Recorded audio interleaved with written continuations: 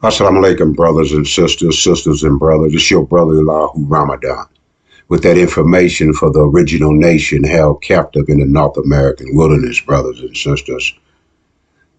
Held captive in the North American wilderness, brothers and sisters. We have been here for 400 years, 1619, 2019, brothers and sisters. And if we divide that by 20 years per generation, brothers and sisters, we've been here 20 generations, brothers and sisters, 20 generations under, and we came in under this scripture. That's the most important scripture that tell us our history, brothers and sisters, how we end up in the North American wilderness, 9,000 miles away from home. The scriptures, it says, and a deep sleep fell upon Abram. Said, know of a surety, thy seed would go into a land that's not theirs, served and afflicted for 400 years. But we can't forget about that horror of great darkness, brothers and sisters. That's the main deal, because that tells the action of what was going to take place to us. But it was given the orders not to touch us, but they did more than touch, brothers and sisters. They did more than touch. And the black woman took the blunt of everything because her beauty and her form, they took advantage of her and raped her constantly, brothers and sisters. And the black man couldn't do nothing about it. He was raped also, sodomized. The black children, pedophiles, brothers and sisters. They used the European as a pedophile. That's what he do, brothers and sisters. So all these things, we fell under that horror of great darkness. But brothers and sisters, it was only for a certain time, 1619, 2019. We overdue, brothers and sisters. Our time to exit is came and not gone, though. It has came and not gone. Right now, the war in heaven that's taking place in the Middle East, brothers and sisters, the war in heaven that's taking place in the Middle East, it's talking about our release date. It's talking about, brothers and sisters, it's about our identity. And when the false ones who they've been had in that position since 1948, 70 years and going, brothers and sisters, they've been taking care of them, treating them like they was the gods, but they was the false. They was put in that position for our identity, to take our identity. But our time is up, brothers and sisters. The main thing is our time is up. Let's read it into that so you can know it, brothers and sisters. This is what should be our breakfast. Pulling up Genesis 15:12 and reading about our sojourning in a land that's not ours, brothers and sisters, so we can understand what's ready to take place when they issue that emergency alert saying all black people are a threat to the national security alert, national security alert, that all black people are as a risk to America because they've been holding up the false Jews in Palestine for 70 years. And then when they get annihilated and taken out of commission, no more, not living, dead, killed, gone. And then they got to come back. America is going to come back home to America, not our home, brothers and sisters. Not our home. We only had a certain time, 400 years. Our sojourning is up and over.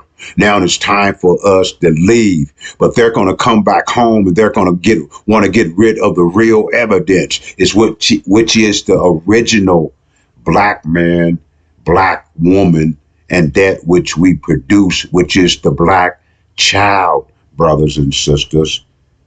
So in order to not get caught up in the shock of the hour, in order not to be caught up and things that is unprecedented as we speak, in order to the things that Trump and his administration is doing.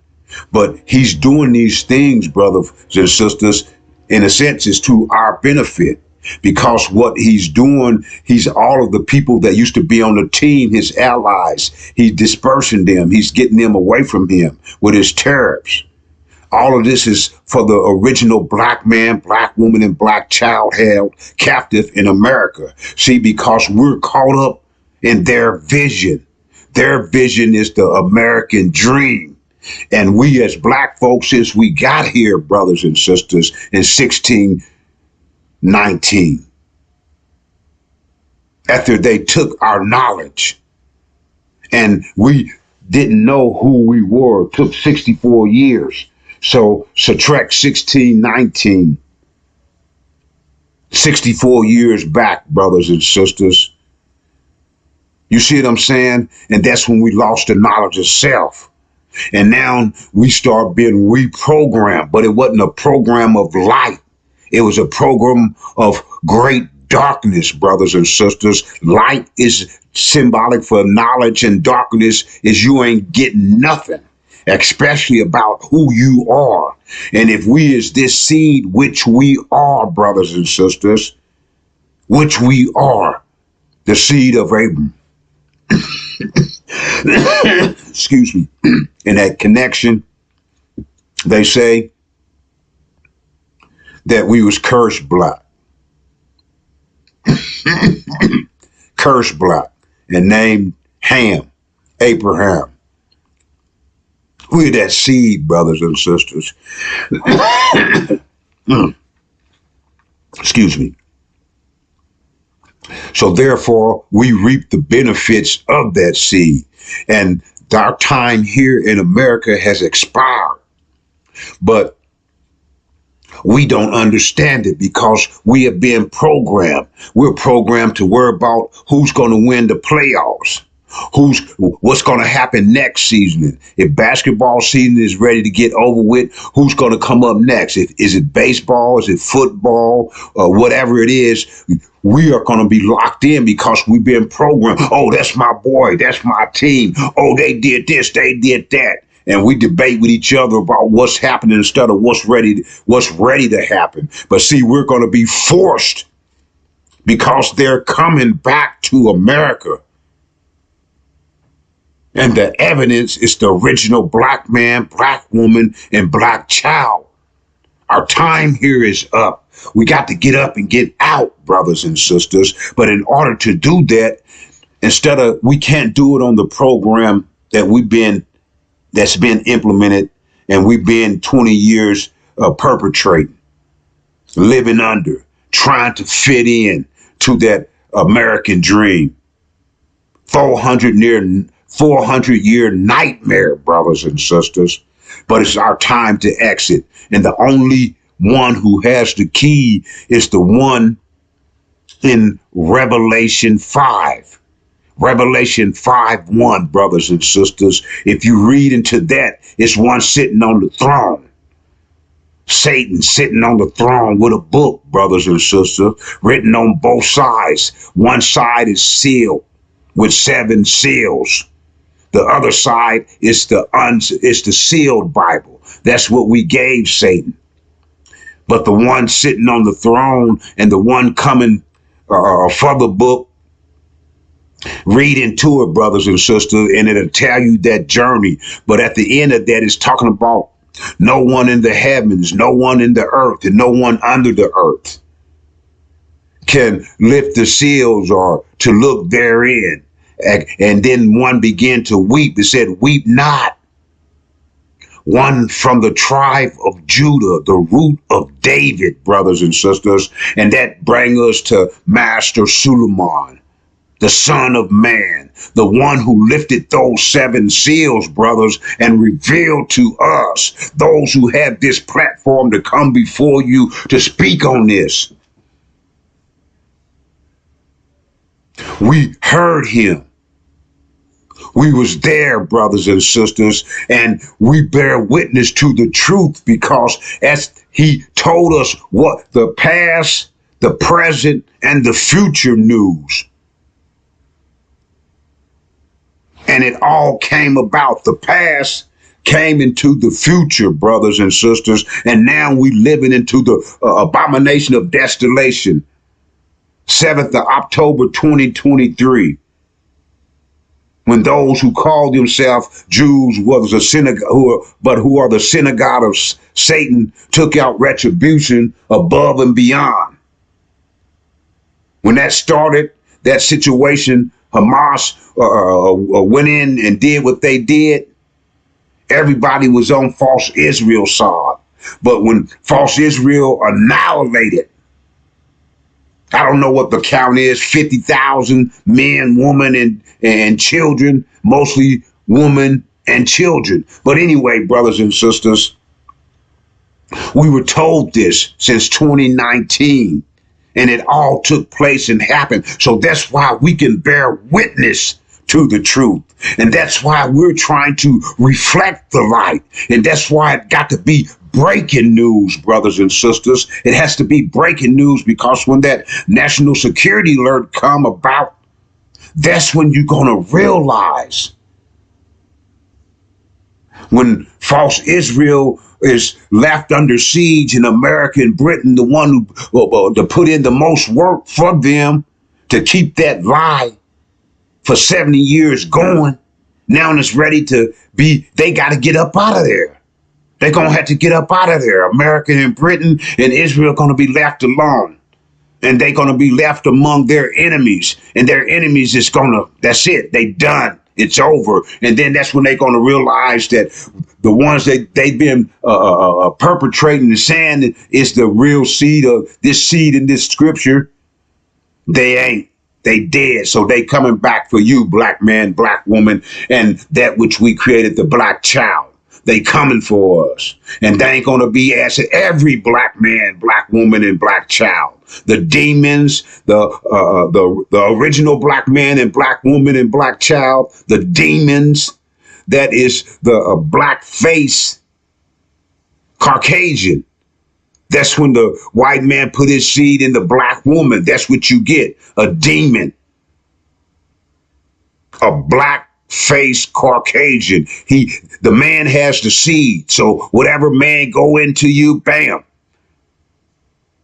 And if that European go into you, you got demons. He got the mind of his father. He just looked like us. Skin folks ain't kin folks. You got to know, investigate, and find out who their daddy is. But anyway, brothers and sisters, the Haitians and the Africans, we're all going to be caught up in one place. And everybody going to have different meanings, different wants. Everybody going to be making different moves and different plans, brothers and sisters.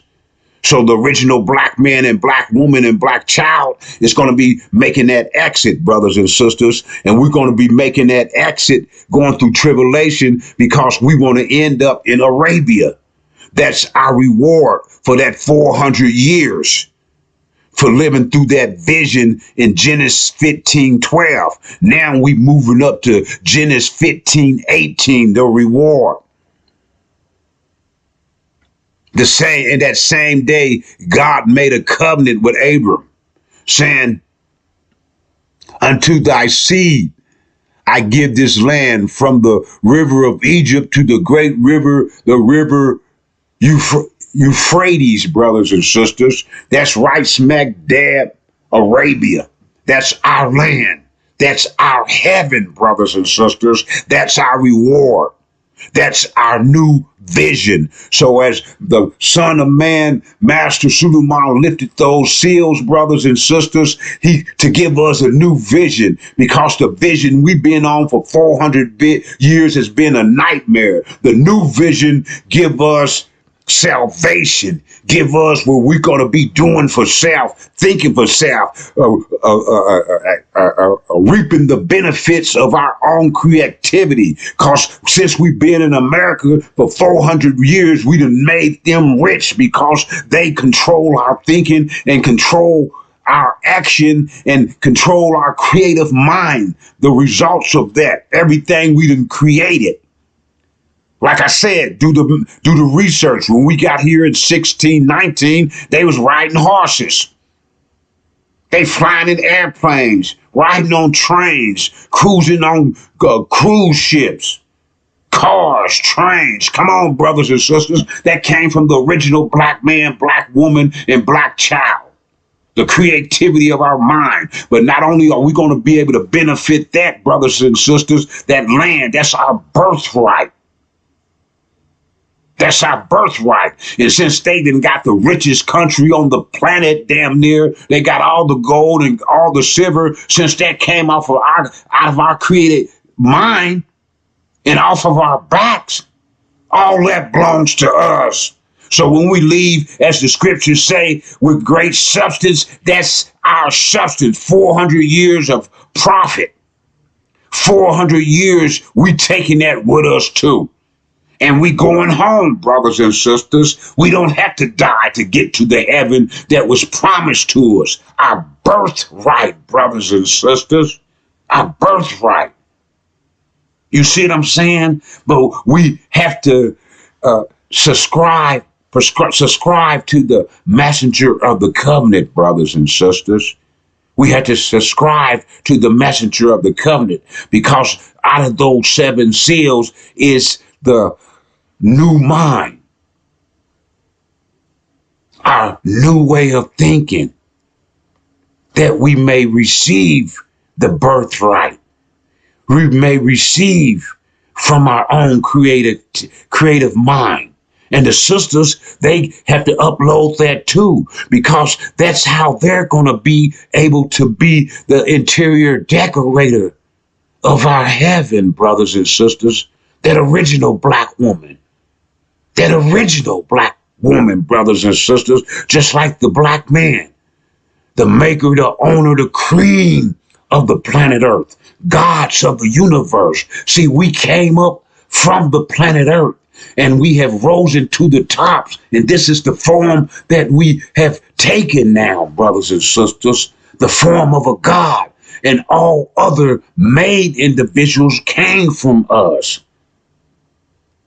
We were the first Chinese, the first Japanese, the first everything that they had named. We were them. They are a derivative of us, brothers and sisters. But we were suffering from energy deprivation, and we had to make a lower self, lower of ourselves. Since we were suffering, we wasn't at 100%. We had 1%, and then we made a derivative so they can maintain, so they can take care, or they ain't been taking care of the planet, so you can't say that. But anyway, brothers and sisters, until we get our strength back, we had to live with this type of civilization. Now they call it global warming, but when we were born, and it's active, just like our lungs. When you breathe, you go out and then come back. Our energy is coming back, brothers and sisters. We won't be getting old no more, brothers and sisters. See what I'm saying? Our energy is coming back to us. It's our time, brothers and sisters. It's the rise of the original gods, the original black man, black woman, and that which we do produce, which is the black child. It's our rise, brothers and sisters. Upload that INJIL. That INJIL key is the key to our reward. It's the key to our promised land. It's ours for our 400 years. It belongs to us. But we are trapped in that mind in Genesis 15:12. But we got a new mind. And with that new mind come a new vision. And with that new vision come that promised land. And with that promised land, brothers and sisters, we have been known the black woman's outer beauty. Brothers and sisters, now we are ready to live in the inner beauty. because she is the interior decorator after the black man kick whoever's been homesteading on our land out. Y'all gotta go. That's ours. We're coming for our inheritance, our birthright, our birthright, the original black man, black woman, and that which we produce, the black child held captive in the North American wilderness. Our time here has expired. The 400 years is over. Our birthright. Do you want it? The preachers can't tell you about it. Why, Elihu? Because they are not the messenger of the covenant. They didn't lift the seal to give us now the unsealed Bible. Not the Bible that the Edomites got, the sealed Bible. We get the unsealed, that new mind, that power, brothers and sisters, that's returning back to the earth with that new mind and that body connection. That 17 million with that one thought, what you just heard, we'll all be thinking that way. We won't need a cell phone no more because we'll all be in tune. Nothing will get in our way, brothers and sisters. I'm your brother, Elihu Ramadan. Subscribe to the messenger of the covenant. Let's get that reward, brothers and sisters, that birthright. Don't miss out on the opportunity. Our final march to our birthright is tribulation. That will be the fire to purify us, to burn all that shit off under the 400 years of our national enemy, our peer enemy, the Caucasian white boy. And then our hidden enemy, the demon, the seed of the Caucasian white boy. I'm your brother, Elihu Ramadan. As I came before you, so shall I leave you in the peaceful greetings, brothers and sisters of Assalamu alaikum.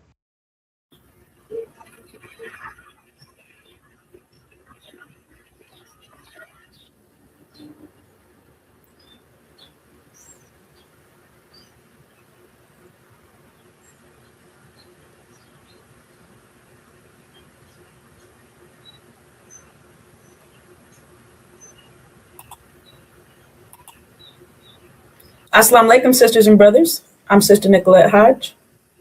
Assalamu alaikum, sisters and brothers. I'm Fatima Hodge. Welcome to We Reflect the Light. This is part 2, a continuation of Demons Exposed. We will identify how the demons were produced and relate that to what's going on right now with the war in the Middle East. All right, sisters and brothers, we're going to start with the book of Exodus.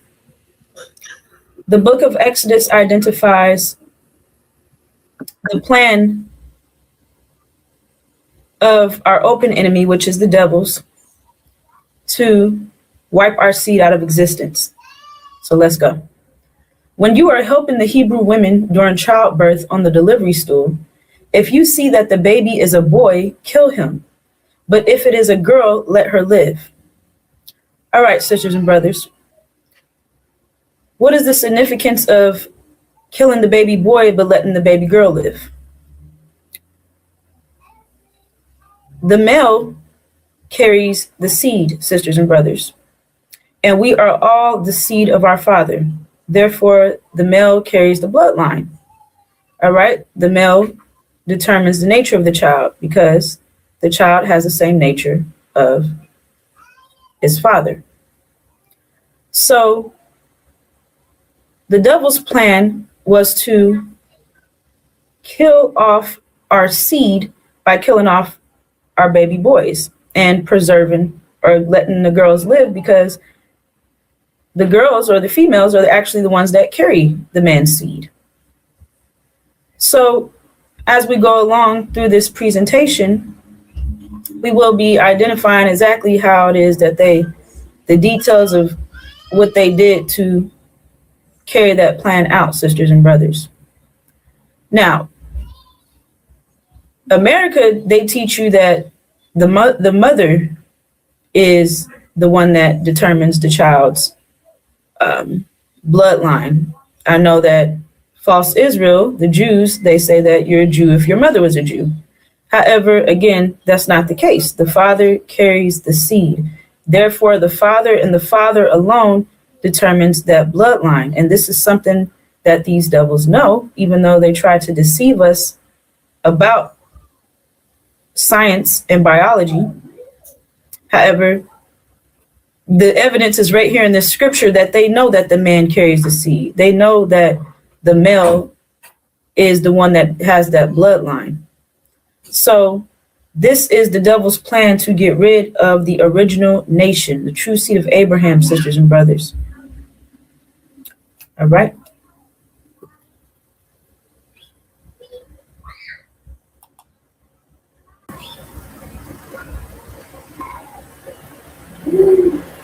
Oh, you're on mute. Yes, ma'am, sisters and brothers. In the book of Jeremiah, chapter 31, verse 27, it identifies who this offspring is, right? It identifies exactly what they're mixed with, and it identifies who they are, right? So I'm going to read it first, and then we're going to break that down. So it says, "Behold, the days are coming, declares the Lord, when I will sow the house of Israel and the house of Judah with the seed of man and the seed of beast." All right, sisters and brothers, so we're going to focus on that bottom part right there. It said, "I will sow the house of Israel and the house of Judah with the seed of man and the seed of beast." So, sisters and brothers, this highlights the point that Sister Nicolette made about the demons. They are, in fact, mixed with man and beast. Why is that? Because they have the original nation in them and the devils. So we know that their mothers are original, right? Which would be that seed of man, right?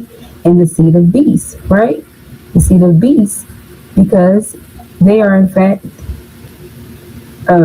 Caucasians, right? Their fathers are Caucasian. So their fathers are those beasts that they identified, right? That they'll be mixed with. So it's man and beast that they'll be mixed with. And that's exactly what they're mixed with, sisters and brothers. They're Caucasians and black skin. Now, they produce their children by raping the original black woman, right? So they are in fact camouflaged in with our nation because of that skin tone that they get from their mothers. However, they are in fact devils in black skin. Now, half man, half devil, which makes them a demon. Sisters and brothers, that is in fact their identity, sisters and brothers. They are demons. They are identified as demons. Now, sisters and brothers, this is something that we had no knowledge of, right? Until the messenger of the covenant came and gave us this knowledge of our hidden enemies, sisters and brothers. So not only do you have an open enemy, you also have a hidden enemy. And your hidden enemy is identified as demons, as your open enemies are devils, sisters and brothers. So we have to understand that the enemy has taught us to think things are spooks and spirits, right? Demons are something that you're fighting, and devils are something somewhere you'll go when you die and you'll be in hell with devils. This is what they teach you. However, sisters and brothers, that is in fact false, and this is for them to keep you out of reality. And we know that demons and devils are physical people, sisters and brothers. They're surrounding you today, sisters and brothers. Devils are your open enemies, and demons are your hidden enemies that look like you, talk like you. They also walk like you, sisters and brothers, but they are not you. They have the nature of their fathers because they have the bloodline of the devils, sisters and brothers. So we have to understand that this was the plan to commit genocide on our nation, to wipe us out. Sisters and brothers, as Sister Nicolette shared, it told it shared in Exodus for them not to, kill the male babies, but spare the women, right? Why is that? Because they wanted to get rid of that seed, and they know that the woman is not a threat. She doesn't have a seed to bear, right? So she's the one to just hold a seed, right? So this was their attempt to wipe us out completely through genocide, right? By raping the original woman. And in results, they produce the seed of man and the seed of beast, sisters and brothers, which is these demons that are surrounding you today, sisters and brothers. They are just like their fathers, but they look like us. So this is why they're so dangerous, because they're hidden within our nation. They look like your sisters, they look like your brothers, but they're not. And during our servitude, you identify them as house Negroes.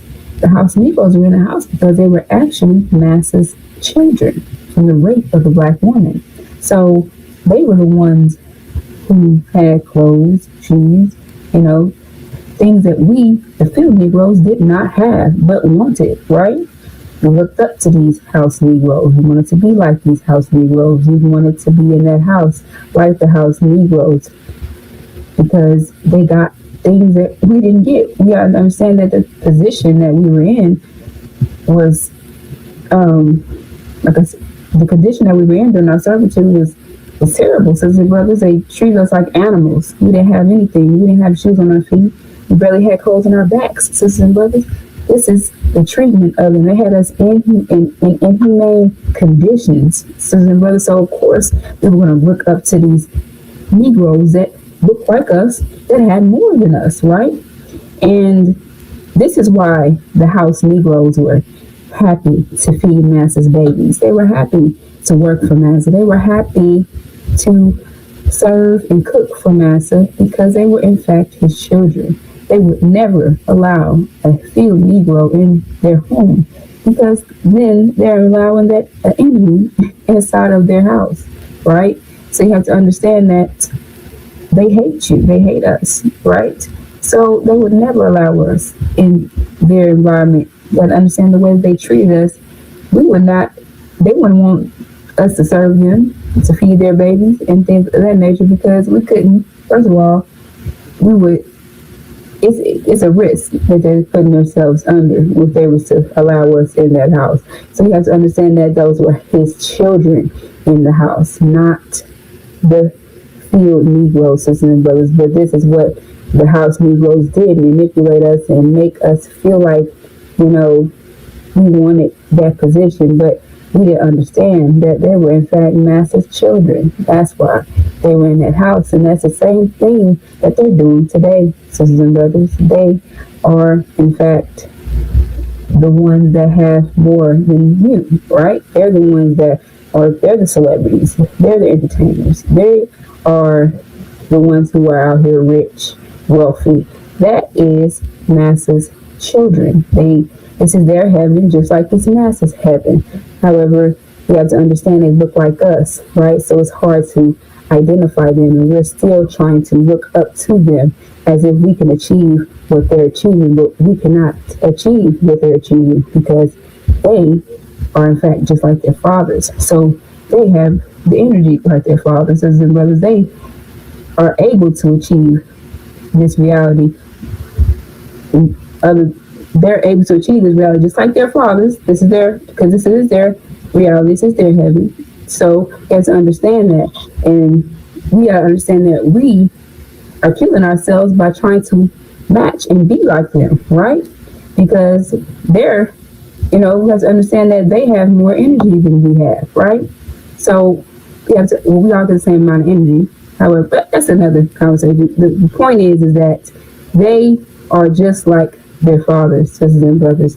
So they are the ones out here achieving the American dream, just like their devil fathers, sisters and brothers.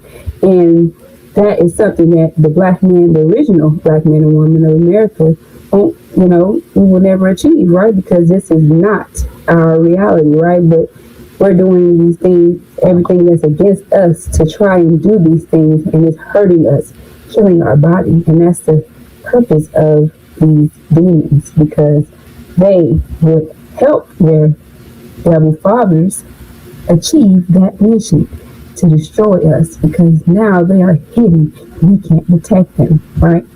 So this is the true identity of the seed of man, the seed of beast, demons. Sisters and brothers, half man, half devil.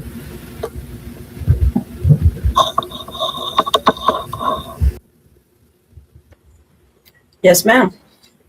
All right, sisters and brothers. Demonology. Ology means the study of something. Demon, as Sister Fatima identified, means half devil, half man. So here, the study of demons. This is a scientific, biological fact that the father carries the seed. The father determines the bloodline. All right. Before we get into it, let me identify. America teaches that one drop of black blood makes you black. That does not determine, and that's not a clear indication of your bloodline or your nature, sisters and brothers. So the demonology chart identifies that it's not about skin color. So let's get right into it. All right, here we have in the first circle, we have the gold, triangles, an original black male and an original black female. They will produce an original black child. All right, that child is the product of the union between his original mother and original father. He has the same skin tone as his mother and father and the same DNA bloodline. All right. The next one, we have an original black male and a Caucasian white female. They're going to produce an original child in white skin. All right. Because it's not about skin color. It's about the seed. All right. So that child is original. However, that child has white skin. That's why it's important to understand that this message is not about skin color, sisters and brothers, because someone can be white and they're original, or they can be dark skin and be a Caucasian and black skin. So let's keep moving. Here we have a white Caucasian male and a black original female. All right. The male is in white and the original female is in gold. All right. This gets back to the seed of man and the seed of beast. These are two different bloodlines coming together. However, the one that is going to determine the child's bloodline is the father, because the father carries the seed. So that Caucasian male and that original female is going to produce a Caucasian and black skin. So you see that Caucasian child, that demon, which is the product of the Caucasian man and the original black woman, has the same structure as his Caucasian father. So he has the same skin tone as his original mother. However, the same structure, the same biology, the same bloodline as his Caucasian father. So that's why he is a square, but he's covered in gold. So the demons are devils dipped in gold, if you will. They're dipped in that black skin, all right? Tar babies, wolves in sheep clothing. So they look like us. However, they do not have the same bloodline as us. All right, and then the fourth circle, this is a Caucasian white male and a Caucasian white female. They're going to produce a Caucasian white child. Same structure. If you notice the pattern here, each of the children have the same DNA structure as their father, same bloodline. So this is very simple, sisters and brothers. This is a scientific biological fact that the father and the father only determines the bloodline of the child. You can have, your mother can be anyone. It doesn't matter, because the mother does not determine the bloodline. All right. The mother, think of a cake, sisters and brothers. Your father is the cake that goes into the oven. Okay. And that cake bakes. And your mother puts the decoration, the frosting, the color on the cake. So she could put, it could be chocolate frosting, vanilla frosting. That does not change the cake itself. All right. Another example, think of building a house. The father builds the house, puts the foundation together. That's what DNA is, the foundation, right? So what does your mother do? She comes in with the furniture, the curtains, everything to dress the house up and give it an appearance. However, that does not change the very foundation of the home itself. So this reality has taught us to be, has us an illusion, has us thinking of things in an unrealistic manner, sisters and brothers. However, science and mathematics reveals that basic biology identifies who our hidden enemy is, which is the demons, half devil, half man.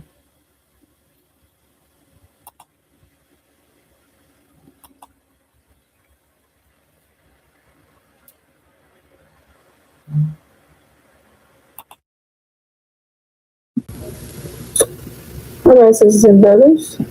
Now that we expose who these demons are, we have to understand the roles that they play in our community, right?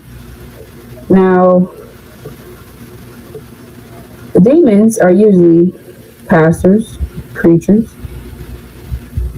motivational speakers, all those who are taking money from you in the community and trying to, manipulate your minds and take your money from you. These are Master's devil children, right? Demon children, sisters and brothers, excuse me. So we have to understand that they are in fact those who are misleading you, right? Why? Because they are in fact devils just like their fathers. You have to understand that their mission and their vision is the same as their devil fathers. They just look like you, right? So they're the ones that you're, like I shared, the pastors and preachers and those leaders and things like that are standing up for the black community and speaking for us, but they're not who we are, right? Because their vision is to stay here in America, right? They're telling you they hate your skin, sisters and brothers. They hate your hair, right, sisters and brothers? This is what they truly, this is who they truly are, right? Because they don't like you. They change everything about themselves. They change everything about themselves because they don't like to look like the original man and the original woman, right?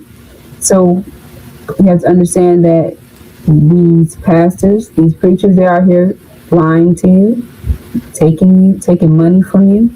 And Farrakhan is one of the chief demons who is over the Nation of Islam, right?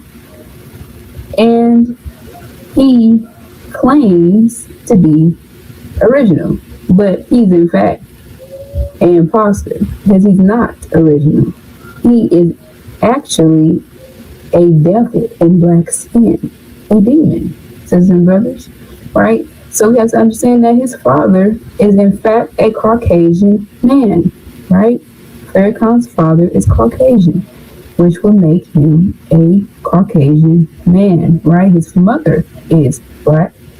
However, his father is a Caucasian man. So Farrakhan is over the Nation of Islam.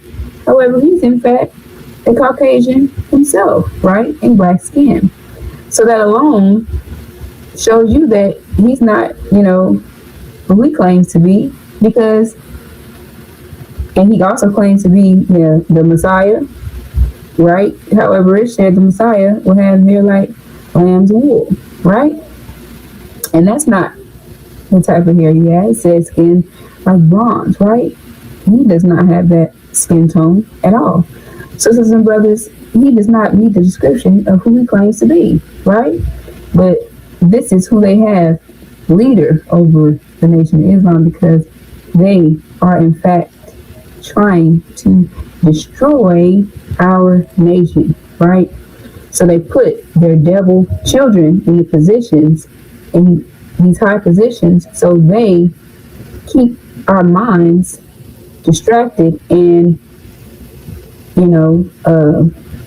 destroyed. Right? That's their vision. That's their mission, to keep us in the unknown. Right? So we have to understand that Farrakhan is in fact an enemy to our nation, but he is acting as if he is original and he is for the black man and woman, but he's in fact not for the black man and woman. Farrakhan is an enemy. Farrakhan is working for these devils, making sure that you never understand your vision, because that was the purpose of the Nation of Islam, right? So, sisters and brothers, the teachings, the original teachings, were that the Caucasian man was the devil, right? And that's not what they're preaching today, sisters and brothers, because he's hugging and kissing on devils. Sisters and brothers, saying that that's his brothers and things of that nature. So we have to understand that we have to see through what's being said, because what he's saying does not match what the lessons that were given by our God and Master and Elijah Muhammad, our messenger. They do not match, right? Because if that was the case, if he was to preach that vision, he'll be talking about himself at that point, because at that point he'll be exposing who he is, because his father is a Caucasian man, right? So we have to understand that he's playing Elijah's song, but it's not the same lyrics, sisters and brothers. So understanding that, he's not preaching what the God has taught us. He's not preaching what the messenger has come and taught us, sisters and brothers. If that's the case, he will be telling you about the messenger of the covenant, right? So these things, or the covenant, your covenant, right? Period. And they always gloss over that. They don't never identify that you are in fact getting out of here. If he wants to stay here in America, why is that? And it identifies him as Legion, right? In the scriptures.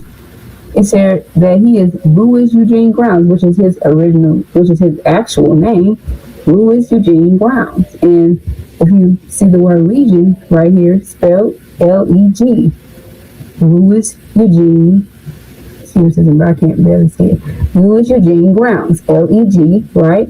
Now you have the I-O-N at the end of that, which identifies the Nation of Islam, right? But we have to understand that it's backwards. But it's backwards for a reason, because Farrakhan has in fact turned the Nation of Islam backwards. He has totally destroyed, or attempted to destroy, everything that was in place, right? All the businesses that they had in the Nation of Islam are no longer. He's just telling people he's the Messiah, taking money from them, not producing anything, picking the sisters. This is what he does, sisters and brothers, and this is what the devil does. They give you nothing. That's exactly what Farrakhan has done, giving you nothing. And now you have here in this video that we're about to play, he's telling you that you're sinful, sisters and brothers. He's telling you that your nappy hair is cursed, sisters and brothers. This is what he's identifying, saying that the black man and woman, it shows that from basically is identifying who we are from within, and it's reflecting on the outside of us, saying that we're wicked, we're weak, right? Identifying that we're cursed, saying this is what he's saying. This is why we have nappy hair and all the other nations have straight hair. This is what Farrakhan is identifying, that the black man and woman is cursed, right? And that's not the case. But this is what he's claiming, because you got to understand that he's in fact a hidden enemy, our enemies, an enemy to our nation, right? Because he wouldn't even be saying that if he was standing for the Nation of Islam, right? Because we are all original, right? So we have to understand that he's trying to defend himself, because he in fact has straight hair, right? So he's making himself, highlighting himself as Great, right? And then he's trying to detour you from the Son of Man. And he shared that he will have what? Hair like lamb's wool, the Messiah, right? This is what the description of the Messiah would be. Hair like lamb's wool, right? And he's here on this video, he is telling you that that hair that you have on your head is cursed. But this hair is the same identification of the Messiah that you should be looking for, right? So that alone is he's trying to detour you from understanding who the Messiah is. And this is what they would do, sisters and brothers. This is what the hidden enemies would do, sisters and brothers.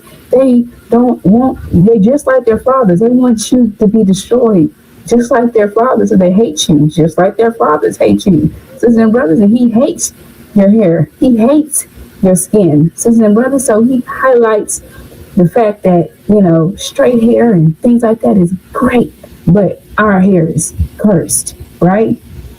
What we look like is cursed. It was identification of, this was a mark to show, that we're cursed at that point, right?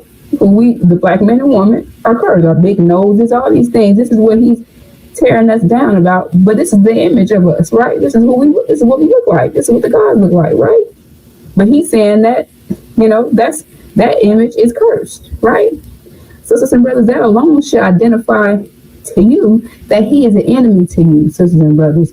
And we're going to play that video right now. Okay.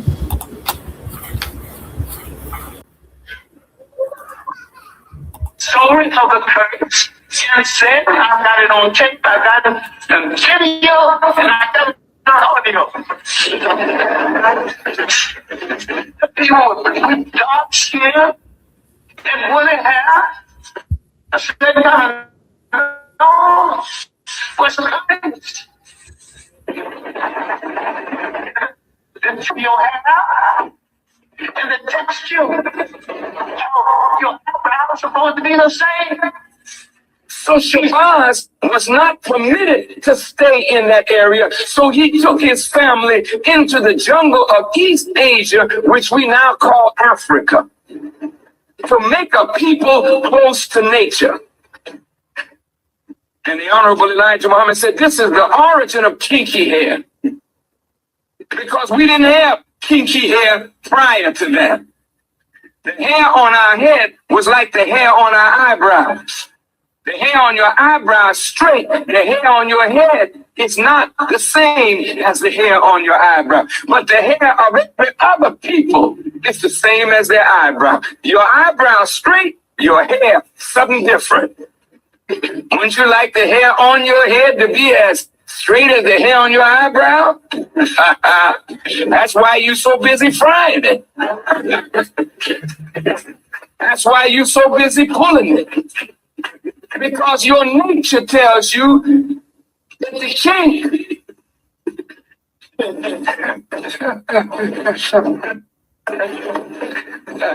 I mean, I'm black and I'm proud.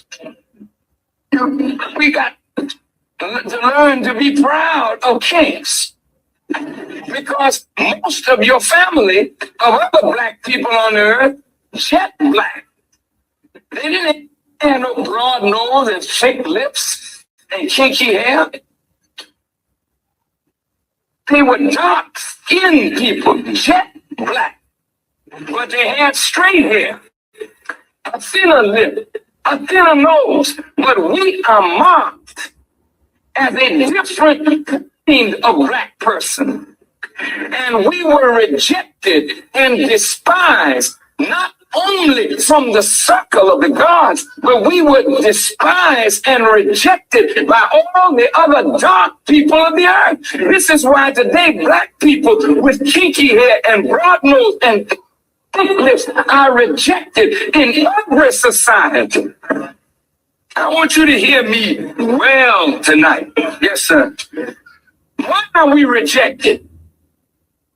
Because the essence of beauty is in obedience and submission to God And the essence of ugliness is when you rebel against God. And when you rebel against God, in your rebellion, you are marked with a certain mark of your rebellion, which is the disfigurement, yes, sir, of your internal self, which manifests in the disfigurement of your external self. Yes, sir.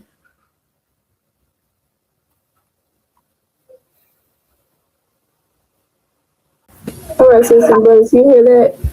He's telling you you're sinful, right? You're so sinful. This is what Farrakhan is telling you right there in that video, that you're sinful and that you're cursed, right? And we have to understand that that is a lie. Sisters and brothers, you're not sinful. We submitted to Adam like we were supposed to. We did what we were supposed to do, right? So we have to understand that that is the speak and talk of the enemy, sisters and brothers. This is what your hidden enemies would say to you, that you're sinful, right? This is what Farrakhan is preaching today. Today he's preaching that you're sinful, right? That you need to, repent. All these things. This is what Farrakhan is teaching, right? It says, excuse me, sisters and brothers, I can't. Sister Nicolai, can you read that for me? Yes, ma'am. See it. Elijah never taught any such bullshit. He said Dr. Shabazz's intent was to make us as strong as possible in preparation for our future tribulation of enslavement. DNA reveals that kinky woolly hair is the dominant gene or best hair. Excuse me, but isn't that the hair of the Son of Man? Yeah, that's sisters and brothers. Isn't that the hair of the Messiah, right? That it identifies in the scriptures that he would have hair like lamb's wool. Then let's understand, like you shared, this is the hair. We actually have to understand that this is the strongest. We're the strongest tribe. We have to understand that we were made this way. So when we put in this condition that we're here today in hell with these devils, we'll be able to thrive through that, right? Just like we're here today, right? So we have to understand that it's a reason for everything that was done, right? So I can't even read. He said. So Dr. Shapaz made us strong as possible. Exactly. So this is a result of that strength that we were made to be like, right? Just like the gods. This is the hair of the gods, right? So for him saying that alone is deterring you from the Son of Man that said will come, right?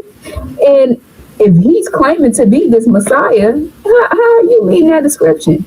The Messiah said the Messiah had hair like lamb's wool, which is why he's preaching this message in the way he's preaching it, because he wants you to be detoured from that, distracted from that, and looking at him as if he's great. Sisters and brothers, look at him, because he has straight hair, right? You don't have big old lips. He said big lips. We got big noses, big lips, nappy hair. His hair is straight. His lips not big, his nose isn't huge, right? So he's trying to highlight his looks as if he's not one that's cursed, which is why he's able to stand up there and speak to you, right? So this was a distraction from who the Messiah would actually be like and look like, right? This was his attempt to highlight himself as being better than who you and I are, sisters and brothers, but he's not, sisters and brothers. He's actually the seed of a devil, which is why he has straight hair like he has, sisters and brothers. This is why he has that this is why he looks that way, sisters and brothers, and he's trying to highlight that's great, so that look is good, but your look is bad, right? This is his attempt to,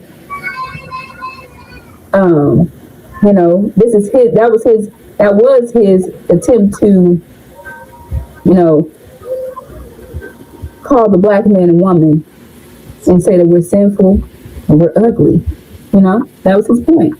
We're ugly. And so at that point, you're calling the God, the Son of Man, ugly, right? The Messiah. What?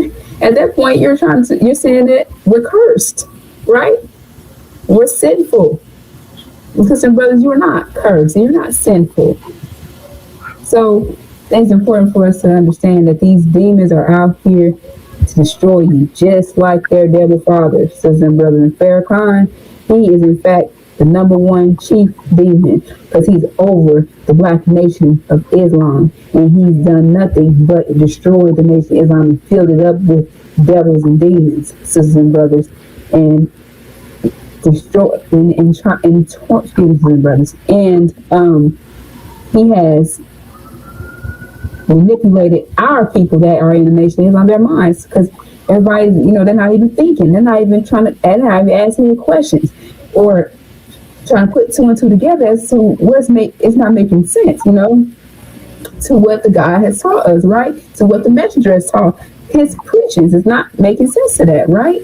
So we have to understand that Farrakhan is soon to be exposed. Sisters and brothers, these demons will be exposed, and Farrakhan will be exposed. Sisters and brothers, and Farrakhan is in fact a devil's child. See the man, see the beast, the demon. Yes, ma'am. In addition to what Sister Fatima has expressed, Farrakhan, like Sister Fatima shared, he's saying that we're cursed. He's saying that the Son of Man with his kinky, nappy hair is cursed. Let's take that for a moment. He's saying the exact same thing that the devils are saying. They say that we're Ham and we're cursed slaves forever and ever, right? In the book of Genesis, it speaks about our true experience, the horror that we endured, and the vision that our father Abram had of the enslavement and affliction that his seed would endure here in a strange land. And in the book of Genesis, Abram is called Abram. He's not called Abraham. He's called Abram. Okay. That's the only part in the scripture where he's called Abram. Mm-hmm. The devils say that we are Ham, cursed slaves, cursed black, to be slaves forever and ever. Farrakhan is saying that our black skin, our kinky hair, thick noses, all of these dominant traits is evidence that we are cursed. He says we're disfigured. He's saying that we're cursed. Okay. So he's saying the same thing that his devil fathers are saying. And look at this, sisters and brothers. They walk right into it because they are admitting that we are the true seed of Abraham. So that's the whole thing about all these shrewd plans. Farrakhan is part of their shrewd plan, and they're trying to deceive us. However, just the fact that me and Sister Fatima are here today informing you, warrior queens, that's proof and evidence that their shrewd plans will not be successful. And by their own admission, by them talking against us and accusing us of being cursed, they have accidentally admitted that we are exactly who the unsealed scripture says we are, the true seed of Abraham. Supreme Wisdom Lesson says, maker, owner, cream of the planet Earth, gods and goddesses of the universe. Okay, and straight kinky hair cannot come out of that straight hair that the devils have. However, we can produce, you see what I'm saying? Straight hair can come out of that kinky hair. So that's just proof right there that we are the dominant, we have the dominant genes, the dominant trait, the dominant DNA. So while he is speaking against us, he walked right into the truth. Let me put it like this. He admitted, just like his devil fathers, they're speaking against us. They think, they're deceiving us and things like that. And they have admitted exactly who we are. So another thing, he says that we're cursed. All right, let's talk about cursed from another standpoint. The book of Malachi tells us who's cursed. This person that's cursed with a curse is a robber of the nation of Islam. And how did he rob the nation of Islam? He's robbed us in tithes and offerings. So you're looking for someone who's over the nation of Islam, who is rich, okay, while the nation of Islam has nothing. Now, the book of Malachi identifies the messenger, Elijah Muhammad, and it identifies the messenger of the covenant. However, then it goes on to this robber of God, and he's cursed with a curse. So while he's up here speaking against our nation, he is the one who's actually cursed. He's disemboweled. His male reproductive organs are gone. He can no longer reproduce. The woman is supposed to be heaven, right? Well, Farrakhan has no heaven because he can't, even participate. He doesn't have heaven. He doesn't have his manhood. So every tongue that stands up against us will be totally shut down, sisters and brothers. Understand that. They're speaking against us, calling us cursed. The devils are the ones that's cursed. Farrakhan is cursed with a curse. So what did he say? Let me see how to put this. One other thing, the demons, they try to, they're put over us as role models and influencers. So they hate us so much that they're trying to get us to hate ourselves as well. And by not knowing any better, then you're following these entertainment actors and influencers and, bleaching your skin and, putting this blonde hair in your head and anything to look like a devil, walking around naked. That's not our nature. So that's another red flag, because why do they want you to be other than who you naturally are, sisters and brothers? That means that they hate us. They hate our guts. They hate us 100%.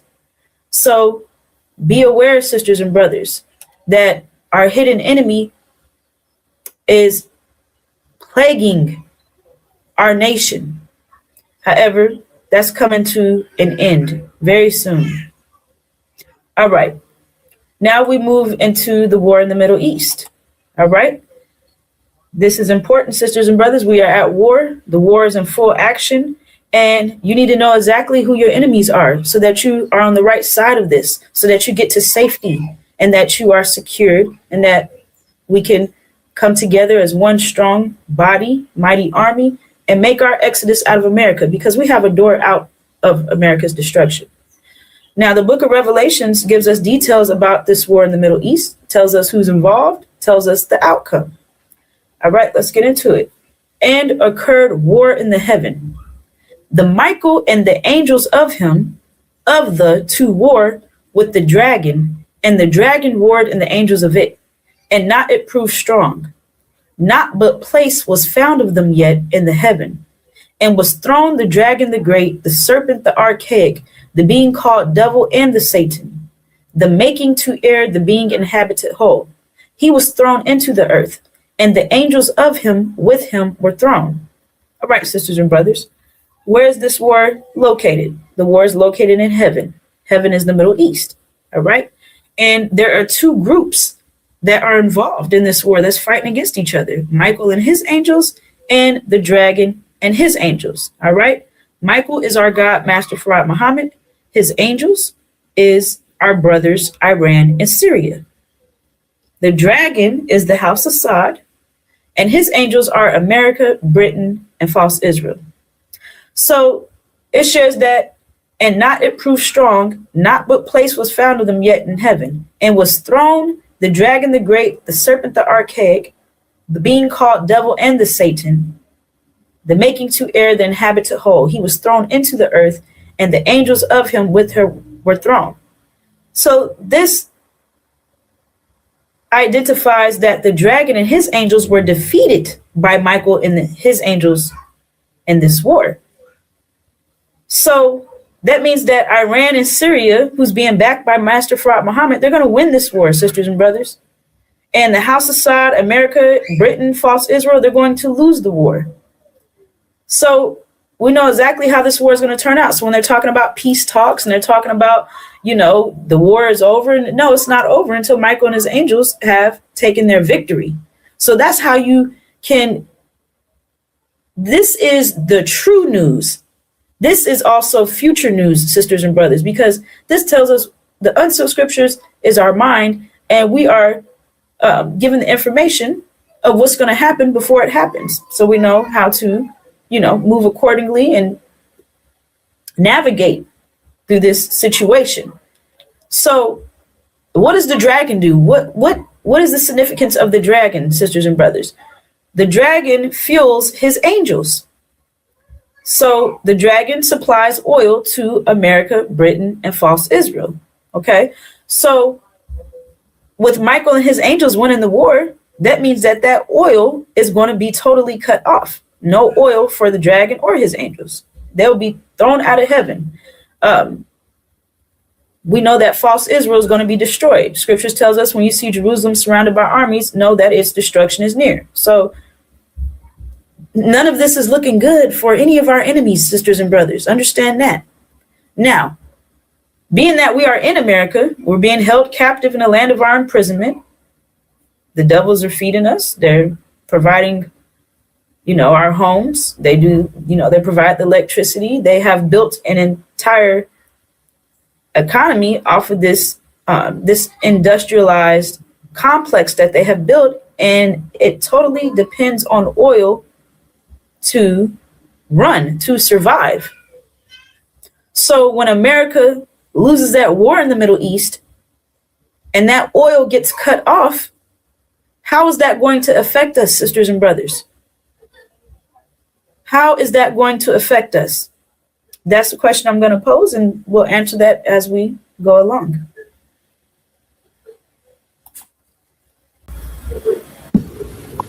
Yes, ma'am. Sister Nicolette share. How is that going to affect us, sisters and brothers? Now we have to understand that once that oil line is cut, then America has no more power, right? Because that's where their power lies, in the oil, right? The Industrial Revolution, right? So that is how everything operates. That is what is used to operate everything that they have here in America. The machines, they need oil for their weapons to fight the military, right? You need oil for gas, lights, transportation, all these things you need oil for. And once that is cut off, sisters and brothers, that is going to lead to an economic collapse here in America, sisters and brothers. So we have to understand that that alone is going to be the shock of the hour, because false Israel goes down. So we have to understand that when false Israel goes down, that's the shock of the hour, right? Because it's not supposed to happen, right? False Israel is not supposed to be destroyed. Why is that? Because false Israel is not, right? They're supposed to be the true seed of Abraham, is what they claim, right? They claim that they're who we are, right? However, there don't be not one description of that claim, right? And these people were put in that land over there in 1948. So, understanding that, they put them in that land to act as if they were us. So we would never know who we truly are, right? True seed Abraham. We are in fact God's people, which they tried to counter that claim that Elijah Muhammad made by putting those people in that land, right? So we have to understand that these people have stolen our identity, right? They are not the true seed of Abraham. Me and you are. We are the true seed of Abraham. And they are not, right? This is why they're false, right? Because they are not who they claim to be, right? So we have to understand that they are the ones that are holding our nation down from rising, right? Because they are in control of their social media, entertainment, sports, all these things that you're watching, the television, sisters and brothers, the movies that you're watching, the music that you're listening to, they are in control of it because their mission is your destruction, right? So they're the ones that's in control of this dream, this American dream. So you never find out and you have a vision, right? Because you're distracted 24/7. So you'll never find out or realize or listen to this light that we're giving you today, because you are distracted 24/7, taking your children to school, going to work every day, focus on sports, focus on the next movie coming out, focus on going on trips. All these things they're in charge of, so they're in control of. So you stay distracted, sisters and brothers, from realizing exactly what is taking place, right? So on top of this economic collapse that's going to take place in America once this event takes place, that's also going to be false Israel destroyed, right? So that means that distraction they're going bankrupt, literally make sure that you're distracted.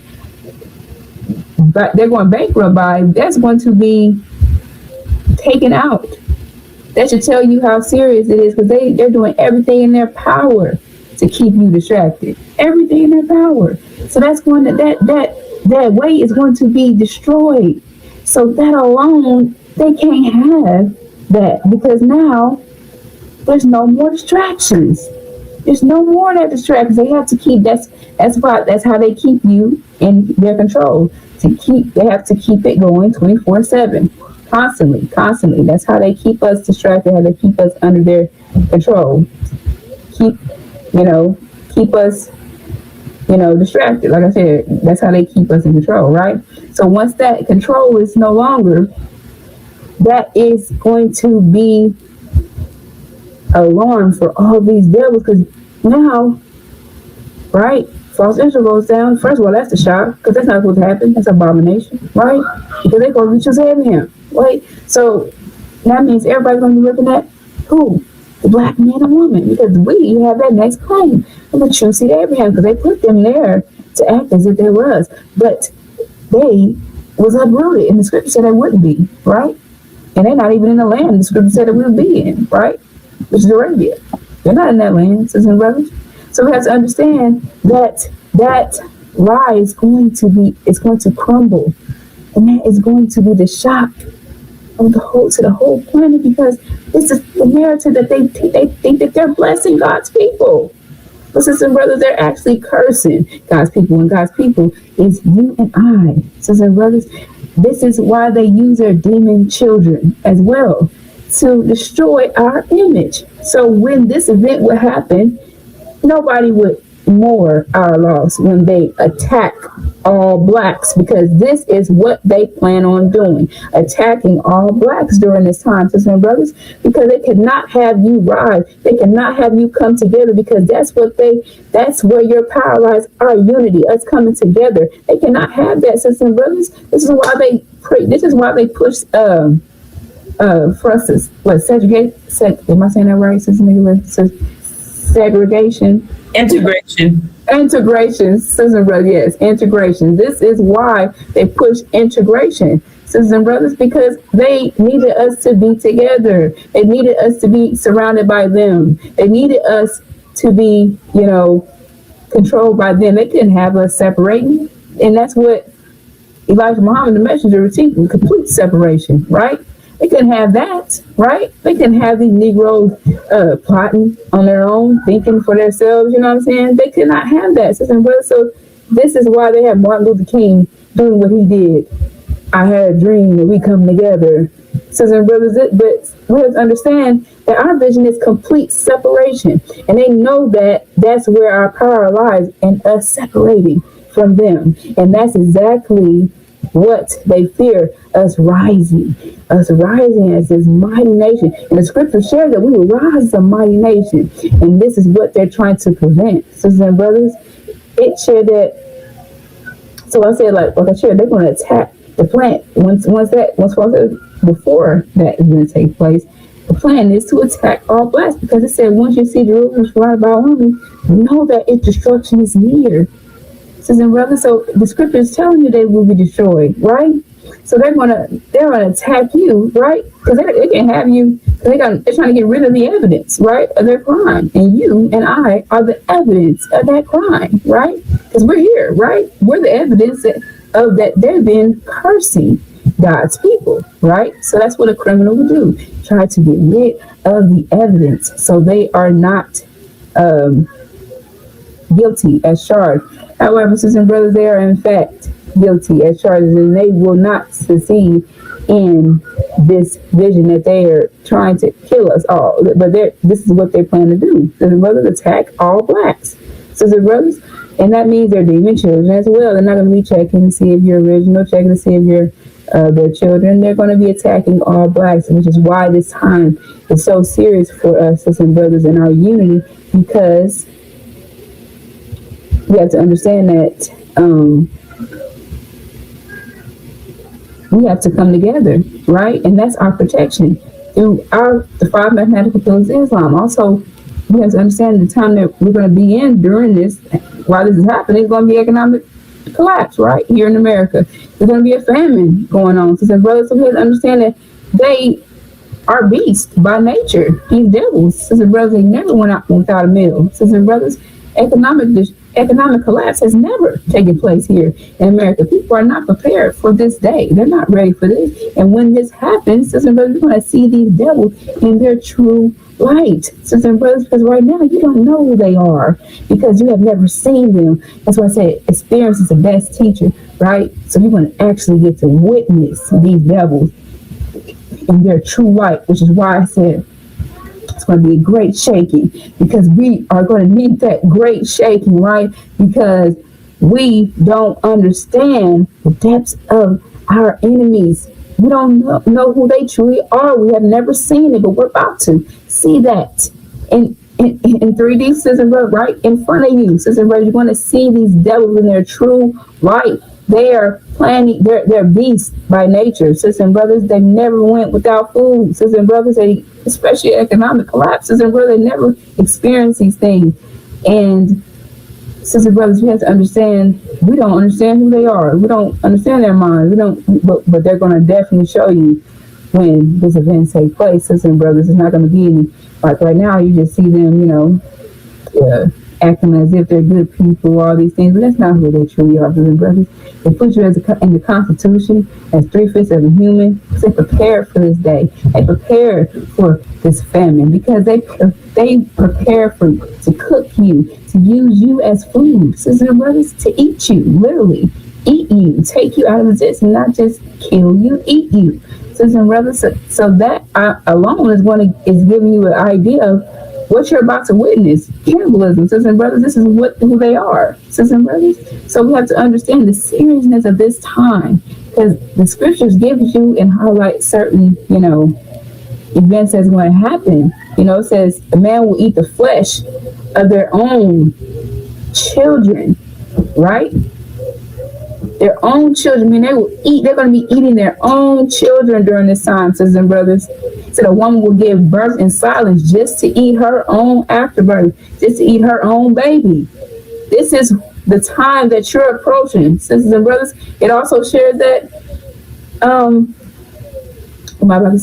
it also shares that children will be gray-headed. That means the child will have to be under extreme stress to be gray-headed, sisters and brothers. So this is the unprecedented times that we're approaching, meaning a time like no other, a time that you can't even explain because we've never experienced it, right?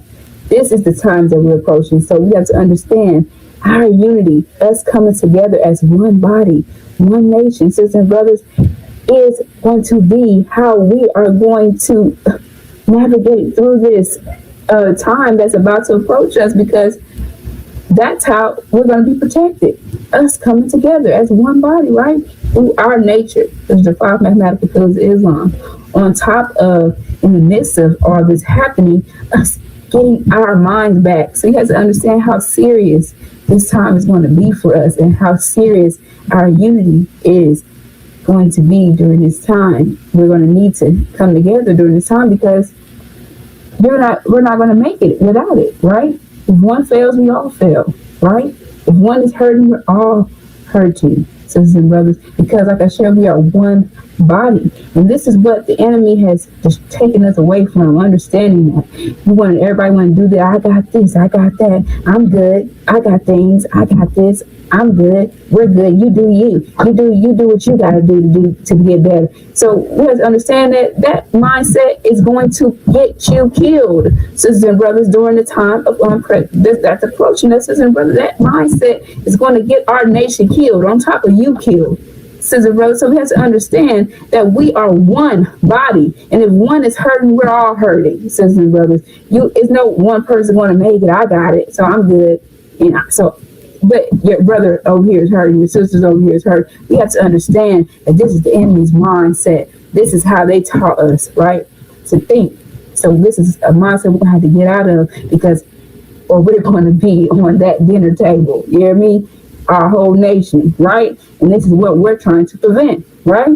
This is the only way we can achieve that, which is our Hajj. Us coming together, us with the five mathematical Islam, pillars of Islam, which is our nature, because right now we're operating off of their nature. Smoking, drinking, whatever, everything else they're doing to cope and to get, to firm their hearts and things, drinking. That's not how we do it, because that's temporary, right? That's only a temporary fix. That's not a guaranteed fix, and that's also killing you on top of that, That's their nature. That's the thing that they use. That's their pillars. That's not our pillars, but that's the thing that motivates them, that helps them. That doesn't help us, as a brother, kills us. It hurts us. But it may feel like it's helping you, but it's not helping you, sisters and brothers. It's only hurting you. It's only putting a shield over. It's really right. It's only putting what am I trying to say?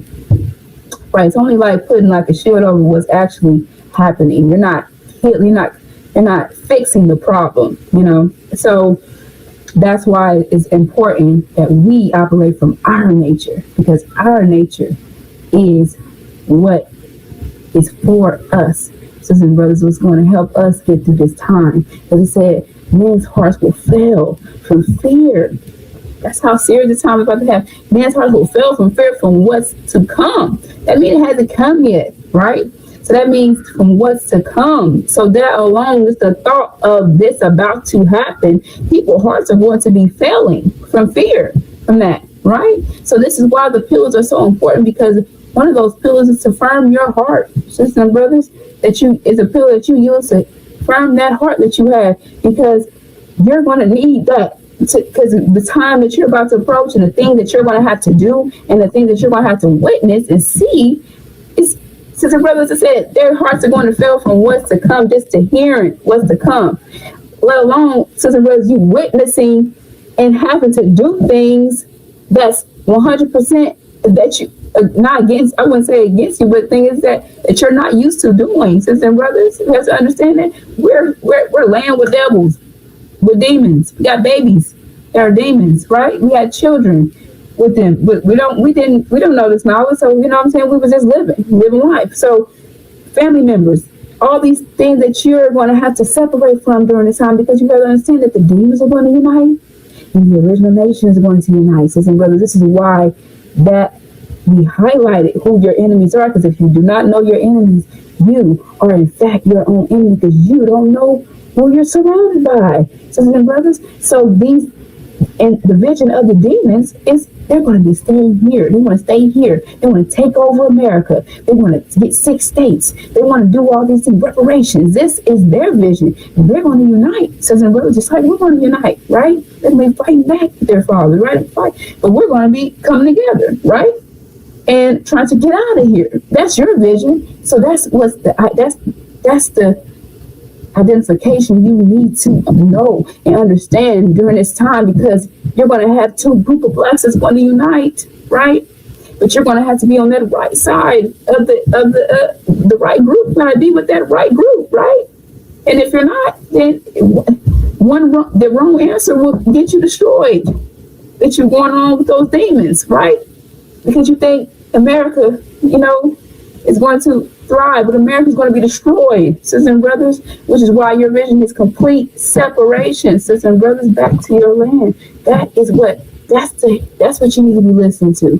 That's the song that you need to be listening to. That's the song. When you hear it playing, that's what you need to follow. That voice, not the voice of staying here in America, because that is going to be your destruction, sisters and brothers.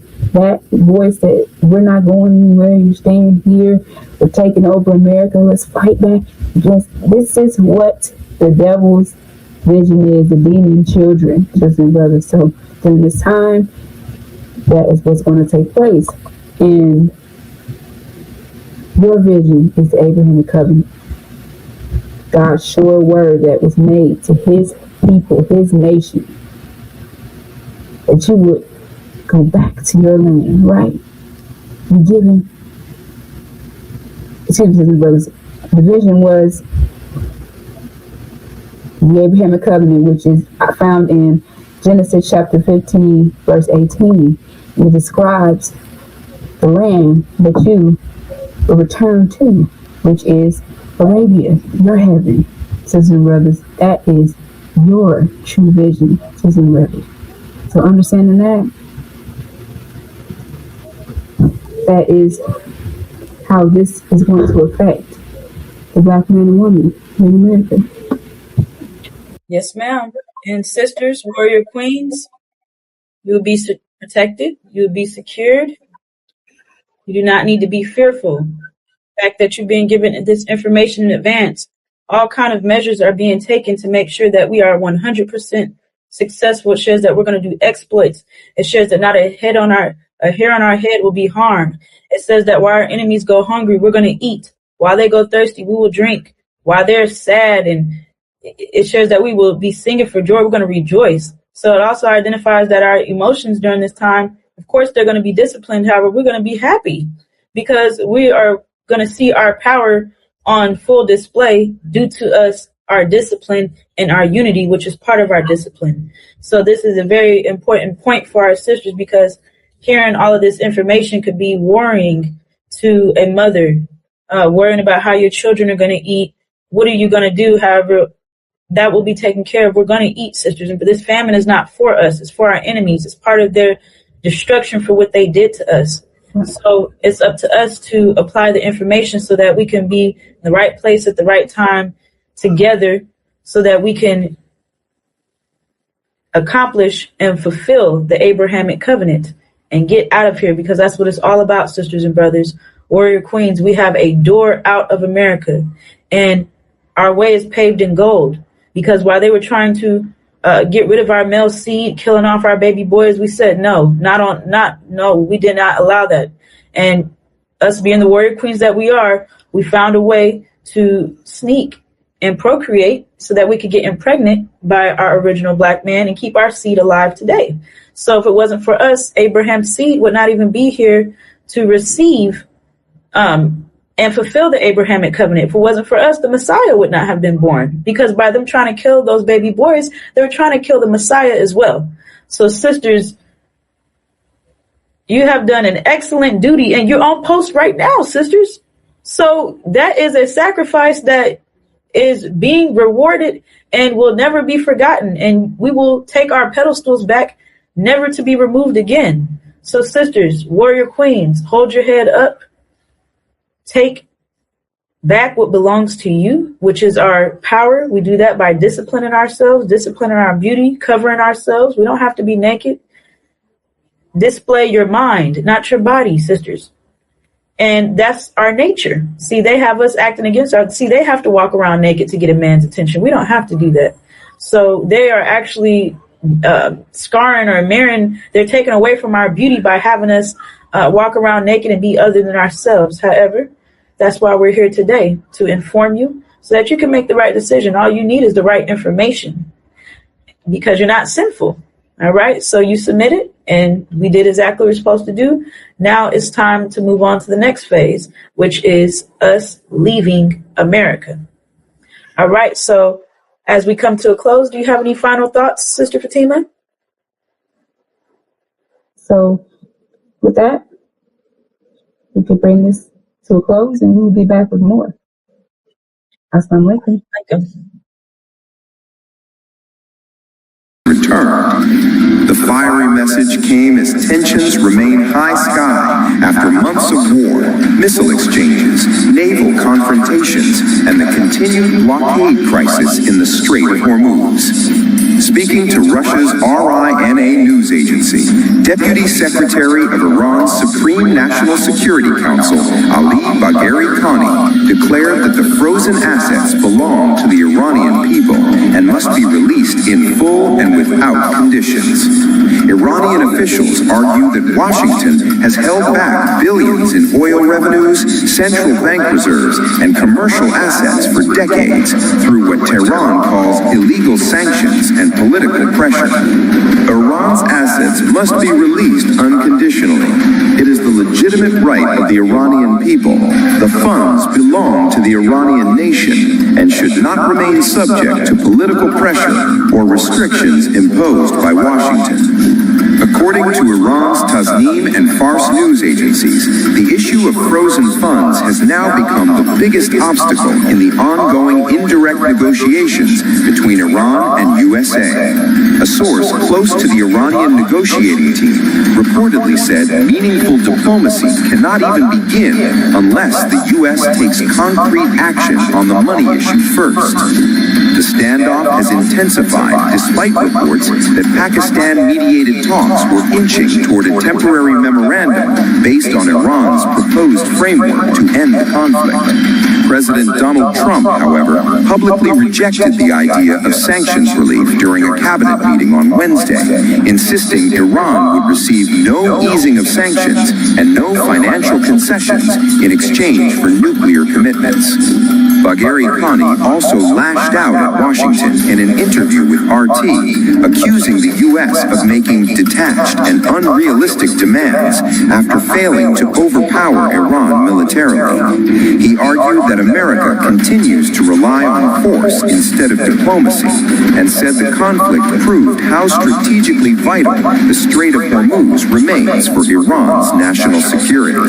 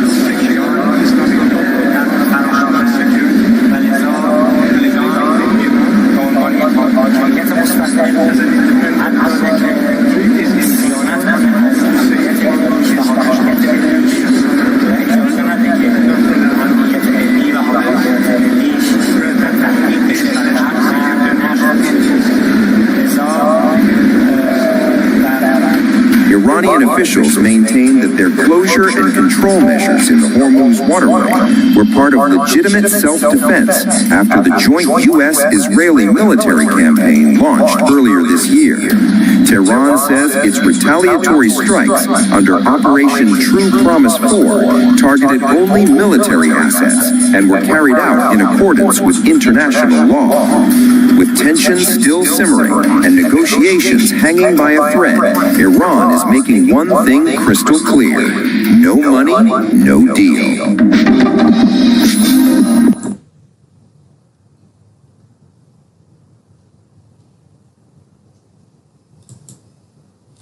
Sisters and brothers,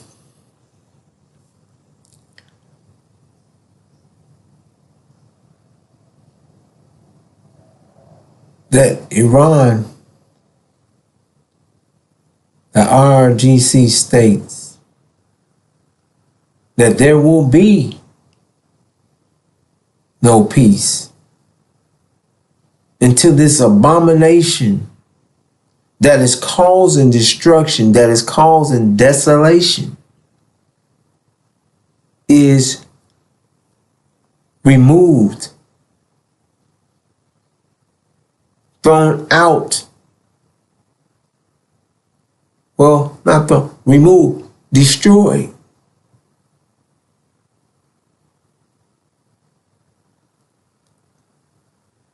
And the Strait of Hormuz, sisters and brothers,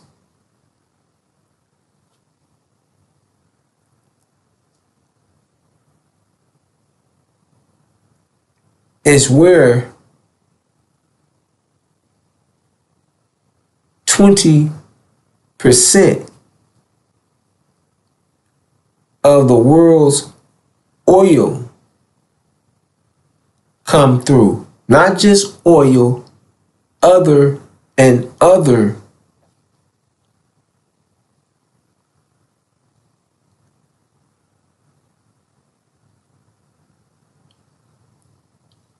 things, other materials, things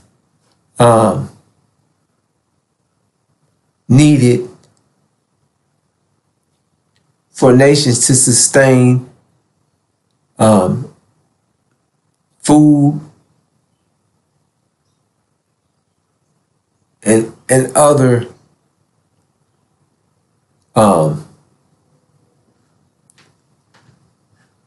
things needed.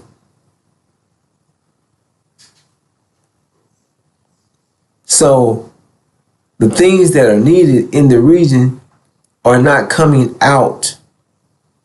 Iran is controlling the Strait of Hormuz and is affecting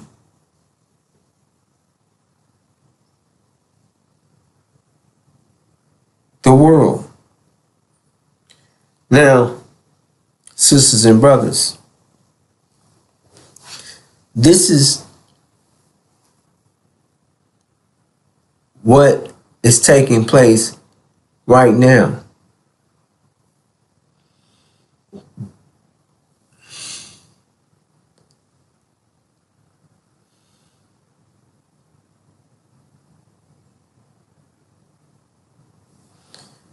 And scripture, sisters and brothers,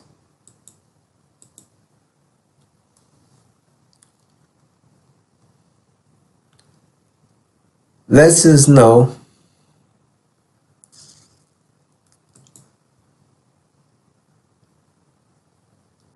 and states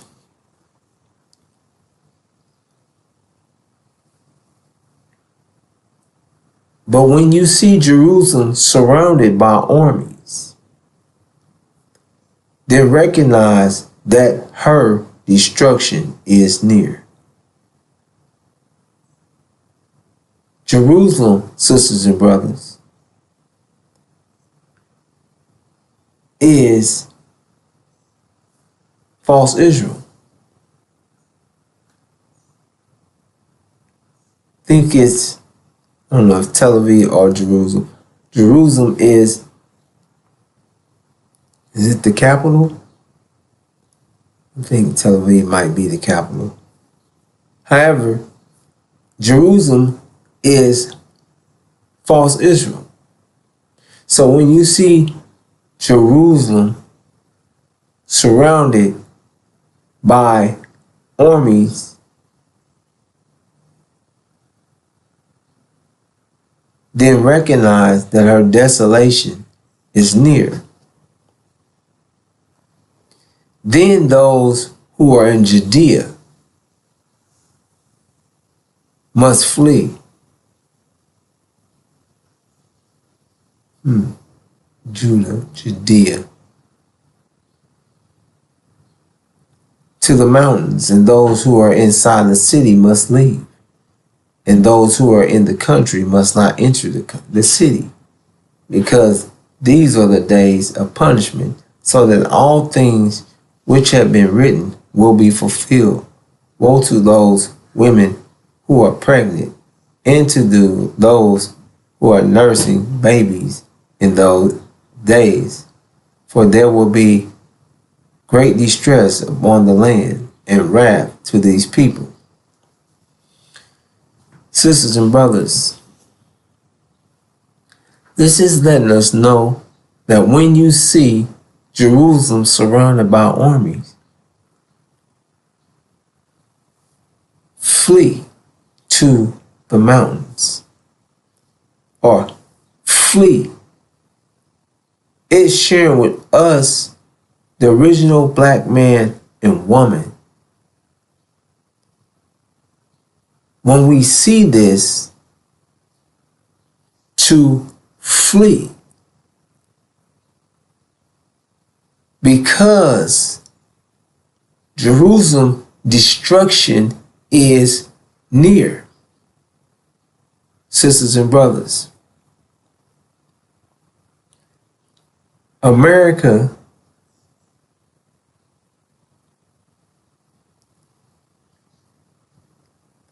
is going to attack all blacks. Before false Israel is destroyed. Because when the religious eschatology, when false Israel is destroyed, their religious eschatology is also destroyed. And the truth will come to light, and that light will bring those, us, the original black man and woman who has been blocked from who we are, is also being blocked from our vision. Sisters and brothers. But when false Israel is destroyed, we will immediately recognize who we are.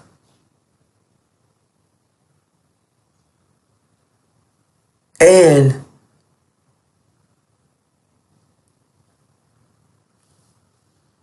will understand, well, let me say this. We'll recognize that we're the true seed of Abraham.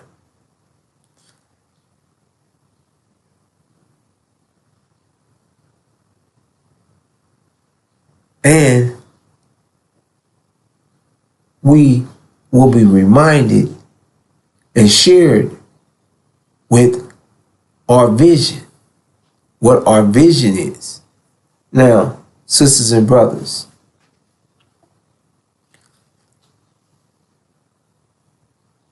our vision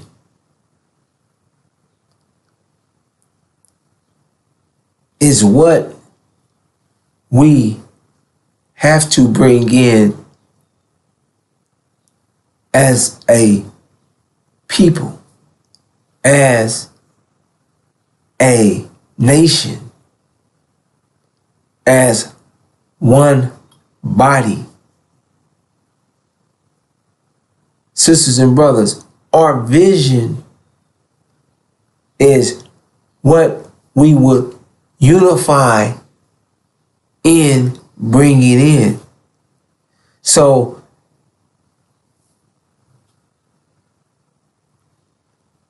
it is what we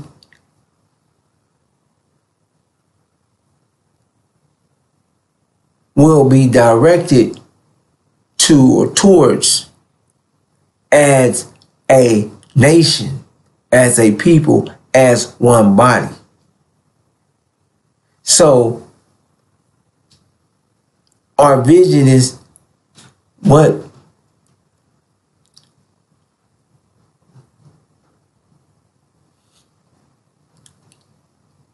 we as a people will be directed to, so that we're not split or separated into many thoughts or trying to do other,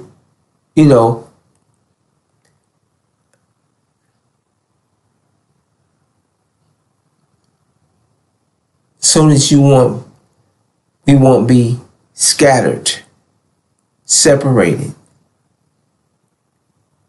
and then destroyed. Because a people without a vision will be destroyed. They won't know, they won't have a unified direction.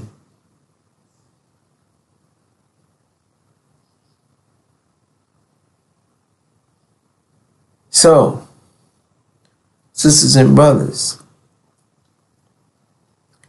our vision is the Abrahamic covenant.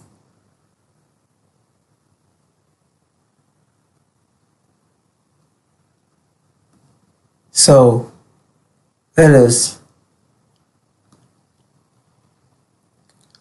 look at, we're going to bring an understanding of our vision, as well as look at Abram's vision of horror that identifies and brings us to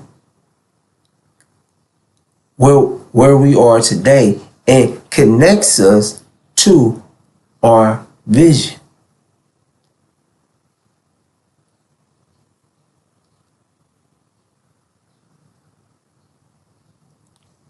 All right.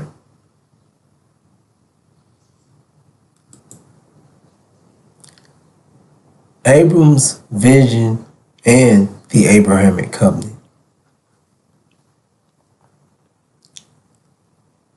Now, we're going to begin with our vision. Sisters and brothers, our vision is the Abrahamic covenant. Our vision is to return home,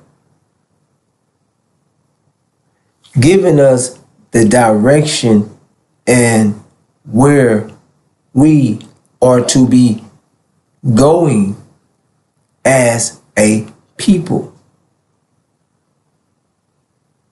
as a nation. Sisters and brothers, our vision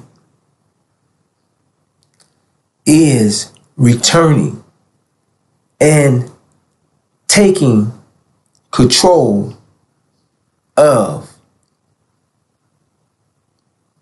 our land that is given to Abram's seed by God.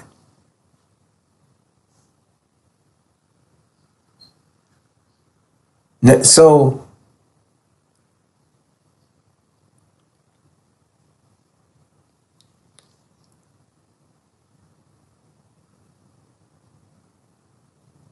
God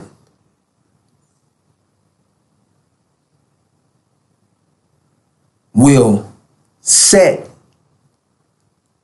us in our land, sisters and brothers.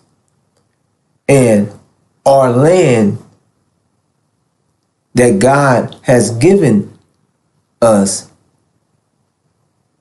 is the land from the river of Egypt unto the great river, the river Euphrates. Sisters and brothers, that land is Arabia. That land is where the dragon is sitting on. That land where the dragon had been made rich. The dragon is the house of Sod, who has put their name in front of Arabia and is calling it Sod, making a claim calling it Saudi Arabia. And America is protecting the house of Saud, or the dragon, Saudi Arabia. Not God. So, sisters and brothers,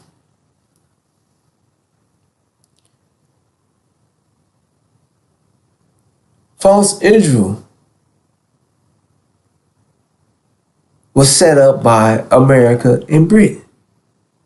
God didn't set false Israel up.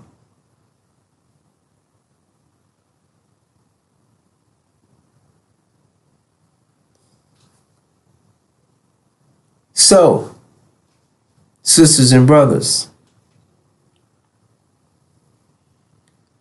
this is our vision.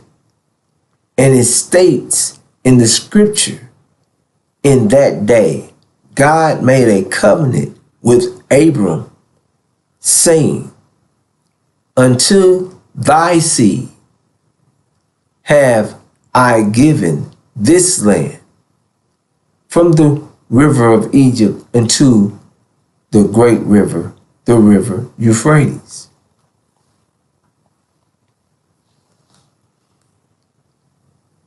Sisters and brothers, we are the true seed of Abraham, or Abram's seed.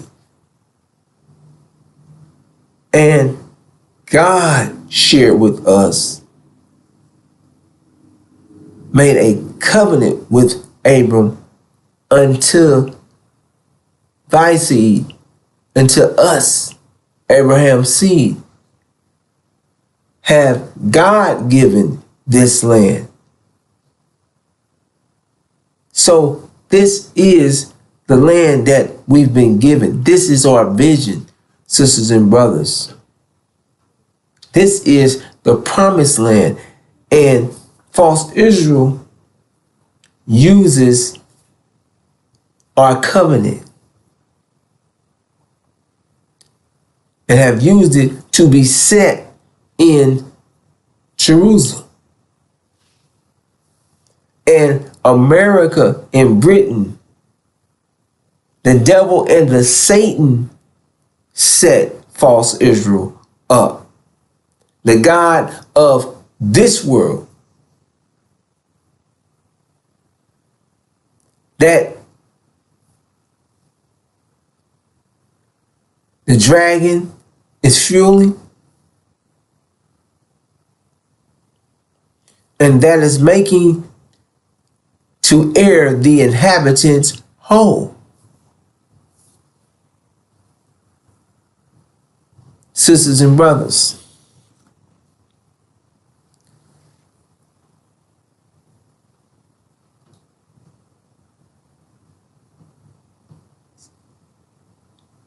all what is being presented to us from our enemies, our open enemies, or is to block the light, the truth, from being shared with us, or seen, recognized, to keep us away from going or trying to bringing in our vision, or recognizing what our vision is, so that we as a people will have no vision. Because a people without a vision will perish, because they will never unify in one. Their vision is separated. They have no direction in their vision. This is our vision, sisters and brothers, that God has given us this land. from the river Egypt to the great river, the river Euphrates. Our vision is that we are returning home. We're not staying in America. We don't want any parts of America, sisters and brothers. America is going to be destroyed as well. You're witnessing the fall of America as well.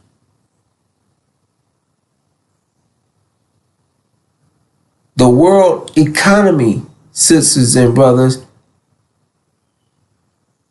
when the war escalates again, it is going to affect the world's economy, which is going to cause the world economy to crash or collapse.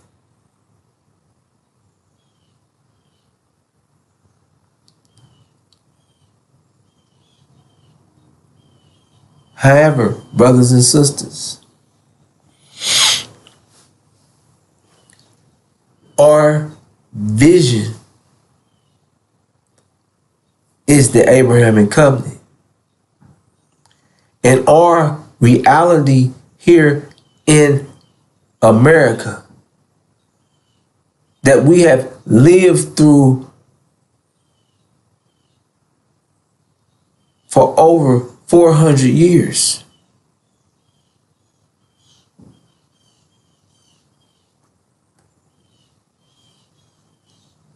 And has been shared with us what we would endure through from Abram's vision. Now let's look at that.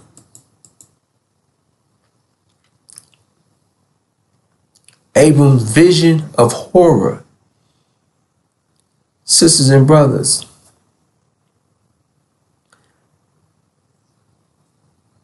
they're also blocking us from understanding that the scripture is speaking on us.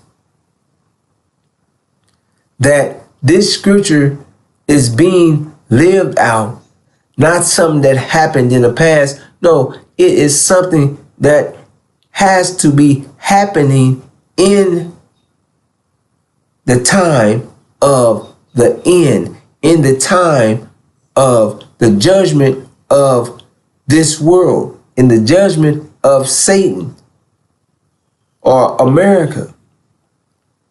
God's chosen people will be in this strange land as they are being judged. And they will be being brought out of the land of their affliction. So, sisters and brothers, what they cannot do is change the facts, the truth. They can lie, but the truth stands alone. It's mathematically correct. You can't get away from the math. And when the sun was going down, a deep sleep fell upon Abram. And lo, a horror of great darkness fell upon him. And he said unto Abram, God said unto Abram, know of a surety that thy seed shall be sojourners in the land that is not theirs. Sojourners mean temporarily there, a temporary stay. They will be sojourners in a land that is not theirs, and shall serve them, and they shall afflict them 400 years. And also, that nation whom they shall serve will I judge. And afterwards they come out with great substance. Thou shalt go to thy fathers in peace. Thou shalt be buried in a good old age. And in the fourth generation they shall come hither again, for the iniquity of the Amorites is not yet full. And it came to pass that when the sun went down and it was dark, behold, a smoking furnace and a flaming torch that passed between these pieces. Sisters and brothers,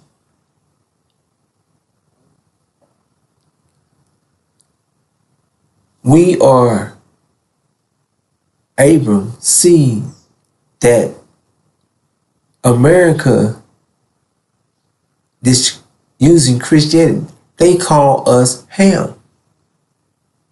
Call us Hamites.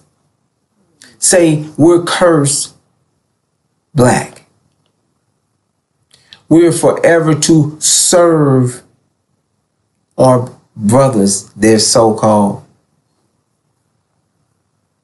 So we're told that we're Ham.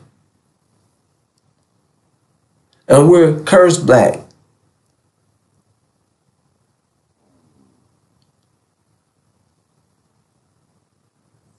So, sisters and brothers, the scripture shares that Abram's seed will be in this strange land. So we are Ham, called Ham by America. And they've justified their actions against us using Christianity and through this narrative that we're Ham. However, sisters and brothers, the scripture shares with us, in this land of our affliction, in this strange land, that we will be enslaved, that we will serve them, and they shall afflict them 400 years.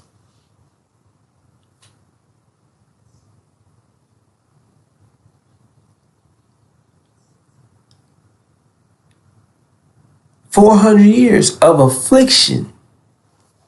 So for 400 years,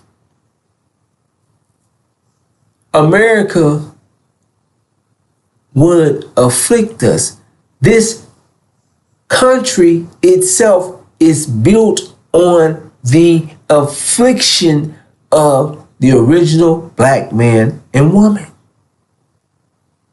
We will be afflicted 24/7, 365, meaning they will be consistently 24/7 trying to destroy our nation, trying to kill us off. They're afflicting us, torturing us, attacking us from every elevated place. And they will be carrying out this affliction for 400 years. It's telling that this nation is set up on the backs of the original black man and woman, on the necks, trying to destroy our nation. Sisters and brothers, now, this 400-year period has to have a starting point for us to gauge this 400-year period. Now, slavery in America began in 1619. So from 1619 to 2019 is 400 years. This is a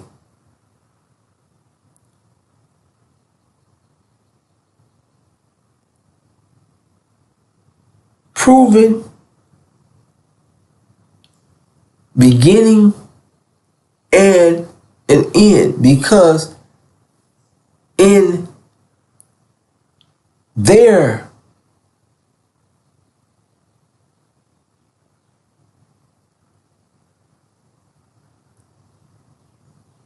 laws or writings,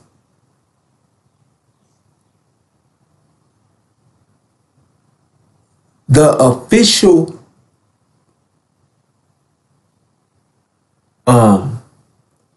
starting point of slavery, the official starting of slavery was 1619. The 1619 Project. These is written facts that cannot be, that can be added up, utilized, proven by their documentation. So from 1619 to 2019 is a 400-year period. So, sisters and brothers, that brings us into 2020. Now, knowing what took place in 2020, 2020 affected the world as a whole. And the world has changed since 2020. Sisters and brothers, 2020 was the official start of America's judgment. It's the official start date of the judgment of America in its world, Satan's world. Now, how do we know that? 2020 came in, and the scripture lets us know, sisters and brothers, and it states that I will send a plague that will kill the firstborn of Egypt. Sisters and brothers, when we hear the firstborn,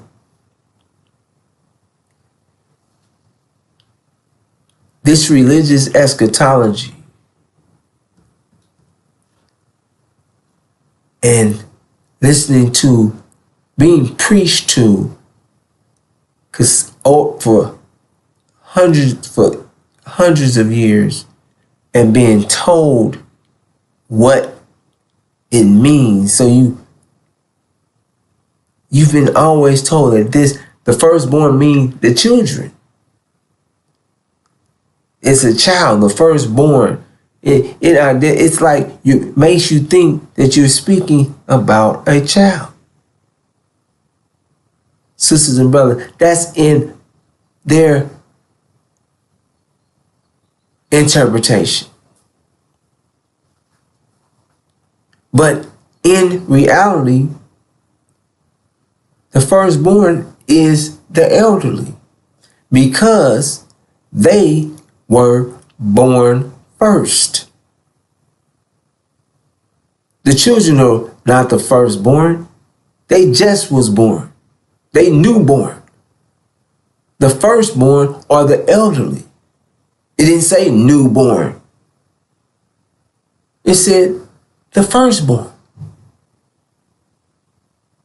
So, the plague that came in, and they called the plague COVID-19. Sisters and brothers, COVID-19 directly targeted the Caucasian nations, elderly, the elderly Caucasian, the Caucasian nations, the elderly were affected, being decimated or killed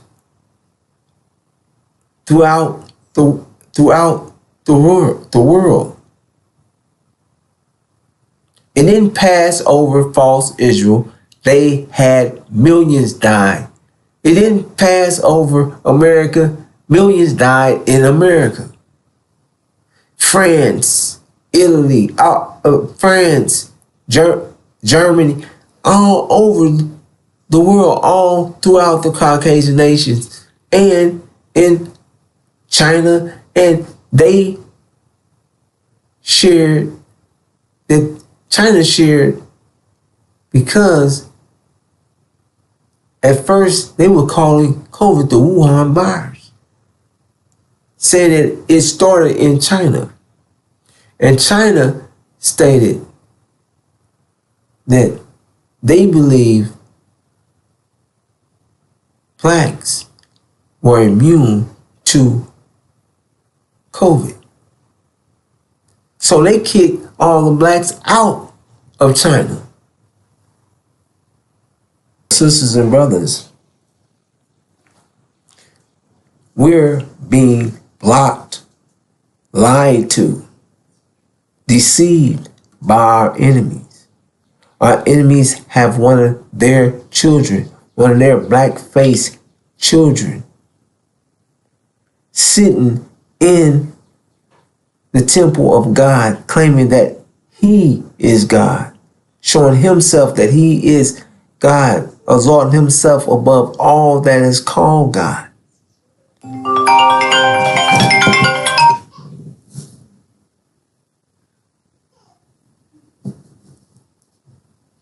Sisters and brothers. So this is a calculated a counterintelligence program that is a government plan scheme against our nation. They are countering the intelligence, using counterintelligence, setting up things to take us and keep us away from the truth. Sisters and brothers, Scripture shares with us that there's going to be famine. We're going to America is about to go through a period of famine.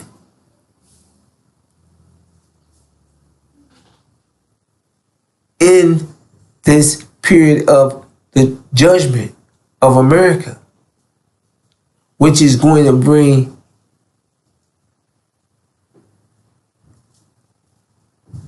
on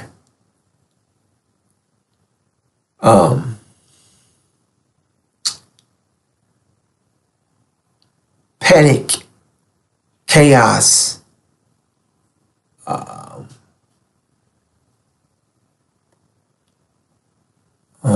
what's it called?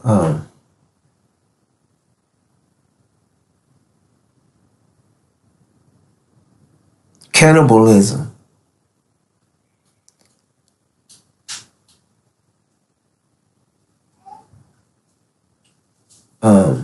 and also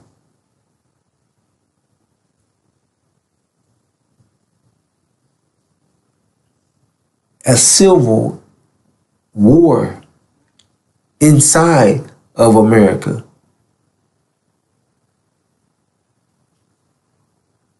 Sisters and brothers, this time is being brought about right in our midst,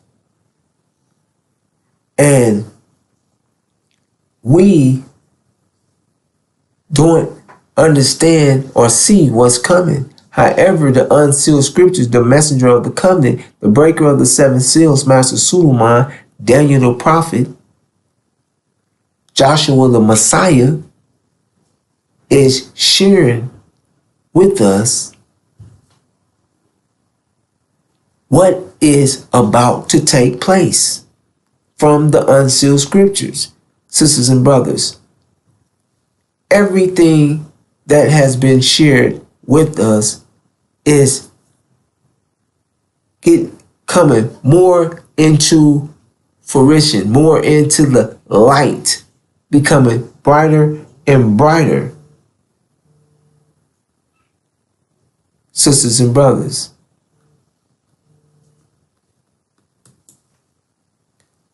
so, sisters and brothers,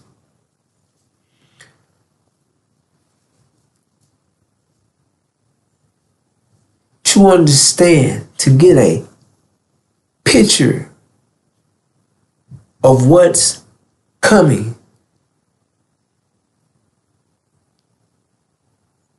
to America and what we're going to have to deal with in the near future. They're sharing this with you or with us. And many of our people are so distracted and don't understand what's taking place in the world or how it's going to affect them, thinking that, oh, the war in the Middle East or that war over there is not going to affect us over here. Sisters and brothers, you're mistaken.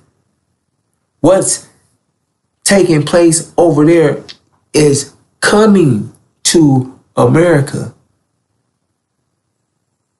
That's the war itself,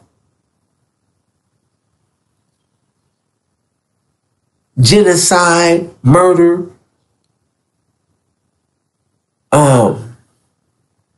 famine, chaos, civil war. Oh, that's everything that you're witnessing over there is coming here.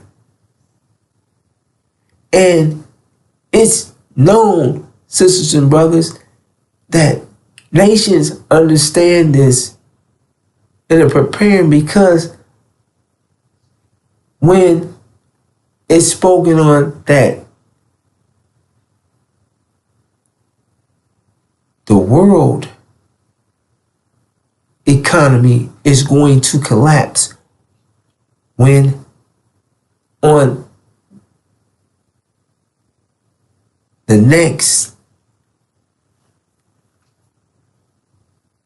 escalation of the war in the Middle East or the war in heaven, the war between America, false Israel, Britain, the dragon, and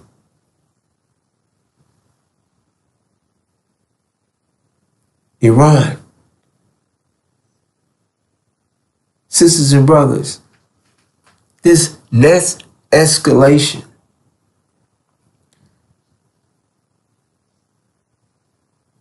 which can be any day, is going to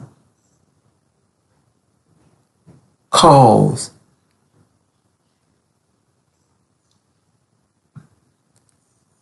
a collapse in the world economy because of the energy crisis that the world will be affected by lack of energy, no oil, no gas. Now,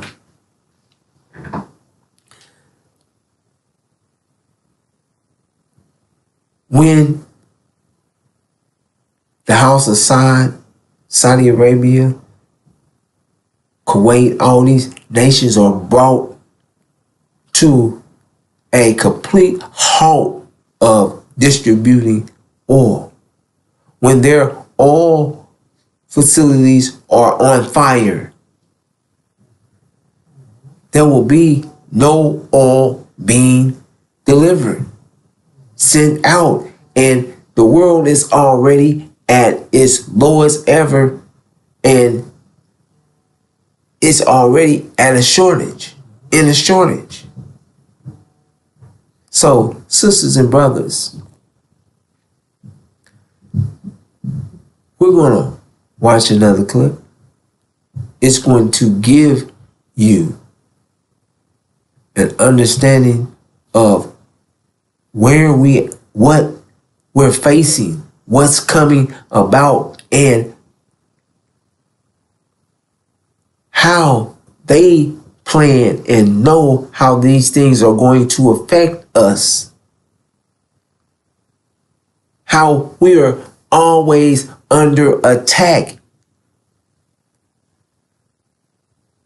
Sisters and brothers, from every elevated place, constantly being afflicted, set up. This nation is keeps us under affliction 24/7, 365, under attack to control us, to keep us away from coming together, to keep us from seeing our vision, to keep us from taking control of ourselves and our vision and bringing our vision in. Leaving America. They want to keep us divided and to keep us here in the hells, in the land of our affliction, under their foot, under their rule. Matter of fact, they want to get rid of us completely, destroy us, kill us off. So, sisters and brothers, we're going to look at this clip. It's going to give you a visual, an understanding of just what type of scenario that we'll be facing, that the unsealed scripture share with us. This is what's coming to America. This is what's coming to a theater, no, to your doorstep. Soon. This is what we will be dealing with.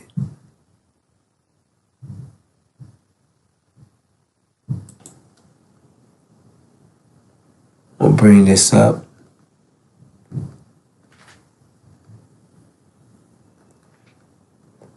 I'll make this a little bigger, sisters and brothers, for y'all to see. I'm not.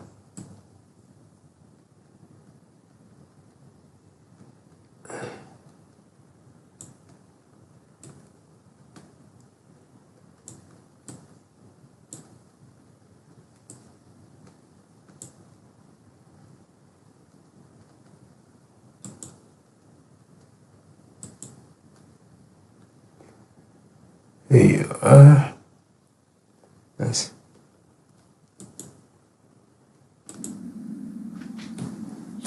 I need to talk to Black America right now because nobody is breaking this down for us. There is a war happening in the Middle East. Bombs are falling on Iran across 24 provinces. The Strait of Hormuz, the waterway where 20% of the world's oil passes through every single day, has been shut down. Oil tankers are sitting still. Supply chains are freezing. And I need you to understand what that means for your life. Not in some abstract, geopolitical way. I mean your gas tank, your grocery bill, your rent, your job. Because every single time America starts a war in the Middle East, there is a chain reaction that hits home. Oil prices spike, gas goes up. When gas goes up, everything goes up. Because everything in this country is moved by trucks that run on fuel. Food gets more expensive. Shipping gets more expensive. Heating your home gets more expensive. Companies start cutting costs. And when companies cut costs, the first people who lose their jobs, the first neighborhoods that lose services, the first communities that slip into crisis are Black communities, every single time. This isn't theory. It happened after the Gulf War. It happened after Iraq. It happened after Libya. And what's happening right now in Iran is bigger than all of those combined. If you're new here, this is Black Culture Unlocked. Subscribe and hit the bell. Because this is the video the news should be showing right now, but won't. Let me explain why this particular war is more dangerous to your wallet than any war America has fought in decades. The Strait of Hormuz is a narrow waterway between Iran and Oman. It is only 21 miles wide at its narrowest point, and roughly 20% of all the oil consumed on Earth passes through it every single day. That is about 21 million barrels of oil every day, moving through a choke point narrower than the distance from one side of Manhattan to the other. When Operation Epic Fury launched on February 28, 2026, the United States and Israel struck Iran across 24 of its 31 provinces. Iran's navy was targeted directly, and 11 vessels were sunk in the Gulf of Oman in a matter of days. The naval headquarters in Bandar Abbas, which sits directly on the strait, was engulfed in flames. Iran responded by effectively closing the Strait of Hormuz. Commercial tanker traffic has stalled. Insurance companies are refusing to cover ships passing through the area. Oil that was flowing freely 2 weeks ago is now sitting in ports with nowhere to go. The last time the Strait of Hormuz was even threatened with closure, not actually closed, oil prices jumped 15% in a single week. This time, it is not a threat. The waterway is functionally shut down. And every barrel of oil that cannot get through that strait is a barrel that drives prices higher for everyone, and especially for people who were already stretched thin before this started. Here's how this hits you directly.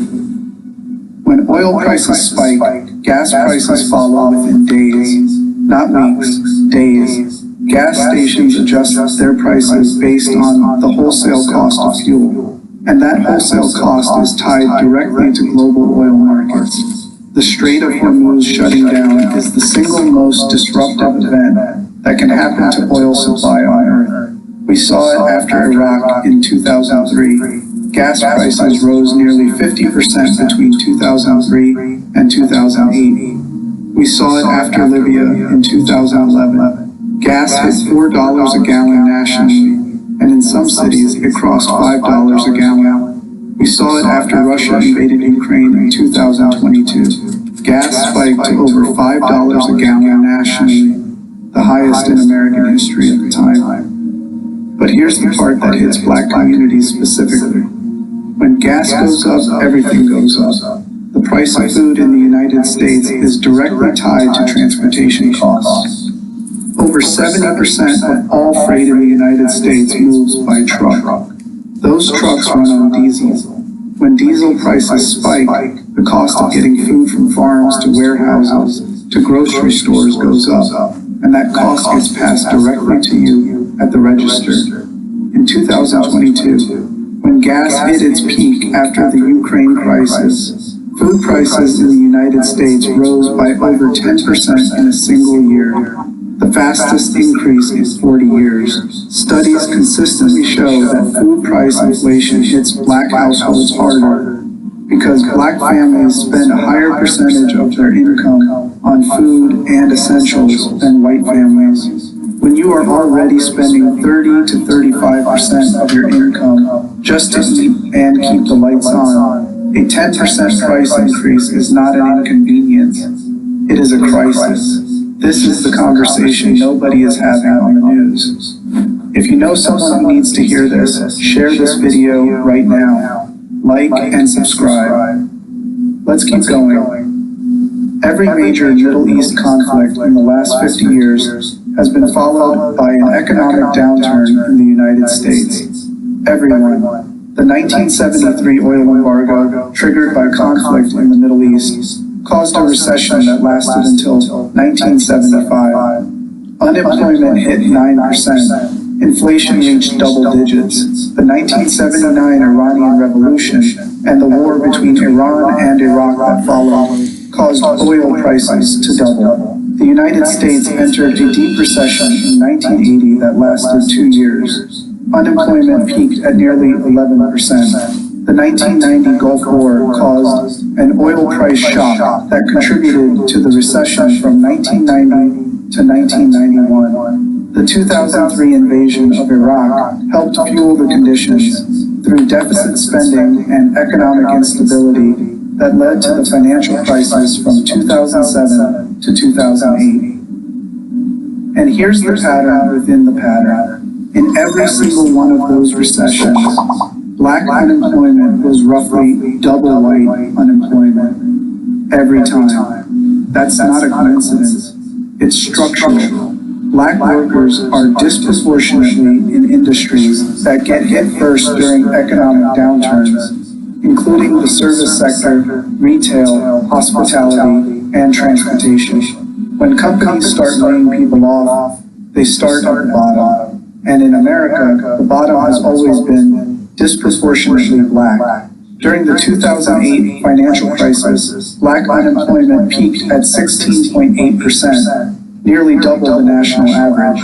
Black household wealth dropped by 53% between 2005 and 2009. The median white household had 20 times the wealth of the median black household by 2009. A huge portion of that wealth destruction came from the housing crisis, which hit black homeowners hardest because they had been steered into predatory subprime loans at rates far higher than white borrowers with the same credit profiles. That's what happens when wars create economic shocks. The shock travels through the system and lands hardest on the people with the least cushion. And in America, that's black people. Always has been. And here's the part that should make you angry. Every time America enters a war, military recruitment in black communities increases, not because black people are more patriotic, because the economic conditions created by war, rising prices, fewer jobs, and shrinking opportunities push people into the military as a last resort. The military knows this. Recruitment offices are disproportionately concentrated in low-income neighborhoods. Recruiters target high schools in communities with the fewest college-bound students and the highest unemployment. They offer signing bonuses, college tuition, health care, housing, everything that the economy just made harder to access. Black Americans are overrepresented in the military relative to their share of the population. They are overrepresented in the enlisted ranks, the people on the front lines, while being underrepresented in the officer corps. The people giving the orders are disproportionately white. The people carrying them out are disproportionately black and brown. So let me draw the line for you. America starts a war. That war creates an economic crisis at home. That crisis hits black communities hardest. That hardship drives black men and women into the military. Then the military sends them to fight the very war that destroyed their economic prospects in the first place. It's a cycle. It is not an accident. It is a pipeline. From your neighborhood to the battlefield, funded by the very instability the war creates. So what is coming from the Iran war specifically? Let me be direct. If the Strait of Hormuz remains disrupted for weeks or months, oil prices could reach levels we have not seen since 2008, possibly higher. Gas prices nationally could push past $6 a gallon. In some cities, you could be looking at $7 or $8 a gallon. Oil prices will ripple through the economy. When that happens, food prices will follow. Rent pressures will increase as landlords pass energy costs to tenants. Small businesses in black neighborhoods, already operating on thin margins, will start closing. Hiring will freeze. Layoffs will begin in the sectors where black workers are most concentrated.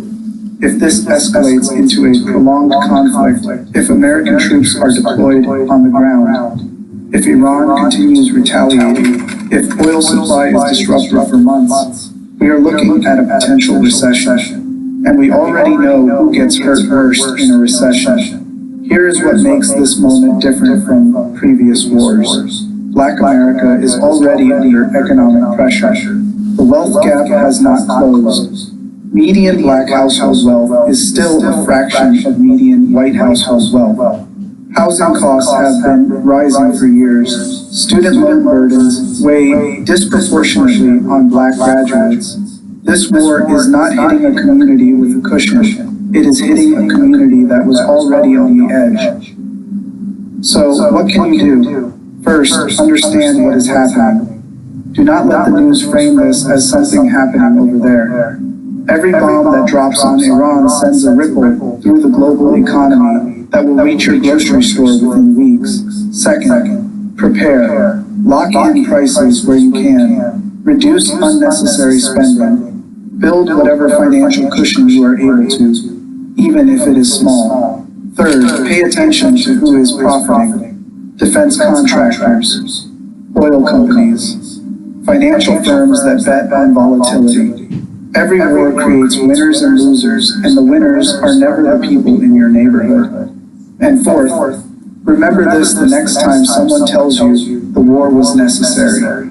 Ask them who paid the price, because the answer is always the same. The news covers this war like it is a military story. Missiles, targets, casualties, strategic objectives. But for Black America, this is not a military story. It is the economic story. It is the story of how a conflict 7,000 miles away is about to make it harder for you to fill your tank, feed your kids, pay your rent, and keep your job.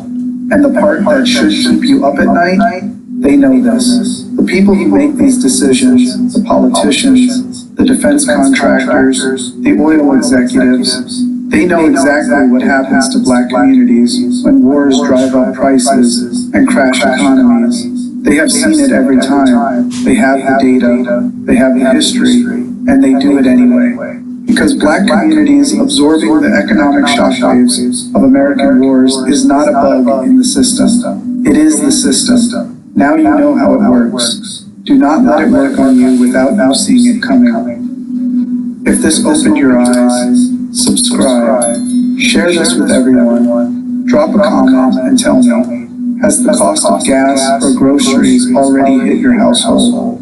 The war just started and the bill hasn't even arrived yet. I'll see you in the next one. All right, sisters and brothers. This is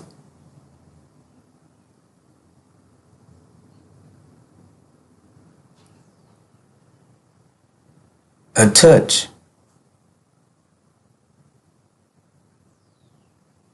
enough to give you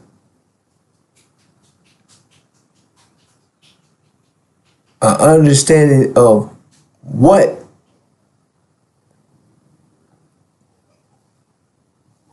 this war is going to bring up on us and how it's going to affect us,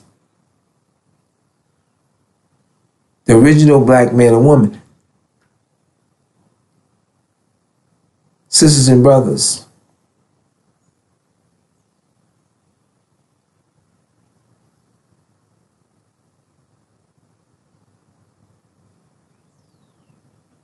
this is what is a stream. It's going to be far worse than what has been shared with us.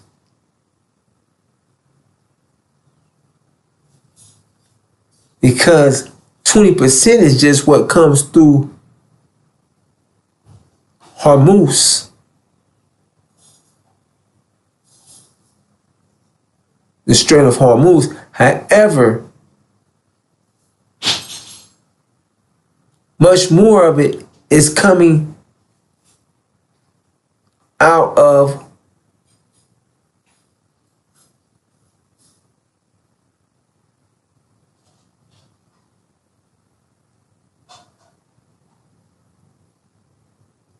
Saudi Arabia or Arabia.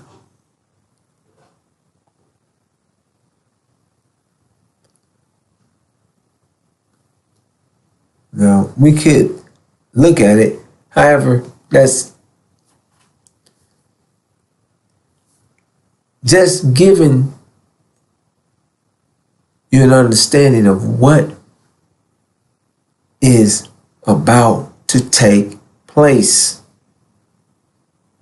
The conditions that we are about to witness, go through. Sisters and brothers, this is what is about to happen. This is fallout of the war in heaven, in the Middle East.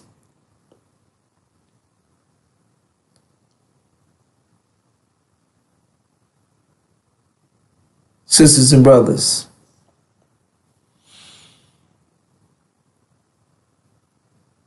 America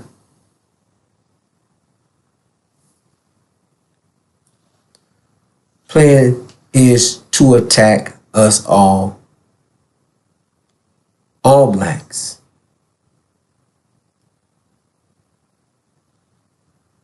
Sisters and brothers,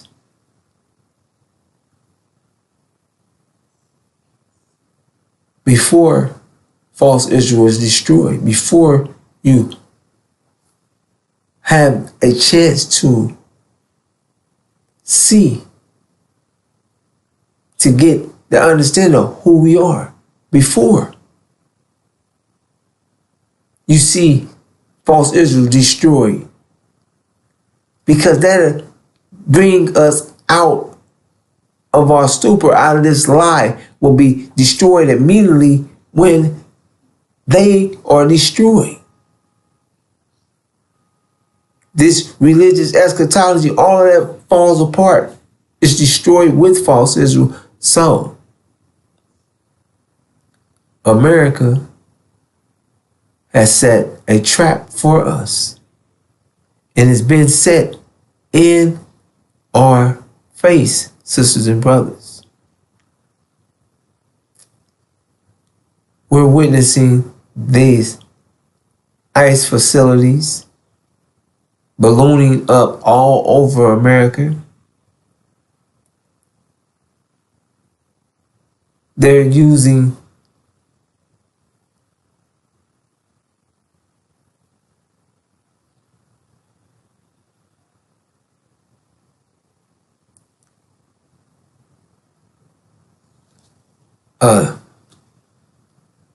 DOD objective 5240.01 that they activated in September 27, 2024.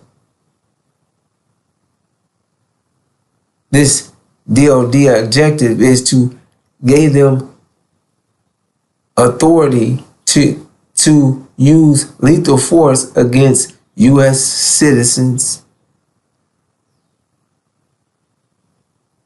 Basically, to use lethal force against us. Now, let me see if I can pull that up real quick. Sisters and brothers, I'm making this a nice size so you can look at it.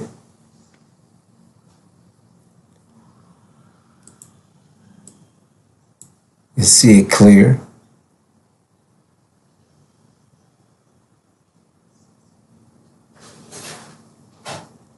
Now, there we have, it tells you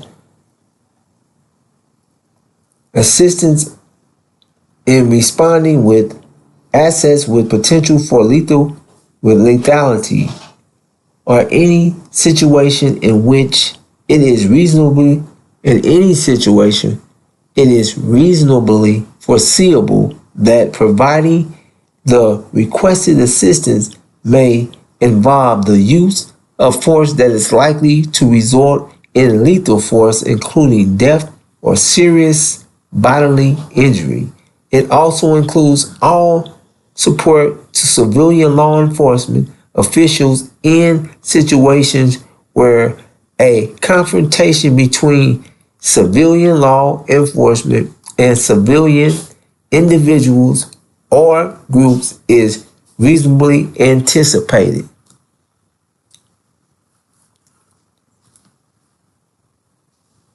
All right.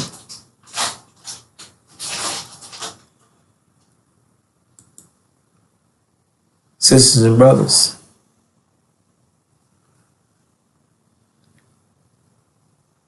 that's speaking on us. Who do you think they're going to use this against? This is the law that they're using ICE. This gives them, from every branch, every level of law enforcement, the right to use lethal force against us, from city and state to the government, to the military. And that is what we're witnessing with this ICE agents, where they don't need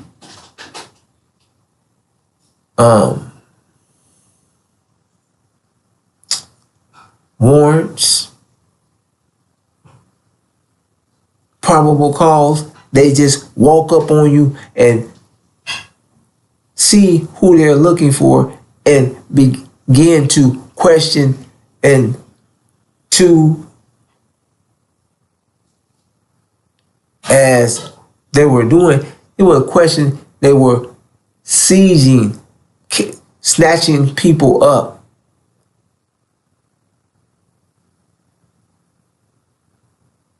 taking them in, asking questions later. No matter if you had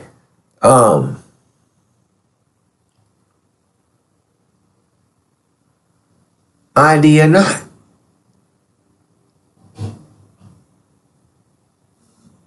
This is just was them doing a practice run.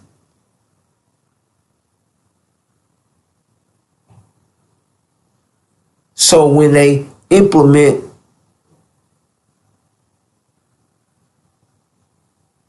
this attack, when the call is put out, when the alert, when the national security alert is put out, they have it already set up. They know how they're going to carry it out. And they have these facilities. They're not penitentiaries. They're not jails. You can't look in them.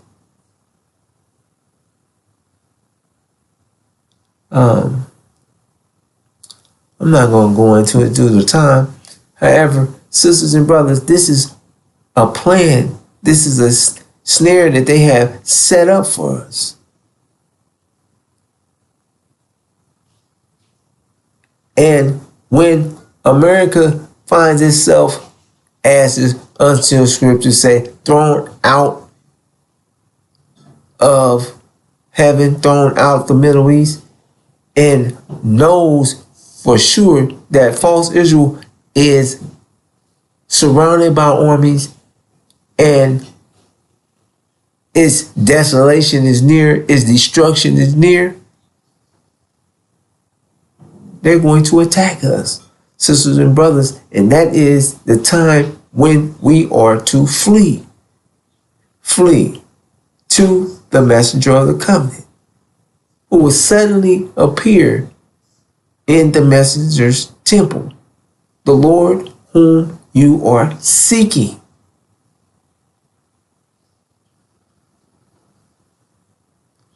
Sisters and brothers, when you see Jerusalem surrounded by armies, know that its desolation is near.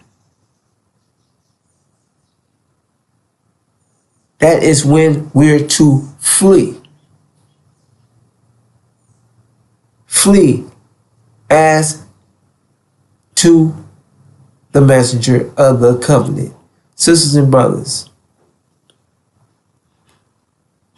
we must come together, unite.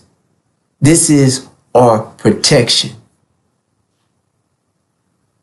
This is how we will be protected, protect ourselves as in unity.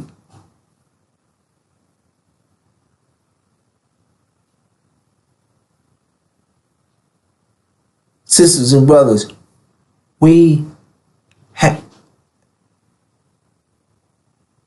have to get our minds back. We have to get our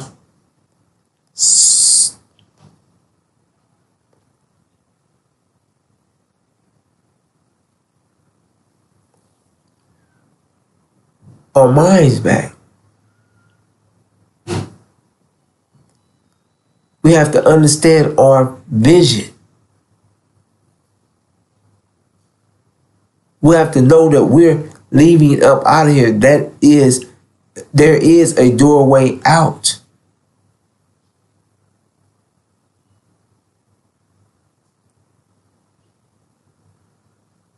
We have to start thinking, take on this INJIL mind, and use the 5 pillars of Islam for our protection. All of this, sisters and brothers, to come together, get our minds, our thinking back, our minds back, and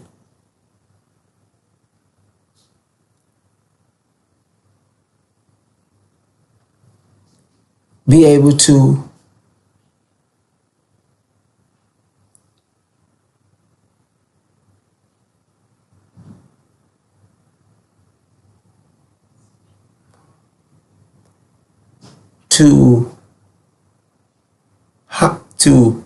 achieve Hajj.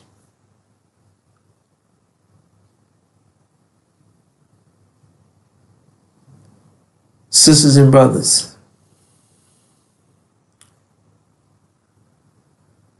we are the true seed of Abraham. We have a way out. Our vision is a way out of America. Our vision is to return home to our land that God promised to Abram's seed, which is us, the true seed of Abraham, which is us who are in the land of our affliction, who is being brought out of that land right now, judging that nation and the world, judging them as we speak. Their judgment is taking place, and we're going to be brought up out of the land of our affliction, out of America, returning home, returning back to our land with great substance. Sisters and brothers,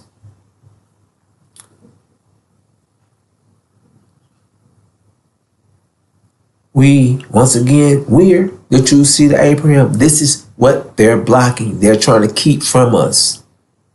They have their devil, one of their devil seed sitting in the temple of God. Louis Farrakhan blocking. He loves America. He don't want to go nowhere. He's staying here. He don't want to see nothing happen to America. He don't want America to go the way of Rome and the way of Sodom and Gomorrah. He don't want to see this. He's saying that he can change, or he can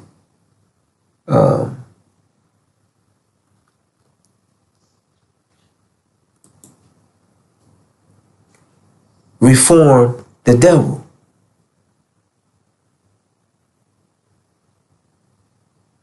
No.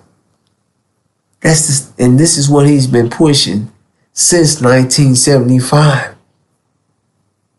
Since 1975, with Wallace, and he hasn't changed up not one bit.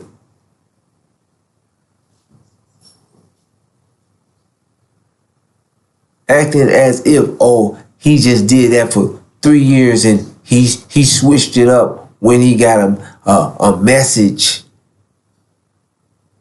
from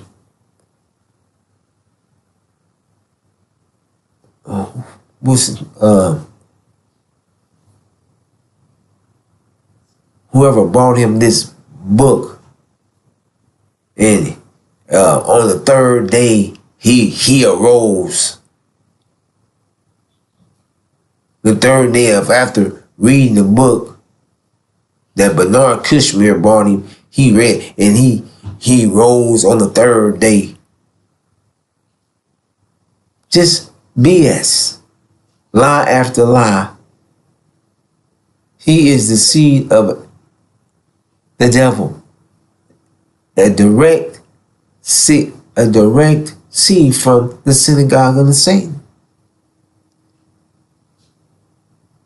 False Israel. Sisters and brothers, they're blocking our vision. They're blocking, keeping us, confusing us, keeping all kind of BS in your way to keep you from understanding what's taking place. This is all about the original black man and woman. We're directly connected to what's taking place in the world today. The scriptures of the scripts, the Bibles, the Quran, the scriptures are coming into fruition. Played out. Everything is happening right now in real time. So, sisters and brothers, I'm going to bring this to a close and greet you as I came in the greeting words of peace of Assalamu Alaikum.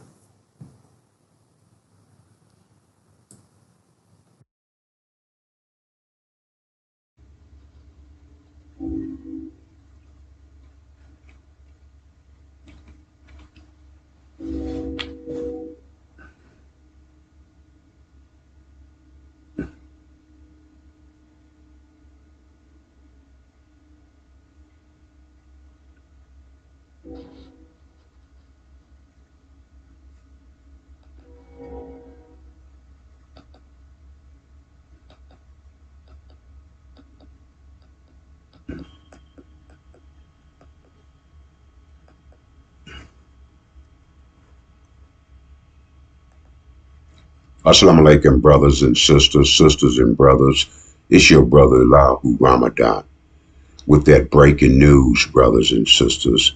The breaking news of the national security alert for all black people living in America. Yes, sir. Yes, ma'am.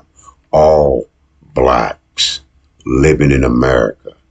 A national security alert, brothers and sisters, that says that we will be a threat to the United States of America, brothers and sisters. And that threat has to do with our true identity. And those who have been falsely wearing our identity for the last 400 years, brothers and sisters, the ones who they put in place in 1948 will be annihilated. And therefore, America would have to run back home and get rid of the evidence. And the live, living evidence, brothers and sisters, is the original black man, the black woman, and that which we produce, our children. Brothers and sisters, in Genesis 15:12, we know if we read and do the investigation that we've been here for 400 years under the vision of Abram. And as it stated, thy seed shall go to a land that is not theirs, served and afflicted for 400 years.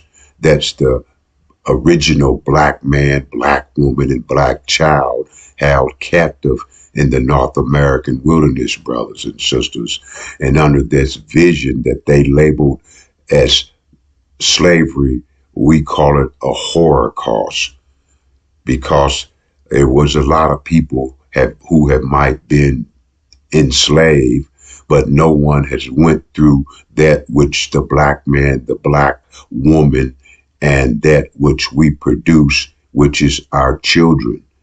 No one had been through that, brothers and sisters. They was indentured slavery, but anyway, I'm talking about the original black man and black woman held captive in the North American wilderness. And brothers and sisters, all we had, all they gave us was hope. All we had, brothers and sisters, and all they gave us was hope.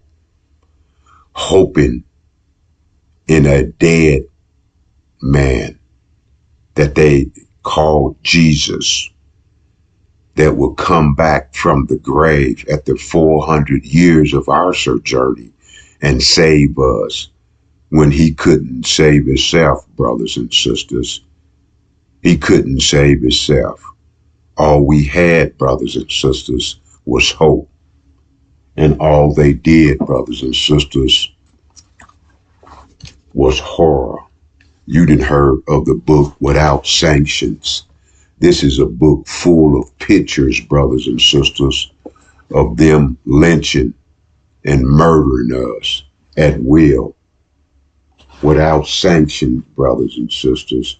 This is the book that they will announce that a hanging would take place, a burning would take place, and all of the Europeans in that city would gather their food, put it in a basket, and they would all gather around that which was going to take place, a lynching, a murder of the original black man and his woman and his children.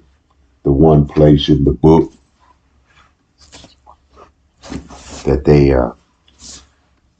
was looking for the black man, but they couldn't find the black man, brothers and sisters. So they hung his wife and the son of the wife. The book Without Sanctions, brothers and sisters. It wasn't slavery, brothers and sisters. It was a horror of great darkness. We was not getting any light, brothers and sisters, nothing to benefit ourselves. All we was getting was that horror, brothers and sisters. But today, brothers and sisters, and that horror came, we gave them the book, the sealed Bible.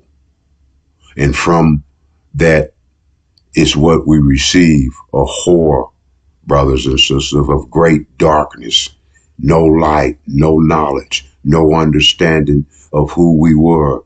But today, brothers and sisters, we have a unsealed version of the Bible, that which would help us get out of our 400, from under our 400-year oppressor, brothers and sisters, a new understanding, not a horror of great darkness, but a new light coming to us, brothers and sisters, to help us escape the horror of the great darkness that we've been under for the last 400 years, the last 20 generations, brothers and sisters, and how and what made us believe that we were going to be saved is because we kept passing it down from our mothers.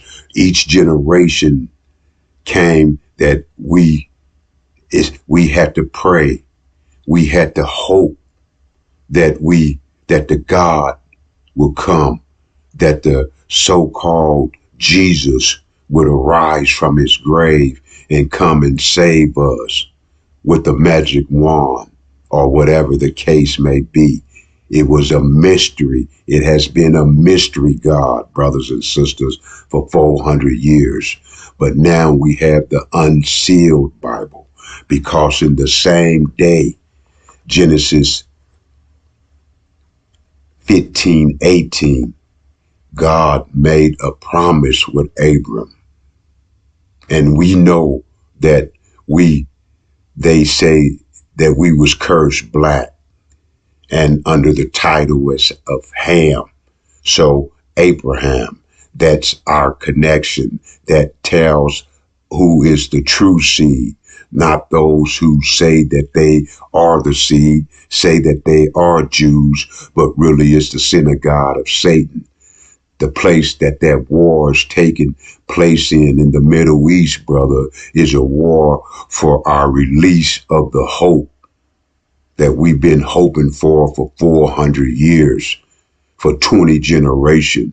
That time is ended, brothers and sisters, and that hope has been replaced by the lifting of those 7 seals, brothers and sisters, with the INJIL and the INJIL key that which will unlock us from the gravitational vortex of the United States of America and will allow us to escape, brothers and sisters, the shock of the hour.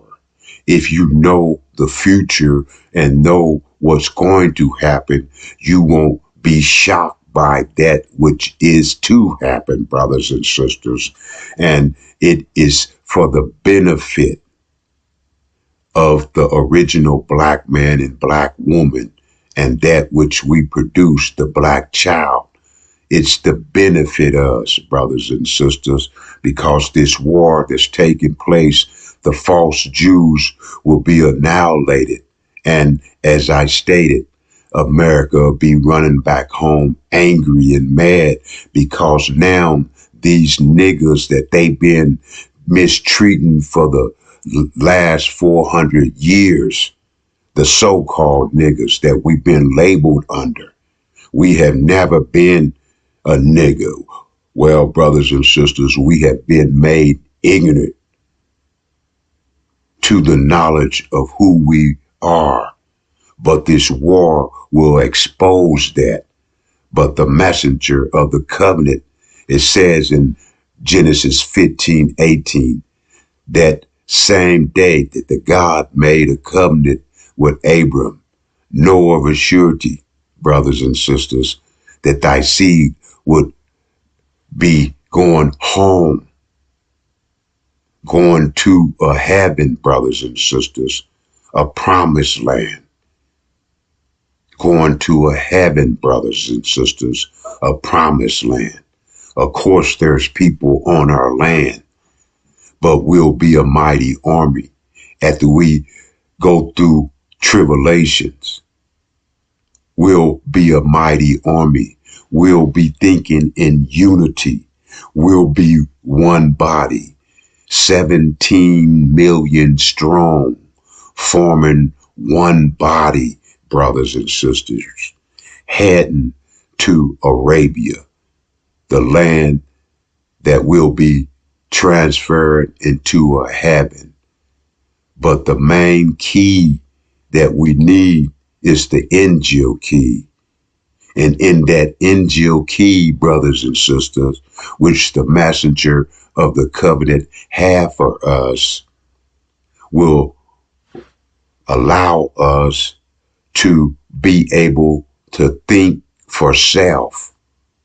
For the last 400 years, the last 20 generations, brothers and sisters, we've been thinking with the program under that horror of great darkness that was implemented upon us in Genesis 15:12.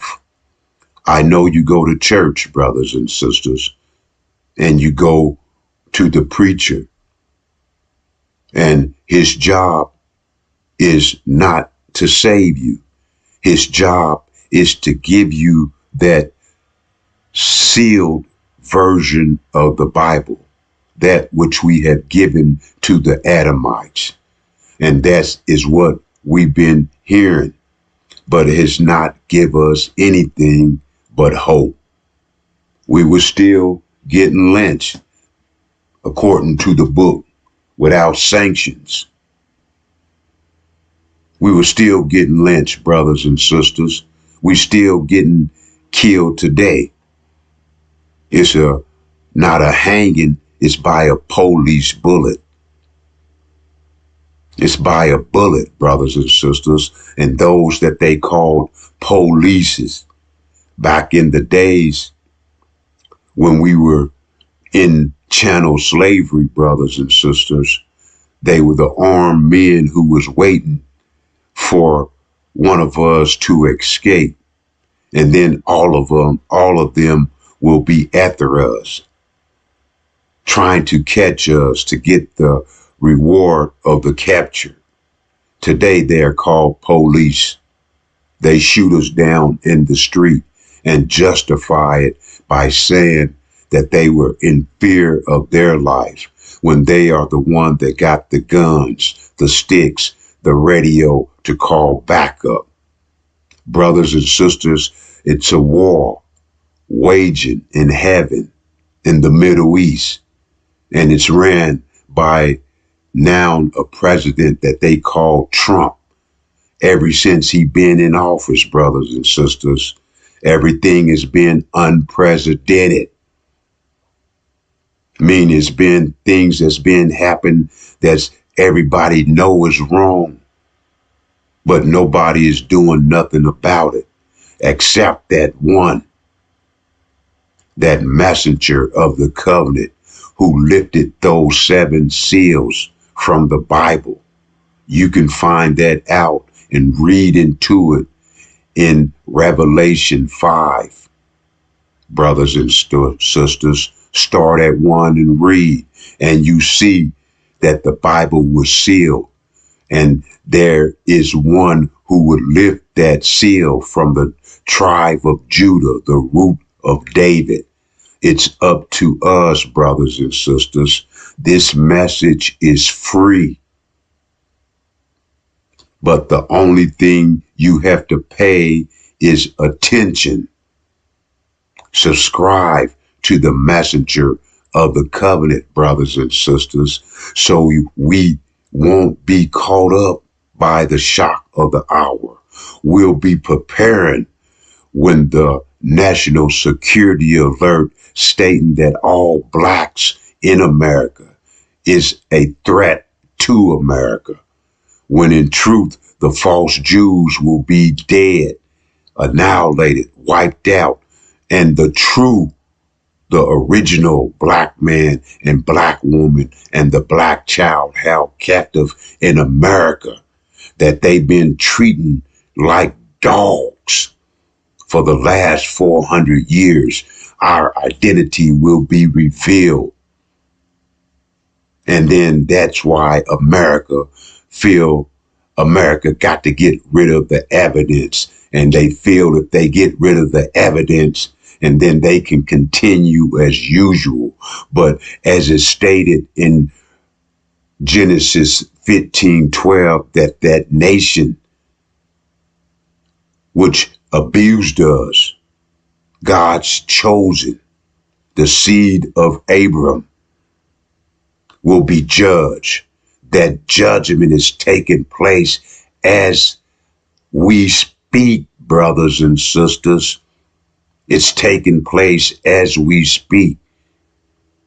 And the dead man, the hope to believe in the dead man is going to be annihilated. Soon they come back and put that national security alert out. Now the hope is gone. And all we have is the INJIL. All we have is the INJIL key. All we have, if you investigate it and subscribe to the messenger of the covenant, is the truth and the escape through tribulation, brothers and sisters, and the reward of a promised land. And when we leave here, it states in the Bible that we wouldn't be leaving empty handed, brothers and sisters. Subscribe to the messenger of the covenant so you can get the truth, the full truth, the past, the present, and the future, and our arrival into our heaven. Our arrival, brothers and sisters, to a heaven that we will be able to walk in, not die and buried in the earth. No, brothers and sisters, that's not a damn heaven.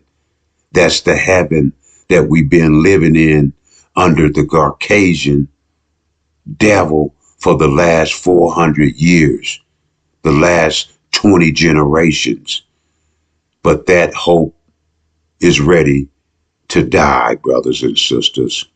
Subscribe to the messenger of the covenant and receive your birthright, your true reward, brothers and sisters, from uploading that message from those 7 seals that has been lifted. And now we have the unsealed Bible. Now we have a new vision, brothers and sisters, not a vision of hope, not a vision of dying and waking up in a fake heaven, brothers and sisters. We have a true vision that we'll be walking in. And the black goddess, the black woman, will be the engineer, the designer of that heaven in Arabia, brothers and sisters. I'm your brother, Elihu Ramadan. And as I came before you, so shall I leave you in the peaceful greetings of Assalamu alaikum.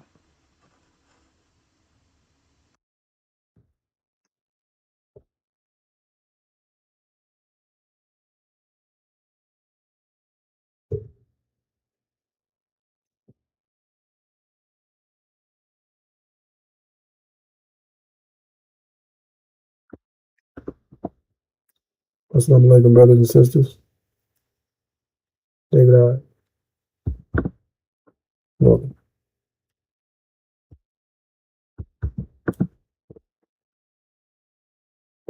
All right, brothers and sisters.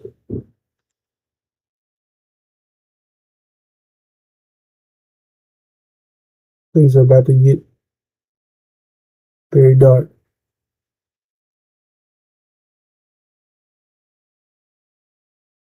We're heading to a time of unprecedented trouble.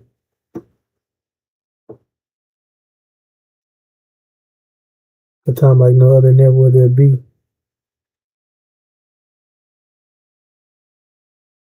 Time worse than our own experience. Murder, rape, misery, torment, torture, genocide, being burnt alive, cut open, dismantled, amputated, decapitated,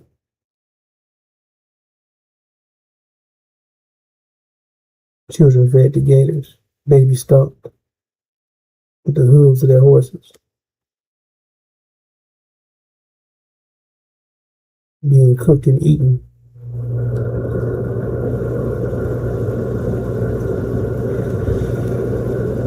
The list goes on and on. They're heading in time that's worse than anything that you could imagine.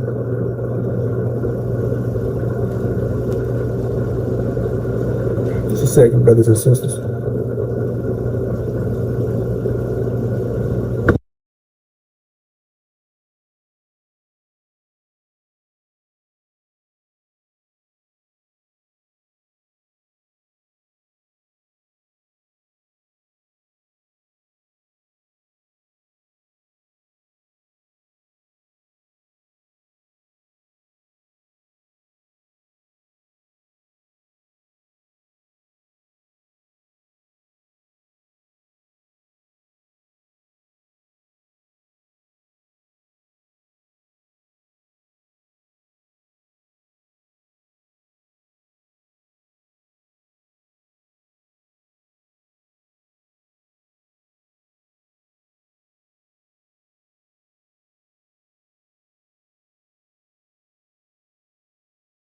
All right.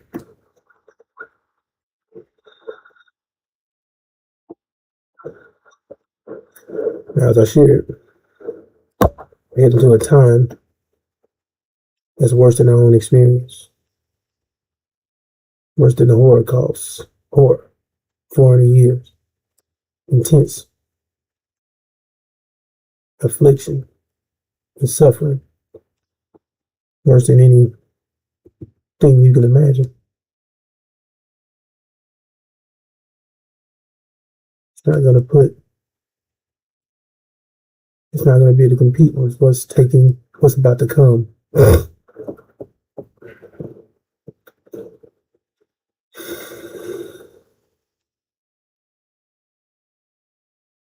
And you have to.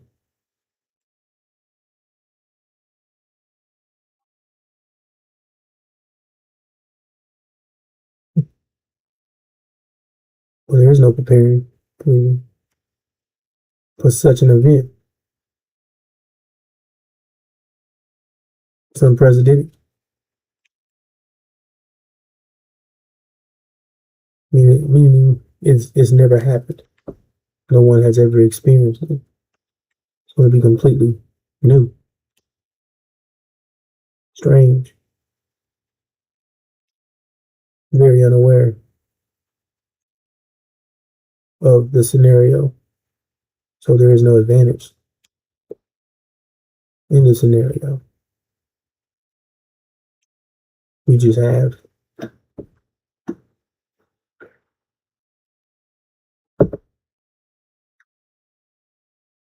You have the evidence that the time is coming. And what you can do is prepare as best as you can, mentally, physically, and being prepared in the route of things, meaning the only guidance that will get you out of this time of intense darkness will be the light of the INJIL, the light of the unsealed scriptures of Revelations.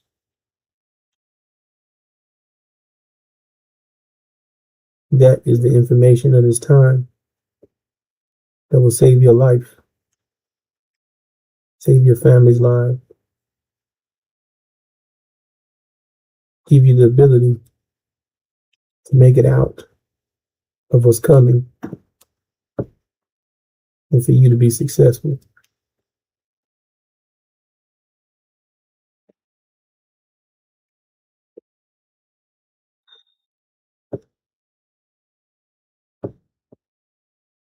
All right, let's take a look at what's taking place in the Middle East. War, ongoing conflict in the U.S., Iran and false Israel and other parties as well.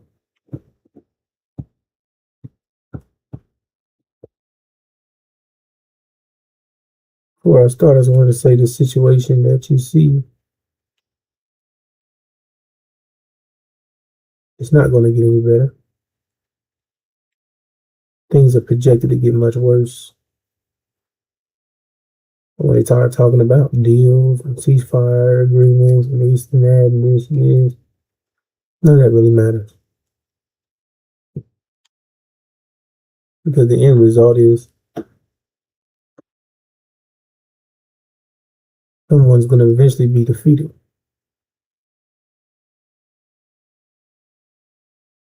That's the point. So all this back and forth and this and that, and going this, that deal, this, whatever, right? At the end of the day, one of these parties, several of these parties will be totally defeated and eliminated.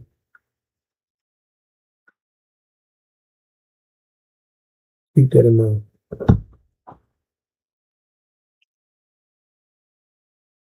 So if you don't know, if you do know, like I said, it's ongoing conflict, constant. The U.S. had carried out defensive strikes on Iranian drone and military sites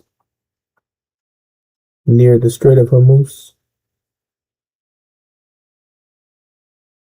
So Iran responded by claiming it targeted a U.S. air base and warned of stronger retaliation if these attacks continue. The Strait of Hormuz remains one of the world's biggest conflict points. Everything is centered around this.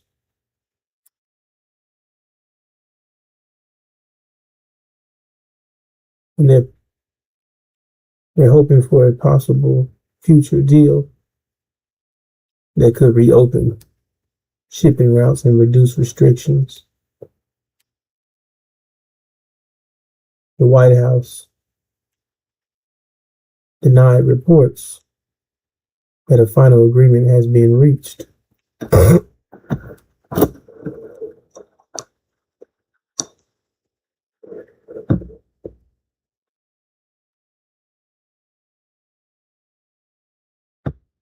But there has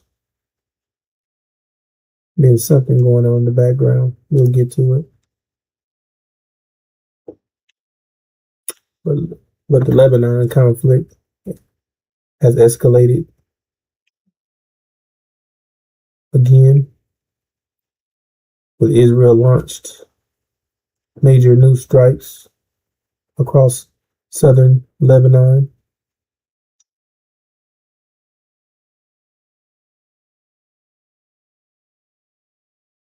The Israeli forces ordered large evacuations in parts of southern Lebanon. Hezbollah says clashes with Israeli troops are continuing.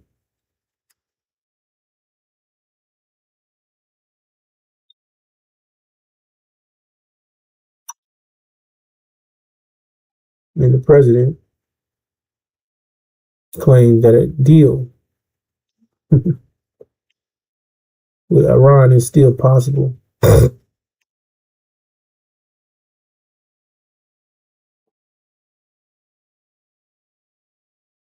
But still is making threats, claiming that they'll still annihilate and finish the job if this negotiation fails.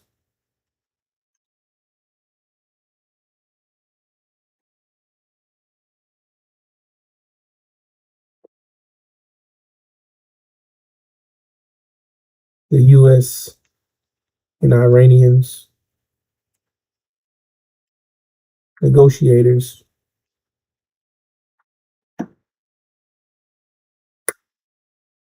there's a claim that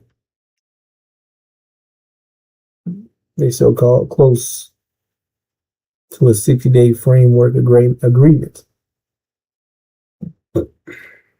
which aims at extending the ceasefire, reopening the Strait of Hormuz, begin border nuclear negotiations.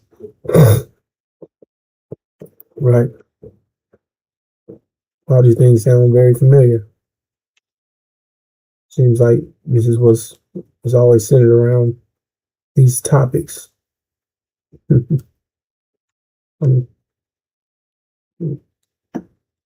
way,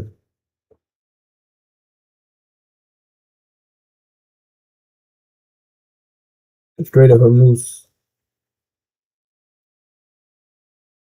is still being heavily restricted.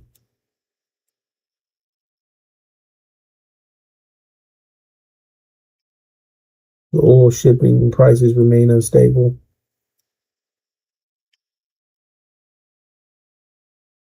The U.S. imposed fresh sanctions targeting Iran's military-linked oil trade.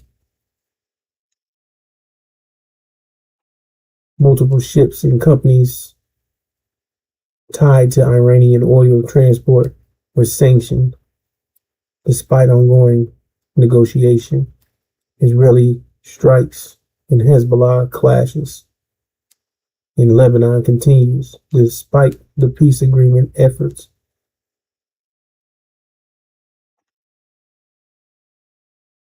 Iran-backed groups remain active across the region. Military tensions remain high despite all this talk of peace and all these agreements. And President Trump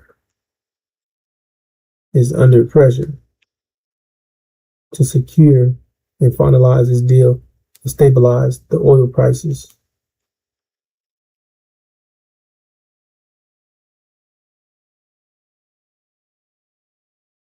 U.S. allies and political supporters are worried about the proposal,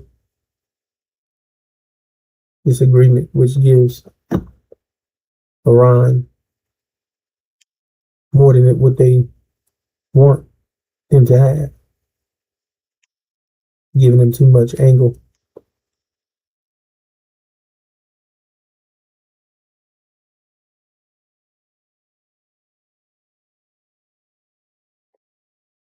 And Iran's uranium enrichment and nuclear restrictions remain unsolved, which is a problem for these devils. The dispute is still sanction relief, regional military activity, long-term security guarantees, future control of Hormuz shipping.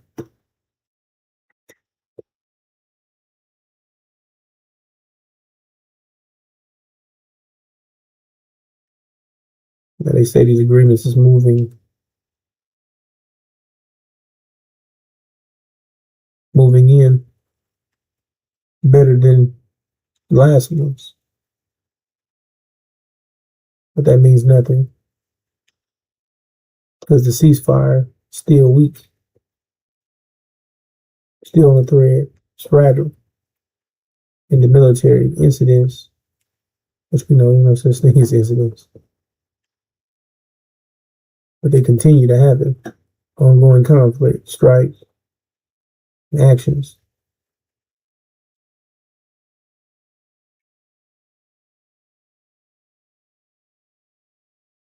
So the whole thing is this deal.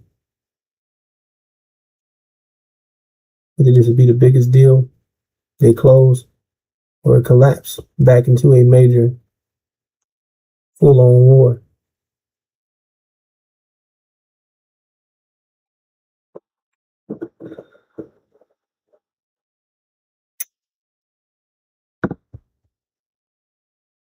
Iranian state television is reporting that according to a draft memo, the U.S. will end its blockade of Iran's ports.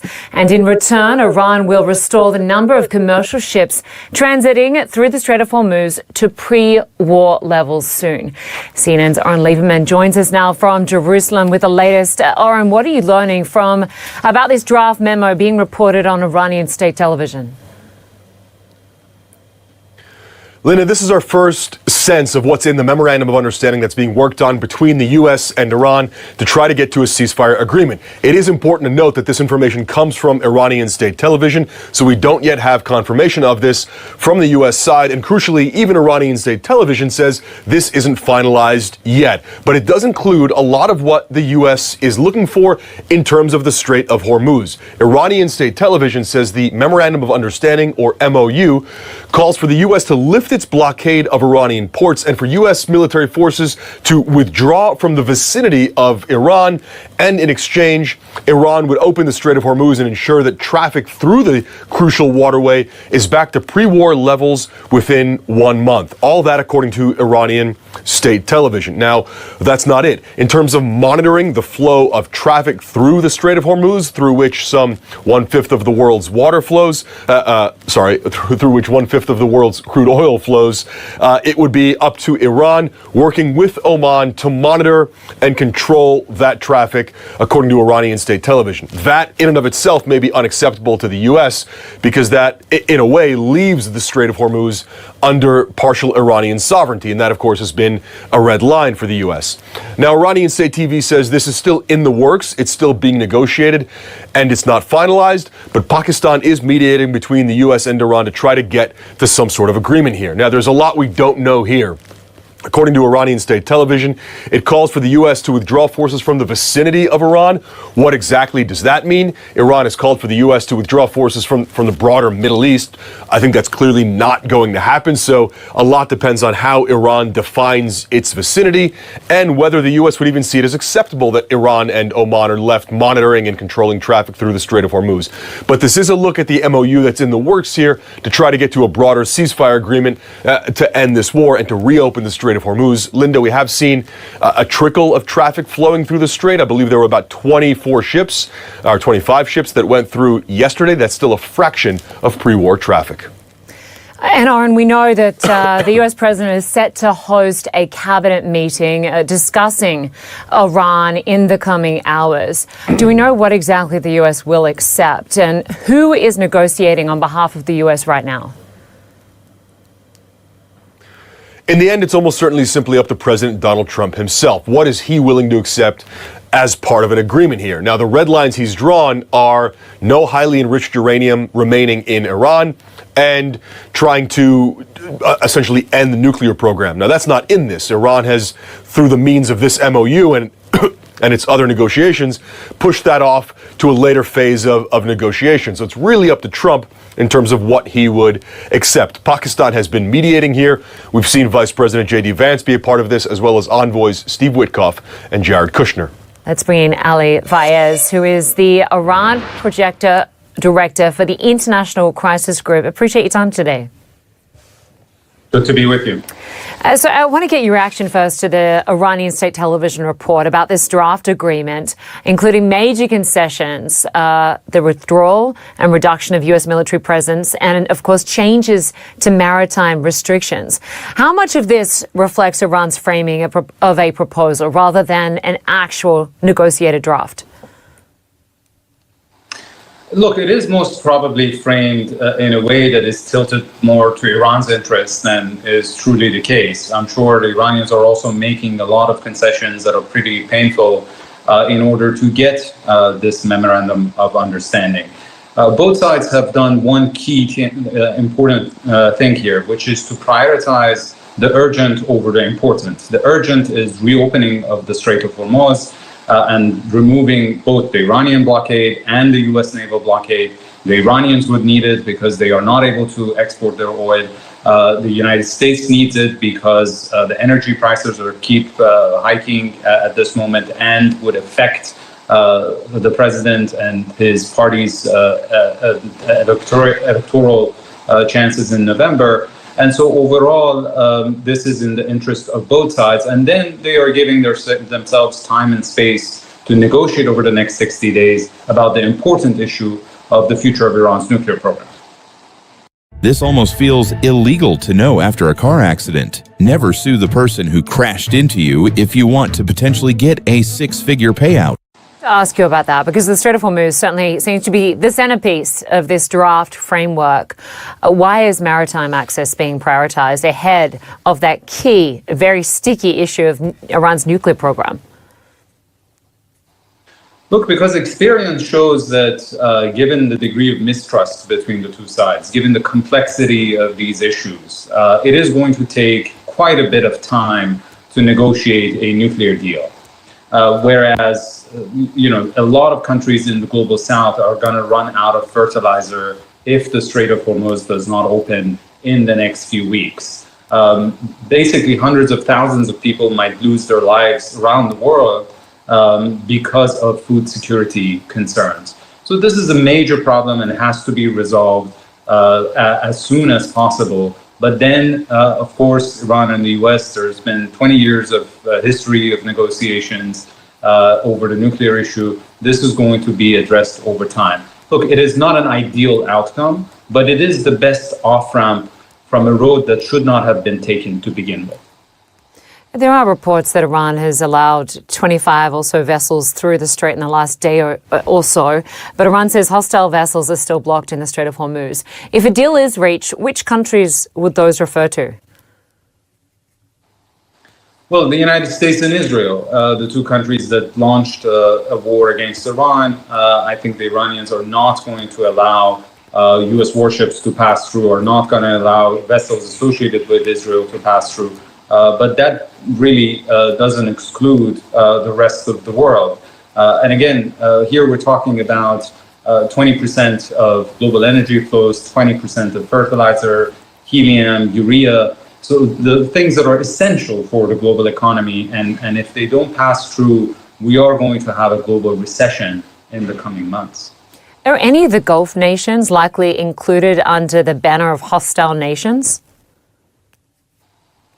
Well, so far, despite the fact that tensions really were pretty high between the UAE and Iran, the Iranians have not framed the UAE as a hostile nation.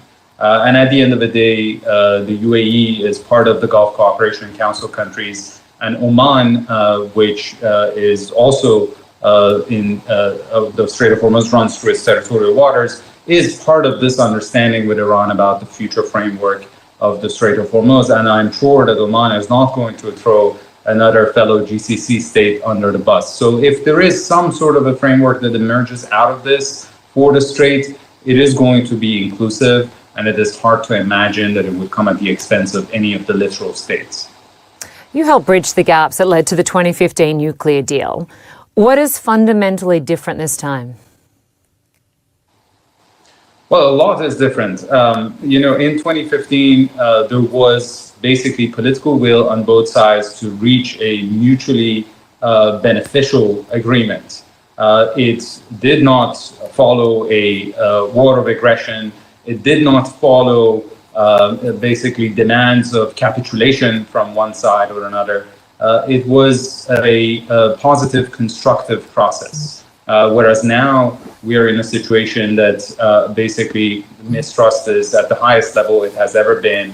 And until recently, at least the United States still expected Iran to surrender to its terms.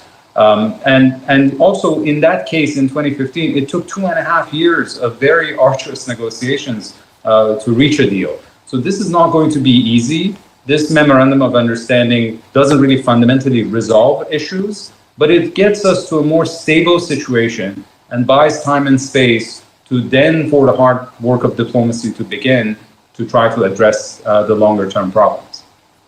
All right, we'll leave it there for now. Ali Vaez, we appreciate your analysis as always. Thanks so much. We are...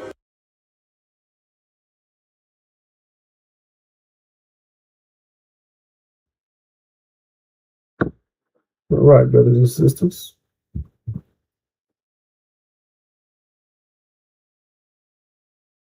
Speaking of fertilizer, essential needs, things of that nature. Well, you know that America, they depend on that fertilizer from outside sources because there is the land here, they stripped it. They stripped it of all its natural resources. That means the ground is worth nothing. They don't have any topsoil, which is organic matter to grow food. So they depend on other countries to supply them with fertilizer and things of that nature so they can grow their crops. So what happens if the conflict continues? Like they said, people are going to die. People want to be tremendously affected, right? That's just 20%. What happens if you totally get cut off? That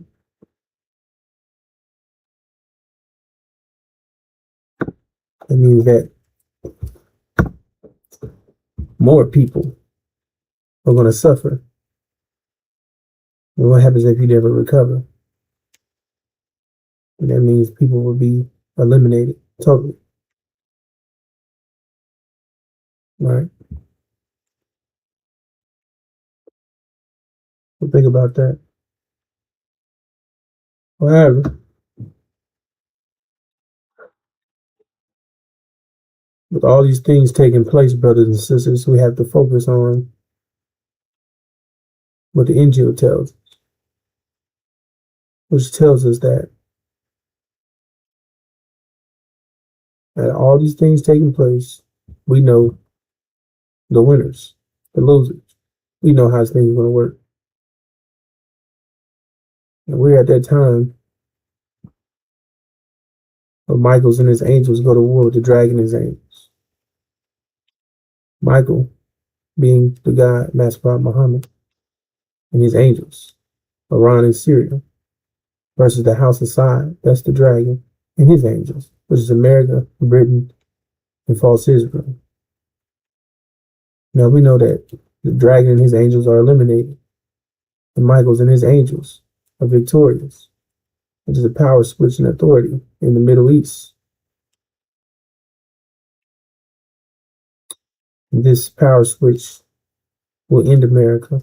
They will no longer have access to oil in the Middle East, leading to an energy crisis in America. And also, we have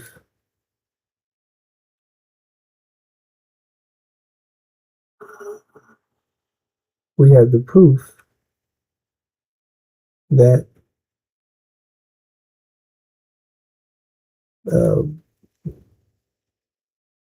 that they will win this war,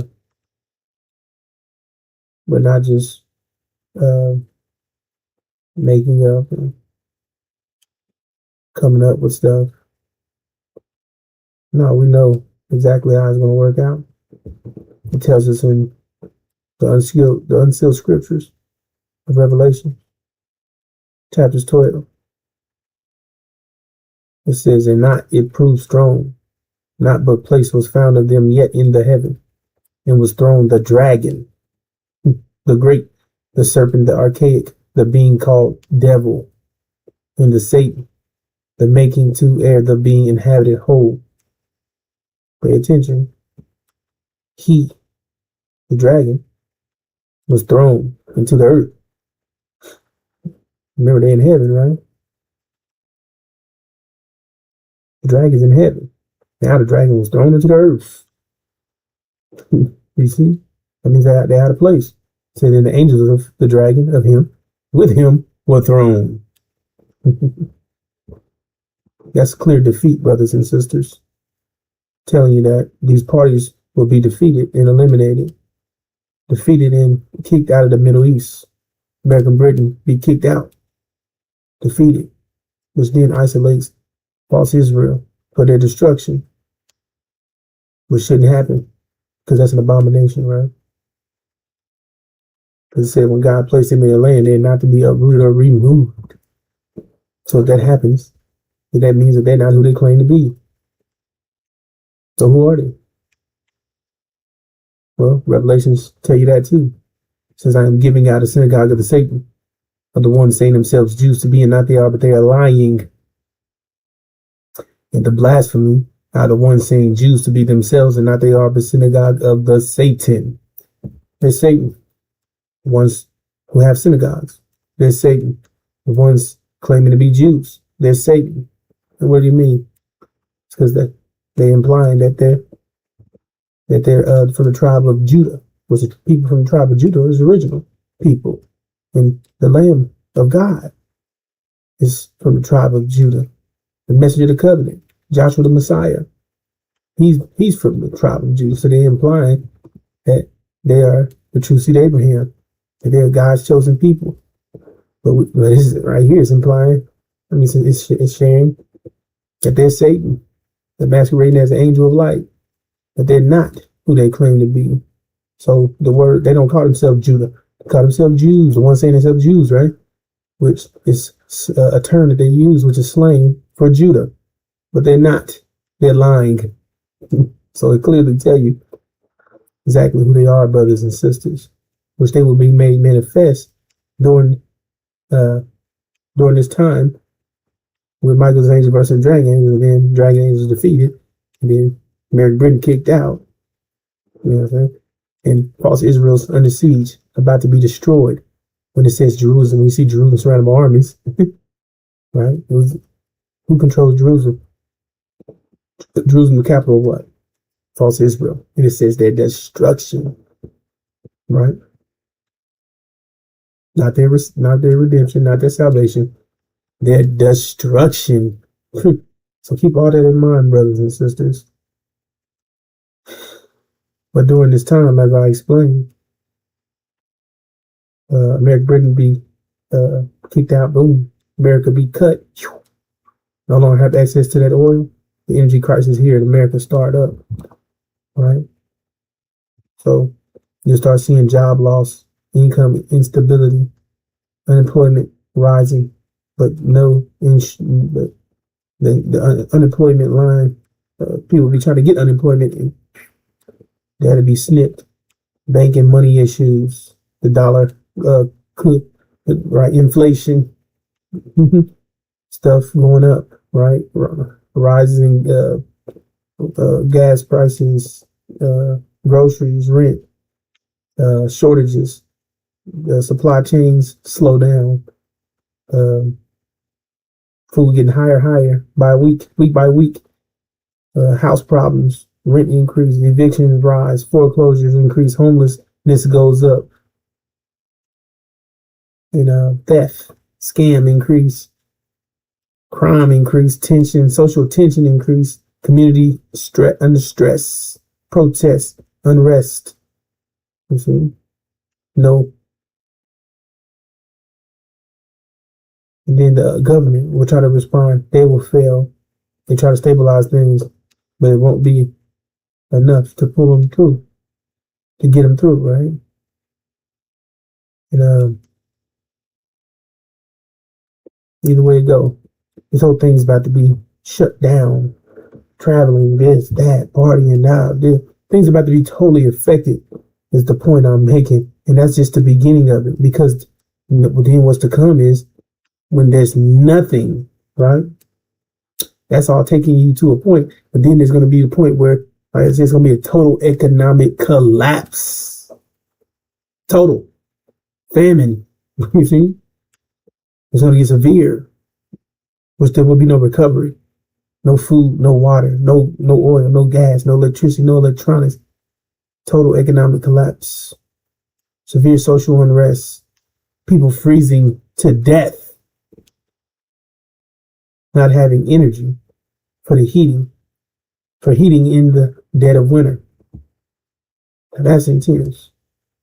That's what's taking place. You see? People starving to death. People people needing food. And people eat constantly all throughout the day. But they won't have anything to eat. It's never been a time like this, brothers and sisters, unprecedented. It says, in this day, the Lord will bring darkness. Or, excuse me, brothers and sisters. It says that day will bring darkness, not light. In that day, you will be like a man who runs from a lion only to meet a bear. Escaping from the bear, he leans his hand against a wall in his house and he's bitten by a snake. Said, yes, the day of the Lord will be dark and hopeless, without a ray of joy or hope. Said people will starve to death, but death never comes. Says people will be walking around drunk but hadn't had anything to drink. Said children will be gray-headed. It says that a man would have, the most tender-hearted man won't have compassion for his wife and his children. It said that a woman would give birth in silence to eat the child in the afterbirth. You see? It says people will be so healthy that they couldn't die.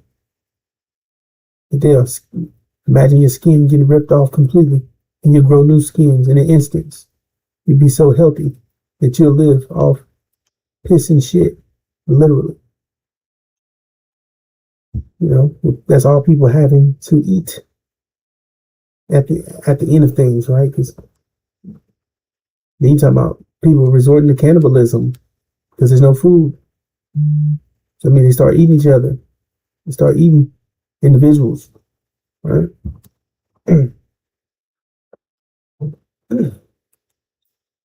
So smacking all this together, right? Put that in your mind. Put everything in your mind that's happening in the world, that's happening over there, that's taking place, that happened to us, all these things, right? And it says men's hearts failing them from fear and expectations of those things which are coming on the earth, coming here to America. For the powers of the heavens will be shaken. He's talking about that power and authority switch in the Middle East. Michael's angels versus dragon angels, when Michael's angels is victorious and the dragon and his angels are the losing party. All right. But either way it go, that's the scenario. Millions and men's hearts will be failing them, having heart attacks from the anticipation, meaning it has not happened to them yet. They're just looking, seeing, hearing what's taking place, and it's so intense that it's giving them heart attacks. They can't even handle it. Just off what's going to take place. This is worse than anything you can imagine. You can't even, it's unprecedented. Worse than anything has ever happened. Anything you can fathom, anything you can think of, anything you can imagine. It's going to be way worse than anything, the worst thing you could think of. And they said men's hearts would be failing them. People will be crashing their cars when they hear this. People's operating aircrafts, planes, and such of that man be coming out of the sky. People operating machines will be dismantled and mangled up in their machines. And for people be running into stuff at the job site that's operating machinery, driving the vehicle machineries and trucks and stuff coming off the road, people running into buildings, running into schools, running into bakeries, running into stores, running into groups of people be eating, falling out. This thing is going to be bad. It says that bad news would rain here. Domino effect of bad news constantly. No insured. What's it called? No, when things get better, you're hoping for things to get better, but there's no sign of things ever getting better. Just bad news after bad news constantly. Keep coming, right? And eventually America be consumed in fire. The fall of America. America be burnt up, never to be a nation again, completely uninhabitable, nuked. So the future here in America is, there's no guarantee for you here in America, brothers and sisters. That's why you have to invest in your vision. But they didn't give you one. They gave you the American dream, so you'll burn up with America. But you have a second option. Right here. This is your second option, brothers and sisters. The Abraham covenant. It says, in that day God made a covenant with Abram, saying, unto thy seed have I given this land from the river of Egypt unto the great river, the river Euphrates. Now between those two coordinates is Arabia. Great Arabia, brothers and sisters. It says we're getting out of here. It says we're getting out of America. So, and also the vision of horror tells you too. King will be sojourners here, and the land is not ours. And after all these things, after we be served and afflicted 40 years, the nation they'll be judged. 1619, 2019, 2020, judgment. Boom, they got hit. Passed over us. They were hit, which indicate they were in trouble. Cursing God's people. See? So now, bam. It says, and afterwards shall they come out. See? With great substance. We getting out of here with great substance. Thou shalt go to that Father in peace. See? Israel at peace? They're not. Are they in a strange land? They're not. They're next door to Egypt, which they claim to be Israelites. They came out of Egypt, right? So that means that's not strange. That's next door. You see? They said they was never in the bondage to any man. They were never in bondage to any man. They never went through 40 years of nothing. The Holocaust was less than 10 years or so. See how they don't fit the description of Abraham's vision, which they probably claim to be to Abraham. Okay, whatever. And they're sitting on the wrong land. They should be sitting in Arabia, not Palestine. So these are indications, red flags, things of that nature. Let's focus. But thou shalt go to their fathers in peace. Thou shalt be buried in a good old age. And in the fourth generation thou shalt come here again. For the iniquity of the Amorite is not yet full. Come here again to this land. Back home. Going home, brothers. So we leave out complete separation. You see? It says, come out of her, my people, so that you will not share in her sins, so that you will not receive any of her plagues, for her sins are piled up to the heaven, and God has remembered her crimes. Give back to her as much as she has given. Pay her back double for what she has done. Pour her a double portion from her own cup. Give her as much torment and grief as the glory and luxury she gave herself. In her heart she boasts, I sit enthroned as queen. I am not a widow. I will never mourn. Therefore, in one day, which we know equals 1 year, all her plagues will be compressed into 1 year, which will overtake her. Death, mourning, famine. She will be consumed. America will be consumed by fire. But mighty is the Lord God who judges her. So this is going to be an intense situation, a time of unprecedented trouble, which will be hopeless and dark, without a ray of joy or hope for these devils and people, right? Demons, participators, collaborators, those who assisted in doing what they did to us. You see, they're making us miserable, afflicting us, helping keeping us from rising. But now it's our time, brothers and sisters. It's time to rise up. It's time to find out that you are the ones. You are God's chosen people. You the ones, brothers and sisters. We're about to come together real soon.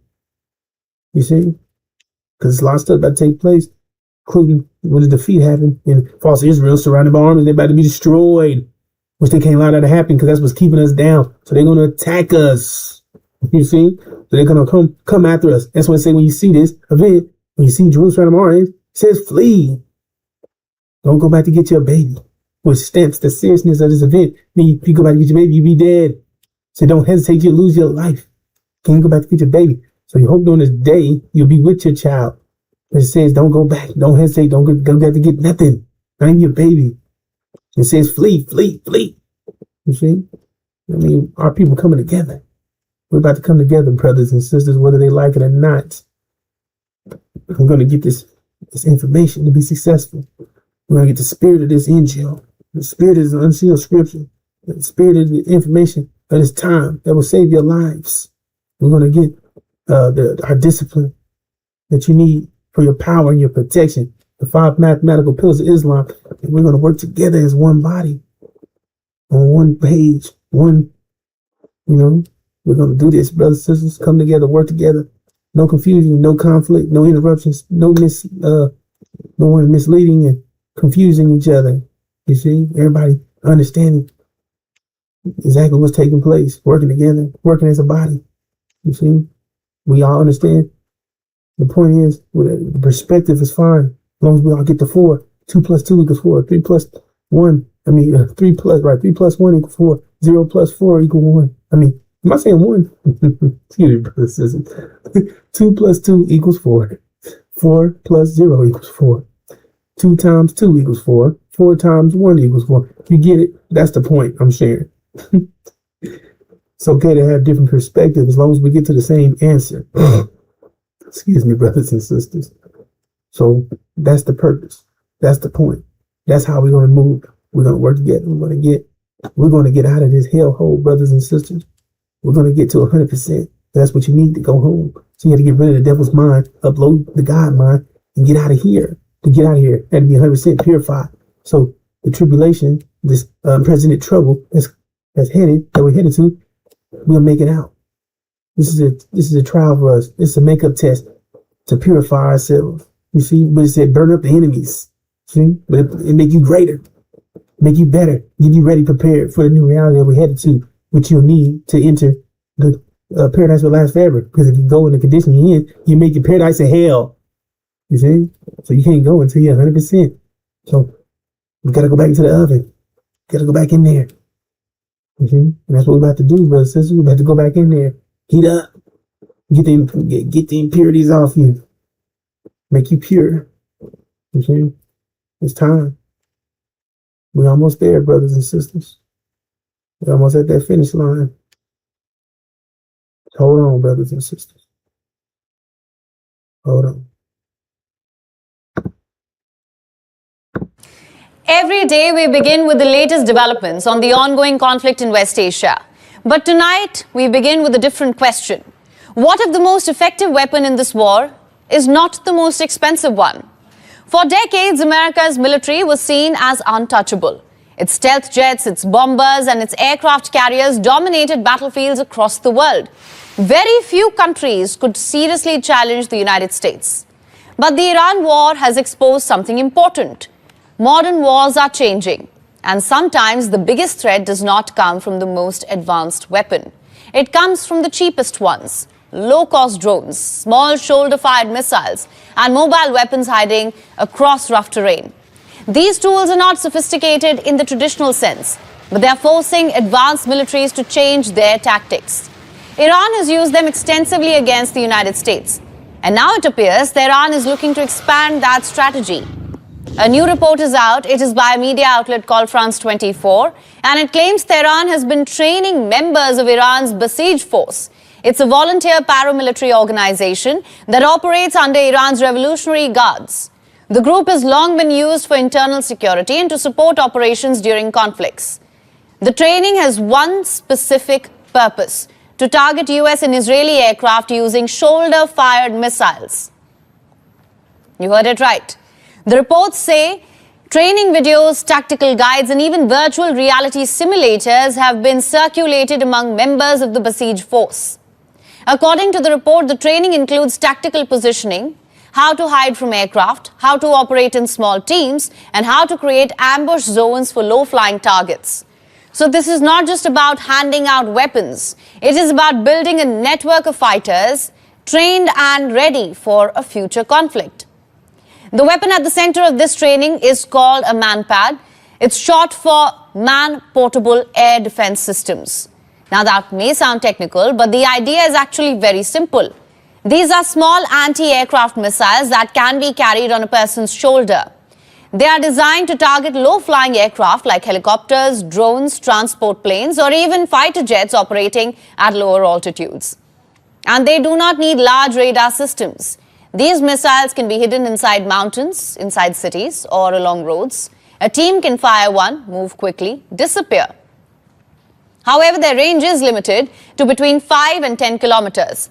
But within that range, they are dangerous because they are almost impossible to detect before they fire. Iran has several versions of these systems. Its most well-known system is called the Misag. These are Iranian-made systems based partly on older Chinese designs.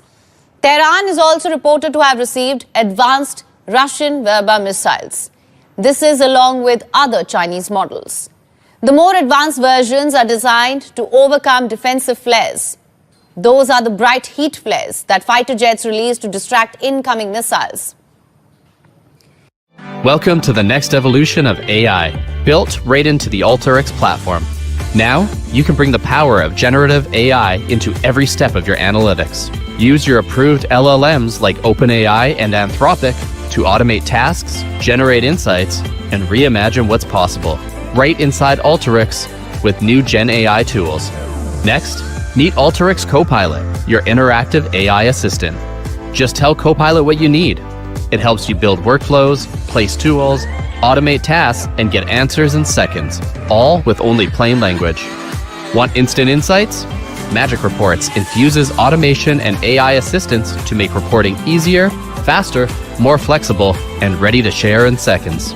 And finally, with the new AI Control Center, you stay in the driver's seat, with built-in security, governance, and visibility across every AI interaction. Discover the next evolution of AI, now available in Alteryx.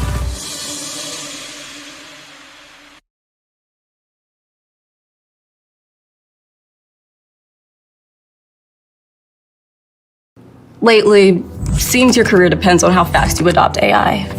Want to know my secret? It's simple. I work in ClickUp. Your team projects, messages, and files are kept in one workspace, so the work is visible and the priorities are clear. And ClickUp AI has 100% context of your work, so it's an expert for your company and your workflows. When your workspace is this smart, you don't have to work harder to get ahead.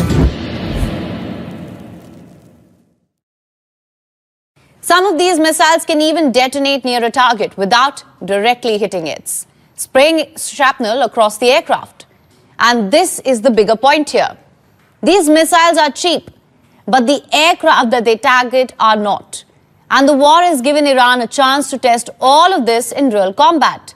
During Operation Epic Fury, the United States and Israel carried out strikes inside Iran. And throughout the conflict, there were multiple reports of the United States aircraft being damaged or lost. Iran also claims its air defense networks have targeted several US aircraft, including drones and fighter jets. Some of those claims remain disputed. A US Congressional Research Service report confirmed at least 42 American aircraft were lost or damaged during the war. The exact cause remains unclear in many of the cases, but the losses were serious enough for US officials to discuss raising replacement and repair costs. One of the most high-profile claims involved in an American FA-18 Hornet jet. Iranian state media released footage claiming the aircraft had been shot down, but Washington rejected that claim. An open-source analysis later suggested the footage may have shown the aircraft evading a shoulder-fired missile, but not crashing. Still, this incident highlighted a bigger concern. Even low-cost air defense systems can complicate operations for the world's most advanced air forces. And Iran is not stopping at manpads. It is also training civilians. Videos show Iranians learning how to fire AK-47 rifles. Take a look.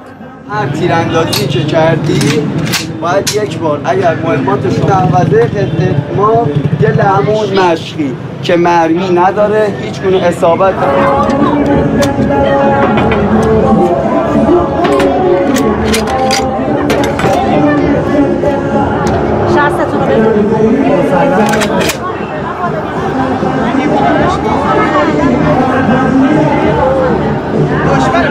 The aim of this is to integrate defenders of the homeland, and as I mentioned, to promote the culture of martyrdom and avenging the blood of the leader of our nation, Imam Khamenei. This is Tehran preparing on multiple fronts. Paramilitary fighters with manpads and civilians with rifles. The ceasefire is still technically in place, but yesterday, Washington carried out fresh strikes on sites in southern Iran. And Iran is responding the only way it knows how. Not with aircraft carriers, not with stealth jets, but with people, shoulders, cheap missiles. Ceasefire is supposed to be a peaceful word. But in West Asia, it comes with airstrikes, drone attacks, military warnings, and threats of retaliation. Yesterday, Iran accused the United States of violating a truce, which has been in place since the 8th of April. Tehran reported blasts near Bandar Abbas, a southern port city sitting right next to the Strait of Hormuz, one of the world's most important oil and gas choke points. Iran's military claimed it shot down an American drone. But despite the strikes, Tehran says it will continue indirect peace talks with Washington. It says the possibility of returning to a full-scale war with the United States is low. But at the same time, it vowed to make Iran's southern territory a graveyard for aggressors. The regime also maintained that it is ready to retaliate against any attack. Qatar and Pakistan are mediating. The agenda? Sanctions relief, frozen Iranian assets, and reopening the Strait of Hormuz. On Tuesday, U.S. Secretary of State Marco Rubio said a deal with Iran could take days. I think that, like anything with something like this, it's going to take a couple days to settle on, even down to the disagreements over a word, sentence. So we'll have to work through that. If there's going to be a deal, we're going to have to work through that. Donald Trump, meanwhile, posted on Truth Social that even if Iran surrendered, media outlets would portray it as a masterful and brilliant victory over the United States. A proposed memorandum of understanding was on the cards to end the war. Now Iran's state TV claims it has a copy of it. And according to them, this is what the draft includes. The US will lift its naval blockade of Iranian ports and withdraw its forces. In return, Iran is committed to resume traffic of several commercial ships through Hormuz. However, vessels are reportedly not included in the draft, and if a final agreement is reached within 60 days, it will be approved by a UN Security Council resolution. However, the United States has denied these claims, calling them complete fabrication. Iran's Supreme Leader, Mojtaba Khamenei, who has not been seen in public since taking office in March, released a written statement. He said regional countries will no longer serve as shields for American military bases. The era of unchallenged US military presence in the region, he declared, is over. Amid the saber-rattling, Iran has partially restored internet connectivity after what monitoring groups are calling the longest nationwide internet shutdown in modern history. For almost 3 months, millions of Iranians were cut off from the global internet. However, the restoration is only partial. And internet monitoring groups are unclear whether this means a permanent end to the shutdown.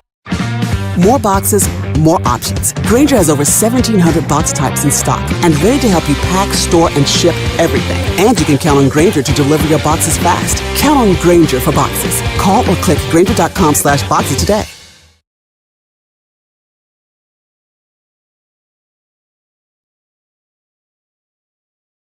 Have you seen the average auto insurance rate in Arizona?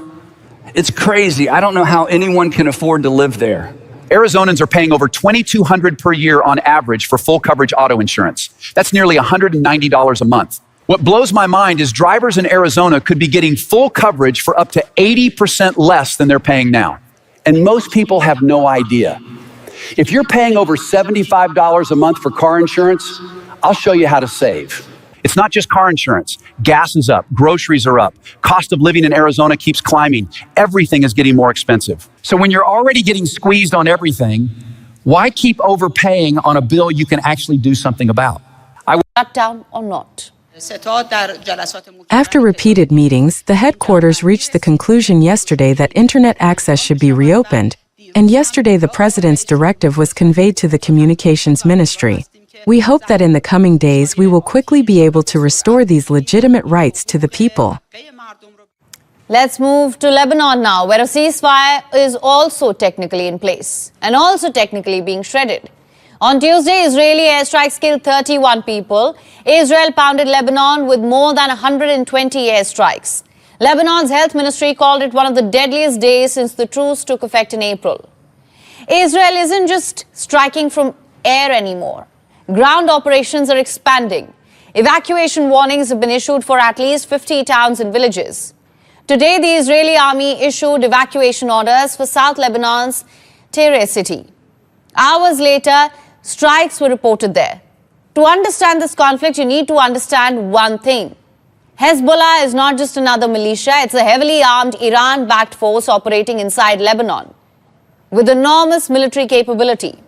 It has rockets, drones, and fighters positioned near Israel's border.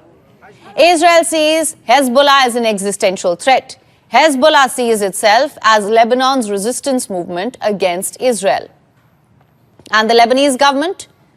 It is stuck in the middle, trying to prevent the country from collapsing. Israel's Prime Minister Netanyahu said strikes will increase in number and intensity against the Iran-backed group. Hezbollah, for its part, says it's fighting back. It claims to have repelled Israeli forces near Zatar. It's firing drones, fiber optic drones specifically designed to evade Israeli defenses. Today, Hezbollah said its fighters clashed with Israeli forces in a town north of the Litani River. The Litani River has been a de facto boundary in Lebanon, with large areas to the south under Israeli military control. Despite the ceasefire that's been in place for over a month, in a statement, Hezbollah said its fighters clashed with enemy forces at point-blank range. This happened in the town of Zatar al-Sharqiya, which is located at the edge of an Israeli-declared yellow line in South Lebanon. The term is used for a military boundary or buffer zone. It is roughly 5 to 10 kilometers inside Lebanese territory. Israel says the zone is meant to stop Hezbollah fighters, rockets, or cross-border attacks. Despite the recent escalations, Wall Street reacted positively in Tuesday's closing. Investors are betting on a possible de-escalation. Today, Asian markets were mixed, with gains mostly seen in the tech stocks. This, too, was guarded by optimism surrounding a possible peace deal. Oil prices also fell today. Brent crude is now trading well below the $100 per barrel mark. So here's where we are. Iran and the United States are engaged in indirect talks as Washington continues its attacks. Israel is expanding into Lebanon, while ceasefires are supposedly in place. Hezbollah is fighting back. Lebanon is in the firing line, and the world's most important shipping lane hangs in the balance. This is not full-fledged war. It's a conflict that has no clear ending, no clean resolution, and no shortage of people willing to strike first and negotiate later. Are you still doom scrolling through world news and feeling completely drained? Decades of unresolved conflicts, shifting alliances, and complex power struggles. The world stage often feels like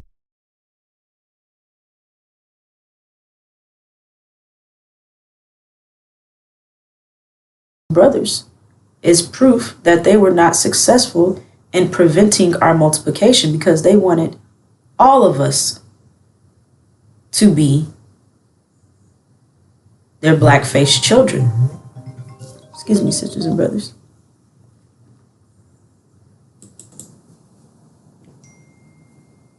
So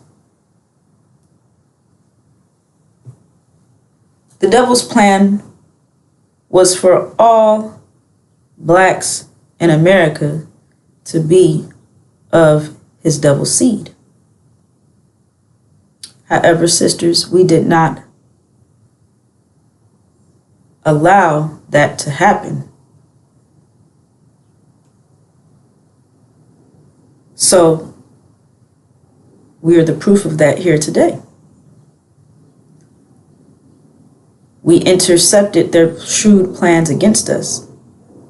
So that right there tells you that we have already been victorious in a battle against these devils.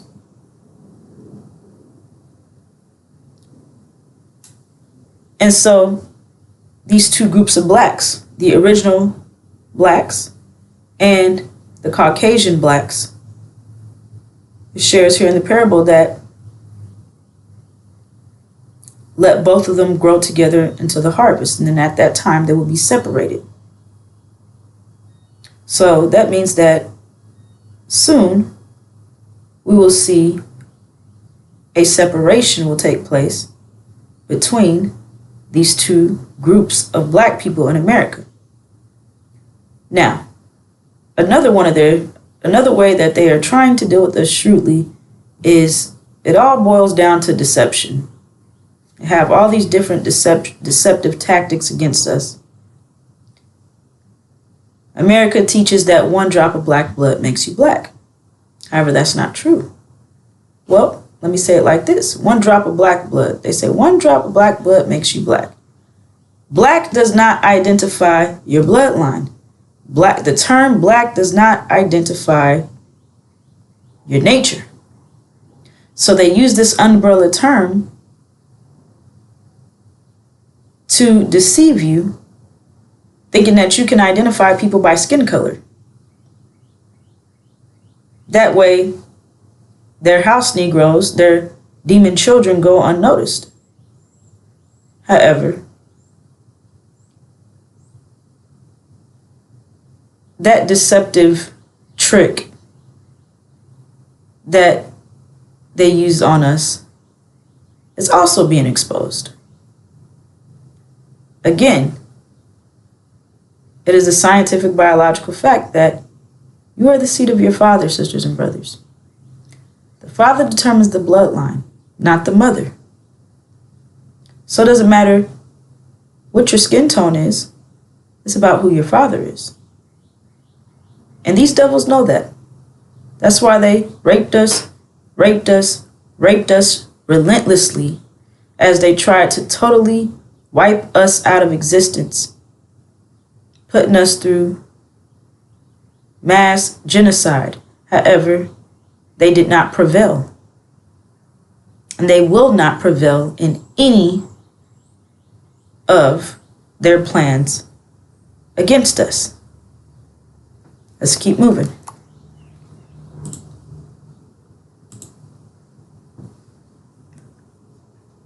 This is the description of what Abraham's seed endured. And when the sun was going down, a deep sleep fell upon Abram, and lo, a horror of great darkness fell upon him. And he said unto Abram, Know of a surety that thy seed shall be sojourners in a land that is not theirs, and shall serve them, and they shall afflict them 400 years. And also that nation whom they shall serve will I judge, and afterward shall they come out with great substance. But thou shalt go to thy fathers in peace. Thou shalt be buried in a good old age, and in the 4th generation they shall come hither again. For the iniquity of the Amorite is not yet full. And it came to pass that when the sun went down and it was dark, behold, a smoking furnace and a flaming torch that passed between these pieces. All right, sisters and brothers. Our father Abram had a vision of horror, not slavery. He had a vision of horror. And that's exactly what we endured. It shared no of a surety.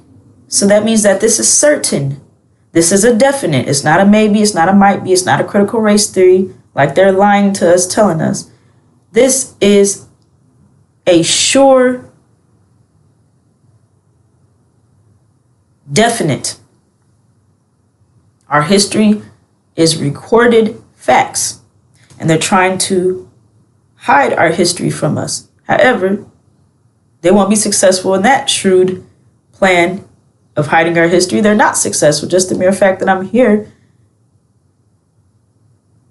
expressing our history to you, exposing our true experience, lets you know that their shrewd plan to hide our history, all the shrewd ways they're trying to deal with us, none of it, sisters and brothers, none of it will prevail. It shared Know of a surety that thy seed shall be sojourners. Sojourners means temporary.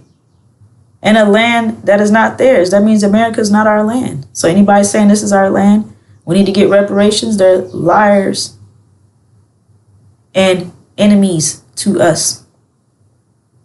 They're calling the scriptures a liar. They're calling God a liar. They're calling us liars. This is our experience. And they're saying, no, that's not true. So they are our enemies. We're in America, and America is not our land, period. Okay, and then what do? And shall serve them. We serve them. That's the slavery portion. We served them. We took care of their agricultural needs. We were in the agricultural age. So we worked the fields. We produced food for them. We grew their crops, their produce. We tended to their cattle. All right. We built their mansions.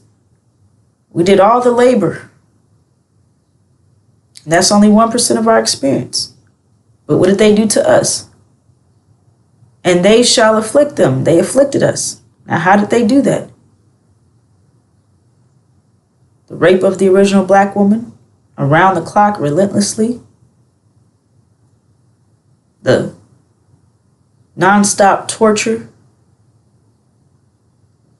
The evil ways that they have dealt with us, sisters and brothers. They were told, do not touch that tree. And they touched that tree over and over and over again. They're trying to kill that tree. And we are that tree, sisters and brothers, that these devils were told, do not touch. So that's what they're being judged for, afflicting us. And how long did it last? 400 years. How do we know that? 400 years lasted from 1619 to 2019. How can we verify that? 2020 came in with a plague. The next book after Genesis is Exodus. And it comes in with a plague. Speaks about a plague that passes over those with the blood of the Lamb. That means we have the same DNA as the Lamb himself. The same bloodline. So COVID-19, the plague that came in 2020, which identified that America's judgment has started, that plague passed over us. And all original blacks, and not just, let's say, all originals, all of the original men and women all over the planet, passed over Iran and Syria, passed over Africa, Haiti, all of the areas where the original nation is in, were not affected by the plague. But they lied to us here in America. And they told us that blacks and browns were the most susceptible ones to catch COVID-19. However, they, again, still not identifying the bloodline, because majority of the black people that you've seen dying from COVID-19 are really master's children. They're really demons, house Negroes. So they have the same bloodline as their devil fathers, not the same blood as the Lamb. Therefore, the plague did not pass over them. However, without knowing that we are plagued by demons, not knowing that there's those walking around that look just like us, but they have a different blood running through their veins, you may have believed the lie, the trick, that COVID-19 was hurting us, and it wasn't. So COVID-19 did not pass over false Israel. They claim to be the true seed of Abraham, but the plague did not pass over them. It did not pass over America, Britain, Europe. So, or anywhere else where these devils are at. So understand that the time frame is clear. We don't have to guess. Just look at the timeline and look at the events, and everything lines up perfectly. It shares an officer of that nation whom thou shalt serve will I judge. The judgment started in 2020, and it's intensifying every day, sisters and brothers. They are still in judgment right now. All right. And then afterward shall they, speaking about us, come out with great substance. So that means come out. Come out of where? Come out of the land that we are sojourning in. That's clear. With great substance. That means great wealth, sisters and brothers. Great wealth. And it shares, but thou shalt go to thy fathers. Again, reiterated. We coming out of America. We're going somewhere. Where are we going? We're going to thy fathers in peace.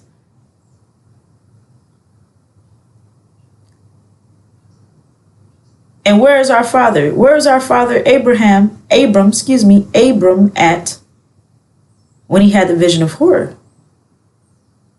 He was in our home, Arabia, the root of civilization, the best part of the planet Earth. So, we're leaving America, sisters and brothers. Thou shalt go to thy fathers in peace. Thou shalt be buried in a good old age. And in the fourth generation, remember the 400 years lasted from 1619 to 2019. So we are in the fourth generation right now, sisters and brothers. The 400 years, 1619 to 2019, that's 400 years. So we are in the fourth generation right now. And this is the time period that it says what? In the fourth generation, that shall come hither again. Hither means return. For the iniquity of the Amorite is not yet full. And it came to pass that when the sun went down and it was dark, behold, a smoking furnace and a flaming torch that passed between these pieces. Now, another thing, another subtle point here. Abram. This is the only part in the Bible where our father Abram is called Abram instead of Abraham, which subtly identifies that his seed would be separated from him during this time period. And by these devils' own admission, they say that we are Ham. They say that we're Ham, cursed black to be slaves forever and ever and ever. So they are saying that we're Ham themselves. They're saying that we're Ham. Now, they don't understand that scripture to the fullness. However, they're saying that we are Ham. So they themselves are admitting that we are the true seed of Abraham. Because Abram was separated from his seed Ham during this time period. So that's one thing about having the knowledge of the unsealed scriptures. Once you understand, start learning and understanding, because it's a process, sisters and brothers, and it's an ongoing process, might I add. Once you start understanding the scriptures, learning, you're able to see right through the enemy's plans, their words, all of their lies. You can see right through it. You got laser vision. So by them calling us Ham, they've already admitted that we're the true seed of Abraham. However, you'd have to have knowledge about the Abrahamic covenant. You have to have knowledge about the Holocaust, our true experience, Abram's vision of horror. You would have to know about that to even make that connection. So here we are. We are Ham, separated from our father Abram during this time period. Let's keep moving. The very next verse. In that day, God made a covenant with Abram, saying, unto thy seed have I given this land, from the river of Egypt unto the great river, the river Euphrates. God made a covenant. This is God's sure and volatile word. This is more than a promise, sisters and brothers. And it shows that unto thy seed, that means Abraham's seed exclusively, have I given this land. So this land has been given to us. It's been given to us, sisters and brothers. It's ours. And when you look on the map, those two rivers are not in America. The land that's between those two rivers is Arabia, our promised land. our heavenly home. So this is our destination. The Abrahamic covenant is our vision. And our vision is in the process of being fulfilled, sisters and brothers. So we're going to get into the war in the Middle East and the outcome, the destruction, the economic destruction that America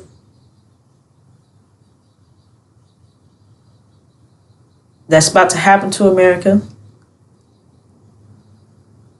And understand that we have a door out.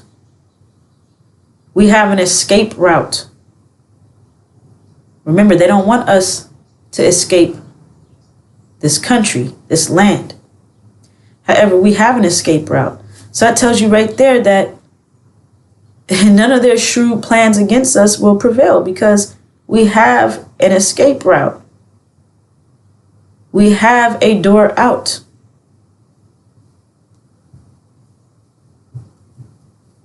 And they want to prevent us from walking through the door out, sisters and brothers. They want to prevent us from leaving this country by any means necessary. So that understand that we are in danger. Our lives are at risk. And they will make a deadly attack on us to prevent us from leaving this country and going home to our own land. Let's keep moving. The war in the Middle East. And occurred war in the heaven. Where is heaven? Heaven is the Middle East. The Michael and the angels of him of the two war with the dragon. And the dragon warred and the angels of it. And not it proved strong. Not but place was found of them yet in the heaven. So right there, that identifies two groups of people that are fighting against each other. Two groups that are fighting against each other. And what's the outcome? You got Michael and his angels versus the dragon and his angels.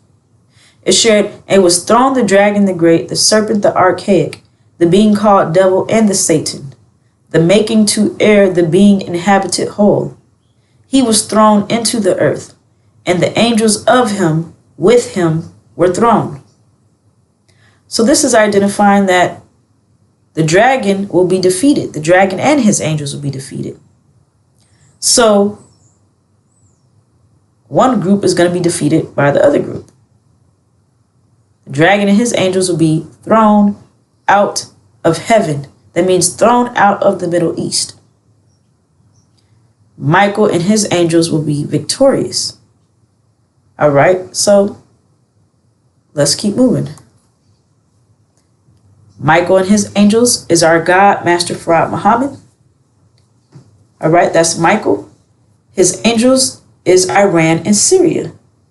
All right, Michael and his angels are our brothers. And our brothers are about to be victorious in this war in the Middle East. So again, that gets back to, excuse me, sisters and brothers.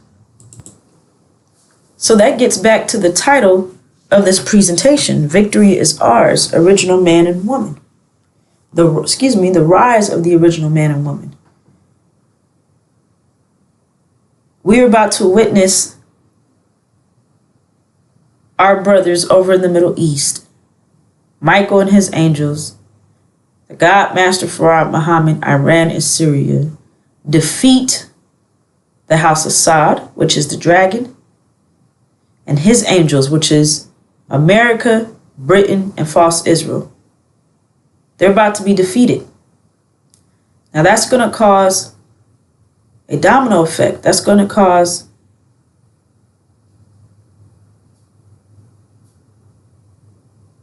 let's keep moving. Well, let me say it like this. What is the dragon? Why is America in the Middle East? Several reasons, but I'm going to stick to this point. They depend on oil to run their economy. They have built this industrial complex and it needs oil to survive. Oil is the lifeblood of America's, Britain, and false Israel's economy. They're dependent on that oil from the Middle East. The dragon, the House of Assad, which is sitting on our land, Arabia, they have renamed our land Saudi Arabia. That's not their land, that's ours. But they're pretending that it's theirs. And they're controlling our oil. So the dragon fuels his angels. He gives them oil. Now, there's other details in there. Yes, America gets oil from other places. However, we're focusing on what's happening right here in the Middle East and how that's about to affect America and affect us, since we're right here in America being held captive in the land of our imprisonment. So, once Michael and his angels are victorious, they're going to take control of our oil, of our land, of our holy sites, and the dragon nor his angels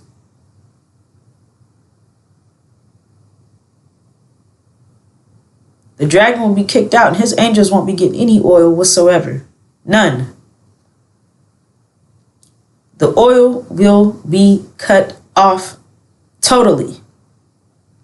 And being that America depends on that oil to run their economy, that means that there's going to be an economic collapse.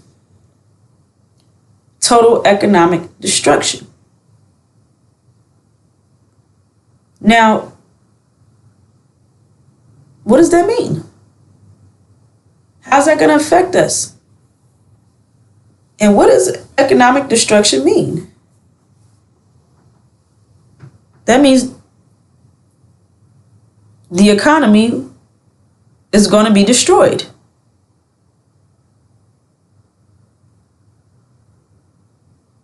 They need oil for everything. They need oil for electricity. They need oil to clean the water. They need oil to come pick up the trash, right? Because they have to put oil into the gas trucks.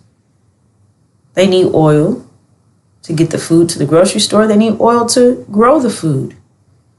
They need oil to do everything for the air conditioner. They need oil to turn on the lights, electricity. So understand that America's lights are about to be turned off permanently.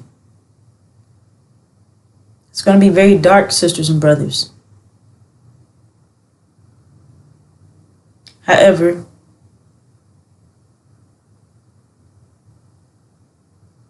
the messenger of the covenant, the light, is here on the scene. And we are reflecting that light, sisters and brothers. So you're being told in advance, so that you are aware and can prepare and get to safety. Because again, we have a door out of America's destruction. And understand that we have our own economics. We have been given our own land. So we have our own economics. We have to get away from their economic system in order to step into our economic system. So things are about to change very quickly, sisters and brothers. Once America loses this war and get kicked out of the Middle East, things will never be the same. Life as you know it would not be the same, sisters and brothers. Right now, there's a level of comfortability because the lights are on. You can go to the store and get food. These devils are providing everything for us. We're in their homes and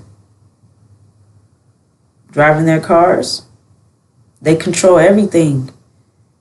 What we say, how we say it, how we dress, what we eat, All of that is about to be, that control is about to be broken.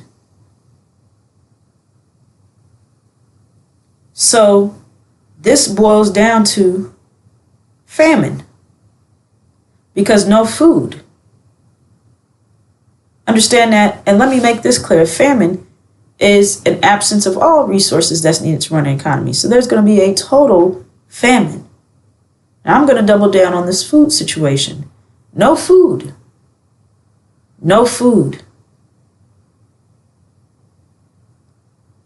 What does that mean for us? No food. No food. Are we going to have food? Are they looking at us as food? These questions will be answered. Let's keep moving. Also, because it shares the dragon's angels, the dragon and his angels will be defeated. So what's going to happen to false Israel? They claim that they are us. They claim they are the true seed of Abraham. They don't have the history to back up their claim. We have the history. It says that, well, they claim that the Abrahamic covenant has been fulfilled, but it says that we're returning home to Arabia, and it says that we're going home in peace. False Israel is not in Arabia. They're sitting in Palestine, Jerusalem, the Holy Land, okay? And they're not at peace. So they cannot possibly be the true seed of Abraham. Plus, they admitted themselves that they've never been enslaved or in bondage to any man, and I'm paraphrasing here. So it's clear that they are liars. They have stolen our identity. Scriptures tells us, but when you see Jerusalem surrounded by armies, you will know that her desolation is near. Then let those who are in Judea flee to the mountains. Let those in the city get out, and let those in the country stay out of the city. For these are the days of vengeance to fulfill all that is written. Now, when America gets kicked, when America and Britain, remember, America and Britain support and back false Israel 100%. They're the ones who put false Israel over there in the first place. They established false Israel in 1948 to counter Elijah Muhammad's claim that the original black man and woman right here in North America are the true seed of Abraham. He declared that we are the true seed of Abraham. And they countered his claim by putting the Jews over in Jerusalem and established false Israel in 1948. However, they is not real. They are fake. We is real, and we have the history to prove it. So it says, when you see Jerusalem surrounded by armies, you will know her desolation is near. Well, how is Jerusalem going to be surrounded by armies? For one, understand that the INJIL key unlocks the scriptures, sisters and brothers.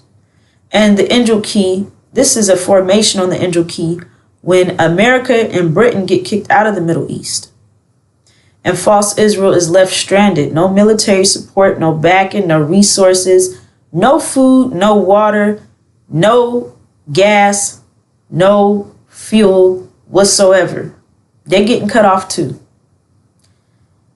And so it shares when you see them surrounded by armies, see, because they're left stranded, they're exposed. And they will be surrounded by armies. This is the time of judgment, sisters and brothers. So they're going to reap. They're already reaping what they have sown. They have afflicted the original black man and woman.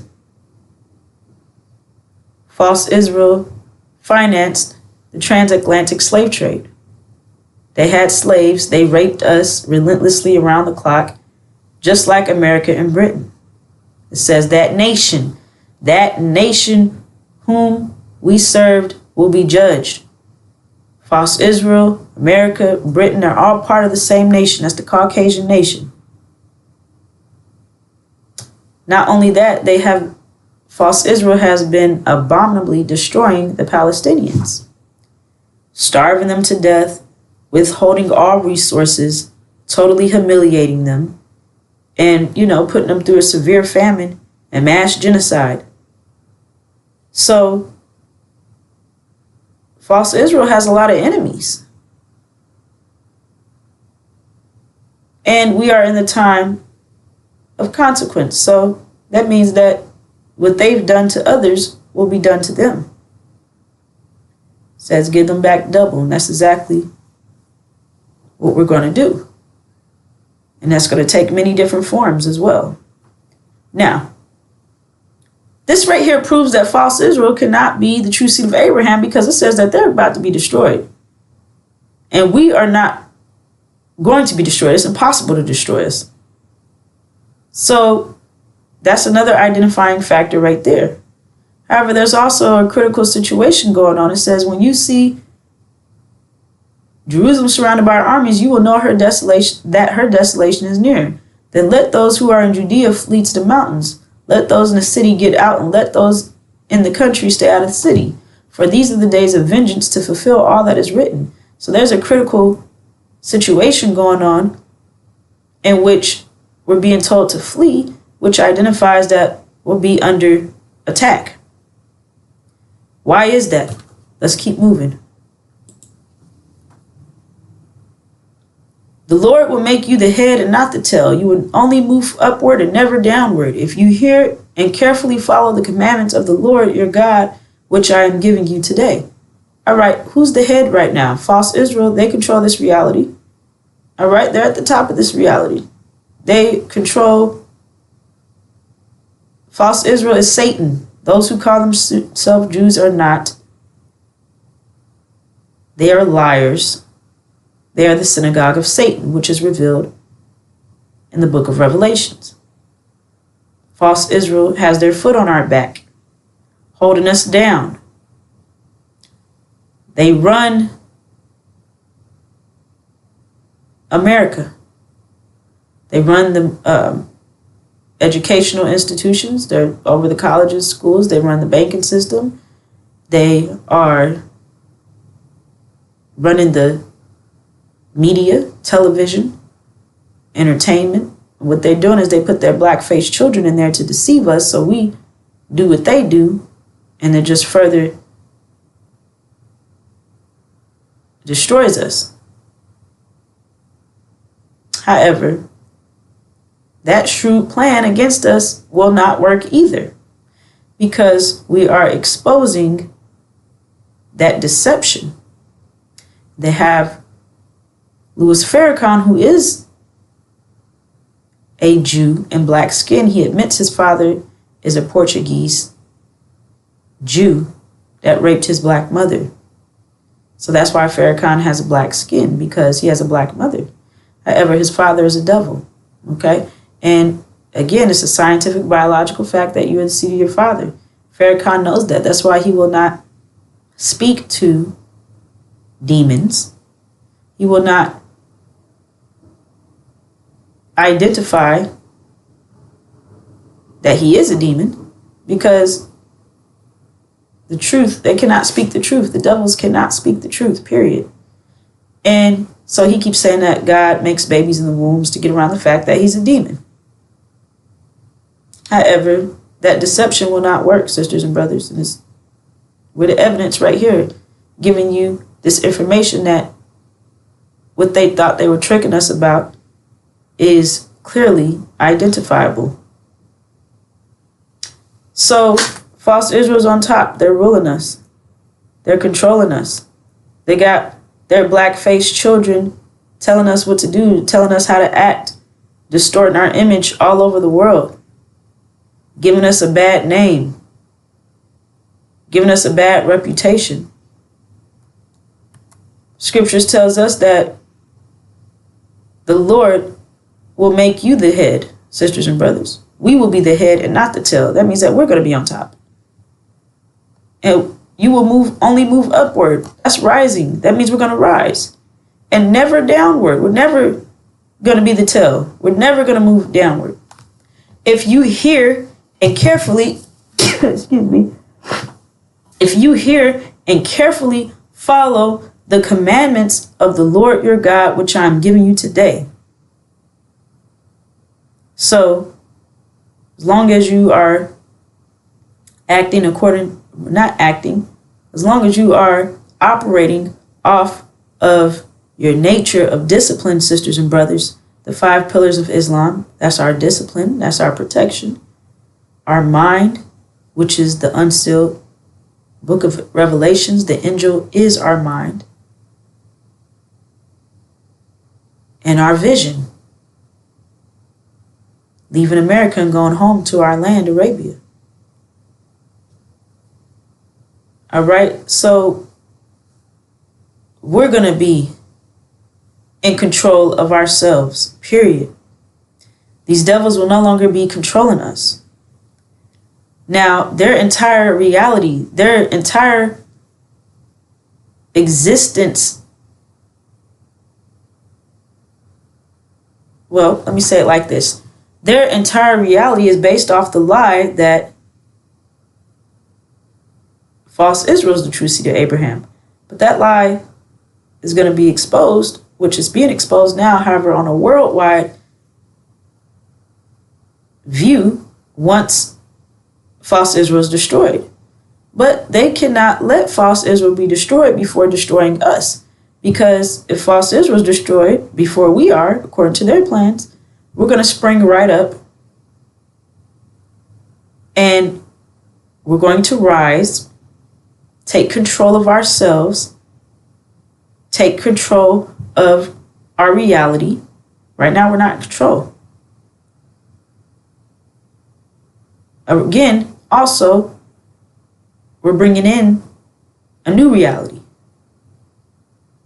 And they don't want that. So we're going to be in control 100%. We're going to take back everything that belongs to us. So they cannot have this situation right here, because that means their total destruction. That means vengeance. That means payback. That means our men are going to be displaying their strength on 100%. And our women, we're going to be taking our power back, disciplining our beauty, never to be touched and spit on and stepped over again. They can't have that either. So they plan to destroy us, sisters and brothers. However, again, we're here warning you, letting you know about that. They will not be successful in their plans to destroy us either. Now, one of their shrewd plans, one of their deceptions is telling us that we need to get reparations. That's a dream. We have a vision. Vision is the Abrahamic covenant. Our home is Arabia. That's where we're going. We want out. We want out. However, they get their black-faced children, the demons, also such as Louis Farrakhan, who's a prime example, telling us that we need to stay here and get 6 states, and we need to have America take care of us. We don't want America taking care of us. We want to take care of ourselves. That's why we want to be in control of ourselves. We want complete and total separation. We have to get out of here. If we're being told, come out, we're going to our fathers in peace. Why would we want to stay in a land that we were being beat and raped and murdered? Our babies being torn to shreds by these devils for 400 plus years. Why would we want that? So anybody telling you that is our enemy, period. They're trying to sell us a dream. However, we have a vision. We don't need a dream. A dream is an illusion anyways. This is a wish. So stay focused on the vision. Leaving America and returning home to our own land. All right. Now we're going to get into, well, that brings this segment here to a close. On part 4, we'll get into the situation of the economic collapse and details about the famine, because that's on its way to America. Famine. Now we already see that oil prices are rising daily. Food prices are rising daily, sisters and brothers. It's not going to get any better. This is going to keep intensifying all the way to famine. And they're already saying on the news that America is about to experience a food shortage. So we'll get into the famine portion, the food shortage, the details of what they're saying on the news, and then we're going to look at what the scriptures has to tell us about the famine. And also the motivation that's being given to us, the inspiration, reassurance that we're going to be secured as long as we are operating within our nature of discipline, sisters and brothers, and we have our vision and our mind, which we are accomplishing all of those things as we speak, sisters and brothers. So that brings this segment to a close, and we will continue with part 4. I will be back with more. Assalamu alaikum. Already set to destroy the original black man and original black woman, as they are currently doing dress rehearsals, brothers and sisters. They're setting up, and they already have traps already set up, brothers and sisters, to destroy our nation. They're not playing with us. As I stated, they're dealing with us from every elevated place. So let's take a look at the many traps that America has set up to destroy our nation. There was a slow-moving coup. Let me just describe some of the steps, and you tell me if I'm being paranoid. First, create a masked police force. Get people used to looking at that. Normalize snatching people off the street. Get them used to that. Normalize seeing the National Guard and the military on the street.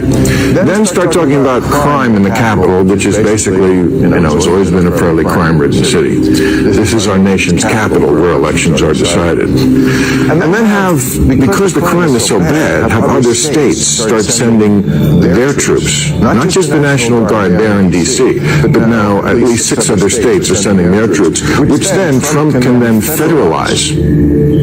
So you're having many states' troops on the ground there, and now they're under federal control. So you have in the capital a sort of permanent police presence. So when... See, brothers and sisters, a permanent police presence as the war's on. Because they know that the war in heaven will backfire on them, but they're doing anything and everything in their power to keep fighting, to keep hope alive. But nothing they will do will work. Just like they're trying to block the fulfillment of our vision, which is the Abraham covenant. But there's nothing that they can do that will work. They can keep trying all they want, because we have to understand that these devils and their black-faced children, which are these demons, they're fighting for their lives, and their livelihood is here in America. They don't get no promised land. They don't have an exit door. Their exit door is their destruction, which will lead them directly into the ground, brothers and sisters. That's their exit door. They're going to be destroyed. They're going down hard. Oh yes, they're going down hard. That takes us to these 2 clowns, Netanyahu and Trump. They are the aggressors in this event, which we label the abomination of desolation, which triggered the war in heaven that's currently underway. It was these 2 fools, brothers and sisters, as Netanyahu is really the president of the United States and the prime minister of false Israel. He's in control. Bibi Netanyahu is the one and the image that is the God of this world, which is false Israel. He's the face, brothers and sisters. He's pulling President Donald Trump's strings. He's pulling the strings to America. He controls America. So we can call America the United States of false Israel. It's not the United States of America. So we have to understand what is taking place, brothers and sisters, in real time. As false Israel and America, they're allies, and they are the aggressors in the event we label as the abomination of desolation that triggered the war in heaven that's currently underway. So we have to understand the hindsight so we can have some foresight. And the hindsight is the abomination of desolation that led up to the war that is currently taking place in heaven, that is at the final stages, brothers and sisters. And this is the event that triggered the war in heaven. And this event is labeled as the abomination of desolation. Let's take a look. Matthew chapter 24, verse 15 reveals, therefore, when you see the abomination of desolation, which was spoken of through Daniel the prophet. See, Daniel the prophet is the messenger of the covenant, brothers and sisters. In other words, Joshua the Messiah, the original black man and original black woman's Messiah, standing in the holy place. Let the reader understand. See, the reader has to understand that on October 7, 2023, that was the event that triggered the war in heaven, as false Israel is the abominable act that is causing desolation all throughout the Middle East. False Israel, they are the abomination that's causing destruction, brothers and sisters.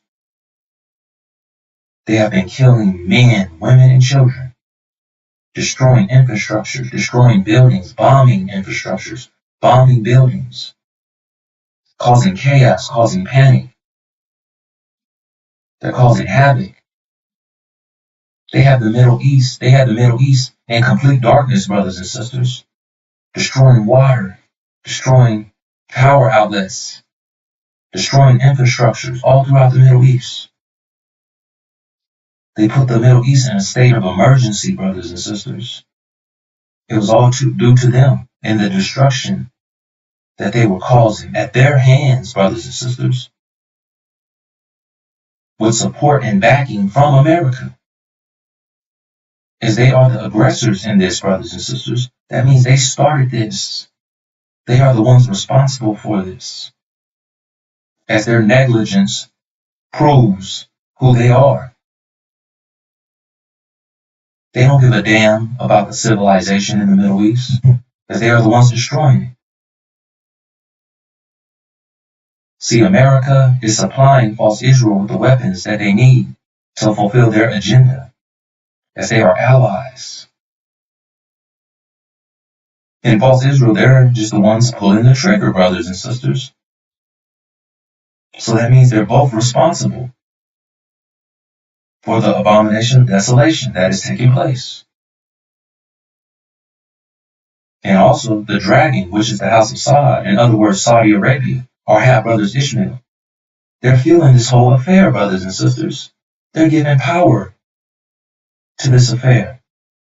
Because without no fuel, you couldn't go to war. Because it takes fuel to fuel these planes, these drones, these weapons of mass destruction, these ships, these boats, anything that they need to push their agenda forward, brothers and sisters. In the house of Saud, which is Saudi Arabia, they are the ones pushing this whole affair forward, as they are the ones powering this affair and giving it life. Because without no fuel, you're not going to war, brothers and sisters. You're going to be stuck with the weapons and the funding just sitting in front of your face. It takes fuel to power a war. And they're getting the fuel from the house of Saud, which is Saudi Arabia, brothers and sisters. And this event, labeled the abomination of desolation, was done at the hands of false Israel, as they are the abominable act causing desolation all throughout the Middle East. And they're masquerading around as the true seed of Abraham. And they are not, brothers and sisters. They are the synagogue of Satan. They're using the original black man and original black woman's identity to be blessed, to push their agendas forward. And they have us sitting back as these devils are looking down upon us, believing that we're a cursed black hand to be slaves forever and ever. But them who blessed Israel should be blessed, and them who cursed Israel should be cursed. And false Israel, they're soon to be cursed, as they will be destroyed, brothers and sisters. And the true seed of Abraham, we're soon to be blessed, as we're currently fulfilling our vision, which is the Abrahamic covenant.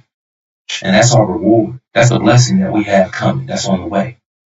And that reward is our promised land, our birthright. And that promised land is Arabia.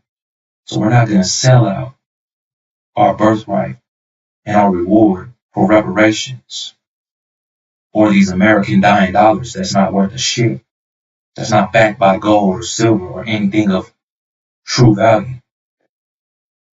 We're going to hold on tight to our birthright, brothers and sisters, because our birthright is the fulfillment to the Abrahamic covenant. That's our vision, because a people without a vision will perish. So ain't it a great thing that we do have a vision? And we're going to walk directly into heaven, out of hell, because hell is here, right here in the Northern American wilderness, where they have us held captive in a place where we're creating heaven for them, as we are the creative force here, as we built the whole entire America, brothers and sisters. But we don't benefit from it.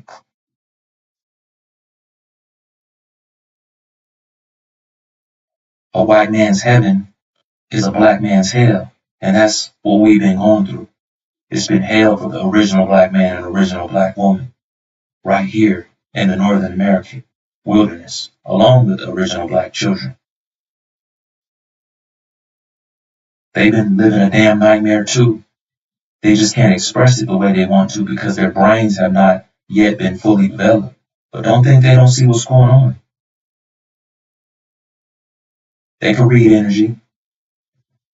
They see what's going on with mommy and daddy, brothers and sisters, aunties and uncles, grandparents, elders.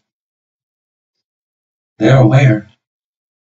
They just don't know how to put two and two together right now.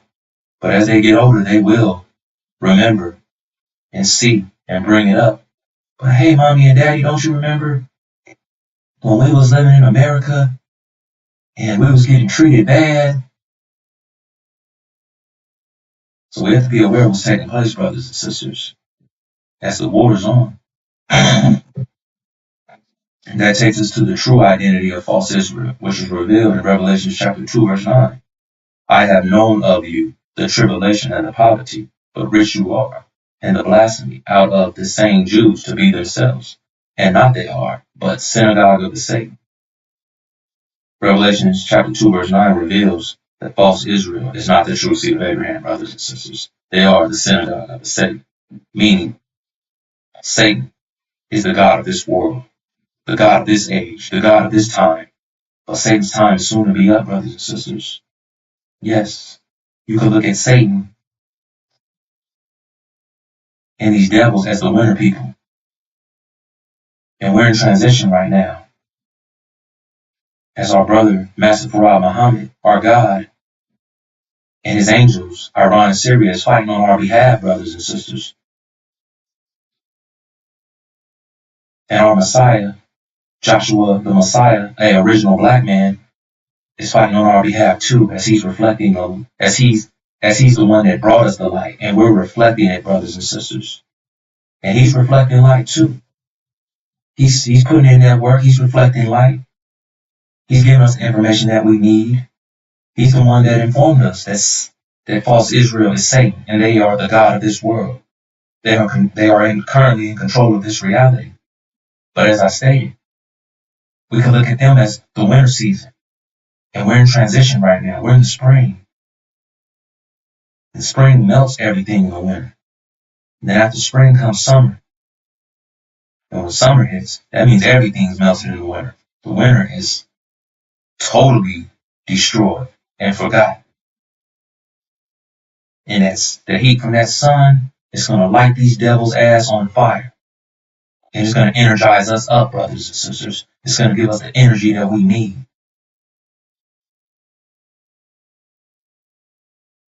As our earth is currently contracting, meaning all of our energy is coming back to our planet, our universe, as we are the makers, the owners, the cream of the planet Earth. We rise from the bottom to the top, the gods of the universe. Because we was at the bottom when our earth was expanding. And now it's contracting. That means the energy's coming back, brothers and sisters. And we're going to be energized all the way up. And these devils, they're going to be out of energy. And that heat's going to burn their asses up, brothers and sisters. It's going to turn them devils red. And also in Revelation chapter 3, verse 9 reveals, look, I am getting out of the synagogue of the Satan, of them saying themselves Jews to be, and not they are, but they are lying. See, false Israel, they're liars, brothers and sisters. As we have to know them by their works, and their works prove that they are genocidal maniacs. They're not God's chosen people. There's nothing righteous about these clams at all. So let's know them by their works. They're liars and thieves. And by thieves, I mean identity thieves. They're masquerading around with our identity, brothers and sisters. And this is it. The time of the end, brothers and sisters, which we're currently at. We're living in the time of the end. And the time of the end is revealed through the book of Daniel, chapter 11, verse 40, brothers and sisters. That's how you know we're at the time of the end. Due to the event that is taking place, that reveals that we are at the time of the end, brothers and sisters. That's how you know. And this event is revealed through the unsealed scriptures of the Bible. So at the time of the end, the king of the south shall attack him, and the king of the north shall come against him like a whirlwind. And that's what happened, brothers and sisters. After that pause that the war in heaven was currently under. False Israel, they are the king of the south. They went at the king of the north, which is Iran, and they attacked them, brothers and sisters. And then in retaliation and in defense, the king of the north, which is Iran, they came at false Israel like a whirlwind, hitting their asses hard, along with American military bases in the Middle East. They came at them like a whirlwind, brothers and sisters. So this event reveals that we are currently living in the end times, brothers and sisters. And these end times are going to bring in our new reality and destroy the god Satan and his filthy ass devil's reality. The war's on, brothers and sisters. America broke the ceasefire. They have no respect. They have no accountability. They are disrespectful devils, which they are Satan's minions. They listen to Satan, which is their God, brothers and sisters. And they have to follow their God's rules and regulations if they want to keep everything in place that they established. So it's going down, brothers and sisters, in real time. The war is on. And Iran knows that America cannot be trusted due to they broke the so-called ceasefire a day ago.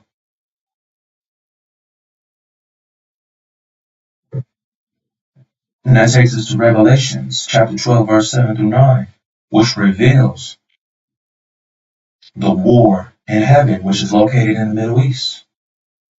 And it also reveals who's involved in the war in heaven and the outcome to the war in heaven. And it's revealed through the unsealed lenses of the Bible. See, the unsealed Bible is for the original black man and original black woman and children of America that are currently on a temporary stay in America.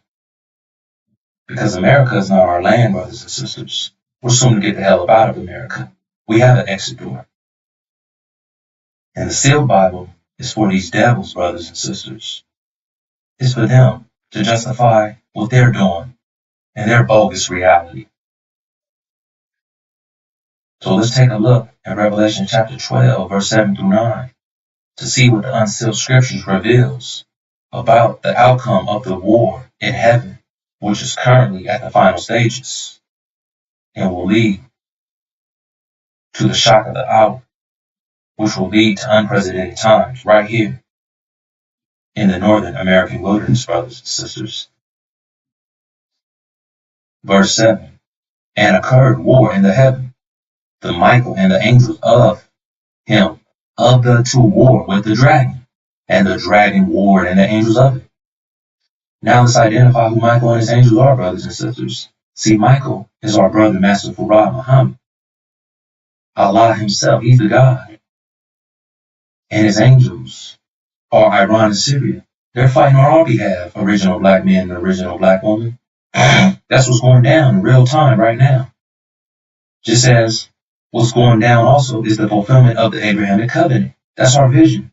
That's the only thing we need to be worried about. We don't need to be worried about vacations, partying, having a good time, the American dream, getting degrees, getting diplomas, loving these damn devils anymore. Because reality is soon to change, brothers and sisters. That's what the shock of the hour is about. Because it's going to shock everyone. Everyone's going to be in shock.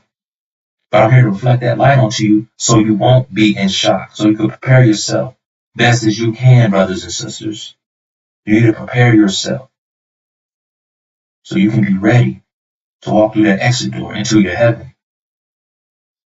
So let's identify who the dragon and his angels are. The dragon is the house of Sod, our half-brothers Ishmael, them who sold us into slavery, brothers and sisters. And the angels of the dragon are Britain, which is Adam, America, which is Eve. Britain and America, that's the Adam and Eve story. And then false Israel, which is their son, Cain. They're all connected, brothers and sisters. 666, the mark of the beast. They're all allies. And they're being fueled by the dragon, which is the house of Sod. In other words, Saudi Arabia. They're fueling this whole affair. That means they're pushing this whole affair forward. Verse 8, and not it proved strong, not a place was found of them yet in the heaven. All right, so let's see who lost their place in heaven, as revealed in verse 9. And was thrown the dragon, the great, the serpent, the archaic, the being called devil, and the Satan, the making to error, the being inhabited whole. He was thrown into the earth, and the angels of him with him were thrown. Verse 9 reveals the defeat of the dragon and his angels, brothers and sisters. And the dragon will flee back to India. And America and Britain, which are Adam and Eve, they will flee out of the Middle East with their asses on fire, set ablaze, into Europe. And that will be the beginning of a European war, which is labeled Armageddon. That will be the start to Armageddon, brothers and sisters. Armageddon has not yet started, but it will as soon as this event takes place. As the dragon and his angels' powers are broken in the Middle East. And that will leave false Israel abandoned, left alone, brothers and sisters. They will have to do for themselves and fend for themselves. See, the outcome of this war will bring the shock of the hour. And the shock of the hour is going to hit America hard, brothers and sisters. The shock of the hour will lead to unprecedented times. As Luke chapter 21, verse 26 reveals, men's hearts failing them for fear and for looking after those things that are coming on the earth, for the powers of heaven shall be shaken. That means just an anticipation for what's taking place in heaven, which happens in the Middle East. Men's hearts will be failing them for fear. They'll be having seizures, heart attacks. They'll be going crazy, brothers and sisters, because it will be the beginning to the end of the American empire. That means the American dream will be shut down. Our day-to-day lives will never be the same. There will not be no more paying bills, going to work in these devils' capitalist system, which is maximum profit for them, minimal overhead for us. So it should be a day for us to rejoice, brothers and sisters, because these devils are on top and we're on the bottom. These devils have us working at Popeyes, Wendy's, Baker's, McDonald's, warehouses, liquor stores,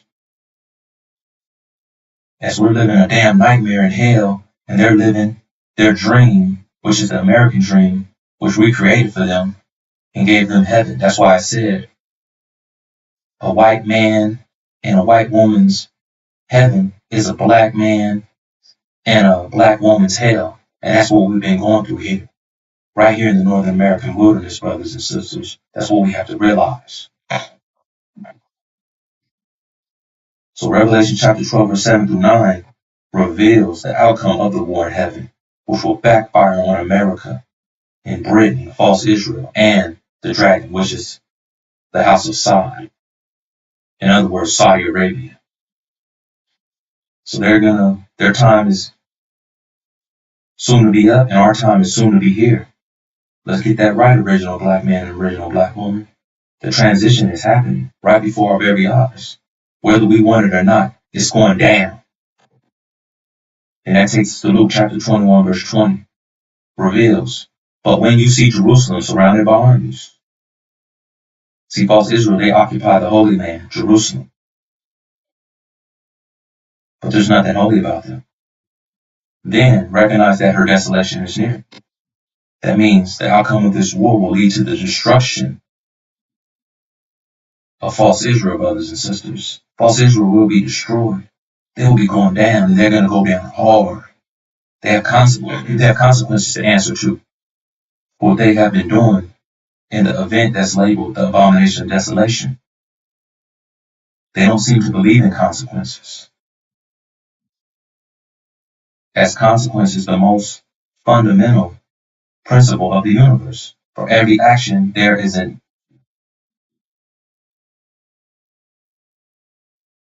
opposite and equal reaction. That's what consequence is. But they don't give a damn about consequences. But they're soon to find out exactly what consequences are. They have consequences coming. And when false Israel goes down, all those lies are going down with it. That religious eschatology that they're pushing. The concept that they are the God of this world, Satan. That will be the end of Satan's rulership and authority. The Zionist movement. The fact that false Israel is masquerading around as the true seed of Abraham. They will be revealed that they are not the true seed of Abraham. And the whole world will see that the true seed of Abraham, which are God's chosen people, are us, and we're held captive here in the Northern American wilderness, brothers and sisters. And right before false Israel goes down, not after, right before these devils, they're going to want to attack us, brothers and sisters. Yes, they're going to want to attack the original black man and original black woman right here in the Northern American wilderness.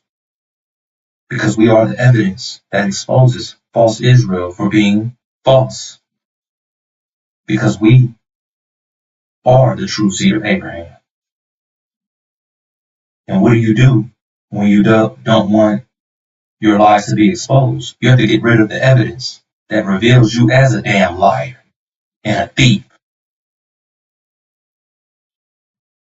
We have to know these devils by their works, brothers and sisters. As these devils have always been attacking us. This ain't nothing new. This ain't nothing new at all, brothers and sisters. Let's take a look on how these devils move.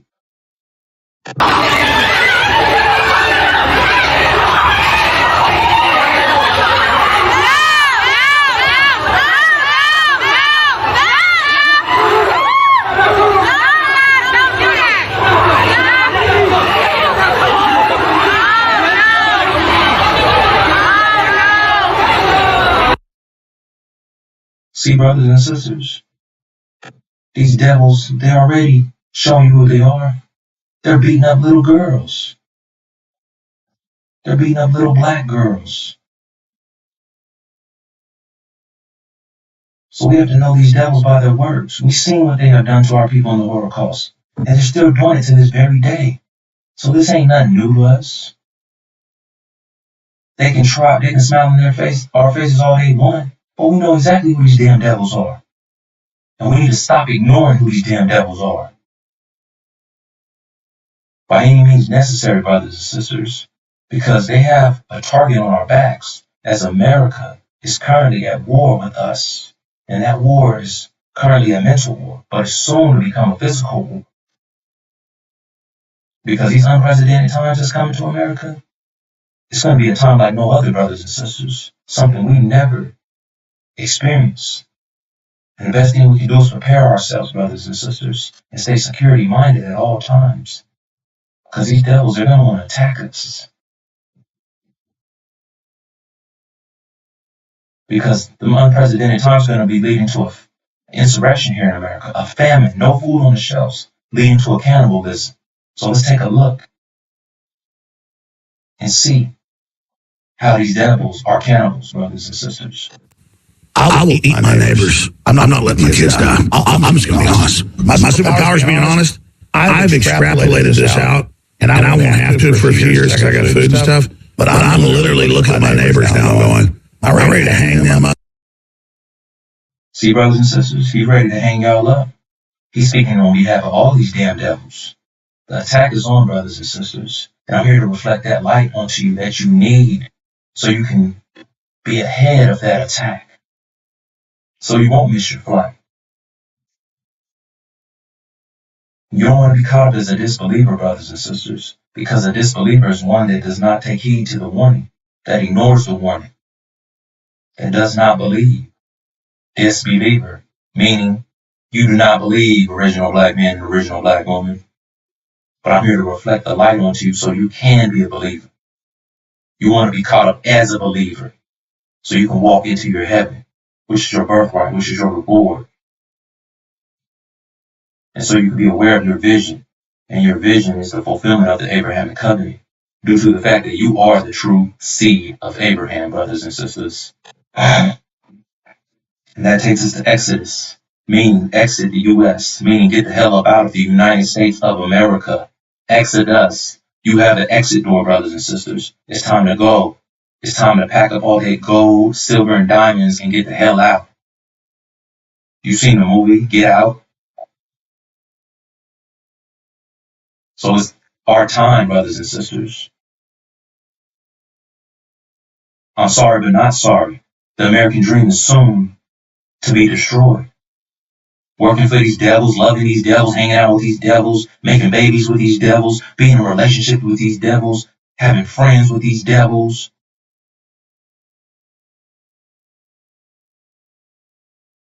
That shit's about to all be over. It's about to be done, brothers and sisters. The American dream is soon to be canceled.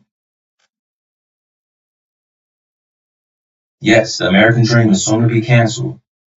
And your vision is coming into place. So why be caught up in a dream when your vision is a direct path for you to walk into heaven and away from hell, which they have you believing that hell is your heaven. So think about it for yourself, brothers and sisters. Exodus, chapter 1, verse 10. Come, let us deal shrewdly with them, lest they multiply. And if war breaks out, they join our enemies and fight against us and escape from the land. See, brothers and sisters, these devils, they're dealing with us shrewdly in a way that we don't understand or see coming. But we do understand how these devils are. We do see what they have planned, as I'm here to reflect the light. Whether if I'm here to reflect the light or not, we've seen these devils in the Holocaust. That's revealed in Genesis chapter 15, verse 12 through 17. That's directly connected to the fulfillment of our vision, which is the Abrahamic covenant, as revealed in Genesis chapter 15, verse 18. So we know who these damn devils are. We've been dealing with them for 400 years, right here in the Northern American wilderness. So if we want to ignore who these devils are, we're going to be caught up as a disbeliever. We disbelieve. We're living in disbelief that these devils are not devils. That's what we're saying, brothers and sisters. So it's no time to be playing games, especially if we're grown adults. So I'm reflecting this light onto you, original black man and original black woman, because you are grown adults. And it's your job and duty to reflect it onto your children. And start preparing yourselves. Be security minded at all times. Stock your cars up with some non-perishable goods and some water, because we're going to be on the move real soon, brothers and sisters. And we need to prepare ourselves, because it's going to be a cold summer here in America, brothers and sisters.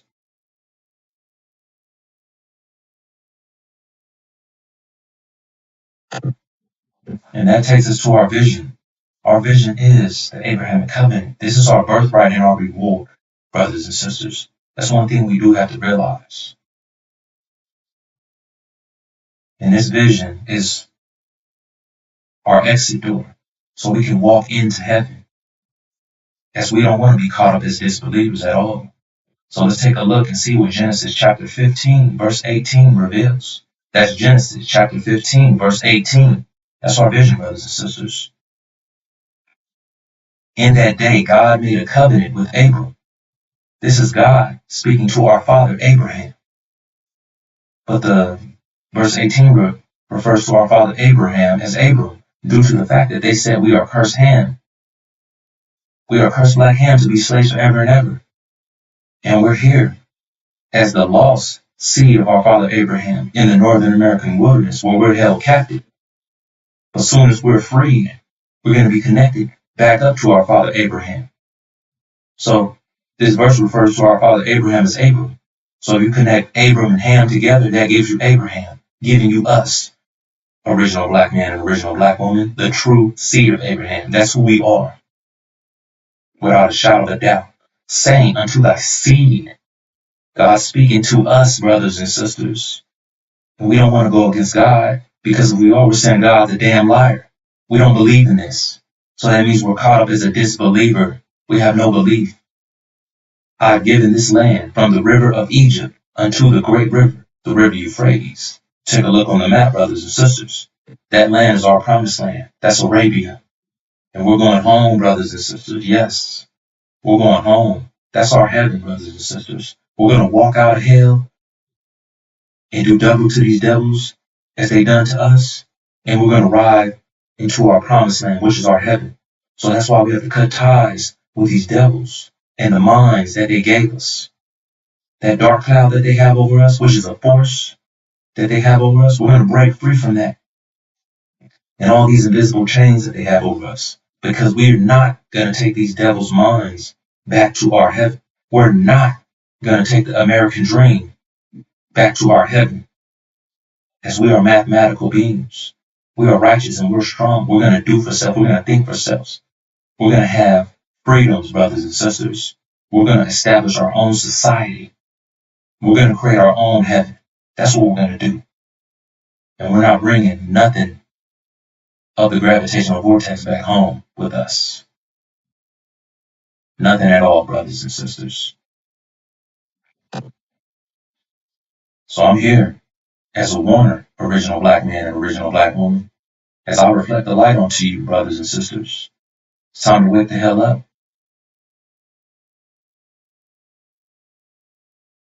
Because our heaven is here.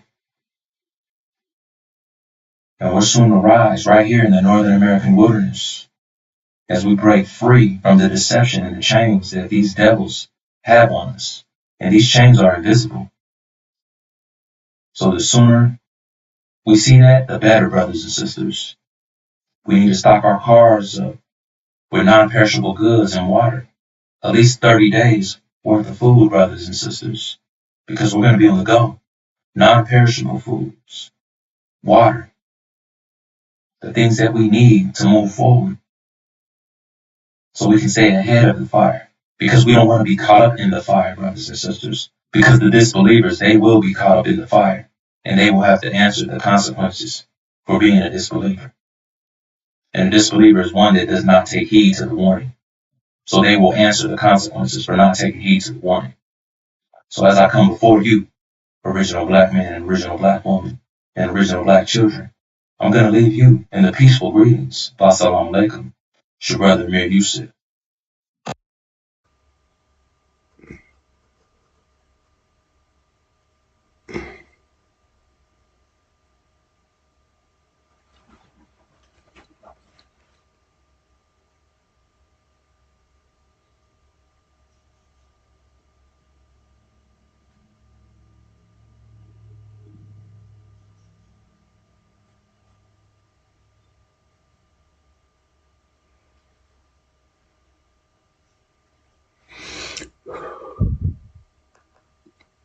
Assalamu alaikum, brothers and sisters and brothers. It's your brother Lahu Ramadan with that message to the original nation held captive in the boundaries of the North American wilderness.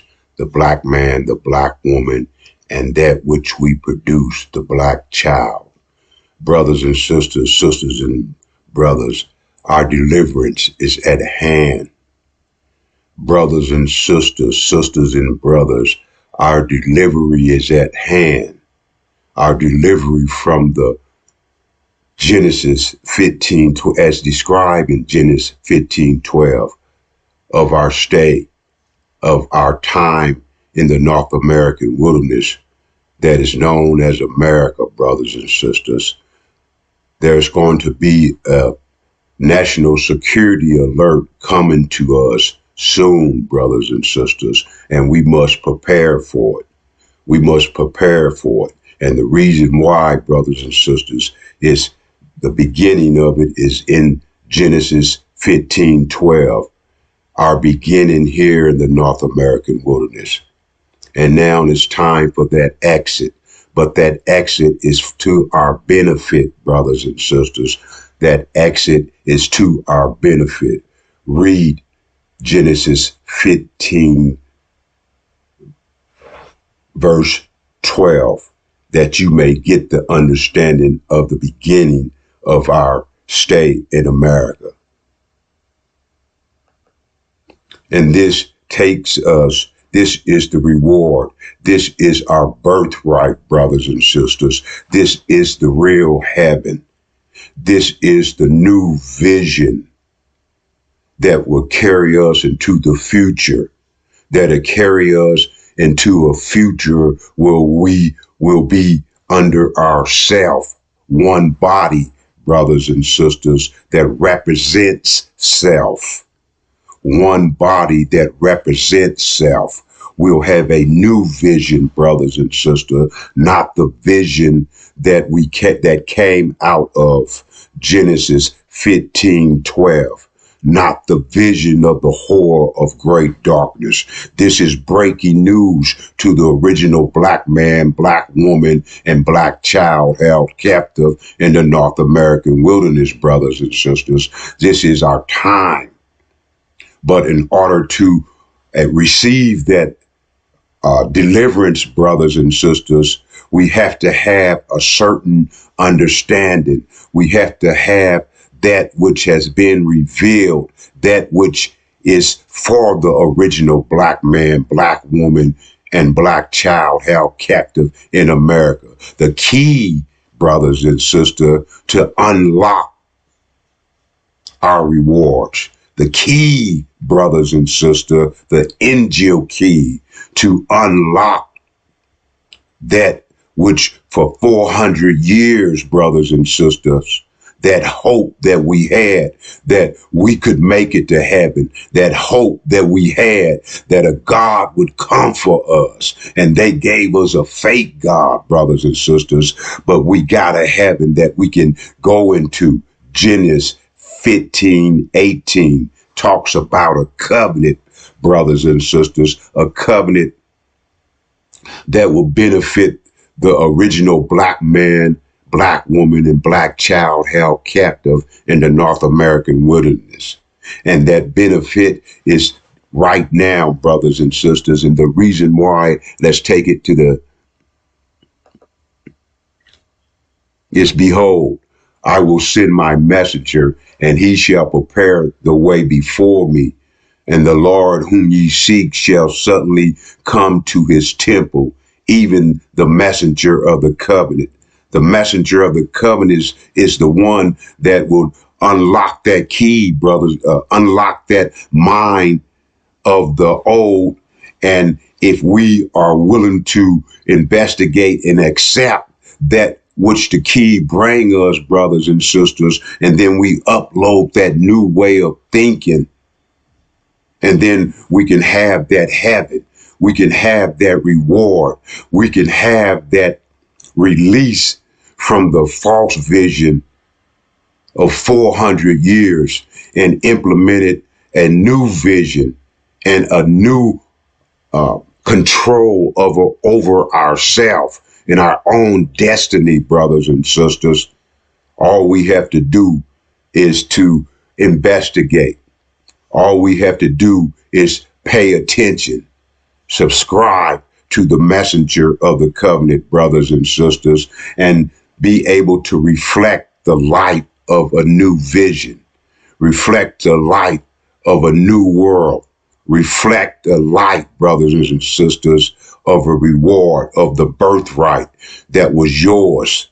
And it's now time to clean off that diamond that is in the rut for 400 years, that pressure that we've been under, that diamond.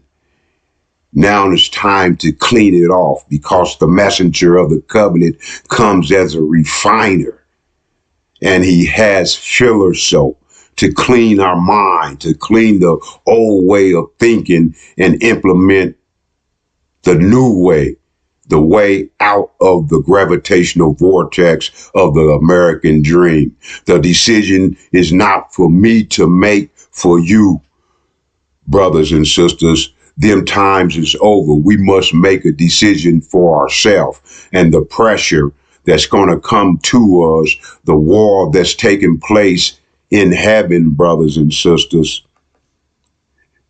the war that's taking place in the so-called Middle East over that passage of, is talking about our future. It's talking about the real and true identity. And yes, brothers and sisters, it takes a war. It takes a war for us, for the truth to be established. And the truth that's going to be established is those who've been perpetrating a fraud, as the seed in that scripture of Genesis 15 from Abram, and that vision, that scripture is us, but they've been living it. And now a war is taking place for the identity of the original black man, black woman, and black child.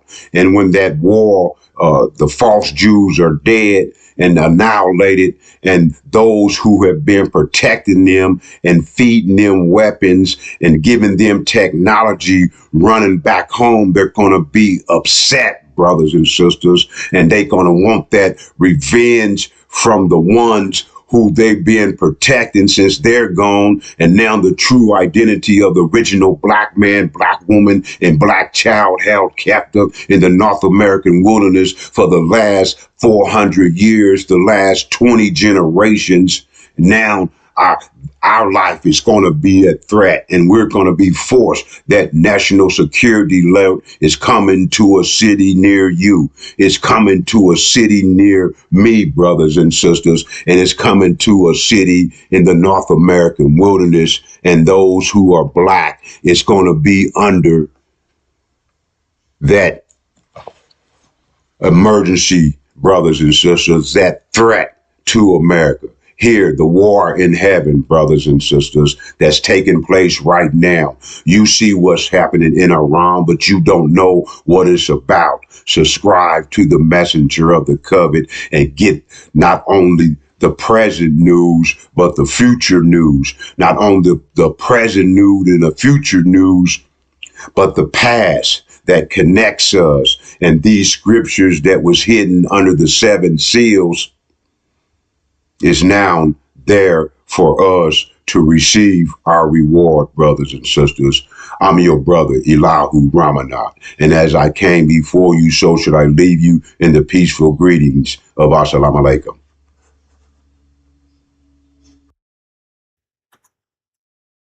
They have you convinced that they're good people because they smile and they give money because they have it their way. They have everything to their disposal.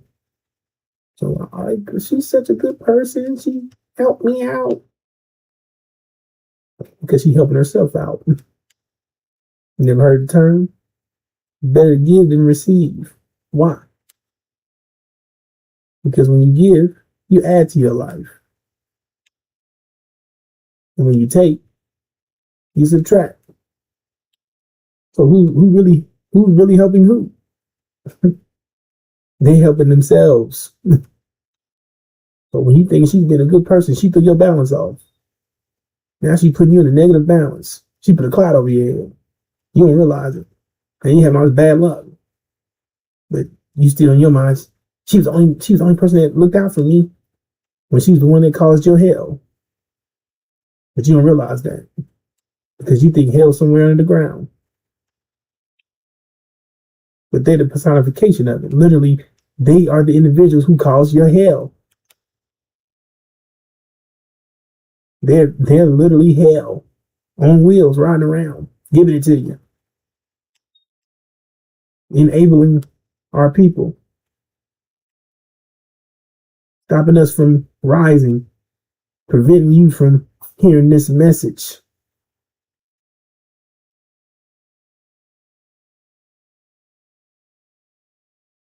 Not telling you that you have a vision. Because they know if you're visionless, then you'll perish. This is more evidence that they hate you. Because somebody love you when they want you. When they want you to live. When they want to save your life. When they want to help you out, make sure you don't perish. But they know it said people without a vision will perish. So they give you the American dream, which is not a vision. It's a nightmare. Once you wake up, you realize you're in a nightmare. And dreams aren't real. Their goal and tactic is to disconnect you from reality, distort your way of thinking, destroy your ability to think, literally, destroy your brain, prevent you from making precise calculations, making calculations in general. But their whole point is to diminish your thinking ability, to keep you under their level of thinking. That way they can maintain their control over you because they have no control over you. You just don't realize it yet. Their time is up. Their season is done. We're about to move into a new one. But they're prohibited to go. They can't move into that next reality. But you can. And that's why they want you to perish. Because they don't want you to have anything. They don't want you to have nothing. They never intended on you to have anything. Even with them having everything. They still hated you. And you had nothing. And that's how they want it remained. They want to keep that remained. Just like so. Nothing. So they say, why you love the devil? Because it gives you nothing. Literally. Everything that he gives you is fake. It's an illusion. It's like money. What do you need money for? I need money so I can do this, do that, get that, put gas, get food, get this. So what's really important? Is it the money? or the resources, the necessities. You see? It's technology. That's the devil's way of thinking. Control. You see? If you see what's important, stuff that you need to exchange your money for to survive.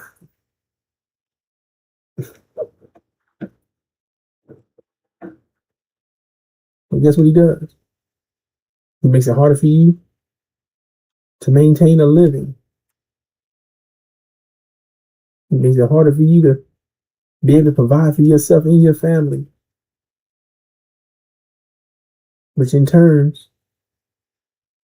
now you're short. That's intentional. Now you got to go out and make something else happen. Because you're short. Which means what? 9 times out of 10, you start doing illegal things. That'll make you wicked. That'll make the people who designed it wicked. So why the hell would you do that? Why not just pay me $10 more an hour? Give me a bonus every now and then. Help me out, right? Pay me what I'm worth. But to them, you're worth shit. So that's what they pay you. This keeps you in a cycle of feeling like you're in hell. Because you are. And in turn, it turns you into a criminal. But that's not who you are. That's what they turned you into. You don't blame the product. You blame the manufacturer. They did that by design to fill up their prisons, their jails. That's how their system thrive. Off your misery. Make you criminal by survival. Because you're trying to fend and fight and feed your family. You're trying to do all you can do to make sure the ones that you love is taken care of. And this is the only way I can do it. And this is how they benefit off you. It don't have to be set up this way. But like I explained to you, that's their mind. This is their mind. It's their reality. It's their heaven. Which their heaven is your hell. So they love it this way. So when you try to come in, you try to change the fabric of what they got set up, they eliminate you. Or they put you in jail. Or they poison you. Put you on drugs. They redline you. Black code. All those things, right? Keep you from being on the same level as them.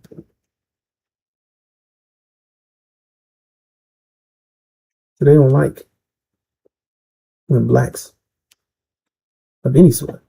They don't even really like their own children. The black-faced children doing well. But they do it anyway because it's a tactic of manipulation. Again, like leverage. Let niggas know that you could do it. You can do it too, nigga. Look at Oprah. Look at Jay-Z. Look at all the people that you love. Look at these clowns. So they put these props up that look like me and you, but they're not us. They're wolves in sheep clothing.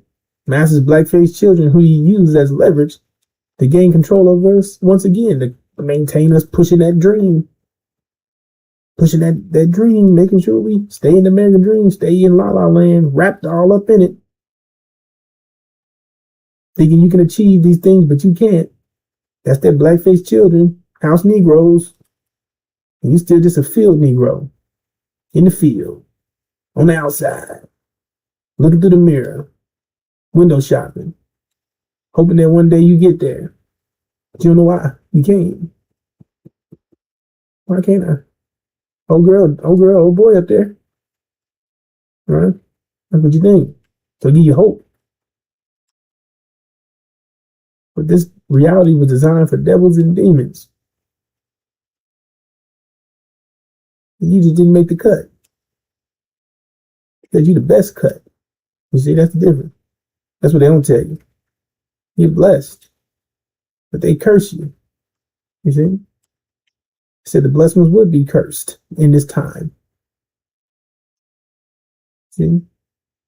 Because it's a sad ending for them. There's a blessing on the way for you.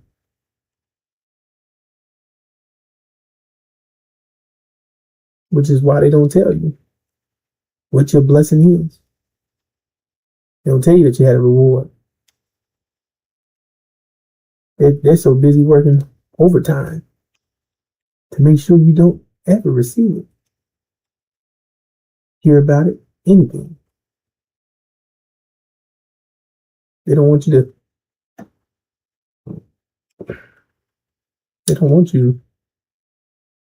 to be a beneficiary.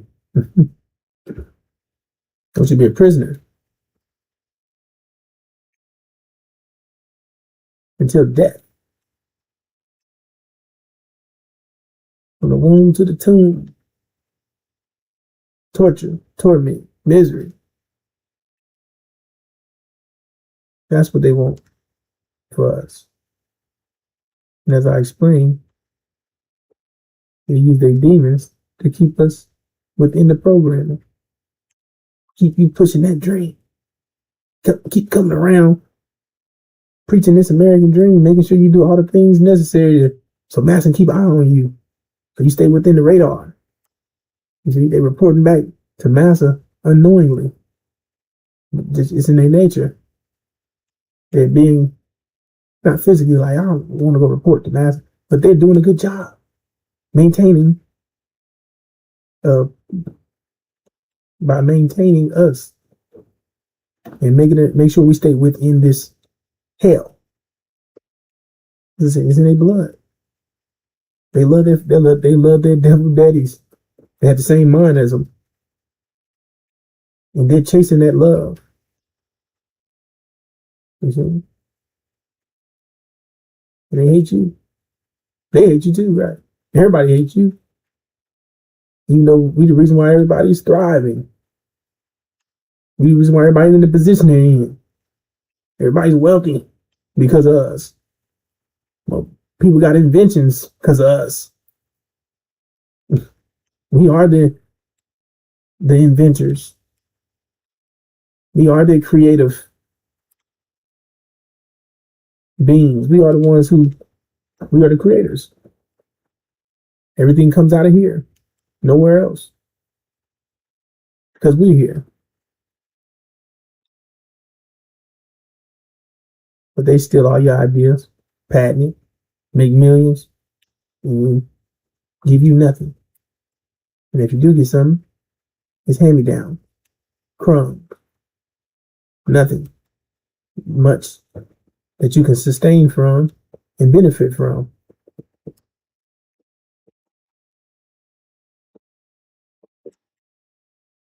So why do we keep doing it? Why do we keep producing gold and silver for these individuals who hate us so much? Because we're programmed to do so. We don't know any better. Because as I explained, you thinking that this is the right thing to do. This is what God would want for me. God put in my heart to forgive my enemy. God put it in my heart to keep that will, power, to love, to keep chugging along, loving my enemies. And that's what the demons, that's what they do, right? Plead for Master. Keep you believing that you're the one that's wicked and sick and evil. But it's really those who's telling me and who's doing the actions. They're the ones. They want you to believe That is you. Opposite day. You see? Putting their energy on you. He said we mended their hearts. Literally. They're sick people. Hideous. But because we're here, they're sharing our energy. They're picking up our good vibes. But they feel like they're good people. And guess what happens to you? You feel it's intense. You feel all this hatred. You feel all this negativity. Picking up all these bad thoughts, sick thoughts. But you don't realize that they're not yours. So you start to believe what the pastor and preacher and the people that's saying what they saying, the devil or whoever. You start believing in these things, but you don't realize that you're picking up on people's energy. You're picking up on your enemy's energy, on their thoughts. So it's not you, brothers and sisters. It's them. That's why the mission is complete separation. That's the whole point. Getting away from these damn devils and demons. That's what they want for you. They want you to stay here, suffering until death. They don't want you to start thinking for yourself. Start to realize what they're truly up to. You know, there's people that I know what they're up to, know what they're doing, but they don't want to go. They want to leave America. They never. The thing is, they're upset. They're dissatisfied. Nah, but it's life. They accept it. Because a lot of them don't know what to do. They don't know right. You can't beat them, you join them, right? So a lot of our people don't realize that there's a way out. That you have a second option.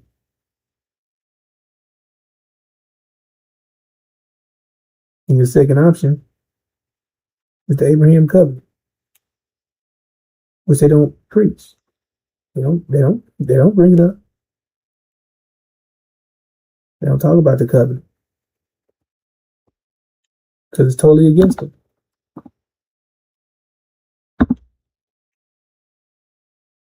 Because it's not for them. The Abraham covenant is like a bomb for them. Blow them right up. Oof. Because that's our reality. And when our reality comes in, that blows them out of existence. Right? Blow them right out of existence. That's why why would they spend time generating or powering up a bomb that's going to blow their ass up? But what would they do? Like all criminals, right? You're guilty of something, or you know something, if it's not in your favor, right? You're trying to get away from it, you hide it. Why would I be telling you about something that ain't got nothing to do with me? It ain't extended to me. And I don't want to go there. Mm-hmm. They don't want to leave here anyway. This is their paradise. That's yours. The Abraham covenant is your paradise, and America's theirs.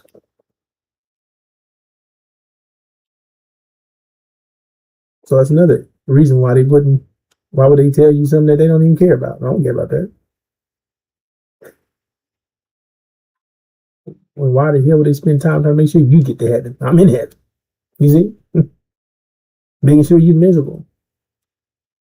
Making sure you're terrorized with fear and lies, fairy tale, stuff that's not tangible. Me taking your money, love robbing God. Hmm? They love this stuff.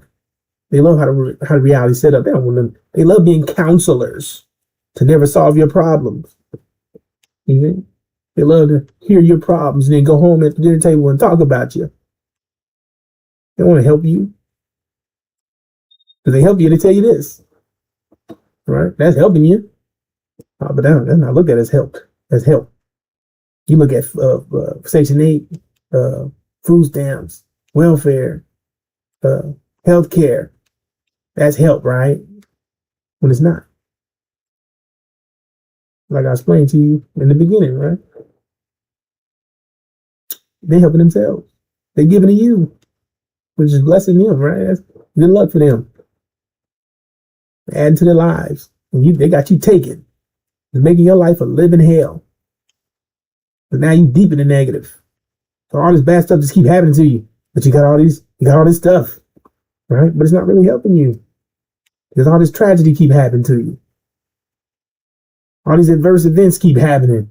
All this weather, this bad weather is right. It's terrible. Hail, storms, tornadoes, earthquakes, all types of stuff is entering your life. And you can't get a break. Can't win from losing, right? Because you keep taking. They're not gonna tell you.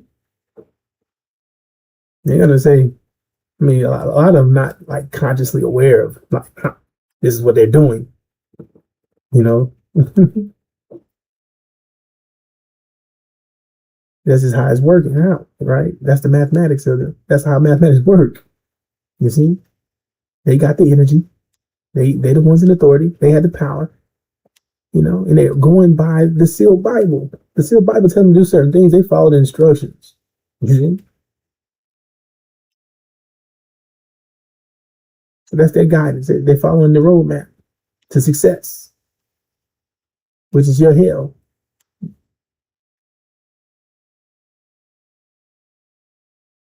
So a lot of them don't have a clue what they're doing. They're just exercising their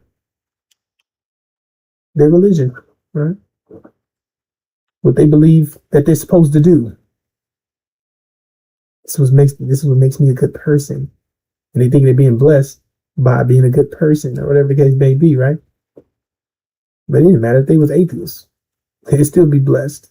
That's the thing that people don't realize. People keep thinking it's because you're favored by the Lord and all these things. No. It's because you're literally weak.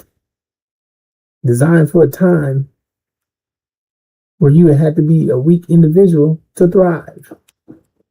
A recessive individual. That's this time. You had to be recessive to be successful. Right? Had to be devil seed. Or you could be original. Your mother could be a devil.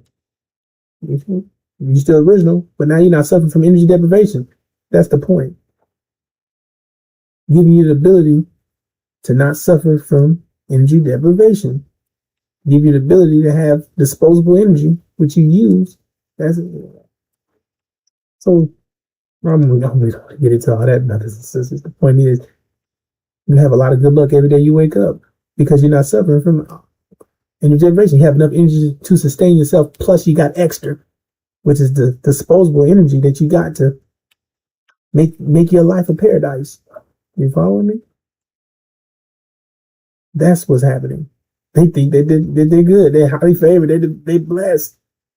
You literally just have excess energy, excessive energy. And you get new set of energy every day.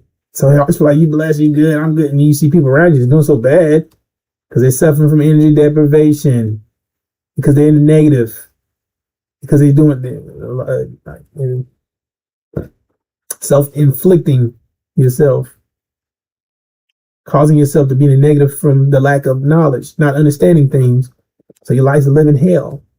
So they're thinking like, you know, they're using these tools, thinking they trying to teach you, trying to show you, trying to motivate you. But boy, girl, whatever.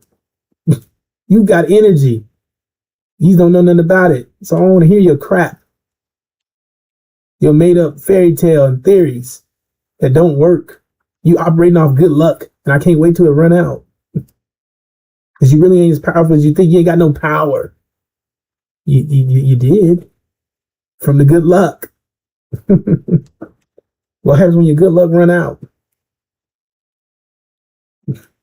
Let's see all your trinkets worked in. All right, everything you got conjured up. Tricks up your sleeve. Let's see it work now. Because it was only solely working because you had that disposable energy. Which people don't understand that. So ain't no highly favored. Ain't no I'm blessed by God. Ain't no none of that crap. Based off how much it is, based off how the design of your literal who you are. You know, it's based off that your genetic makeup, which is the reason why we even brought these devils into existence. Because we was going into a time where you will require less energy to rule, to maintain a civilization. And we knew that we couldn't do it. So we had to bring in the people that could do it.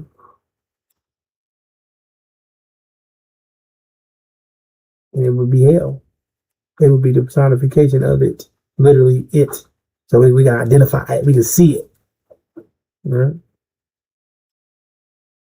We can see it. So we needed a civilization. We knew it would be best. We knew the outcome. But dirty water was better than no water. Right? You still got to stay alive. Mm-hmm. And that was the whole point. But now, we're coming out of that time, brothers and sisters.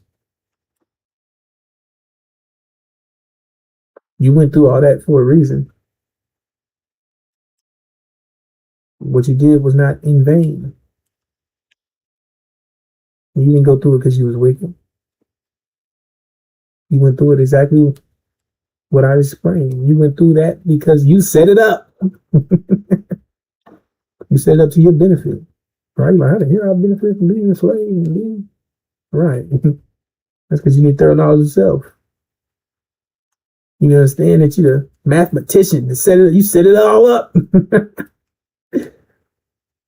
And you endured a process that no one in their mind would have thought you would have endured and didn't want you to endure.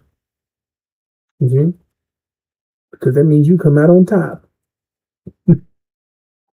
You transform into a diamond during this process. Said pressure make diamonds. That's what they put us through. Hell, pressure. They put all that hell on you. It was intense. Okay? You didn't like it. We didn't like that.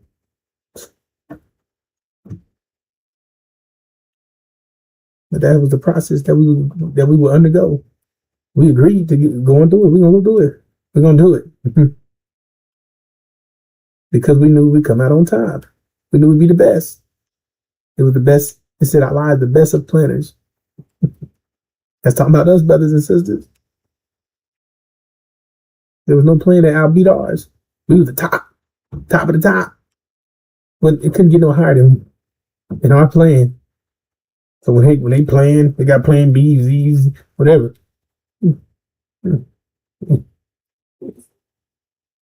Could no plan beat our plan? So when they think they can use plan B to abort you,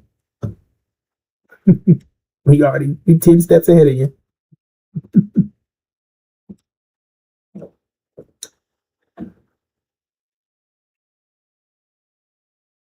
That's the thing. You're going to realize in a minute that you're blessed. That those who keep their white robes, they're blessed. It's talking about you, brothers and sisters. Those who still under the authority of the devils, they're still blessed. The ones that kept their garment, meaning they had the authority and thumb on you. I mean, you didn't break out. You didn't escape from the pressure. You endured it. All the hell. And they still have you, a nation within a nation. Every other nation broke out. They broke out. African nation, Oriental nation, Asian nation. All the other nations say, I'm getting the hell out of here. You see? And we endured it. We took all the hate, all the torment, all the misery, all the affliction. Every day, all day.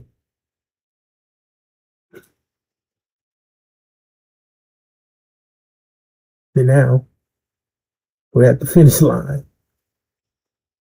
What a glorious day.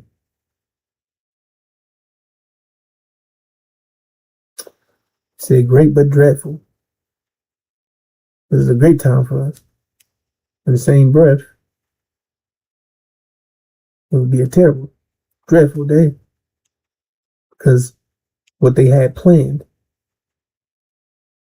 against you, which is your destruction, they're planning to attack all blacks. They're planning to attack all blacks. They're planning to attack all blacks. That's what they're planning on doing. That's what they should be telling you. Anybody that's black, so-called activists for black people, pro-black, this, that, knick-knack, paddywhack, they should be telling you about this. They're telling you about to be under attack. That the house is on fire. That you're about to be burnt up and consumed in fire. That your life is in danger. That you're not safe here in America. They said America be burnt up. Never to be a nation again. Said hell's on the way. Said America about to be hit with plagues.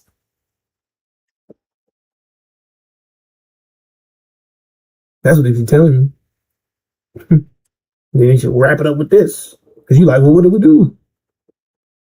Wrap it up with this. Tell them what God said. I got something for you. Okay. And how do we achieve it? Thank you. You got to remove the devil's mind. We uploaded the devil's mind to be successful. It says submit to Adam. So you blame the wrong people. We submitted to the wicked people. So I'm wicked now. You sure right. I was. So that was what I was told to do. I obeyed my command. Mm-hmm. I submitted to the will of God. Now you mad at me? Mm-hmm. But now it's time to come out of that. You know, that's difficult, right? Come on.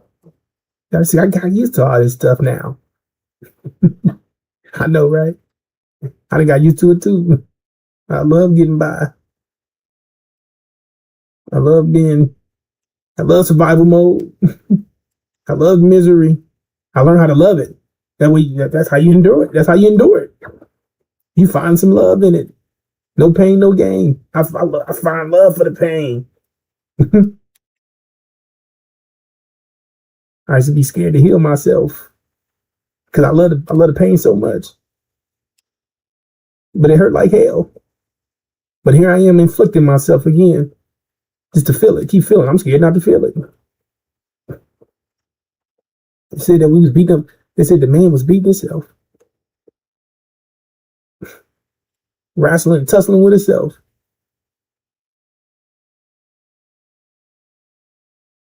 Made you tired. You ain't got to go through that no more, brothers and sisters.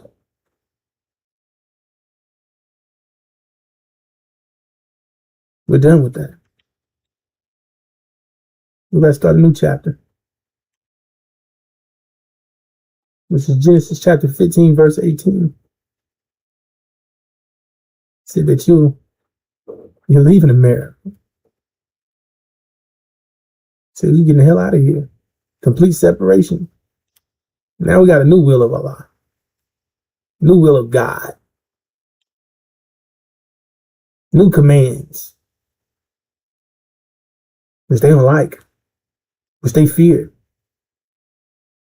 Said, do unto them as was done to you. That's what they feared. You get your mind back. That you multiply.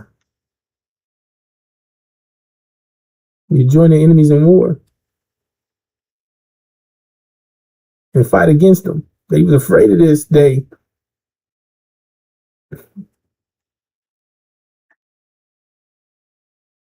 He was afraid you wake up from that slumber. You don't realize who you are. He said you didn't. You didn't realize who you was. He said you was God's. Children of the Most High God. He said you was the ones. But you walk around, you don't know. They keep you asleep. So you never find out who you truly are. Powerful individuals with sharp teeth. And they've been starving you to death, inflicting you. And they surrounded all around. You ain't ate a good meal in years. Hundreds of years. So they wake you up. They gonna be lying shit.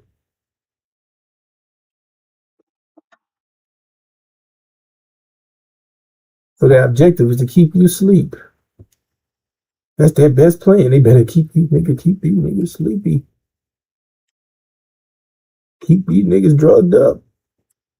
Keep them programmed. Kill these niggas. Make them kill themselves. Because that's the way it works. They had you killing yourself from not understanding this information right here. Said my people are lost from the lack of knowledge. From this knowledge. The truth of this time.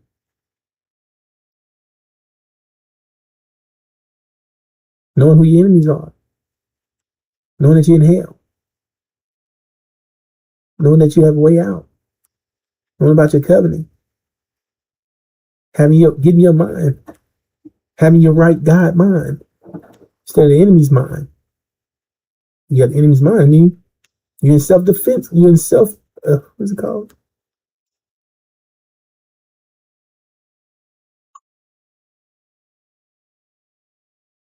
Right, you got the enemy's mind. You're beating up yourself. That's what I'm trying to say. You're hurting yourself.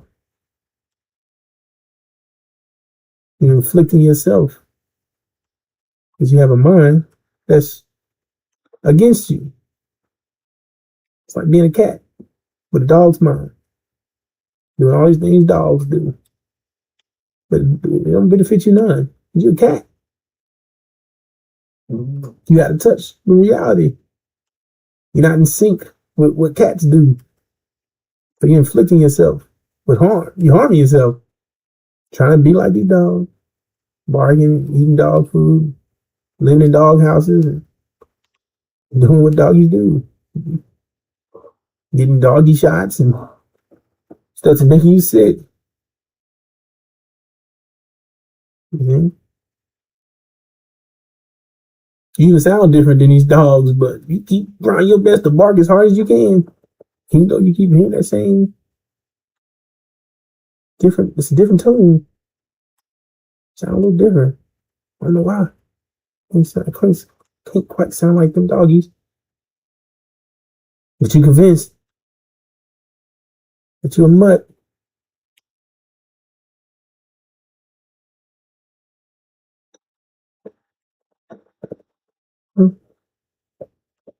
Soon we wake up.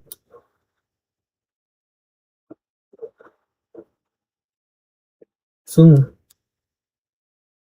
Very soon, brothers and sisters. And when you do, you're going to be more than angry. You're going to be filled with anger, wrath, vengeance, payback. Now, that's what your ancestors would have wanted. Payback. Eye for an eye. Tooth for a tooth. And people say, oh, my ancestors would have loved. My ancestors would have been happy for me. But you sit up here partying with devils, and loving devils, and marrying devils, and having babies, and loving the American dream, and kicking it with people that enslaved and afflicted you, dehumanized you past imaginable. They wouldn't be happy for you. They'll turn over in their grave. They'll disown you. They wouldn't have anything to do with you. They'd be happy once you avenge your people.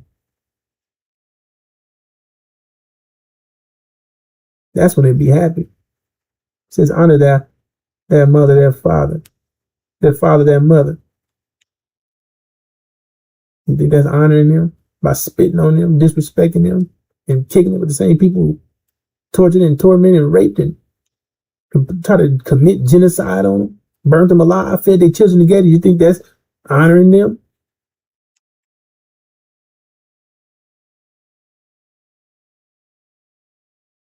Right. It's that mind thing again. You see? That's why you gotta get rid of the devil's mind. You don't love your enemies. You don't love these fools. You don't love these people. Talking about you gotta forgive them. You ain't gotta give anything you forget. Say, do unto them as was done to you. See what I'm saying? That's where we are. It said take the heel of their baby and smash their baby head into the wall. That's what it said. Does that sound like love? That's what I'm saying, brothers and sisters. That's why they have us trapped and enslaved here, acting other than self. They want you to perish right along with them. They don't want you to wake up.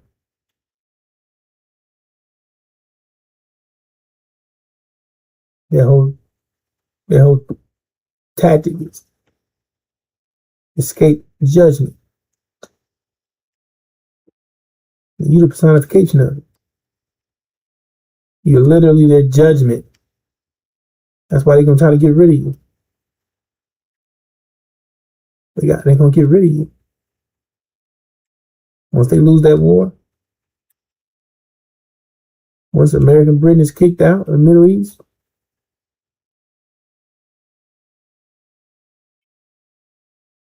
and false Israel is about to go down, they're surrounded, under siege, about to be destroyed.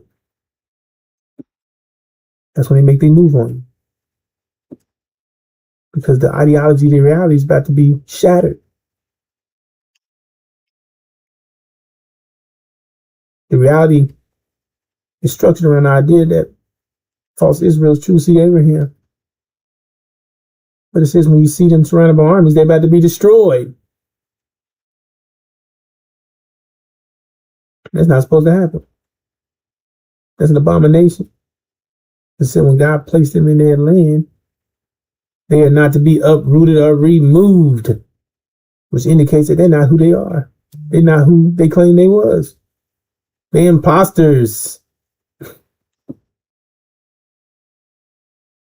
And it's made manifest that they were Satan. The ones saying that they were Jews, they were lying. The blasphemy out of the ones saying Jews to be, and they're not. They're synagogue of Satan. They're Satan. Claim to be original. Claim to be from the tribe of Judah, indicating that they're from the tribe of Judah. But they don't call themselves Judah. They call themselves Jews, which is slang for Judah. The terminology they use, which is slang. We're claiming to be God's people, claiming to be original. But they're not. They're false. Just like their name, false Israel. The E and A is flopped. It's spelled wrong. Something that's real be spelled is real. ISREAL. Real. They spell it wrong. You got the E and A is flipped. We're about to come together. This is an event when they attack all blacks. We're coming together whether they like it or not.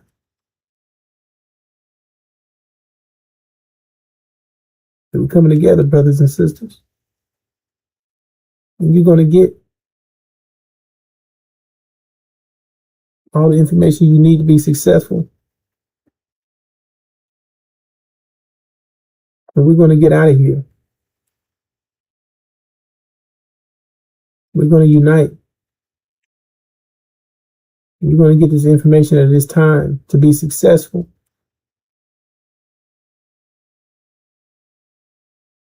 Which is our doorway, the mind, our roadmap.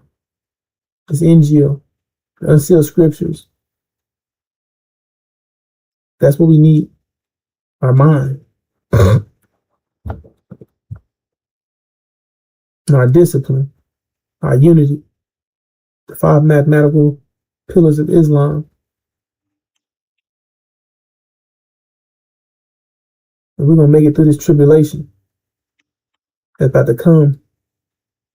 That's right around the corner. Which is made to purify you. So you can go back home. A makeup test.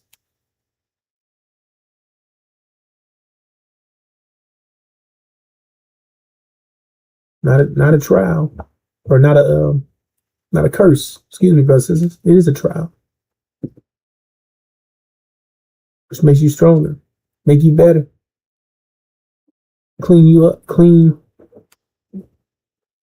the shit off you that America dipped you in. You're good people. You're blessed people.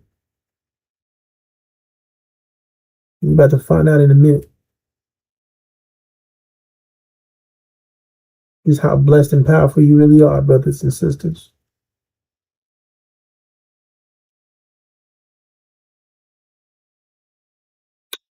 Thank you for listening to me, brothers and sisters. I'll be back with more.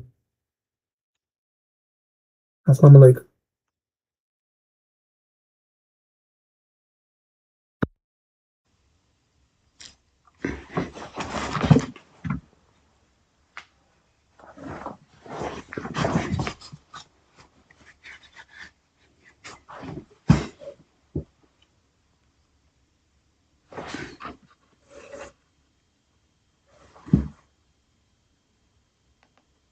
Assalamu alaikum, brothers and sisters and brothers. It's your brother Elahu Ramadan with that information, brothers and sisters, that's vital to the health and the future of the original black man, black woman, and black child held captive in the North American wilderness. It's vital, brothers and sisters, because it's going to be a national emergency alert that's going to take place that states that the black man, black woman, and black child is a threat to the United States of America, brothers and sisters. And that threat just happened to be because of our true identity, brothers and sisters. So the war in the so-called Middle East that's transpiring right now, it's for you, black man, black woman, and black child. It's for our benefit. It's to benefit us, brothers and sisters.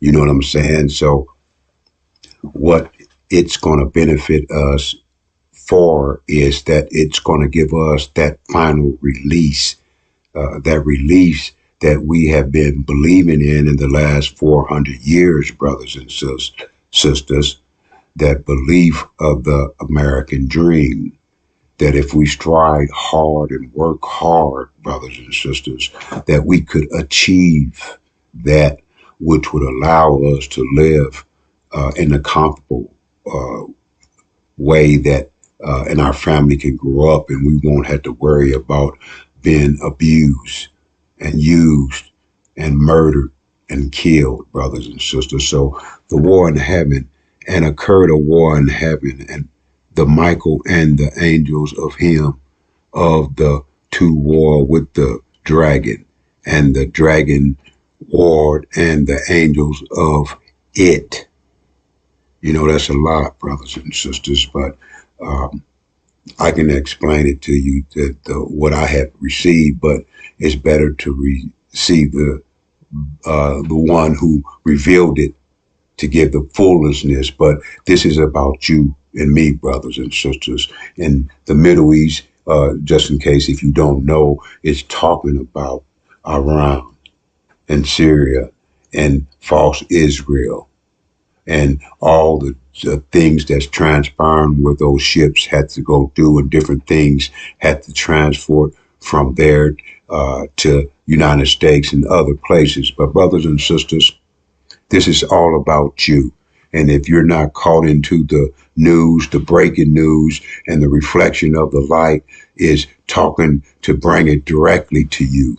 So you can understand, brothers and sisters, that if you don't have no food prepared for what's about to come, the shock of the hour, and then you'll be caught up in the shock of the hour. This is future news, brothers and sisters, that's being given to us so we can give it to you. So the war in heaven, that's in Revelation 12:7-9. Read into it so you can know what time it is. Let's go.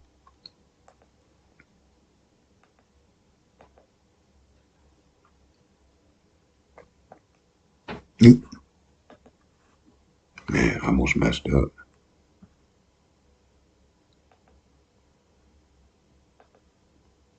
Okay, that's kind of just a sign of false Israel, Iran, and America, brothers and sisters. You know what I'm saying? But let's keep moving. Okay. It's time for us to exit the United States of America, brothers and sisters. That warning, that national security alert.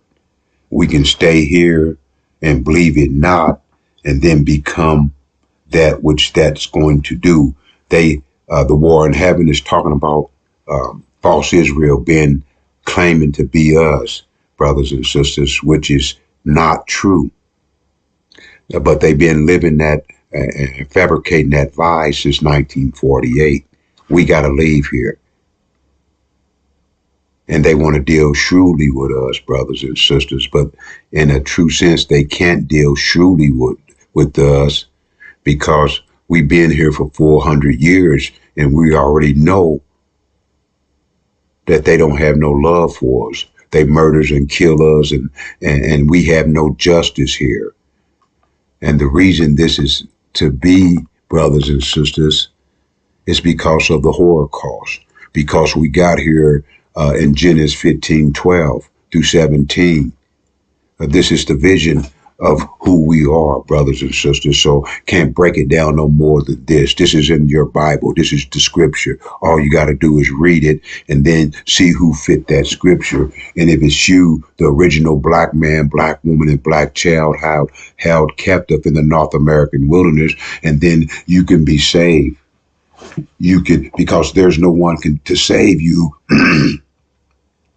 but the messenger of the covenant. And so let's read into this, brothers and sisters, and you can go from there. It says, and when the sun was going down,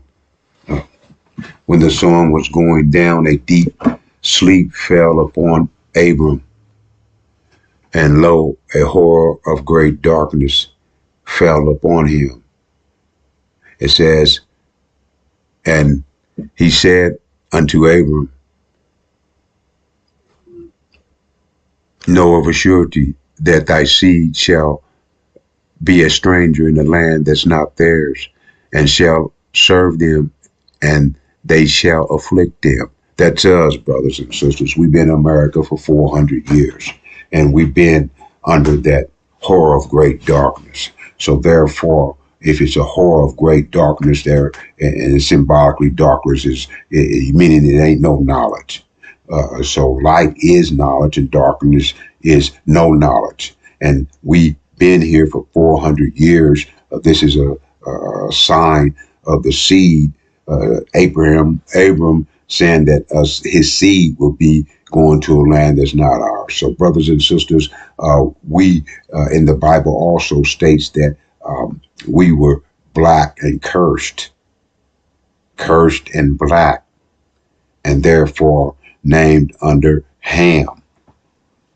That was our name. That was our curse. And I ain't going to get into scripture that tells that and what becomes of that, but Abraham, that makes the connection. We are that seed. We fit the description of the 400 years, brothers and sisters. So since we fit that description, let's go on and read through it. So that way, and when they, it says, let's start at the top. And when the sun was going down, a deep sleep fell upon Abram, and lo, a horror of great darkness, no knowledge, fell upon him. And he said unto Abram, know of a surety that thy seed shall be a stranger in a land that is not theirs, and shall serve them, and shall afflict them 400 years. And also that nation whom they shall serve will I judge, and afterward shall they come out with great substance, brothers and sisters. So therefore, that's us. We've been here 400 years, 1619, 2019, 400 years, brothers and sisters, easy math. And we would come out with great substance, brothers and sisters. And since if you do the math, once we got here in 1619, we start advancing things. We start, since we were the so-called slaves, which was really we call a Holocaust, we did everything. So all the work that you do cause you to have a different experience and start creating. I can do this easier. So our creative mind made America rich, and all who had traded with America became rich. So after our 400 years, the God said he would judge this nation. Right now, as you speak, this nation, as I speak, this nation has been being judged, brothers and sisters. The gas price, I think I got some gas today, $6.39. $6.39, brothers and sisters. It's all because of this war. It's all because of this world war. And this world war got to deal with the original black man, black woman, and black child identity. The false Jews are saying that they're this seed. They're not. They've been put in that position in 1948, brothers and sisters, perpetrating a fraud, saying they are us. So what do we get for being here for 400 years and this nation being judged as it's being judged right now with all the different things that's transpiring? And the main thing that making it take place is the Trump, the last trumpet, brothers and sisters. He advocated that he wanted to make America great, but he's not paid. America's not paying him enough. He's getting paid by the false Jews in Israel. So this war in heaven is about the original black man, black woman, and child, our freedom, brothers.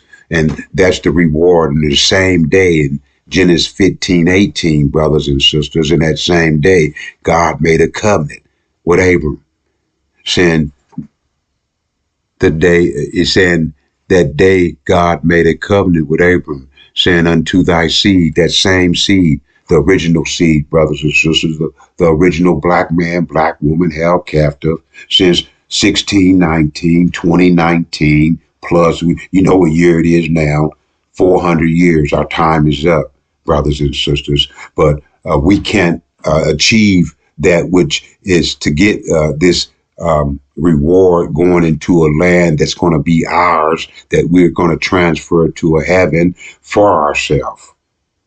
We can't achieve it unless, brothers and sisters, we upload the information that was received, that was hidden under 7 seals in the book of Revelation 5:1. Start there, read it, and you'll see what was revealed to the messenger of the covenant, the Son of Man, brothers and sisters. He is the one. Jesus is not coming. Jesus is not coming, brothers and sisters, for us. That was what was taught to us under that horror of great darkness. After they stripped the knowledge of who we were, and we had no identity of ourselves, the messenger of the covenant who appeared right here, brothers and sisters. Let's go see where he appeared. And behold, I will send my message, and he shall prepare the way before me. And the Lord whom ye seek shall suddenly come to his temple, even the messenger of the covenant, who ye delight. Behold, he shall come. Brothers and sisters, the messenger of the covenant is talking about from Revelation, from Genesis 15:12. Talk about our arrival, the original black man, black woman, and black child in America. And then it goes to Genesis 15:18, talking about we'll be leaving and going to a land. That's our reward. And not only will we be leaving, going to the land, to our new land in heaven, brothers and sisters, once we get the people that's on it off of it, the black woman, the most beautifulest woman on the planet, brothers and sisters, she'll be the interior decorator.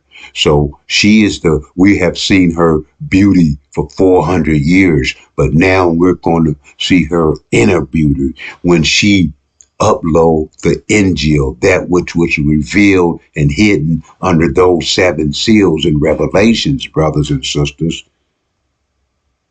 I'm talking about a national security alert for all blacks held captive in America for the last 400 years, but particularly the blacks who came in 1619. Now there's other blacks who live here with visas, the Africans and the Haitians. I'm thinking that's right. Yes, sir. So they've been living here too. So when they put out that national security alert and cause all of us to be gathered in one spot, brothers and sisters, we're going to have a different understanding of what we need to do. We know we're going to be fleeing. They're going to have another understanding. See, because we're getting a blessing. We're getting a reward for submitting to the Adamites for 400 years. Everybody else they on a different mission, brothers and sisters. So in Malachi, the messenger of the covenant has came to give us that new understanding of how we can get out of the vision of the American dream, which is the nightmare for the original black man and black woman, and get into a true vision. A vision that's going to benefit us, a vision that we're going to be in control of self, a vision that we're going to have a real heaven, brothers and sisters, a real heaven. But before we get to it there, brothers and sisters, we have to upload that INJIL.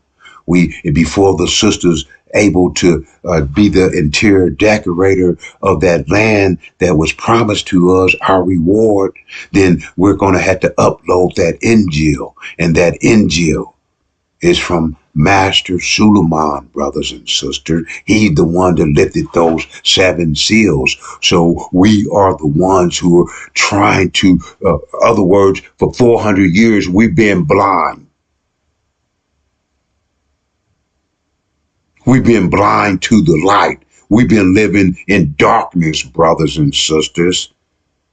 We've been living in darkness. Now the 7 seals have been lifted from the Bible, and we're not living in the sealed Bible no more. We're living in the unsealed Bible because we needed that information to give us a new way of thinking so we can think our way out of it. We've been living on the second dimension, and it's time for us to go back to the third dimension. Now, in a sense, we've already been in a third dimension, but we don't understand the concept of it. So if we prescribe to the messenger of the covenant, we can get the full understanding and make that escape, make that exit, and receive that reward, brothers and sisters. But if we don't, and we'll be waiting on the dead man, Jesus, that's 2,000 years dead, or those who's supposed to be giving us the information from the Nation of Islam, it ain't happening. He said he would appear in Elijah's temple, brothers and sisters, and that's the temple that Master Fraud Muhammad set up. You've been waiting on God to come. God came in 1930. And this is the continuation of the rest of the information, brothers and sisters, the 411, the liberation and salvation of the black nation. But it's a mind thing. You can't receive it, or we can't receive it because our mind is full of trash. And we're trying to figure out who's going to win the playoffs. And when they end, we go back to go through basketball and baseball. We don't even know that we ready to get a reward. We ready to go to heaven, walk in it. Not a heaven in this man world to die, brothers and sisters. That's why it's breaking news. They at war, brothers and sisters, when the false Jews that's been in that position, trying to represent us, perpetrating the fraud, when they get wiped out, America got to come back and get rid of the evidence. And you and me, black man, black woman, and black child held captive in the North American wilderness is the evidence. We're that true seed that they've been perpetrating that they are. And the United States of America is the one that's upholding him. The war in heaven, brothers and sisters. You got to make it that decision. If you don't, the ones you say you love, they're going to end up dead. It's up to you to make the decision. It's up to you to subscribe to the messenger of the covenant. The preachers ain't telling you. They've been talking to you for the last, in that 400 years, they've been talking to you, only extorting you for your money and pushing the program of the devil, pushing the program. They went to the theologian school. This is coming from the messenger of the covenant, from the Bible that they done had since they had it, brothers and sisters. It's your choice. It's not mine. I already made the choice. And I'm trying to reflect the light so it can lift that shield from your eye so we won't be blind by the light. And we won't be caught up in the shock of the hour. Sisters and brothers, get your peripheral food that you can eat without cooking. Stored up for at least 30 days, brothers and sisters. You won't be caught up in the shock of the hour when America get kicked out and false Israel is destroyed. And now they coming back to get rid of the evidence because they think that's the only way they can stop what's coming to them, their judgment, their revenge from us. And us leaving with great substance, receiving the power of unity and of one thought, that no weapon will form against us, brothers and sisters, because with that one thought as a body,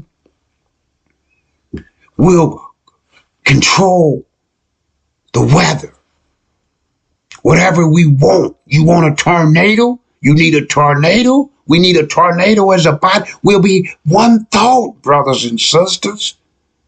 But we have to upload that INJIL. We have to subscribe to the messenger of the covenant. That way, brothers and sisters, we'll achieve the reward, our birthright. We'll retrieve the benefits of our own creative mind that we made every nation rich. We will achieve, brothers and sisters, a heaven. And the most beautifulest woman, the black woman on the planet that gave all beauty to the planet, will be the interior decorator of our heaven. So not only will we see her beauty, we'll be living in it. I'm your brother, Elahu Ramadan, prescribed to the messenger of the covenant. As I came before you, so should I leave you in the peaceful greetings of Assalamu Alaikum.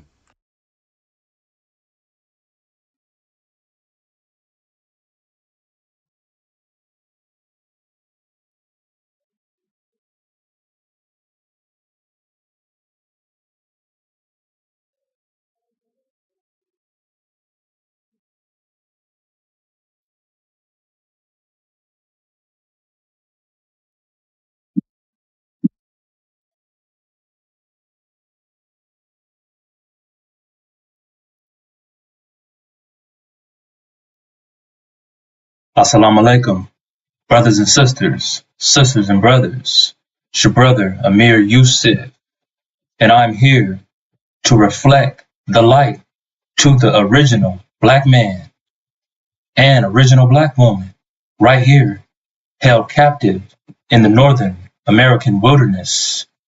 Now, brothers and sisters, sisters and brothers, I need you to take a moment to subscribe till we reflect the light. Yes, subscribe till we reflect the light so you can get that daily upload of information that you need, which is the light that you need in the time of intense darkness, brothers and sisters. Yes, because America is headed for unprecedented times, and those unprecedented times is coming here to the Northern American wilderness due to the outcome of this war that is taking place in heaven, which is all about you, brothers and sisters.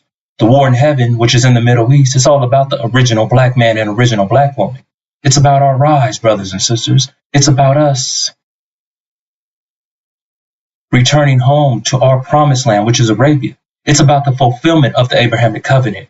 It's about the judgment that America is currently under. The war in heaven is directly connected to what the original black man and original black woman went through right here in the Northern American wilderness at the hands of these Caucasian white devils, our direct enemy, brothers and sisters. So we need to know what's taking place. As I reflect the light to you, original black man and original black woman. So let's get in to the light that I am about to reflect onto you, original black man and original black woman. First off, we have to understand a Muslim is one who is in total submission to Allah. The original black man and original black woman, we are the true Muslims due to we obeyed God's voice as we submitted to these devils, as revealed in Genesis chapter 22, verse 18. And we were the ones to bless all the other nations of the earth as we went through a nightmare, a damn nightmare, which we call the Holocaust. And we call it the Holocaust due to the fact that we are the only nation that endured this pain and suffering at the hands of our direct enemies, these devils. See, we are the true Muslims, brothers and sisters. Because, like I said, a true Muslim is one who is in total submission to Allah. And we obeyed God's voice as we submitted to these devils. But some of us are still caught up with these devils, brothers and sisters. And what I mean by caught up with these devils is that we have their surnames, meaning their last names. See, we have the devil's surname. That means we are the property of these devils due to we have their last names. So that means we're under their guidance, authority, and control. And to break that control and force that they have over us, we need to change our names, brothers and sisters, meaning we need to change our surnames and get rid of these devils' last names because they are not our property anymore. Those days are over, brothers and sisters. See, myself, I had a devil's last name, but I changed my surname. I went down to the courthouse, filled out the application,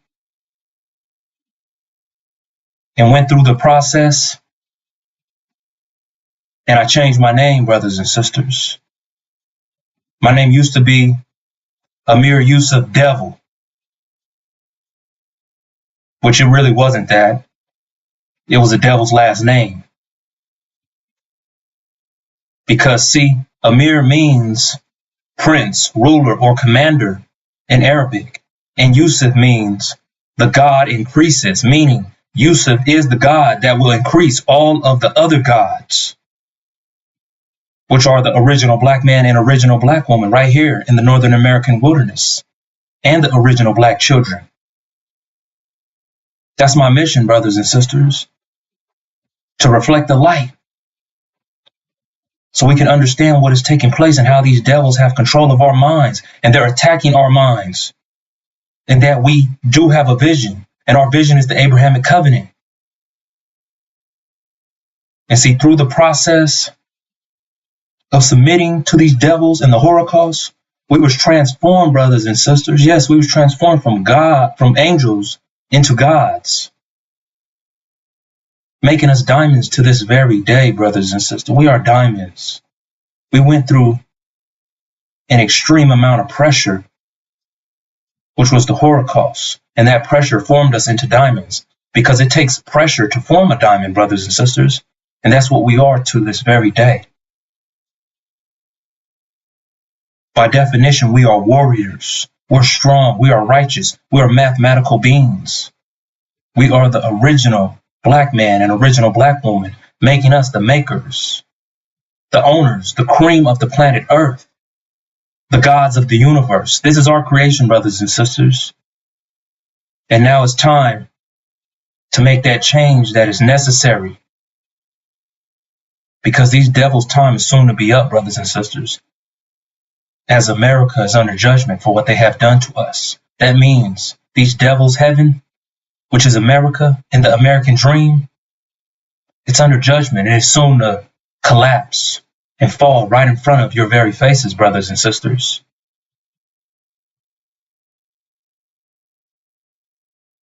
So we have to understand, through that nightmare of horror that we went through, that was intense darkness. We couldn't see who we were. We didn't have any knowledge of self. We lost the knowledge of self. We were blinded, brothers and sisters.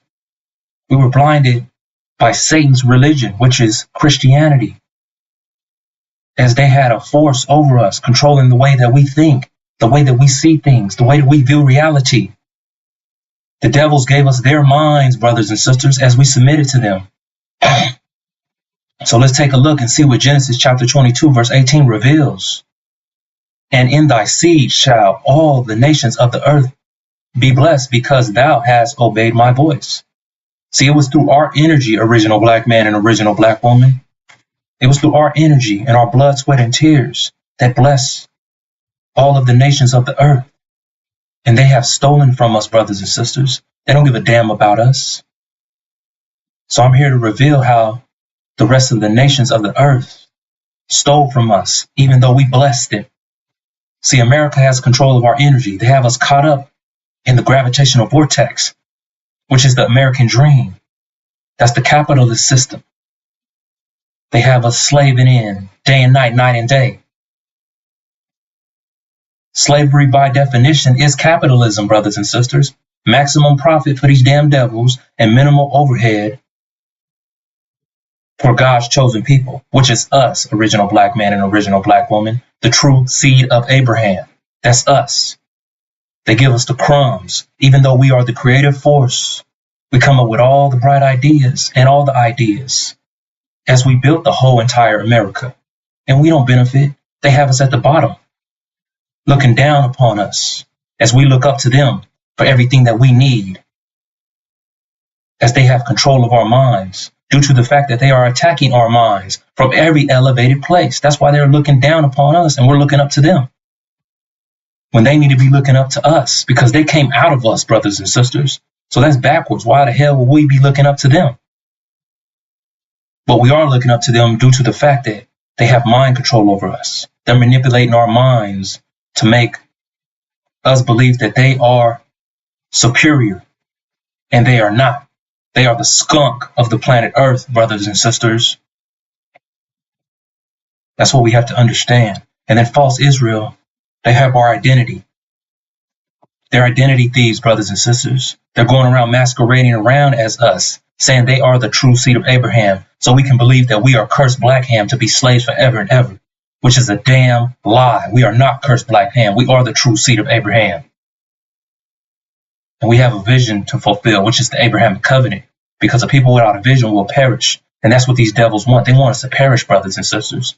They're doing any and everything they can to do in their power to block the fulfillment of our vision, which is our birthright and our reward for going through the suffering and nightmare, which we label the Holocaust, that is revealed in Genesis chapter 15, verse 12 through 17, and is directly connected to our vision, which is the fulfillment of the Abrahamic covenant, which is revealed in Genesis chapter 15, verse 18. And see, we're the only nation that fits the description that is in the Holocaust, making us directly connected to our vision, which is revealed in Genesis chapter 15, verse 18. No other nation fits that description of the Holocaust, which we endured at the hands of these Caucasian white devils, as we blessed all the nations of the earth through our energy, through our submission, due to the fact that we was obedient to God,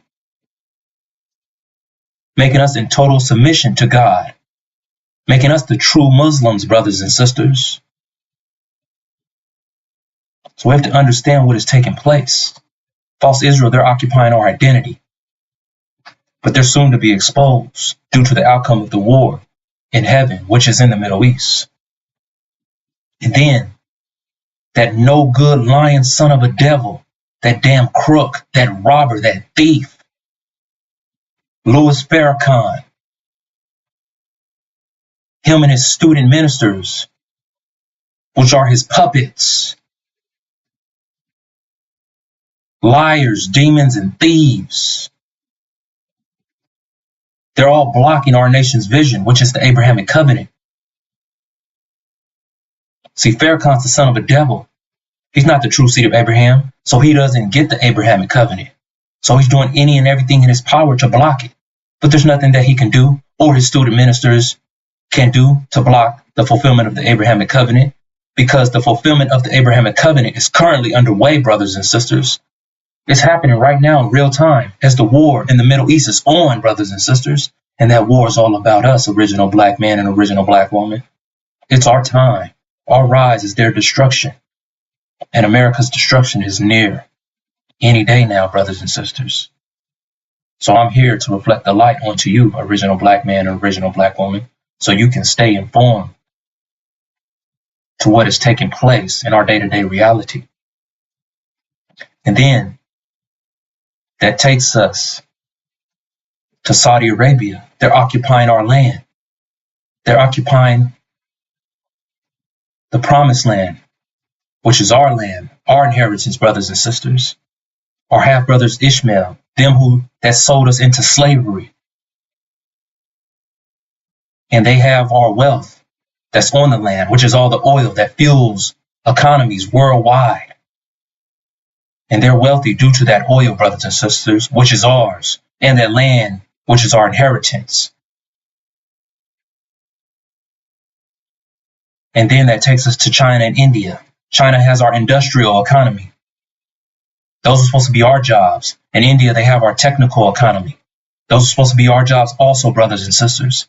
But America gave them jobs away because they want to keep the original black man and original black woman down and out at the bottom of the barrel, as I stated earlier.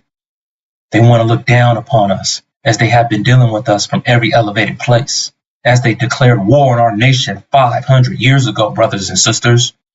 That's what we have to understand, original black man and original black woman.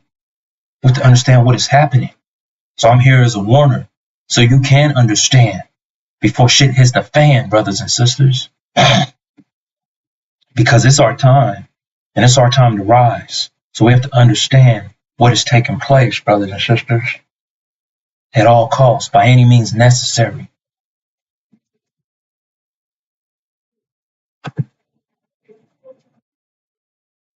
Look at these damn devils, brothers and sisters. Look at the skunk of the planet Earth. Our direct enemies, which are these devils, brothers and sisters. They have control over our minds. They're using and abusing us. They're making us believe that we are nothing, that we are cursed black ham, to be slaves forever and ever, as these devils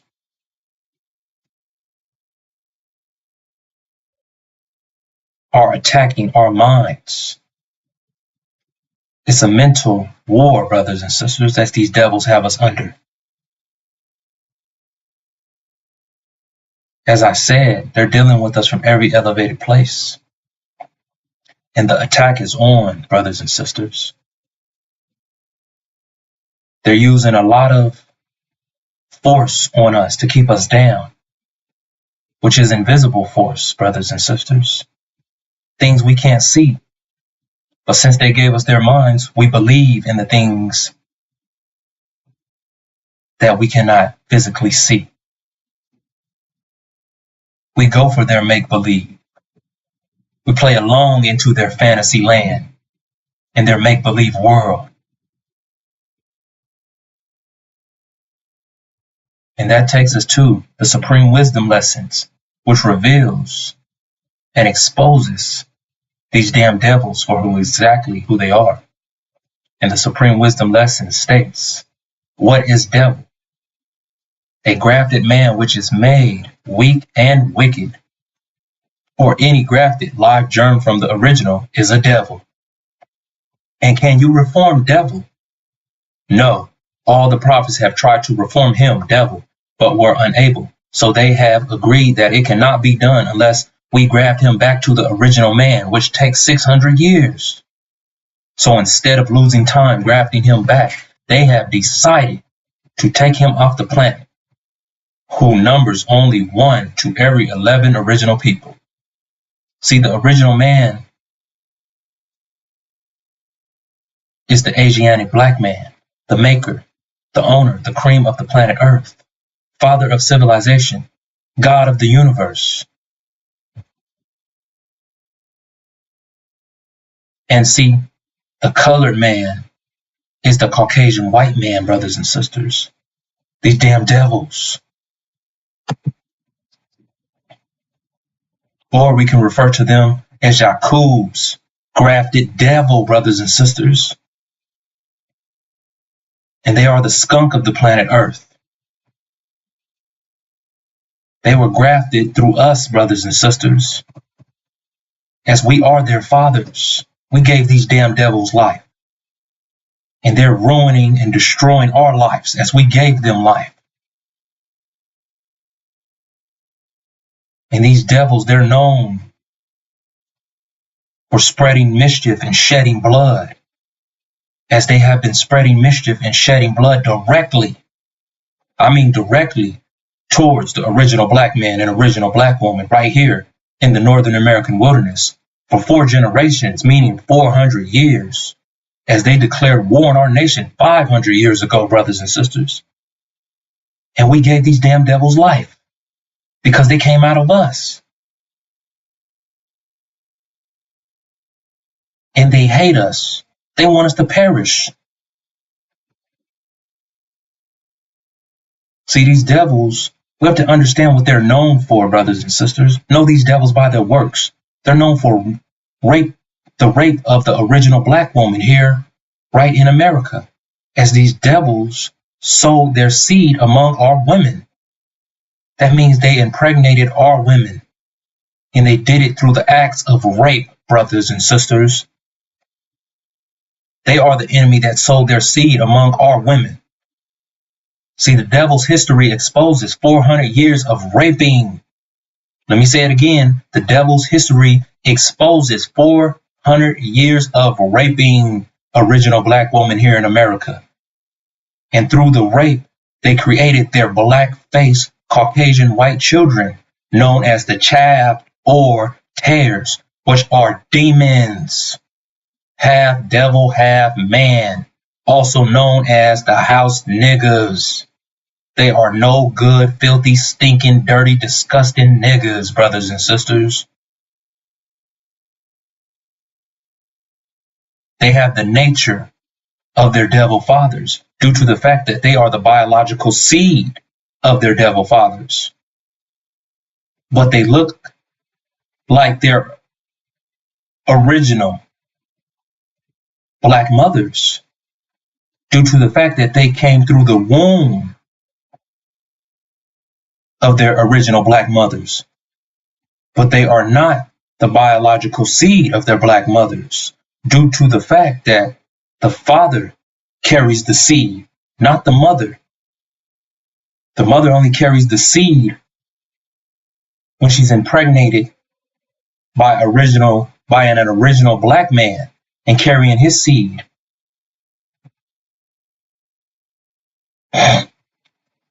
So these demons, they're going around masquerading with their mask of deception on, which is their black face and their black skin. But they still have the blood of their devil fathers and the nature of their devil fathers, as they are the biological seed of their devil fathers. They're just in camouflage, and their camouflage is that black skin. So it makes us, the original black man and original black woman, believe that they are original black people, and they are not. There are hidden enemies, brothers and sisters. They are the ones that spreading mischief and shedding blood all throughout our communities, in our neighborhoods. They have our children acting other than themselves. They have us acting other than ourselves due to the fact that we are demon possessed. And that means that we are around these damn demons, half devil, half man. So we're acting like these demons because we think they have the same nature as us. We believe that they're original like us, but they are not. They're a damn hybrid.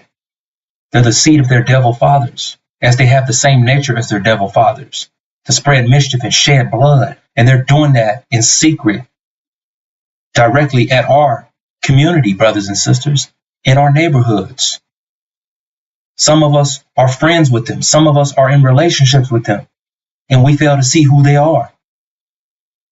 And they are the ones creating hard times for us in our society and in our communities.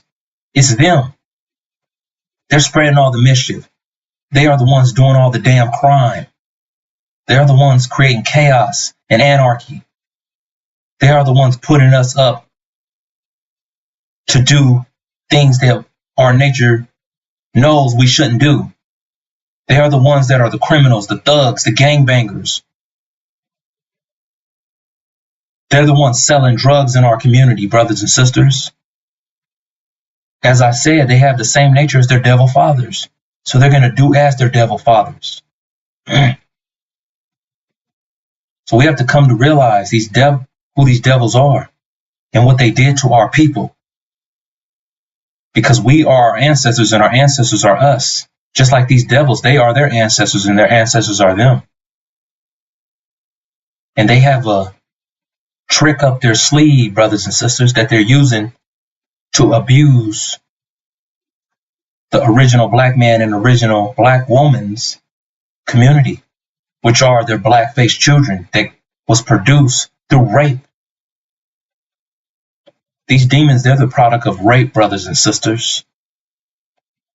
And they're in our communities, messing us up, keeping us divided, causing all the problems within our communities, doing stuff behind our backs, and making it seem like another one of our original brothers and sisters did it when they're doing it. They smile in our face and laugh behind our backs.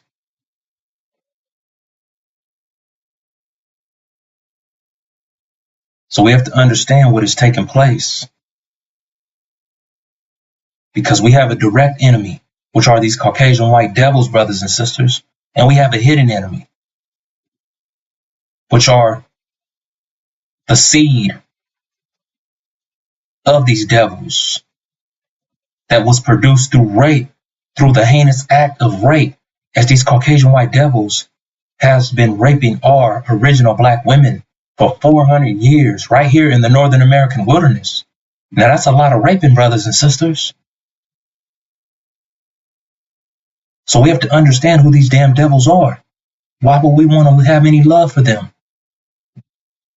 Especially for what they've done to our women. See, we are the revengers of our ancestors. So we're going to do double to these devils what they have done for what they have done to us. Because the outcome of this war will lead to the destruction of America in unprecedented times in America. And these devils, they're going to want to attack us because they're going to be angry and frustrated at us due to we're the reason the American dream is being destroyed and America is under collapse and soon to be destroyed. So they're going to want to attack us. And we're going to defend ourselves by any means necessary. We're going to especially defend our women and children. And we're going to be putting the smack down on these damn devils. We're going to be whooping their ass all up and down America, brothers and sisters. And we ain't taking no prisoners at all. See, we don't promote any violence. Not one bit. That's not in our nature. But we know the attack is coming. We know that we're going to be the national security alert right here in the Northern American wilderness. We already seen who these damn devils are from the Holocaust. That was our hindsight, brothers and sisters. Now I'm here to give you some foresight so you can see what is to come. And what is to come is that these devils, they're going to want to attack us, brothers and sisters. Yes, they're going to want to attack us. They're going to be at our necks. But we're going to have our foots up their ass. That's what's going to be taking place, brothers and sisters. Because we ain't taking it no more. The 400 years is up from 1619 to 2019. Then bam, a plague came to kill the firstborn, which affected these damn devils. It didn't touch us, brothers and sisters, at all. We were not affected. That plague, it hit exactly who it was supposed to hit. It hit these devils and their black-faced children that are the product of rape. So we have to understand what is taking place, brothers and sisters. I'm here to reflect the light onto you, original black man and original black woman, so you can see for yourself.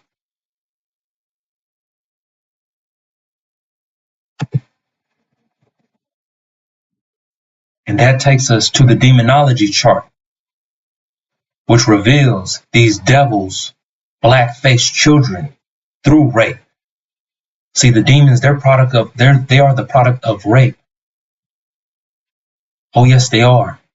And we refer to them as the house niggas. They're demons, half devil, half man. And see, their devil fathers let them in the house, brothers and sisters, back when we was in the cotton fields. And their devil fathers let them in the house because their devil fathers knew that their black-faced children from rape were still their children. So they looked at them as family. So they had a sense of trust for them. They could rely on them to tell their devil fathers what we were doing in the fields. If we had any plans of escape, if we plan to poison these devils' water or their food, or plan to burn down their infrastructures that they had set up, the demons will come around us acting like they're us, but they were not us at all, brothers and sisters, due to the fact that we had different natures. And they came around us in the fields to spy on us, brothers and sisters. They're spies. And they could do their job as a spy very well due to the fact that they are camouflage. They have a mask of deception on as they spy on us. And that mask of deception came from their original black mother's womb. And that's their black face and their black skin. And they're perpetrating a fraud. They're pretending to be like us, but they are not like us. And they learn from us as they are around us, as they spy on us. So they pick up our traits and our attributes, because they're never going to reveal to an original black man or original black woman that they are Caucasian. They're going to go along with what we're saying. Oh, they're black just like us. They're not going to say, hey, well, I'm not a black man. I'm a Caucasian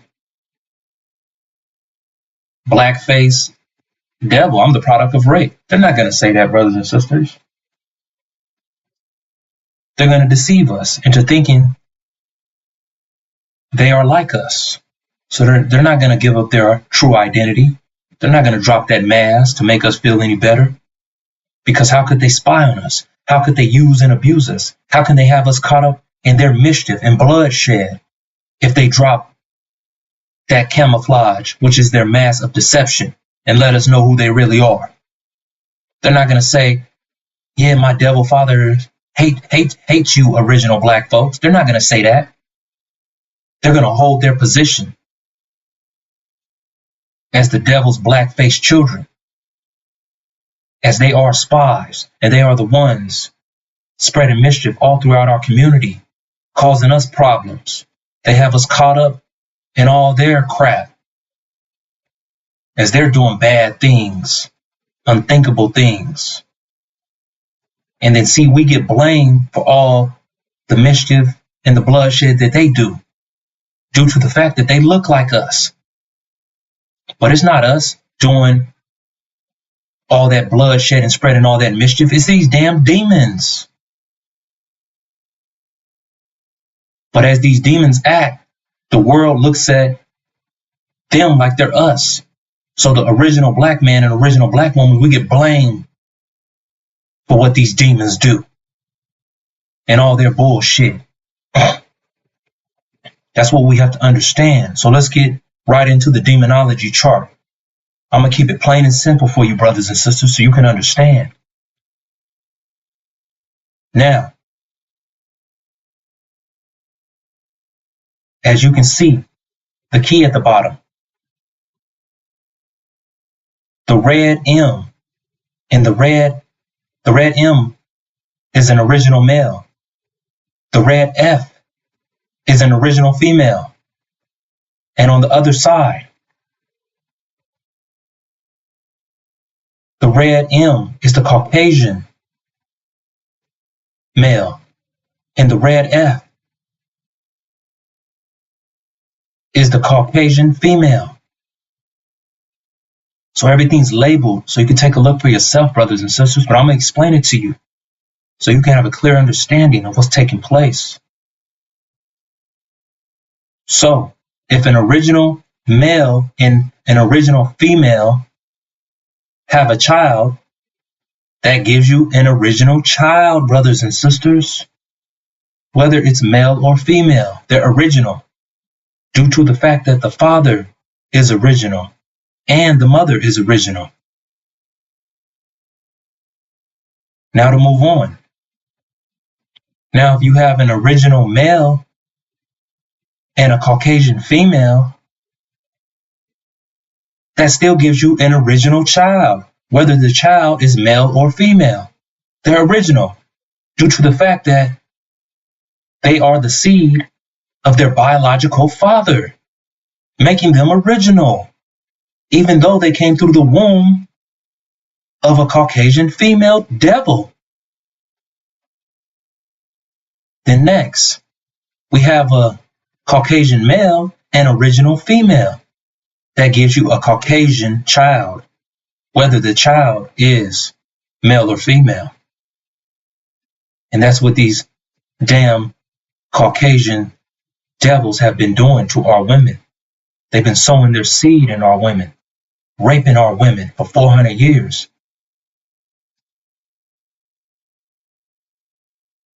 Them white Caucasian male devils, they have been raping our original black women for 400 years and creating their black face Caucasian children, which are chaffed or tears or the house niggas, or we refer to them as demons, half devil, half man. And then on to the last. If you have a Caucasian male and a Caucasian female, that gives you a Caucasian child, whether it's male or female. And that child is a damn devil. It's a little baby devil that someday will grow into a male devil or a female devil. That's the information that you need, brothers and sisters. As I reflect the light onto you, original black man and original black woman, you have to be aware of this so you can know who your direct enemy is, which are these Caucasian white devils, and you can know who your hidden enemies are, which are the Caucasian white devils, black-faced children that makes you think they are like you, but they are not. They are the product of rape, brothers and sisters. Yes, they are the product of rape. So we refer to them as rape children. And they are the biological seed of their devil fathers. Just like these original black children, they are the biological seed of their original black fathers. So there you have it, the demonology chart. As these demons are exposed, and they're exposed as these devils have been raping the original black woman for 400 years, right here in the Northern American wilderness, brothers and sisters. So if you think about it, that's a whole lot of raping going on. And we have to know these devils by their works, because they was working overtime on our women. And we're not going to forgive these damn devils for doing this to our women. We're going to revenge our women. And like I said earlier, we're not taking no prisoners. And that takes us to the myth of Jesus, which never existed. See, Jesus came on the scene, brothers and sisters, 500 years ago.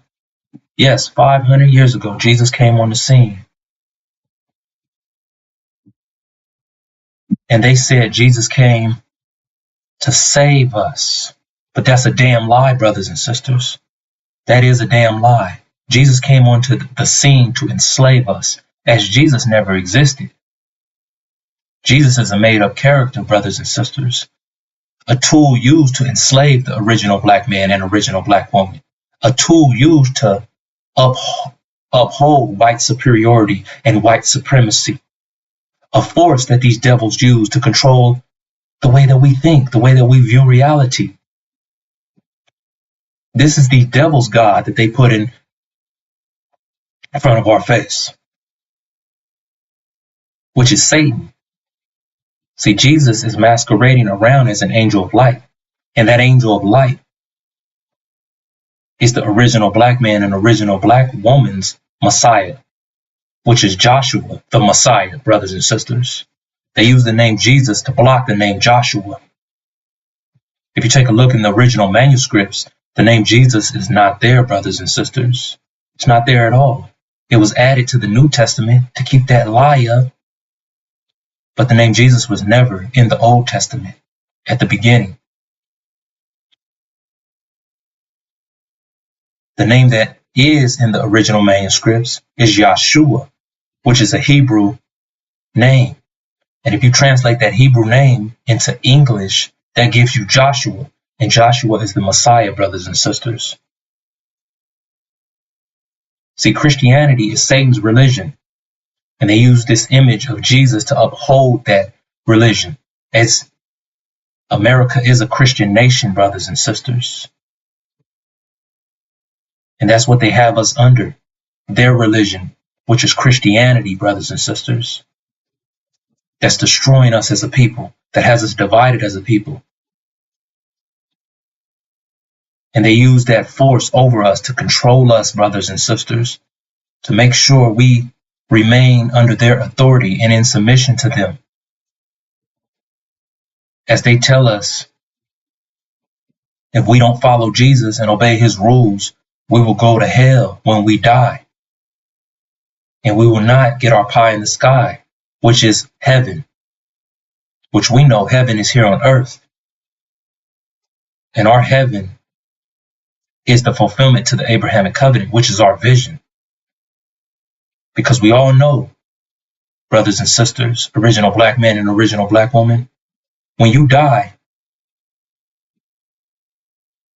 you're either cremated as they burn you up in a furnace, or they put you in a casket in the ground. And then all of our family members, they show up to our funeral and cry. So we know it's all a sham and a damn scam and a lie, brothers and sisters. But we go along with it.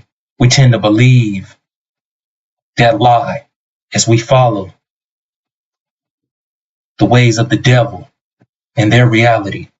Because the devils, they give us their minds. They want us to believe what they believe. But we have to know these devils by their works, brothers and sisters, by what they have done to the original black man and original black woman right here in the Northern American wilderness, as we are sojourners here on a temporary stay, because we have a land that is ours, and that's the fulfillment to the Abrahamic covenant, to return home to our promised land, which is Arabia. As I said, we have to know these devils by their works. And what are the works of the followers of Jesus, which are these damn Christians, due to the fact that America is a Christian nation? They're known for genocide, brothers and sisters. Theft of the land, enslavement, raping, torturing, afflicting our people, oppression, and it was maintained by terrorism for 400 years, meaning 4 generations, brothers and sisters. And this was going on 24/7, 365 days a year. It was non-stop, brothers and sisters. These devils, they didn't take their foot off the gas at all. They pressed down on that gas. They pressed it hard as they had their foots on our necks and their hands in our pockets and a foot up our ass, as they have been torturing and afflicting us for 400 years, as they shed mischief. As they spread mischief and shed blood directly towards the original black man and original black woman, which are God's chosen people, and we are the true seed of Abraham. So for that, America is under judgment, brothers and sisters, and they're under judgment in a real way, currently, right before your very eyes. It's happening. The judgment has been here, brothers and sisters. As soon as that plague hit in 2020, the COVID-19, the judgment started. It's on, brothers and sisters. And we're currently now in 2026. So we don't want to be caught up as fools in worshiping the God of our oppressors, brothers and sisters. We're too intelligent to be going for that, because that's how they're attacking our minds. It's a mental war, brothers and sisters. They're mentally attacking us. They have us brainwashed. They have us caught up in the American dream, which has many distractions in it to keep us brainwashed. That's what they want. See, the American dream is really the gravitational vortex And the gravitational vortex is like a garbage disposal. It's cutting us up, it's chewing us up, it's eating us alive, brothers and sisters. And we don't realize it because these devils, they put things in front of our face to distract us from realizing what is taking place. As they want us caught up in their reality. They want us the way that they want us to be, so they can be comfortable living around us. As they are using and abusing us, they're ripping us off of our energy, as we are the creative force here in America. And what they want to do is make America great again. But when the hell has America ever been great? America has never been great, brothers and sisters, especially to the original black man and original black woman and children of America. These devils been at our throats forever. They've been attacking us from every elevated place. And the attack is still on to this very day. America is at war with our nation, brothers and sisters. Currently, America has many traps set up to destroy the original black man and original black woman right here in the Northern American wilderness. So it's on, brothers and sisters. We have to understand what is taking place. And we're not going to turn the other cheek. Because we are the revengers of our ancestors. Because our ancestors went through hell. They went through an intense darkness, which was a damn nightmare, which we label the Holocaust, brothers and sisters. And they use this image of their God, which is Satan, to brainwash us into that nightmare, to push their agenda forward.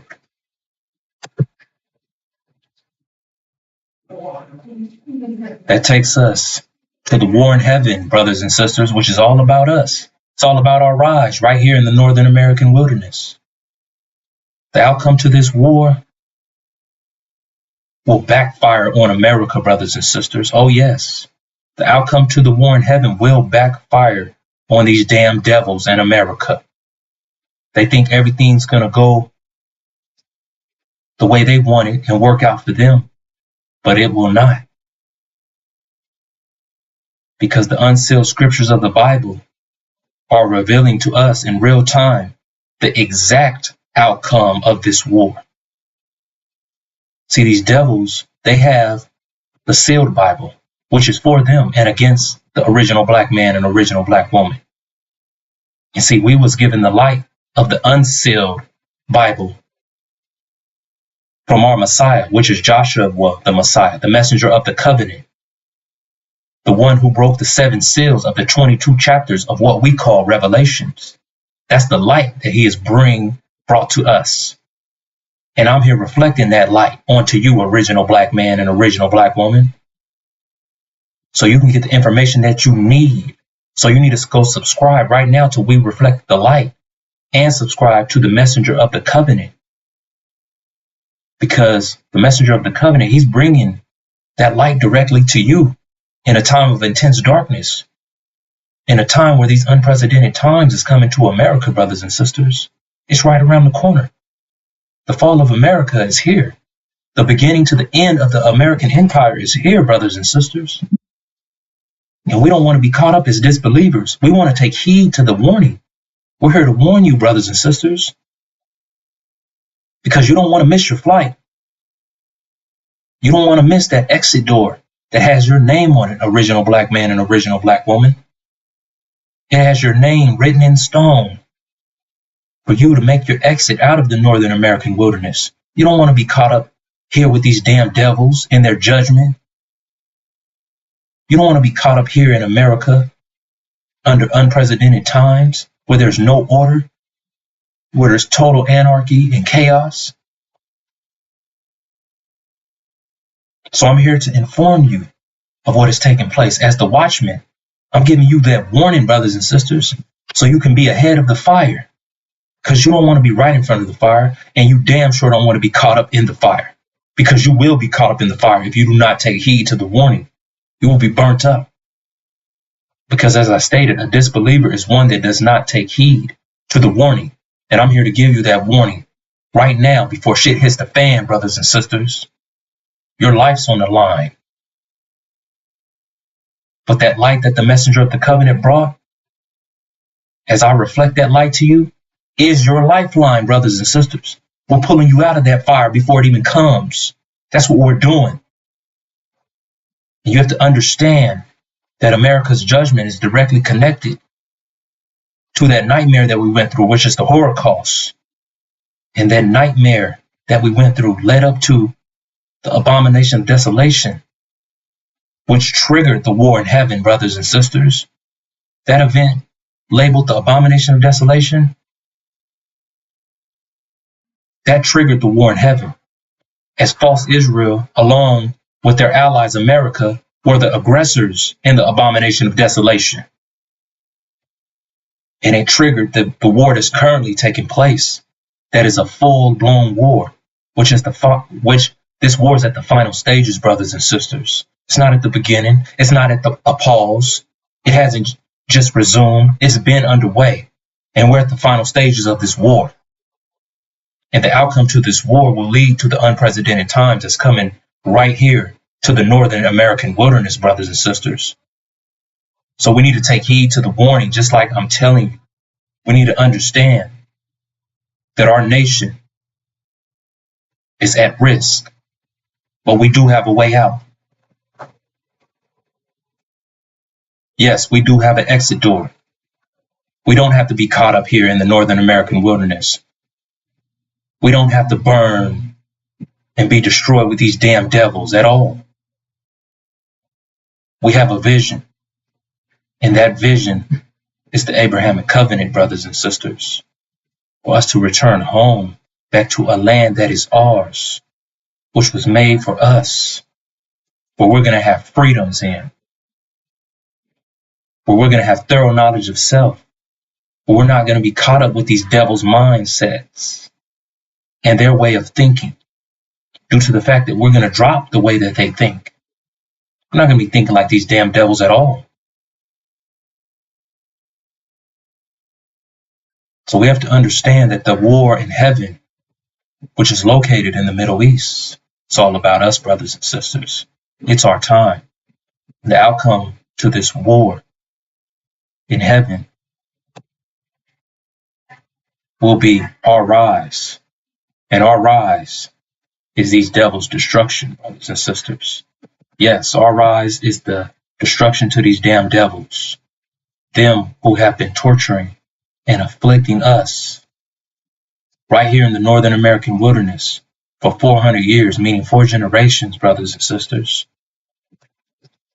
As our God, which is our brother, Master Farad Muhammad, also known as Michael, and his angels, they're fighting on our behalf right now.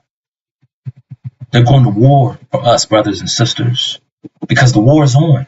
And they're going to war with the dragon and his angels. See, the dragon, they're pushing this whole affair, brothers and sisters. They're fueling this whole damn affair as they fuel his angels. And his angels are Britain, which is Adam, and America, which is Eve, and false Israel, which is their son Cain.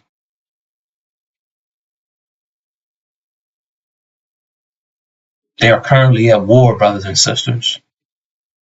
And through the unsealed lenses of the Bible, the outcome to this war is revealed in Revelations chapter 12, verse 7. Revelations verse 12. Revelation chapter 12, verse 9, brothers and sisters. The outcome to this war is revealed in Revelation chapter 12, verse 9, through the unsealed scriptures of the Bible, revealing that Michael and his angels will be victorious in this war. Yes, they will be victorious and have full control and authority over the Middle East and all of the oil in the region,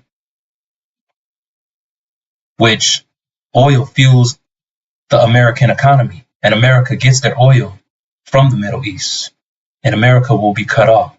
And with no oil to fuel America, America will collapse, brothers and sisters. Yes, America's not fueled on the blood of Jesus because Jesus does not exist. So how is America fueled on the blood of Jesus? Because when there's no more oil to fuel America, I guarantee you these devils will tell you America is fueled on the blood of Jesus, which is a damn lie. Jesus is a damn myth. So Michael and his angels, they will defeat the dragon and his angels, as I stated. And the dragon and his angels, their powers will be broken in heaven. They will find no place in heaven for them as the dragon flees back to India. That's our half-brother Ishmael, them who sold us into slavery. And then America and Britain, which are Adam and Eve. Britain's Adam and America's Eve. They will be running out of the Middle East with their asses on fire, brothers and sisters, running into Europe.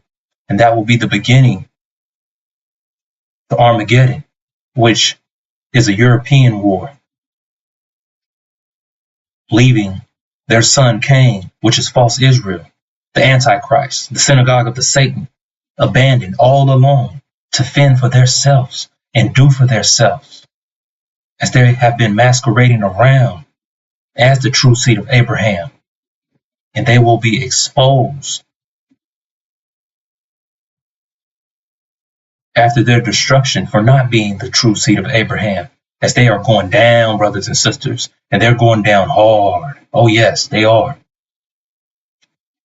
And everything that false Israel stands for, which is that religious eschatology that they're pushing. All of the lies that they have told you, the Zionist movement, it will all be destroyed, brothers and sisters, right before your very eyes, which will destroy the American dream, the American reality. Because see, Satan is the God of this world, brothers and sisters. And Satan's time is soon to be up, and I do mean soon.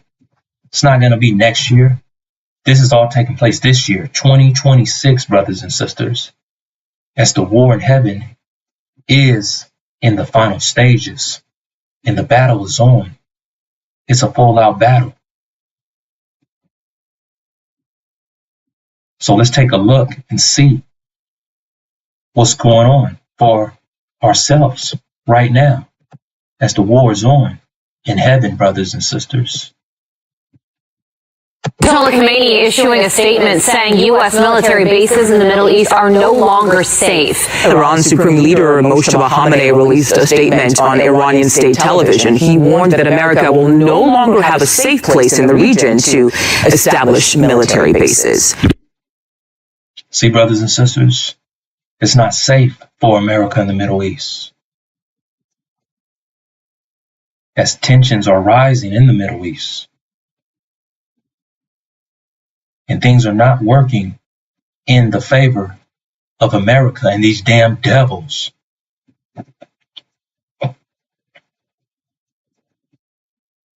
So we have to understand what's taking place, brothers and sisters.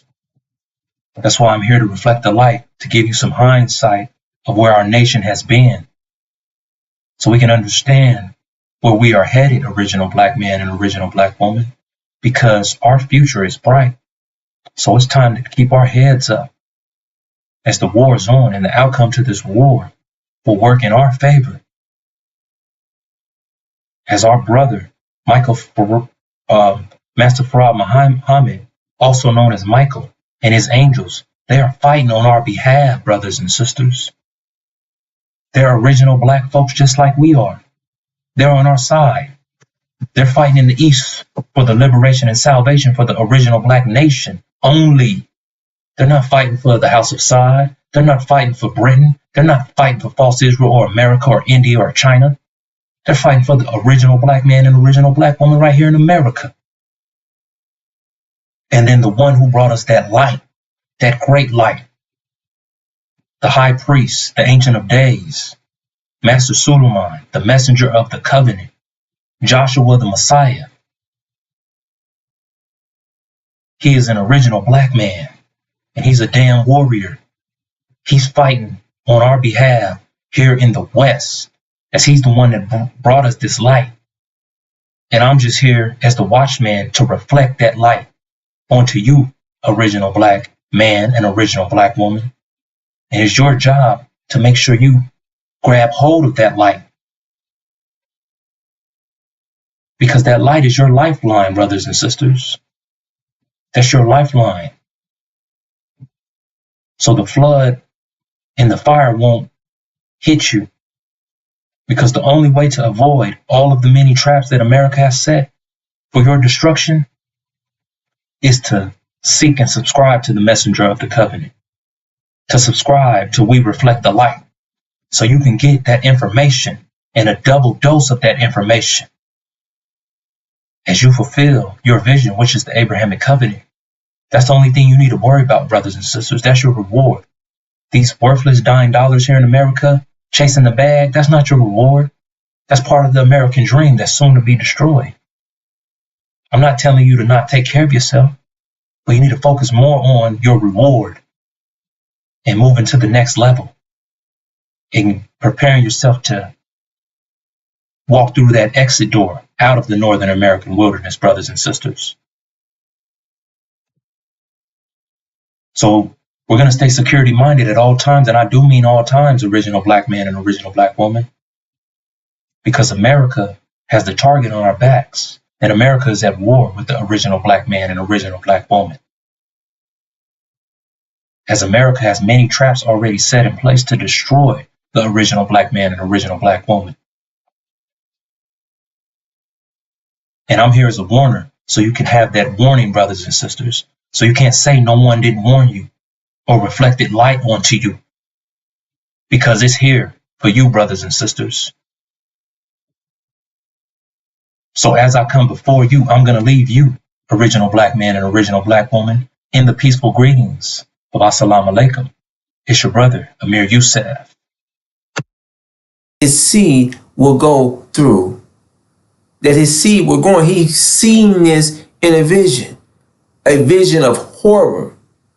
So that's why what we went through for 400 years here in America is horror, a Holocaust, dehumanize 3/5 of a man, beat, every type of torture that you can name, murdered, killed, hung, raped, sodomized, castrated, amputations,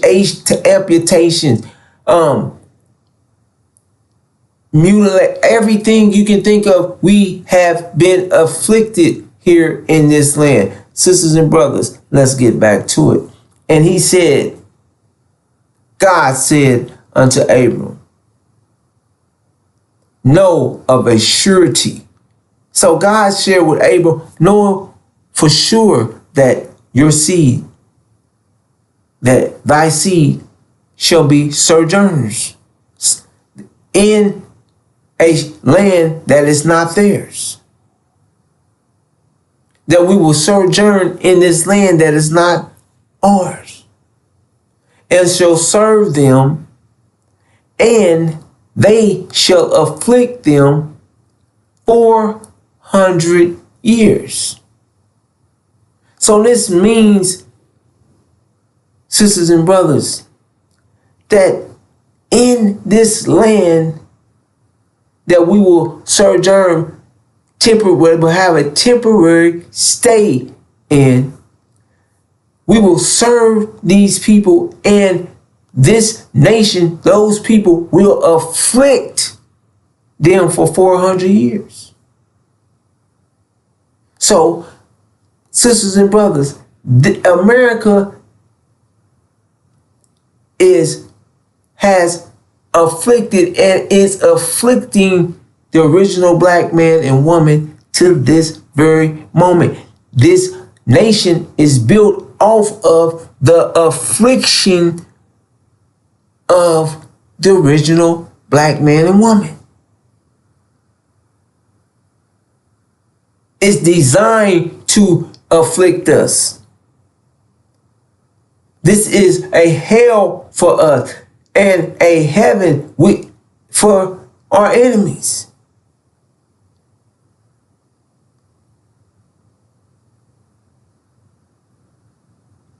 We produce everything, but are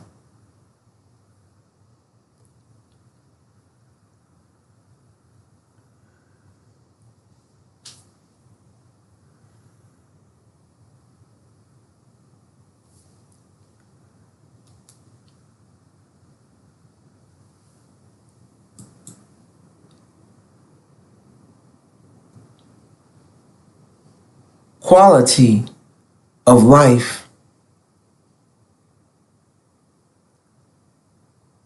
is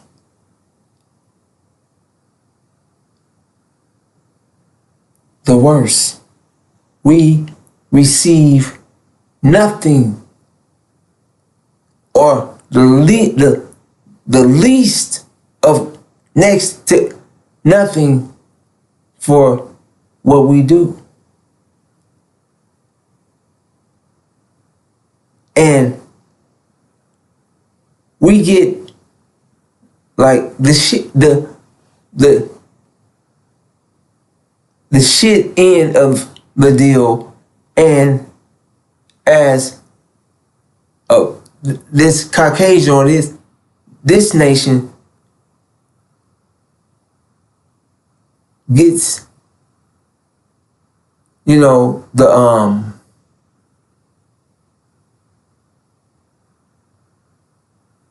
best part of it.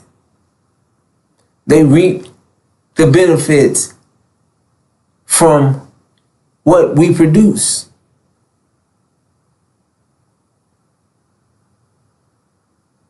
Now, sisters and brothers, let's get back into this.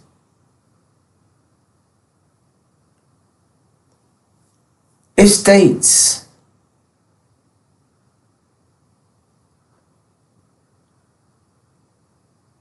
and they shall afflict them 400 years. And also that nation whom they shall serve will I judge.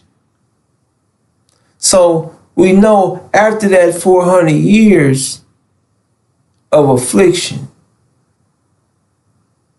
the judgment of that nation whom God's people served and was afflicted by, their judgment will be after the 400 years.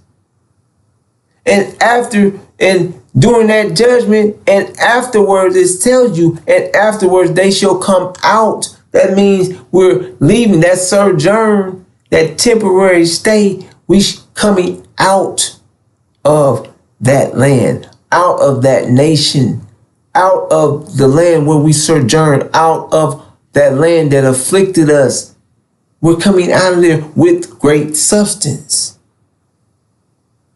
And the substance is great. That means we're coming out with gold and silver. We're coming out with riches in our mind. We're coming out with great substance, sisters and brothers.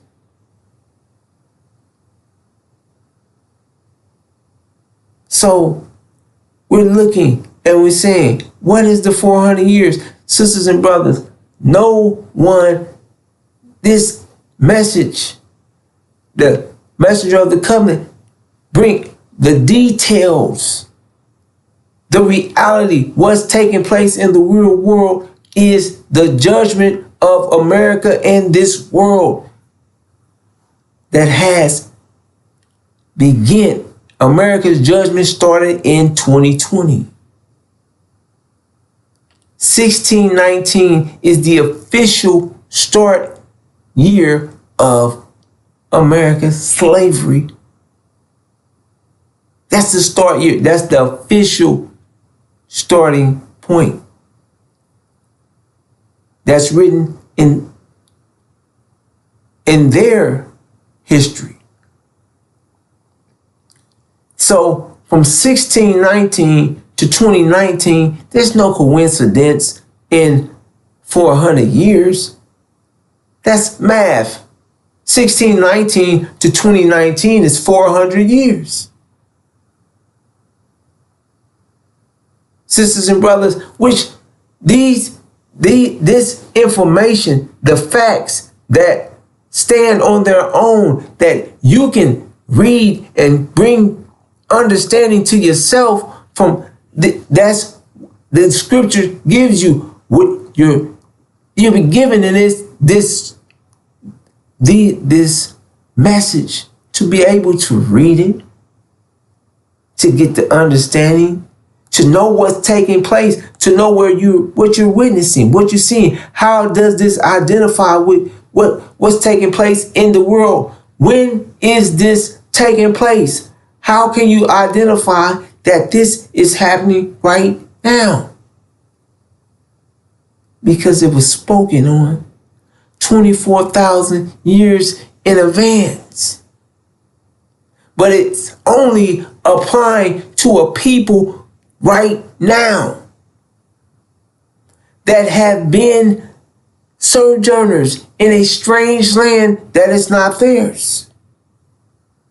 It said, know of a surety, Abraham, that your seed will be sojourners in this strange land. So when it happened,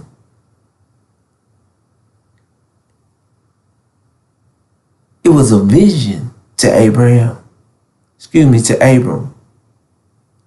His seed hadn't went through this yet, so it hadn't happened. This is a detailed message of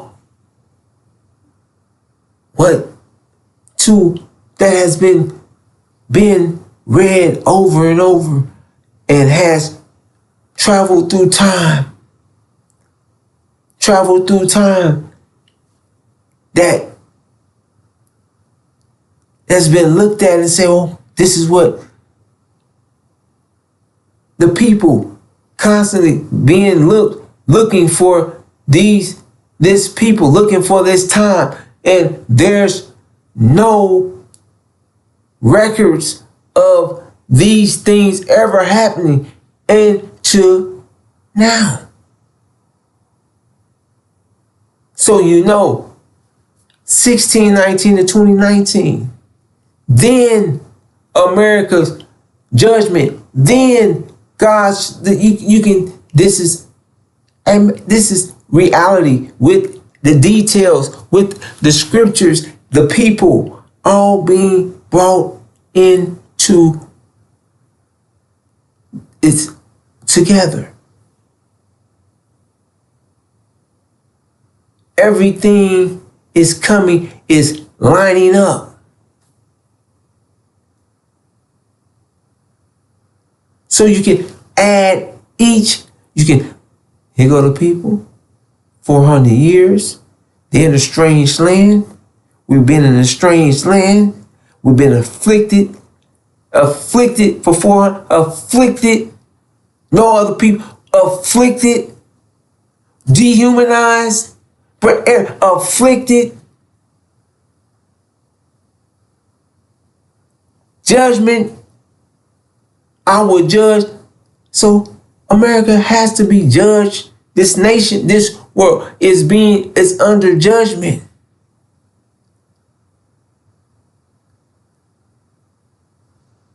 (2020) came in with a plague. The scripture said this plague will kill the firstborn of Egypt. Now, 2020 came in with COVID that killed the elderly, the firstborn. When people say the firstborn, they start thinking about a child. No, the firstborn is the oldest people on the planet. They was born first. The lastborn is babies. They just was born. The firstborn is the elderly. They've been born. They was born first. That's, just reading that. And just understanding that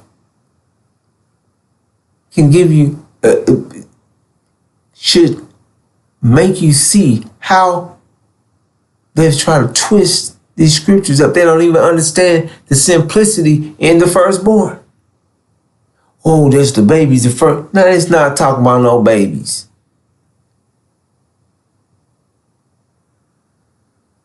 That's the way scripture is written. Yeah. So it'll go over your head. Because you're not paying, you're not reading it right. And then you're accepting something somebody's just telling you. It says the firstborn. Make sense of that. Those that are born first are the eldest. They were born before you.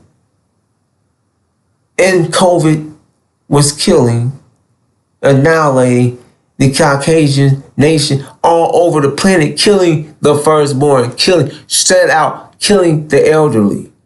And it didn't pass over America. It didn't pass over false Israel. None of these Caucasian nations. But it passed over the original black man and woman here in America. It passed over the original people in Haiti, the original people in Africa. Now, we wasn't social distancing, putting on masks, none of that. So much so they try to force a jab in the countries on us, murdered presidents, assassinated presidents, to force these jabs in this country. Sisters and brothers, this is a detailed message. This message is a message for the original black man and woman. This is a message for us. And you think they want us to understand our vision, understand who we are? This is a message that is against them, against their reality. This message is letting them know that that they will be judged for what they have done. They have not got away from that consequence. They are going to their consequence. They didn't get away. It just built it up. It was dammed up. Everything they've done for hundreds of years is all it's all coming back on them within a short length of time. They're going to receive all this consequence for all what they've been doing all across the planet. To nations, everything is building, everything that they've done across the planet is building up. And they're feeling the pushback from everywhere. Sisters and brothers, and afterwards they shall come out with great substance. And thou shalt go to thy fathers in peace, and thou shalt be buried in a good old age. And in the fourth generation, they shall come hither again. That means we should come here where Abram had the vision. In that land, they shall come hither again, for the iniquities of the Amorites are not yet full. And it came to pass that when the sun went down and it was dark, behold, a smoking furnace and a flaming torch passed between these pieces. Sisters and brothers,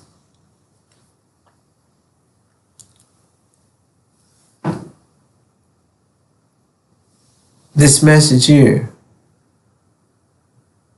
America and the world is under judgment.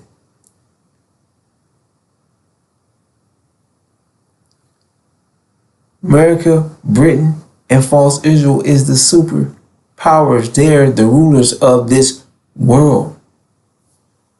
These Caucasian nations are ruling the world.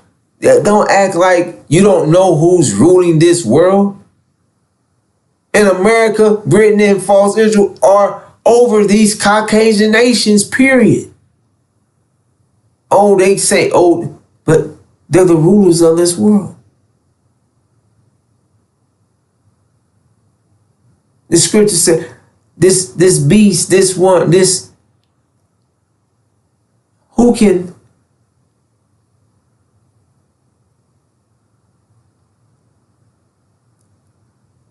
how it said it's which nation can keep you from buying, selling? Who's handing out sanctions? Who's telling you can't sell nothing? You can't sell or we gonna block you. Ain't nobody doing that but America. Put sanctions on, nobody else doing that.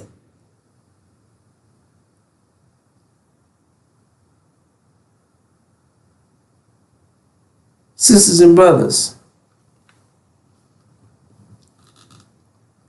this is a message for us, letting us know that we're the true seed of Abraham.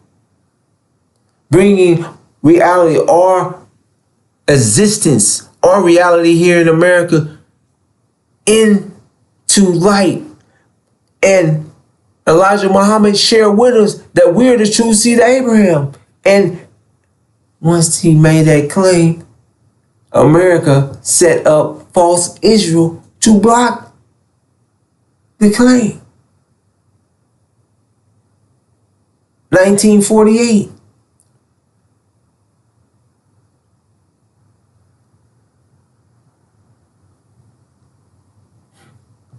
Sisters and brothers, our vision. Why they don't want us to have this vision? Because this vision shares what we have land. We have a place where we are going to return to that. First of all, God made a covenant with Abram, saying, until thy seed have I given this land. So they will say anything and try to keep us from understanding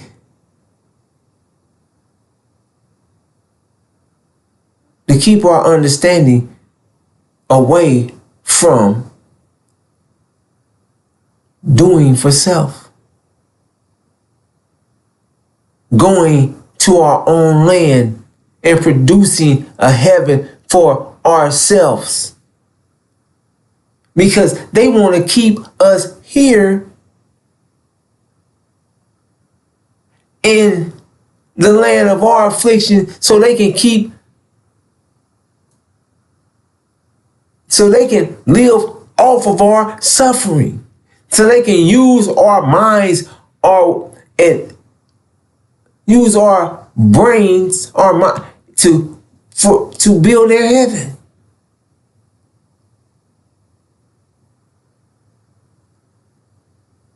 But now, sisters and brothers, they feel like, they don't need us anymore. There's no reason why America is what they call the most innovative.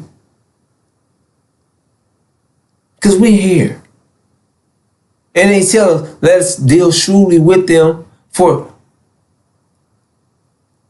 they don't want us to leave the country. In the scriptures, it shared what Pharaoh didn't want. Why would you hold God's chosen people? What is the? Because they're going to rise up. They're going to come back. They're going to get us for what we done to them. They're going to revenge for what we've done to them. We need them. We don't want to let them go. We're using them for protection to keep God from coming down on us. Because we know he ain't going to, it's just like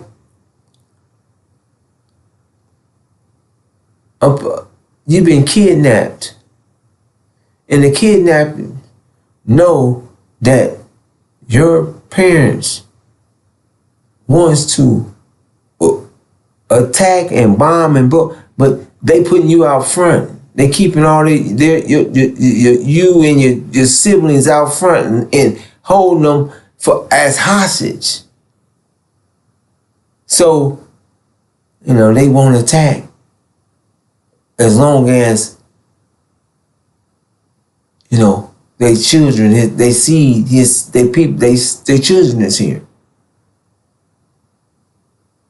As long as we got them, they ain't gonna attack us. They ain't gonna let nothing happen to us. Sisters and brothers, that's what America is doing, using us as a shield.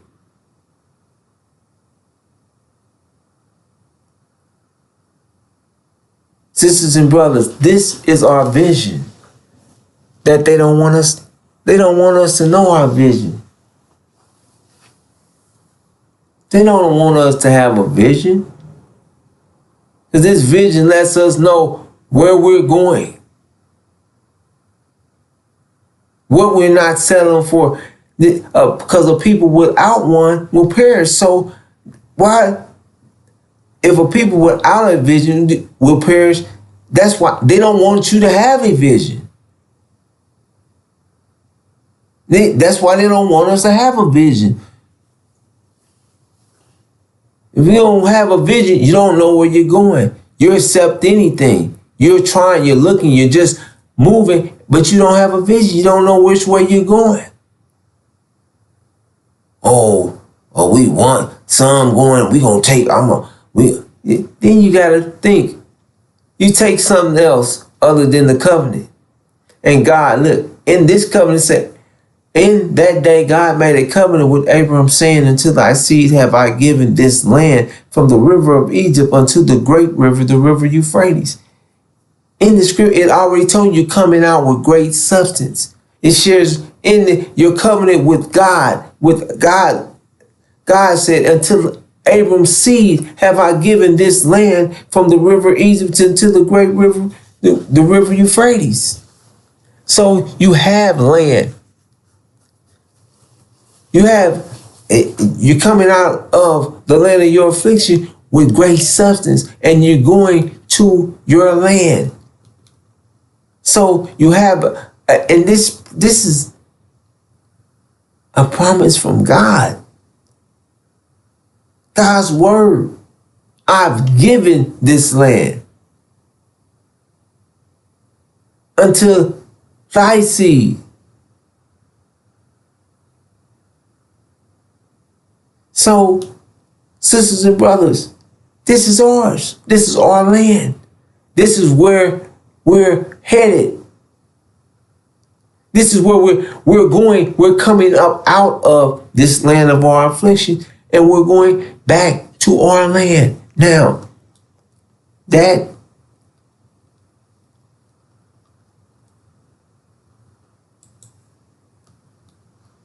sisters and brothers,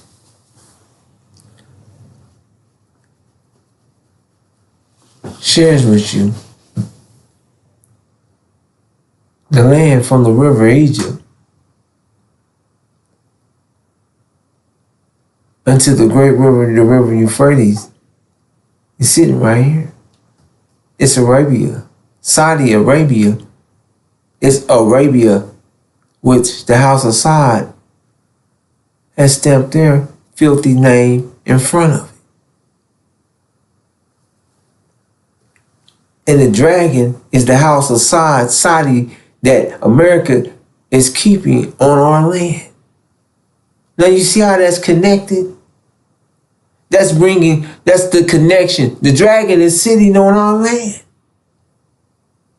And you want to know why the dragon is just, he's sitting up right with America, Britain, and false Israel, waiting to devour the child, waiting to devour us, to attack our nation. Soon as we're born, soon as we rise, soon as we come together, they're waiting to attack us, because they know we will rise overnight like a mighty, or as a mighty army, as a mighty nation, and we are coming home to take our land, and they know this. So the dragon is being removed from our land. The God is going to remove. So you got the God and his angels, they are at war cleaning up. You see how that connects you to this war? Arabia, look at Arabia. Then you have Arabia, then you have false Israel up here. Claiming that they're going to be destroyed, sisters and brothers. But this is your land. This is the promised land.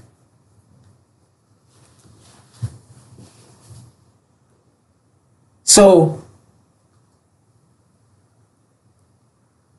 you see how your vision is connected with the war in heaven. Your vision, our vision is the Abrahamic covenant. And the covenant is God has given Abram's seed. So this land, where's Abram's seed at? In a strange land. Where have they been for 400 years? In this strange land. How have they been afflicted in this strange land? Afflicted in every way. Hated. This world and the land, they're still being afflicted. We are being brought out with great substance. And America, this nation who they serve, is being judged. Sisters and brothers,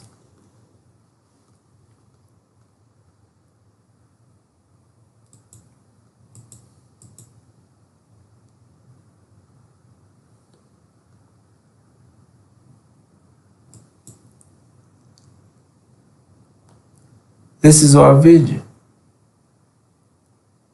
We're not accepting nothing else. That's what they want us to do. We're going to accept reparations. No, you know who wants reparations? Sisters and brothers, those who love this world's life. Then you see these demons, these black-faced devils who are master seed from the raping of our women.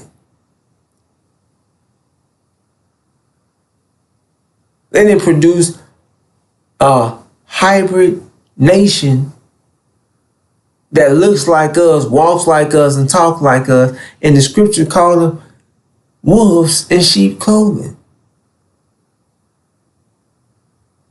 The scriptures let you know there's terror in the wheat. And they got to be separated. And the Son of Man, Master Suleiman, will separate the tear and the wheat. Will separate the wolves in sheep clothing from the sheep. And that's just letting us know. In one thing it said, the goats from the,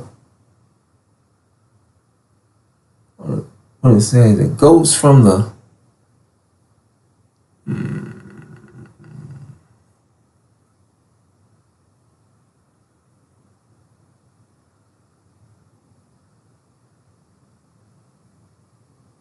however, it gives two species that look alike.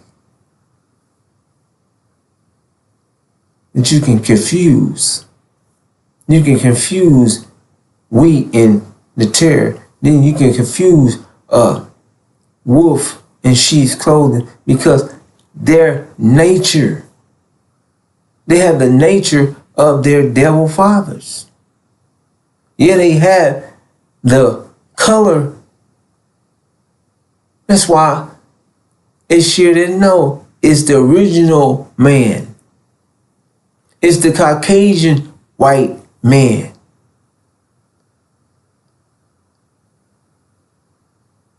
That's the difference. So you're not just looking at the color, it's the bloodline. That's why you can say, that's why it's shared that Master Farah Muhammad is original. His father is original. Original black man. Louis Farrakhan. Sisters and brothers who are sitting in the seat of Elijah. We can strike back. Who is Legion? Louis Eugene Grounds, who has turned the NOI backwards. His devil father is a Jew. He's Jewish. He's a Jew from Barbados. He's a Caucasian white man. His father and mother are Caucasian white people, and they're Sephardic Jews.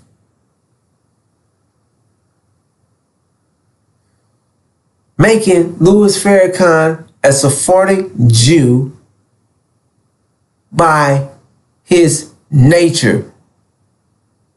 His parents, his father's father, they're Sephardic Jews. He's a Caucasian in black skin. There's no scripture in the Bible that shares anything good of him. He's Aaron in the scripture. Read who Aaron, what Aaron does. He's Peter. Sisters and brothers, the nations have set, our enemies have set one of theirs in the Nation of Islam. This is go read the counterintelligence program. He has carried out every objective of the counterintelligence program. He's sitting in, sisters and brothers,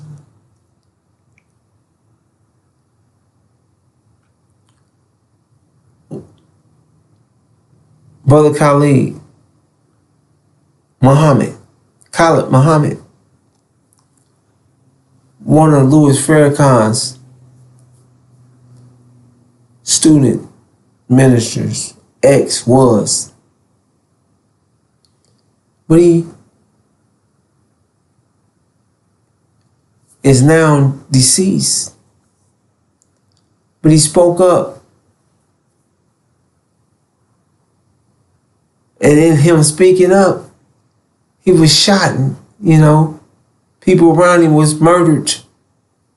They went to murder him because he spoke up and was on a platform that can expose this chief demon, Louis Farrakhan. And was exposed, how are you going to reform the devil? How are you going to do this? And they telling us every week that love and they're going to reform the devil. The same damn message that the chief demon was sharing in 1975, right after Elijah was taken. That, we the most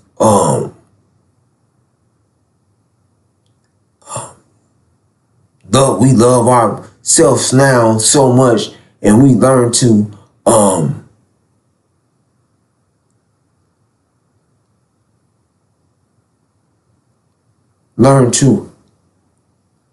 handle this devil nature. Like, trying to spin this as we had the devil's nature. Like, no, we righteous by nature, and the devil is wicked by nature. And now we can save the devil because we didn't learn how to get the devil out of ourselves. What the hell is he constantly trying to call us wicked? Because he's weak and wicked. Sisters and brothers, it's not. Sisters and brothers, the thing is, he's a demon, half devil, half man. He's a devil by nature. His nature, he has the same nature of his Caucasian white father, who is a Sephardic Jew. And the scripture telling you, the man of sin, the son of perdition, the son of hell, the son of the synagogue of Satan. You can't get who is sitting in the temple of God, claiming that he is God. That's what they're trying to tell you consistently, that this devil, this demon is God. Oh, he loved, just lie after lie. You can't reform a devil. That's the supreme wisdom. No, you can't reform a devil. You can't. But he said he gonna make America great. He loves America. He don't want to leave America. That's against the covenant. He's against the covenant because he's not the true seed of Abraham. He's not Abraham's seed. He's the seed of the synagogue of Satan. He's a devil in black skin. That's why he will not even utter. He will not speak the covenant. Him or none of his student ministers. That's not by chance. They refuse to read on. They refuse to read the covenant. They refuse to read verse 18. Matter of fact, they won't go past 15 because it starts to say, you're coming back. And after the fourth generation, they shall come hither. They can't tell. You can't read that because he's getting paid. He's working for Sunnis. He's working for the Jew. He's working for the synagogue of Satan. He's working for America. He's an agent. It's that damn simple. And the scriptures points his ass out. Sisters and brothers, he is the chief. He's the man. He's blocking the truth from you. He's keeping the truth. He's sitting, him and his student ministers is lying and deceiving and keeping BS out in front of you to keep us from seeing our vision. Blocking our vision. We're not going nowhere. We're sinful. You want reparations. You better be trying to get, no, we ain't taking no we're not selling out our birthright for no measly damn bonus. So you gonna reparate. Reparate what? How you gonna reparate?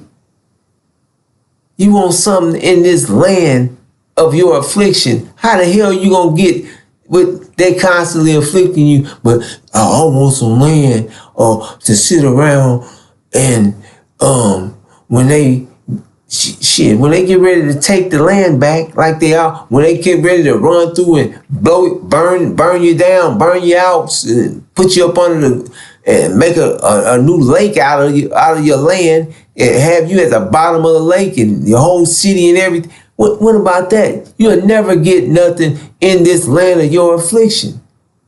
So you gonna reparate? You just gonna reparate? No, we are leaving. We're getting up out of here, going to our land, bringing in our reality.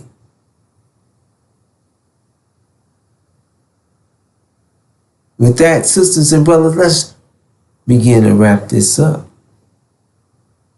Sisters and brothers,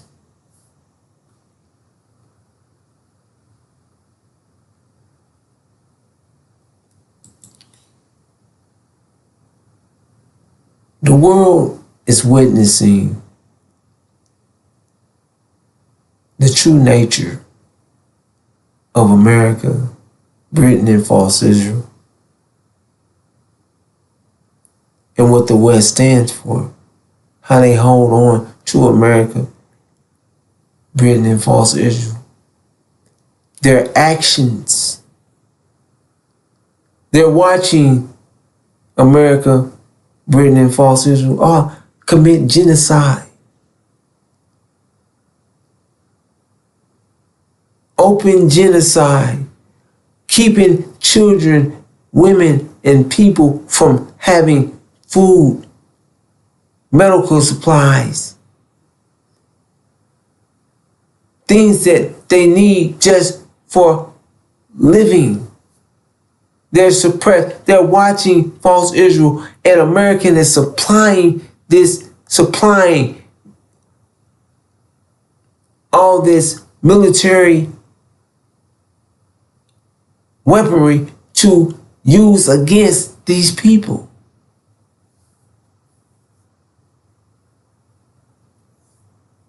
And the world is witnessing these atrocities that are being carried out from country to country by false Israel. Just bombing and attacking people from country to country. Lebanon, Syria, Yemen, all over, they will attack anyone.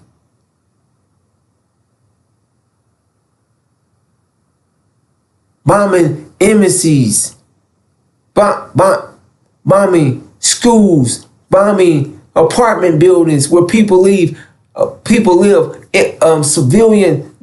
just bombing civilian structures. Have no remorse for just killing. And the world is witnessing this. Witnessing this abominable, cruel destruction, these abominable acts.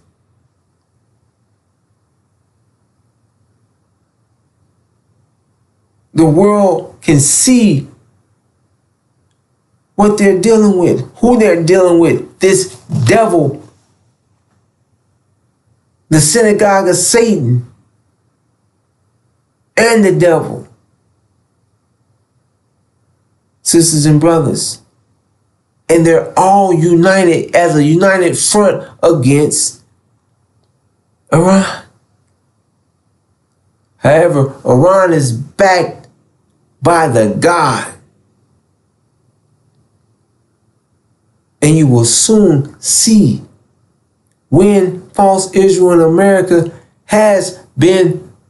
when America's been thrown out, Britain's been thrown out, and the dragon has been slaughtered and thrown out the Middle East. Oh, they're gonna attempt to nuke, because that's in false Israel's war plans. The Samson theory or law, whatever they get. That's the Samson law. They're going, and when all else fails, they're going to try to nuke Iran. However, sisters and brothers, Iran has resisted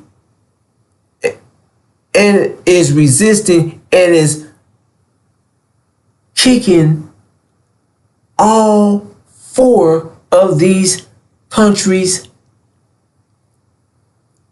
But at the same time, do you think that that is a coincidence? It's not no other subpar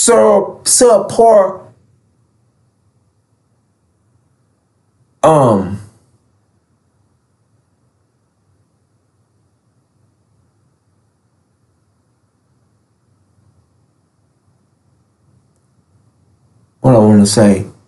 It's not no other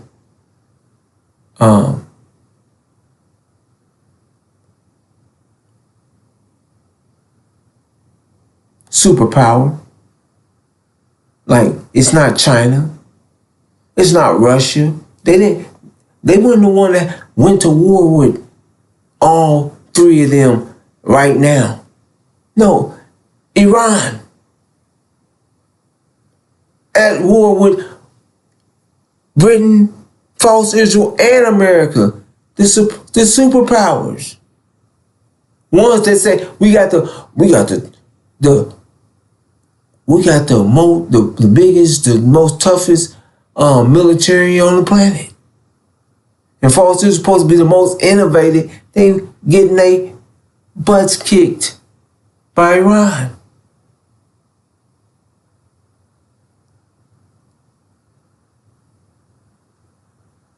Sisters and brothers, the outcome.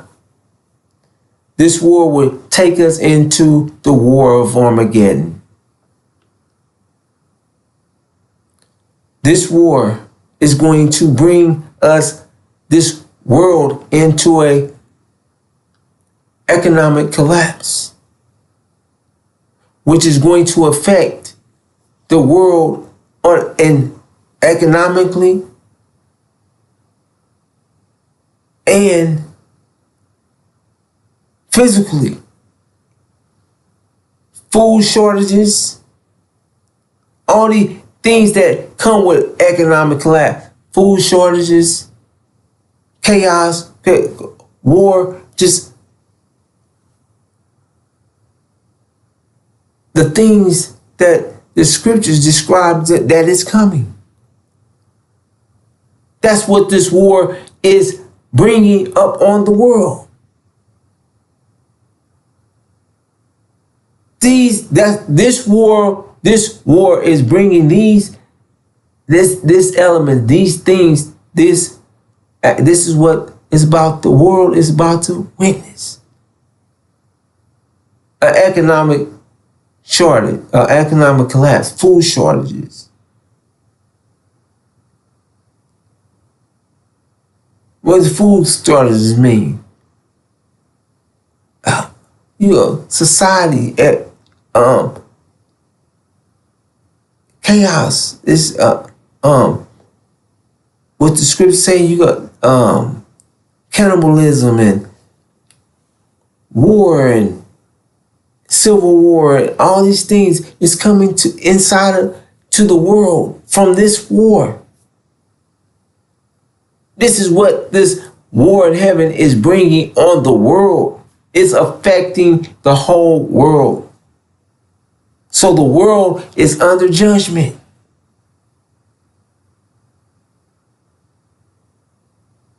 Sisters and brothers, America will be thrown out again. Will be thrown out the Middle East. Britain will be thrown out the Middle East. The house of Saudi Arabia, will be thrown out the Middle East. And false Israel will be sieged and destroyed in front of the world. False Israel will be a example of what's coming here. You will get to see false Israel run around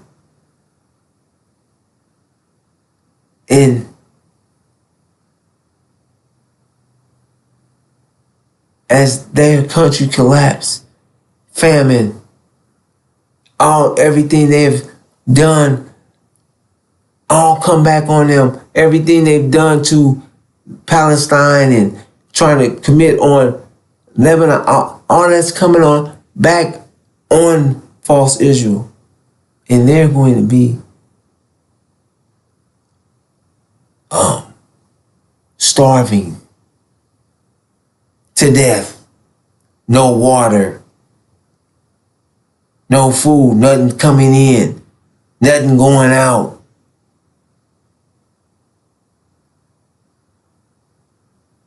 And the world will be getting a bird's eye view of how they live and what's taking place in false Israel.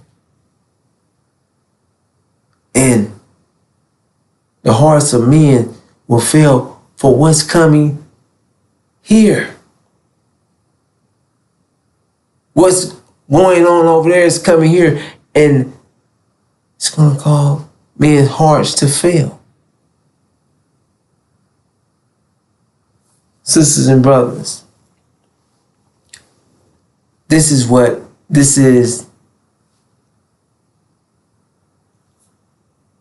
what's going to happen. This is what's going to take place. This is what you see. Each and every one of these details are coming more and more into light. These very detailed, everything that's taking place right now has been given to you in detail for years now. The messenger of the covenant been speaking this for 30 years. I've been reflecting this light myself since 2020. And for myself can see the light getting brighter and brighter and brighter. Every detail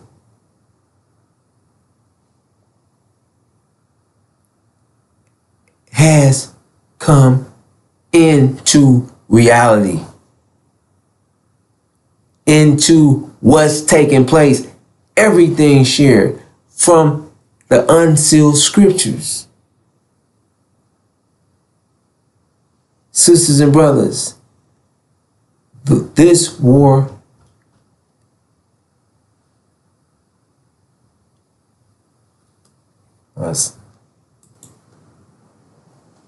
So, sisters and brothers,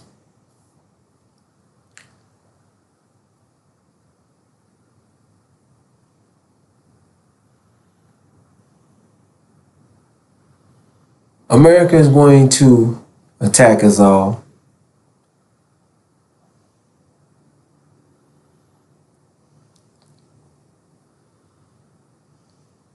Before false Israel is destroyed. Because they know when false Israel is destroyed, their lie, their eschatology is going to be broke.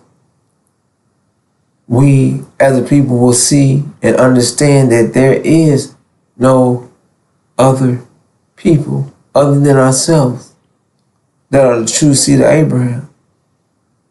That are God's chosen people. And we're going to rise overnight. When immediately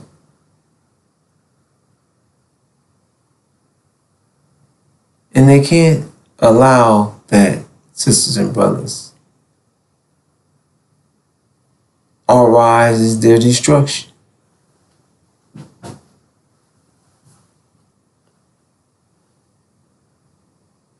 We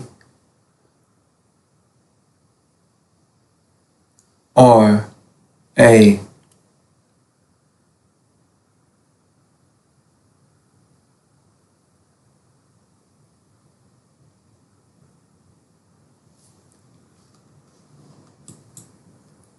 existential threat to them, sisters and brothers.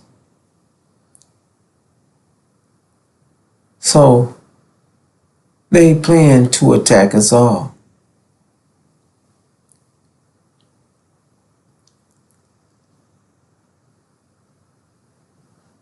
Sisters and brothers, this is a detailed message provided for us, for we can understand that we have a way out, that there's a doorway out. This is the light that is being given to us, the truth that can be proven, sisters and brothers, in no time at all, mathematically. We are the true seed of Abraham. Our vision is the Abrahamic covenant. No one else can take our reality, our identity, our certain. Nobody else can take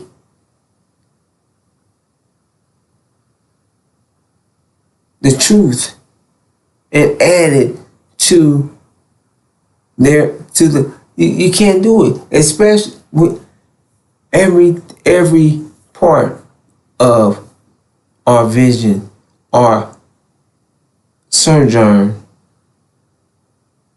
fits us to, it's like a fingerprint of us, of our reality here in this land of our affliction. And the time is sharing with us is time, the time of America's judgment. We're witnessing it.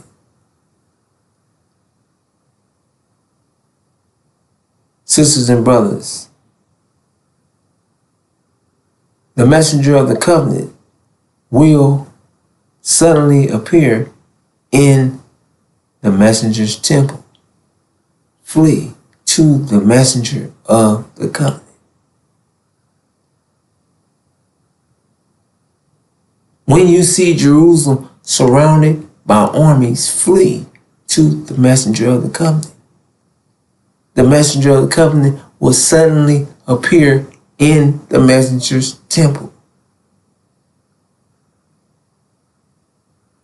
Sisters and brothers, we have to accept our vision. We have to take on our new mind, the INJIL mind. We are to use the 5 pillars of Islam for our protection. We are to come together in Hajj.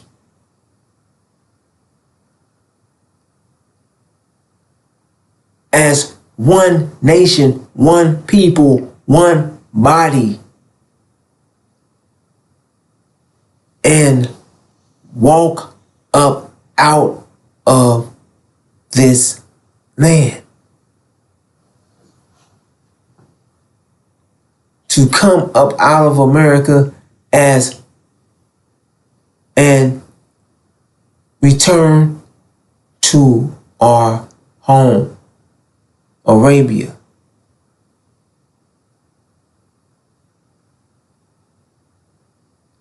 We will go through a time, be purified in a time of unprecedented trouble. We will go through tribulations together, sisters and brothers, being purified by the fire.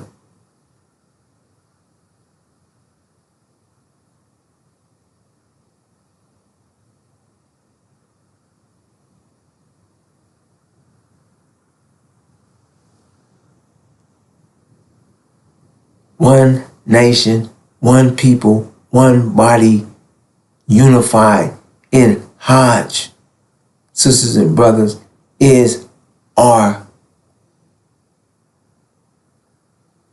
way out the door to our land to bring in our reality, our new world in the promised land. With that, sisters and brothers, I'm going to bring this to a close and greet you as I came in the greeting words of peace. Assalamu alaikum.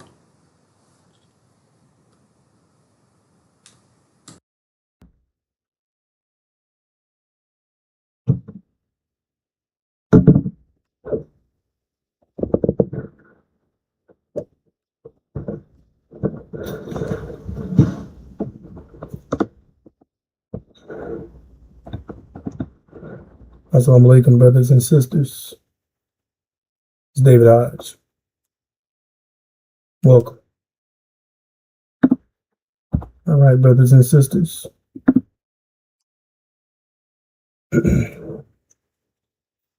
As you know, we're heading to the time of unprecedented trouble,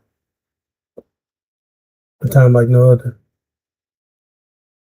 and never will there be. Time of intense darkness, brothers and sisters. And life as you know it will not be the same after this event in the Middle East with Michaels and his angels versus the dragon and his angels kick off. When this war happens, it will change your life drastically. Things that you're doing day to day will no longer be reality.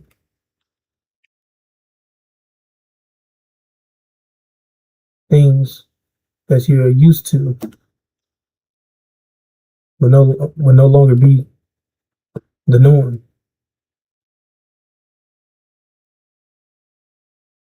They are about to initiate an attack on us, brothers and sisters.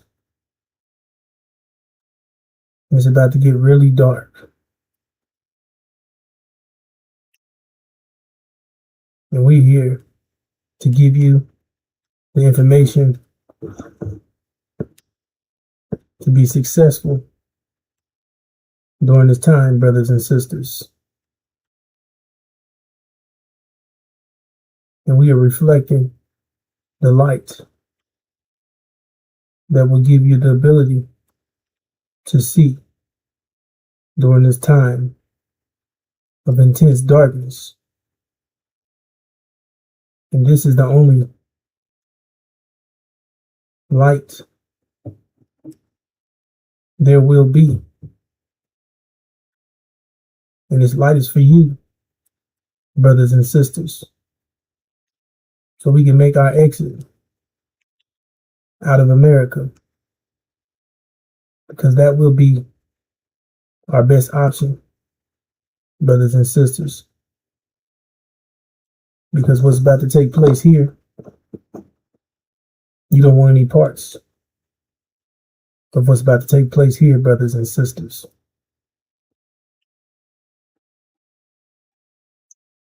All right, let's get into what's taking place in the Middle East. Now, I know that everybody wants this war to go away. They want this thing just to disappear so they can go back to their normal lives. So I have to keep panicking and worrying that they got to stock up on food and they got to make plans to invest in this, invest in that. People buying bunkers and, like I said, trying to prepare for what some say the end of the world, right? But that's their interpretation of what they believe. It's not the end of the world, brothers and sisters. It's the end of America. And it's the beginning of our reality, the black man and woman of America. Our reality is coming in America. The American dream is shutting down. So, however, everybody wants peace, but we know how it's not. We know how it's going to go. It's not going to be in peace. The current ceasefire is under pressure, major pressure, brothers and sisters. It's weak. It's fragile. The ceasefire between Iran and false Israel and the United States is heavy. It's being tested. It's going to fail. Iran accuses the United States of violating this agreement, this ceasefire, this truce, after new strikes in southern Iran. The U.S., they claim that the strikes were defensive actions near the Strait of Hormuz. And they're still heavy fighting in Lebanon. False Israel launched one of its heaviest bombing campaigns in Lebanon in weeks. Lebanese officials say at least 31 people were killed in the latest strikes. Hezbollah has responded with rockets and drone attacks against Israeli forces. So as you see, the ongoing tension is not letting up, even with this truce, a so-called ceasefire, is the diplomacy, excuse me, brothers and sisters, that's in progress. All right. In the Strait of Hormuz, tensions are still critical. It remains one of the biggest global concerns, with oil markets remaining unstable as traders watch for progress in this negotiation, which we know is going to fail. They claim that some tanker traffic has resumed, but military risk remain high. And it's only going to get worse. President Trump, he held a meeting focused on ending this war and reopening the Strait of Hormuz. We know that he's dreaming. That's what the American dream is about. Hoping and wishing and praying, which we know that wishing and praying and all those things don't work. We know that all things will fail. Say that everything that they would do and say they would inherit. So everything's going to backfire on them, brothers and sisters. Talking tough, claiming they're going to do this, do that, blow up this, blow up that, destroy this, destroy that. They're going to end whole civilizations, and the stuff that they have done. They'll inherit all these things, brothers and sisters. So you want to end the war, but they're still participating in havoc. And you want to make things, you want negotiation to go your way. They want sanctions relief, right? Iran's nuclear program, right? Regional security agreements, future shipping access through the Strait of Hormuz. You see, they want stuff to go their way, but we know it's going to fail. Iran issues warnings Their supreme leader warned the U.S. that they have no safe place if these attacks continue. So they're not playing around. They're letting you know up front it's going to go down. They're not in the business of making peace anyway. These are strategic plans that they have set in place to defeat their enemies. However, the regional tensions remain extremely high despite the ongoing agreements. Civilian casualties continue rising across Lebanon and surrounding areas. Displacement in humanitarian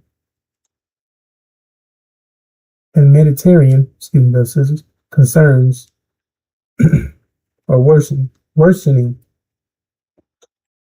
The region remains extremely unstable. Peace is what they want. But they have all this stuff going on, all this tension, all this conflict, which could escalate very quickly and the ceasefire collapse. And that's what people don't want. They want things to go back to normal. But as we explained, there is no going back to normal. That's over with. We know exactly how this thing is about to play out. So no matter what they're saying and the progress of what they think that they're coming up with and all these things, we know the truth. As I was explaining, your life's about to change forever after this war with Michaels and his angels versus the dragon and his angels. That when that kick off, game over. Because Michaels and his angels will be victorious. And the dragon and his angels will be defeated. And who is Michael and his angels? Michael and his angels. Michael is Master Farad Muhammad, the god of this time. And his angels is Iran and Syria.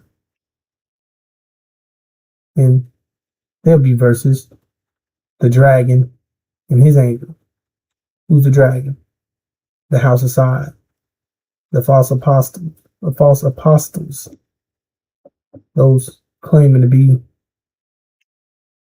Sunni Arabs, but they're Hindu. They were put in that place to ensure American Britain with cheap oil. They're not who they claim to be as well.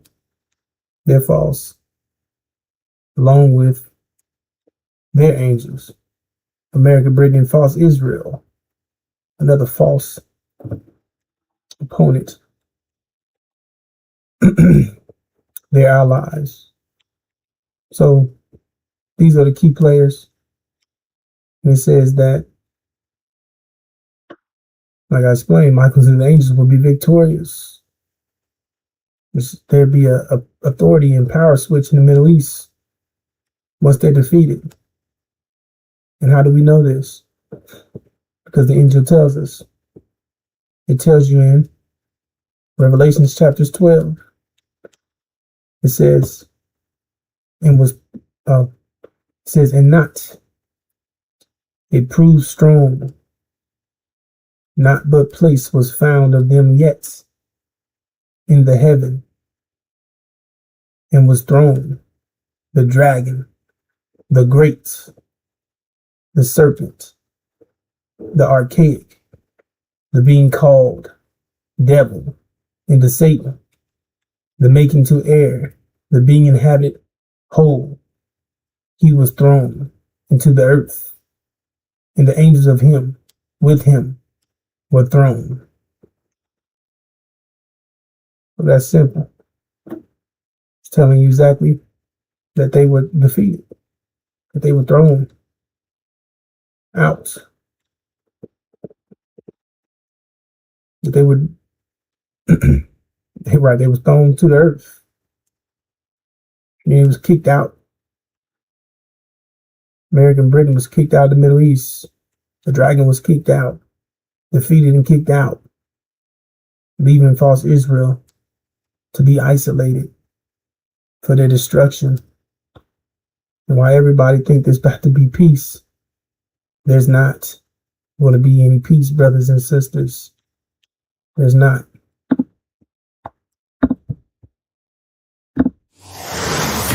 And U.S. forces launching self-defense strikes, hitting boats and missile sites in southern Iran as President Trump presses forward with diplomatic efforts for lasting peace in the region. Welcome to a brand new hour of America's Newsroom. I'm Dana Perino. Good weekend? So good.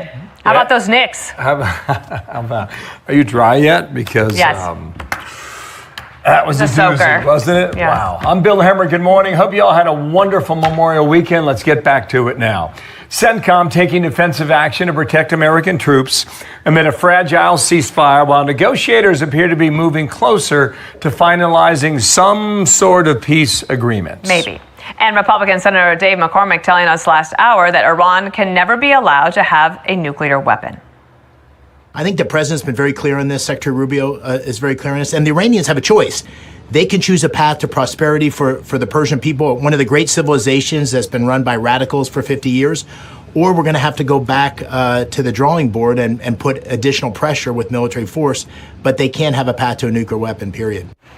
Foreign correspondent Jeff Paul is live in Dubai with more. Hi, Jeff. Hey, Dana. Well, yeah, leaders here in the Gulf are still hopeful and trying to actively work to get that U.S.-Iran peace deal across the line. We know a delegation from Tehran recently traveled to Qatar to continue diplomatic efforts there, but complicating this entire picture, those recent strikes carried out overnight by the U.S. military in southern Iran. U.S. military officials saying the strikes were carried out in self-defense, targeting missile launch sites and boats they say were laying mines in the Strait of Hormuz. CENTCOM says the strikes were aimed to protect troops from threats posed by Iranian forces. While traveling back from India today, Secretary of State Marco Rubio said talks were still ongoing and that there's been a lot of back and forth regarding specific language. I think there's strong alignment and agreement on what a preliminary draft should look like. I think that, like anything with something like this, it's going to take a couple days to settle on, even down to the disagreements over a word, sentence. So we'll have to work through that. If there's going to be a deal, we're going to have to work through that. But this is, it's either going to be a good deal or there isn't going to be one. Now, in Iran, government officials there say negotiations are still continuing, but are proving a little difficult. They accuse the U.S. of being inconsistent and full of contradictions in negotiations. Even among those who call Tehran home, residents there are growing a little frustrated by the process. Some fear the U.S. will go back on its commitments if a deal is signed. Others aren't sure if a long-term peace deal is even possible. In my opinion, a temporary agreement is possible, but whether this temporary agreement will lead to a final agreement and result in peace is questionable. The officials must absolutely maintain the necessary vigilance and care. Now, Marco Rubio acknowledged those talks that are going on in Qatar with Qatari officials and Iranian officials, but at the moment, no major breakthroughs in this peace deal to report just yet. Dana? All right, Jeff Paul, thank you for setting us up for this board hit by Bill. The straits have to be open. They're going to be open one way or the other. So they need to be open. What's happening there is unlawful. It's illegal. It's unsustainable for the world. It's unacceptable. That cannot happen. The straits need to be open, unimpeded, without tolls. And obviously that needs to happen immediately. So what he's talking about there with Marco Rubio traveling over the weekend right here is this choke point in the Strait of Hormuz. It has been a major sense of tension, not just for the region, but literally for the world thus far. So here's what happened over the weekend.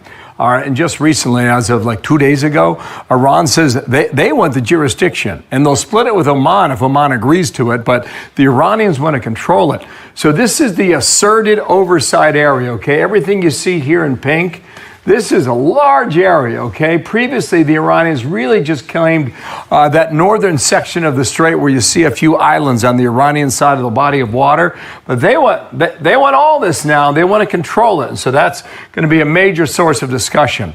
Now, with regard to the military action from over the weekend, here's what happened. The United States military noticed that there were 2 IRGC boats that were laying mines in the water. Those 2 boats were taken out. In response, the Iranians fired surface-to-air missiles. They say they went after an F-35. Whether that's true or not, we do not know. But then the U.S. military went after those targets. And again, those targets were on this side of the water in the town of Bandar Abbas. What about the mining in the strait? It's a big concern, not just for the U.S., but all shipping companies and countries around the world. Check out this video here. There were several different mines the Iranians can use. And if you look at it, you can have these mines that are moored to the bottom of the ocean. You can find those, Dana, because you can go in and detect those. Other mines float on the water. Eventually, you could locate those. Then you've got other mines that detect when a ship passes over it. It emits a signal, and then it can tell when the mine is in the area. And these mines here, they can literally attach the side of a boat. So as you're cruising through, it can detonate later and you never even know it. Right. So that's the situation with the Iranians. And be sure to like and subscribe for all the Fox News latest on YouTube and catch. All right. Just a little something to give you an idea, brothers and sisters. There won't be any peace. This thing is about to collapse. And this war is about to be right back. And like I explained, we know the winning party, which is the God, Master Prophet Muhammad, and his angels, Iran and Syria. They're going to defeat the dragon and his angels. They're going to defeat the House of Assad. American Britain will be defeated and kicked out of the Middle East. False Israels will be under siege and waiting for their destruction, which isn't supposed to happen because that's an abomination, right? Because they claim to be God's chosen people, which the world is structured around that idea. So that's everybody's mind, which is going to collapse their minds once that event takes place. Like I said, that's an abomination. It said when God placed in their land, they are not to be uprooted or removed. So it means that happens, then who the hell were they? Well, it tells you exactly who they are. It tells you that they're Satan. This is in Revelation chapters 2 and 3, verse 9, both chapters. It says, I am giving out the synagogue of Satan, of the ones saying themselves Jews to be, and not they are, but they are lying. And the blasphemy, which is lie, out of the ones saying Jews to be themselves, and not they are, but synagogue of the Satan. So it's telling you exactly who they are. The ones who have synagogues, they're Satan. The ones that claim to be Jews, they're Satan. They claim to be from the tribe of Judah, which the word Jew is a term that they use, which is slang for Judah. But they don't call themselves Judah. They call themselves Jews. You see? So it's clear. They pretend to be original because original people are from the tribe of Judah. The messenger of the covenant from the tribe of Judah. The Lamb of God, which is the messenger of the covenant, which is Joshua the Messiah. And they're against him. You see? And they're against his people, which the world is going to find out exactly who they are once this event take place. You see? So, like I explained, brothers and sisters, we know what's happening. We know what's going on. And when America loses this war, and they're kicked out of the Middle East, this is going to affect them tremendously. It's going to affect them immediately. They're going to be cut from the oil. They will no longer have access to oil in the Middle East, which will lead to a change in events in the energy crisis here in America, with people with job loss and income instability, businesses shutting down and cutting workers, gig and side hustles drying up, unemployment rising with no insured idea if they're going to get paid out from unemployment, banking and money issues, inflation, rising prices and shortages, groceries, gas, rent, all that goes up. The supply chain slow down, empty shelves, and housing problems, rent increase, eviction rise, foreclosure increase, homelessness goes up, increase of crime and social tension. There's going to be a lot of theft and scam, protesting, unrest, communities under stress, no 911s, government, all these things are going to be under stress. So they're going to cut programs due to lack of funds. The government's going to try to step in, stabilize things, but it's not going to be enough to pull through. It's going to be global effects, trade slow down, travel become more expensive, and things of that nature. So spending is going to be, people are going to be trying to do whatever they can, Before you know it,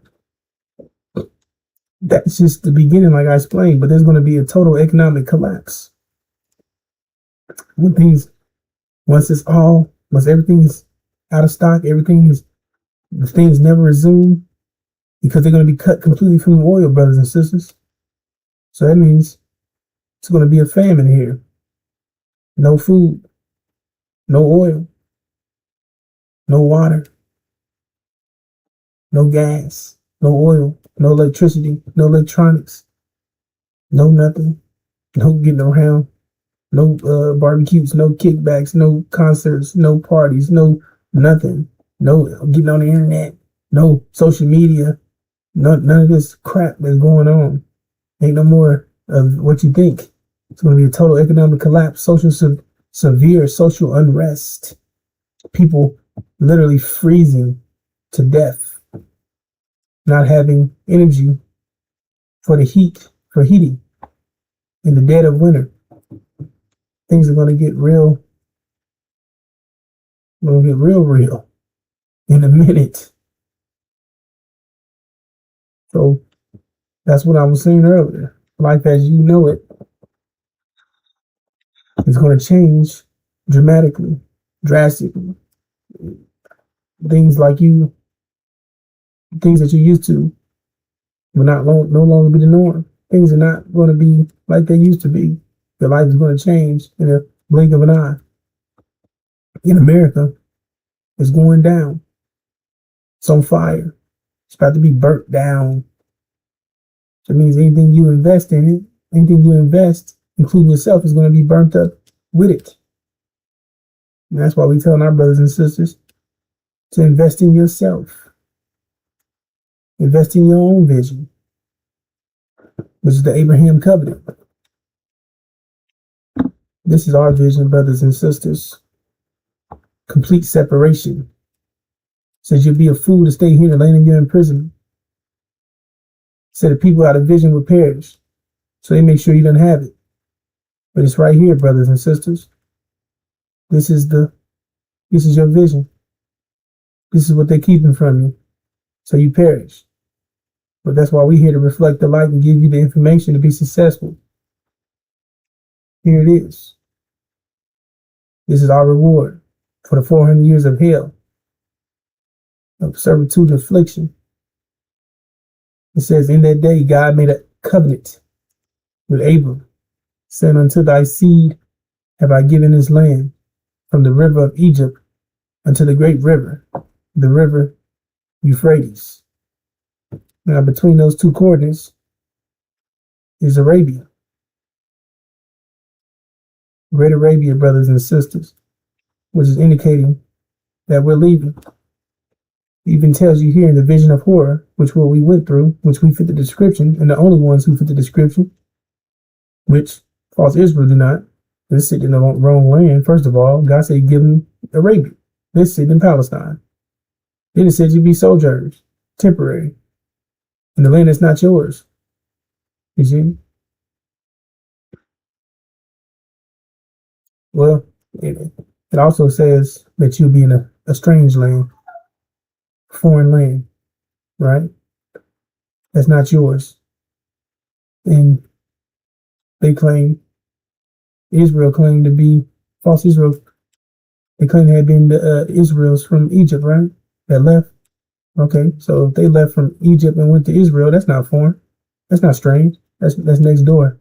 You see? And it said that they also never been to bondage. They never was in bondage to any man. You see? So they claim, so they never was slaves, right? And they also said, and also they never went to 400 years of nothing. It was like the Holocaust was 10 years or less. I mean, it was less than 10 years. You see? And these things, and what happened to them was due to them because they were traitors. You see? So at the end of the day, brothers and sisters, they don't fit any of these descriptions, but we do. And it's telling you we're getting out of here. It's telling you right here. It says that, it says, and when the sun was going down, a deep sleep fell upon Abram, and lo, a horror of great darkness fell upon him. And he said unto Abram, know of a surety that thy seed shall be sojourners in a land that is not theirs, and shall serve them, and shall afflict them for 400 years. 16:19, 20:19. And also that nation whom they serve will I judge. 2020. The plague came in right on time. And they were affected. They were dropping like flies. Said pass over those with the lamb's blood. Right? It passed right over us. But it didn't pass over them. It was an indication that they were in trouble. And it says afterwards. Afterwards they shall come out. Afterwards shall they come out with great substance. See, coming out. He said, but thou shalt go to thy fathers in peace. Thou shalt be buried in a good old age. And in the fourth generation, they shall come hither. Come here again. For the iniquity of the Amorite, excuse me, because this is Amorite is not yet full. It says we will come here again. It's talking about this right here. Letting you know that we're leaving America, brothers and sisters. So that's where your mind needs to be. Getting prepared to leave America. Get the hell out of here. Not taking any reparations, any 6 states, taking any 40 acres and a mule, taking any plea deals. He said what God has for you is better. So you have to get prepared to make the transition. You got to get rid of this devil mind and upload your God mind.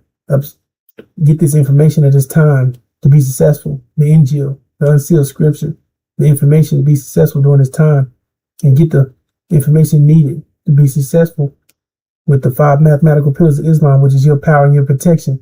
Give you the ability to be back in control, gain your power and your protection. And we're going to come together, brothers and sisters. And that's what we need. We need each other to get out of here. You got to work together in harmonic motion.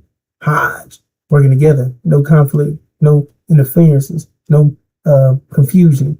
Everybody on the same page. It's fine. We have different perspectives. As long as it all equals to 4. 2 plus 2 equals 4. 3 plus 1 equals 4. 4 plus 0 equals 4. 2 times 2 equals 4. We good with these things. We fine with different perspectives as long as we get the same answer. That's what's important, brothers and sisters.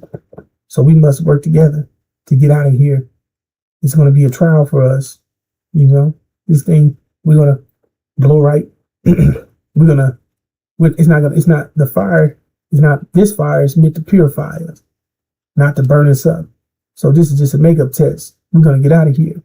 You see, but this tribulation, our enemies are going to be burnt up, and America's going to be burnt up as well.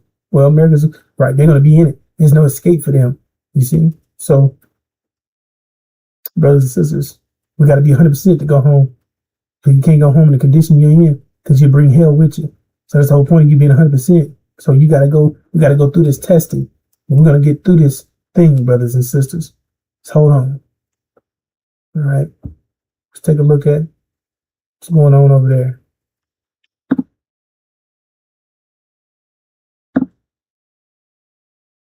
The finger of the United States military is on the trigger behind the negotiations. The United States military attacked targets in southern Iran and in the Persian Gulf in strikes that were defined as self-defense. In Iran, they confirmed that soldiers of the Revolutionary Guards were eliminated in these strikes. Mustafa Khamenei is threatening from the bunker, saying that Israel is approaching the end of its existence. The deal with Iran is stuck on two issues. The nuclear issue and the money are once again the center of this crisis. Mustafa Khamenei added in a letter that the calls of death to America and death to Israel will unite the Muslim world. The United States is insisting on the destruction of the enriched uranium. Trump said clearly that this is a necessary condition for an agreement with Iran. And Trump, in an official demand to Arab leaders, leaves them with no choice. You are going to sign the Abraham Accords in exchange for a deal with Iran. And he made it clear, either there will be an excellent deal or we will return to the battlefield with force. The president of Iran announced the restoration of the internet in the country. It will be interesting to see what comes out of Iran and whether the testimonies will come out about what the regime did to the Iranian people. So, did Iran quietly prepare an unexpected surprise for the United States and Israel? Or have the United States and Israel already prepared the winning move against the Revolutionary Guards? Let me know in the comments, what do you think? I'm Yair Pinto, with me is Mati Shoshani, and we are boots on the ground, bringing you the whole truth about what's happening here in Israel and also the whole truth about what's happening in our neighborhood, the Middle East. And today is May 26th, and we are about to bring you the whole information from this region. And 2 weeks before the opening of the World Cup, the soccer tournament in the United States, Iran is sending a new threat and connecting the war and the negotiations to the football games. Any miscalculation could turn Trump into a symbol of a bitter and costly mistake, according to the Revolutionary Guards. While the negotiations between the United States and Iran continue, the Iranians tried last night to raise the price of the game in the Strait of Hormuz. After American mine-clearing ships were already operating in the area to clear naval mines that had been placed earlier, according to reports, Iranian boats went out to place more mines. The Americans responded immediately and sank those boats. United States Central Command defined the action as self-defense. But the Iranians did not stop there. Missiles were launched towards the American aircrafts that are operating in the area, and that led to another wave of U.S. strikes in southern Iran. The strikes hit the area of Bandar Abbas, which is a central port and an important base of the Iranian Navy. According to reports, amongst the targets that were attacked were missile launch sites and boats that tried to place the mines. In Iran, 4 deaths were reported. And all of this is happening while about 20 American warships, including 2 aircraft carriers and the vessels accompanying them, are operating in the Gulf of Oman and the Arabian Sea in order to enforce the blockade on Iran's ports. And in the middle of this escalation, United States Secretary of State Marco Rubio said that talks were held in Qatar, but the wording of the deal could take a few more days. Then he sent a clear message to Tehran. The Strait of Hormuz must remain open, and it will remain open one way or another. And at the same time, Trump is hardening his position. He's no longer talking only about a ceasefire or opening the strait, but about a much broader deal.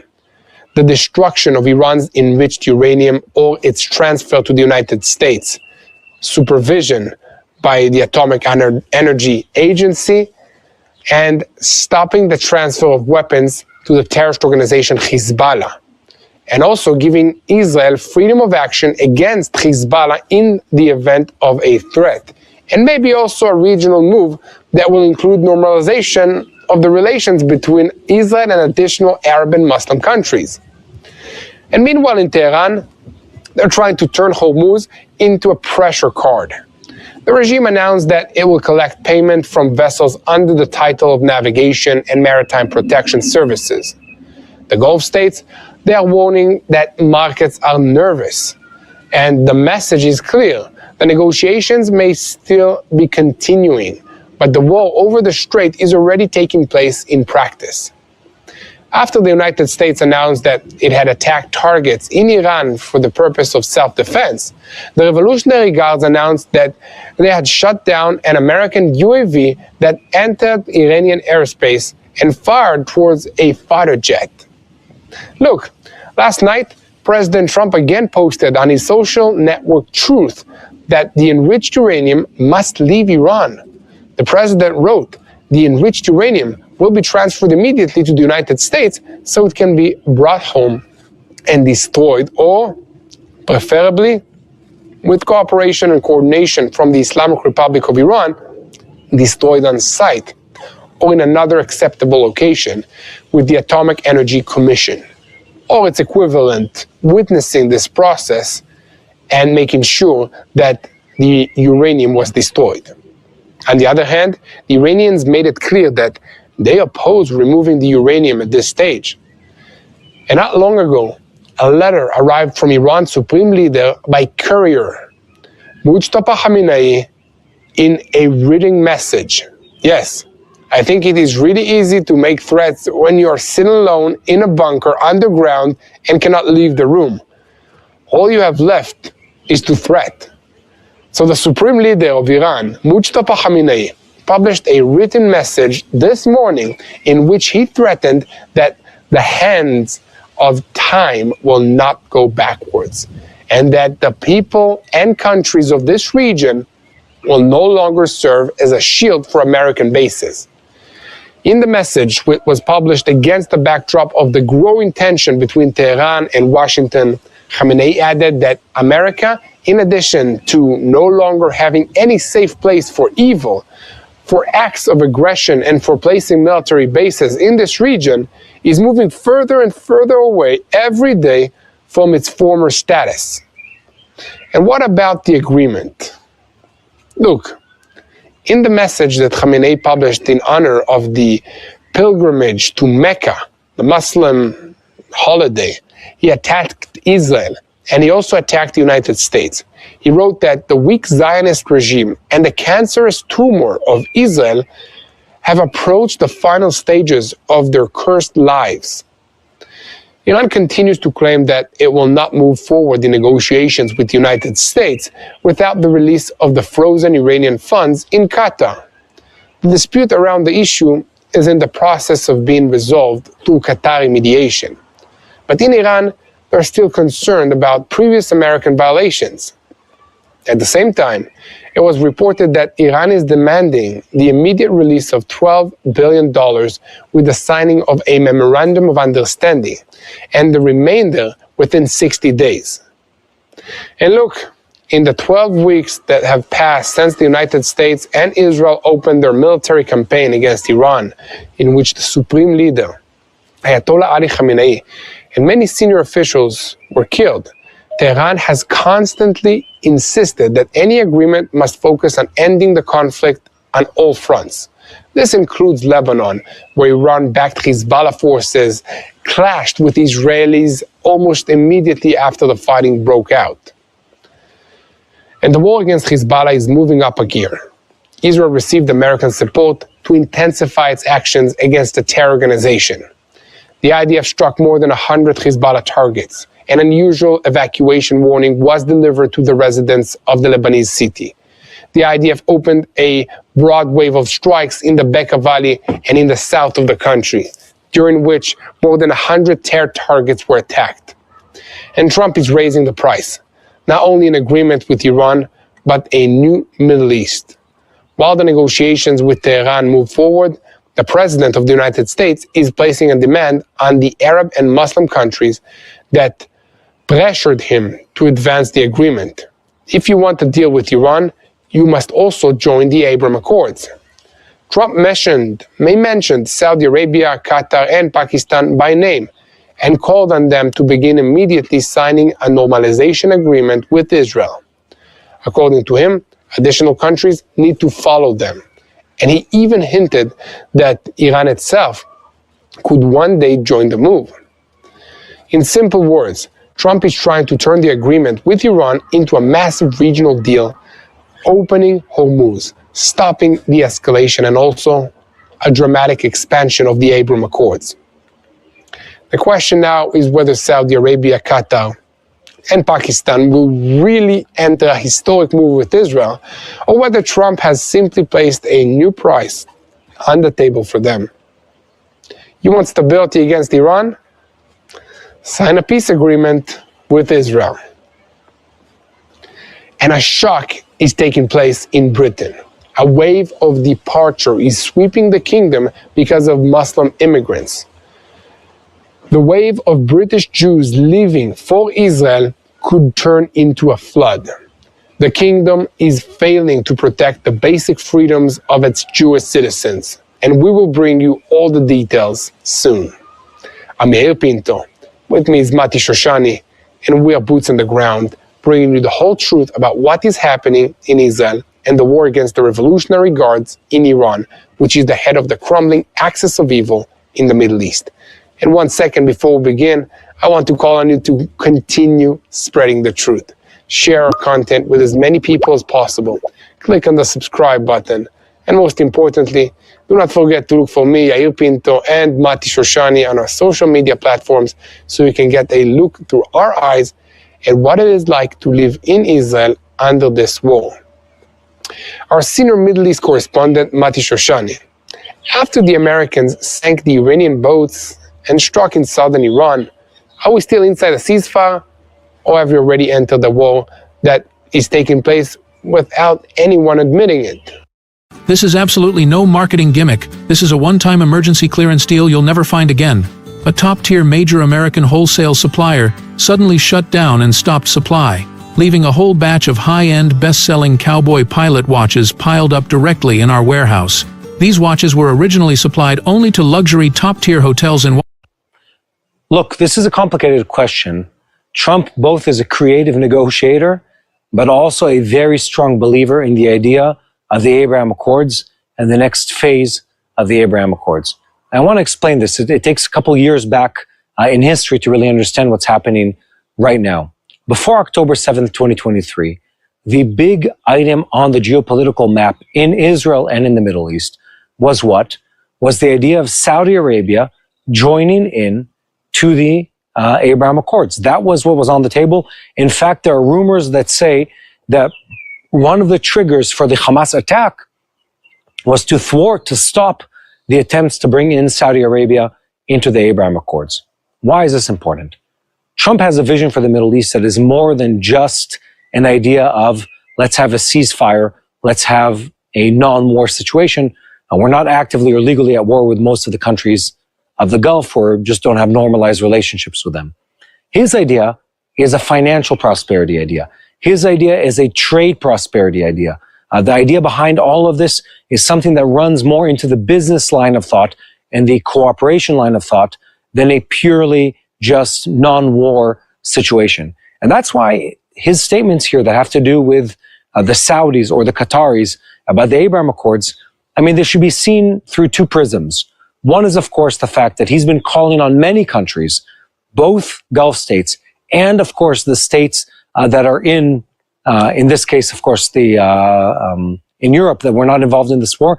He's been repeatedly calling on them, be part of the war, be part of fighting against Iran, be part of the solution against the evil regime that is the Iranian regime. That's not a new message from President Trump. It's a repeated message. But also the Abraham Accords message is a reoccurring message. The Trump administration in its previous time around was very active in building new relationships in the Middle East and being a bridge builder between the people of the Arab world and Israel and the United States' interest in this part of the world. And I need to say this as part of a bigger picture that is fighting against Chinese agenda, fighting against Chinese presence, fighting against Russian stakes and stakeholds in this part of the world. And when he did that, He did it beautifully. He did it in an agreement between Israel and the United Arab Emirates. He did it with Morocco, several other countries. And so this is something that's meaningful. The Trump administration truly, really does want to have an agreement and a second phase of the Abraham Accords. He truly does believe that countries both in NATO and in the Gulf need to also carry some of their own weight when it comes to the situation, when it comes to the war, when it comes to fighting against Iran. So his statement here should be taken at face value. He truly wants and is calling on these states to enter into the Abraham Accords. At the same time, he truly wants and expects them, and this is an important word, he expects them to carry some of the load in fighting against Iran, in sanctions, in cutting off trade, in putting up real military power, and investment as a percentage of the GDP in building up their own military capabilities. That is something that the Trump administration has been working on for a very long time, and they mean business when they say that they're expecting countries to be part of that.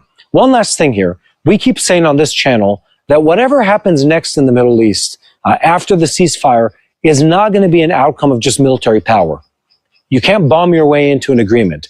You can't bomb your way into a ceasefire. What you can do is you can only carry out diplomatic and, let's call it, geopolitical steps, treaties, agreements, trade pacts between the different countries. And the Trump White House understands that and is working in that direction for the Gaza Strip, for Lebanon, for Syria at earnest, and now also for the countries around Iran. Financial treaties have always been part of their modus operandi. Building up deals is part of the way they operate. Signing treaties that are related also to finance and not just war and warfare have always been part of the way they operate, and this is no different. They're looking towards the day after. What happens after we have a deal? How do we build up trade? How do we build up business? How do we build up something that is financially worthwhile for the countries that are involved and, of course, for U.S. interests in this part of the world? That's how Trump has operated in the past, before he was president, and that's also how he's operating this time around. And let me just say this, Yael. If this materializes, it'll be amazing.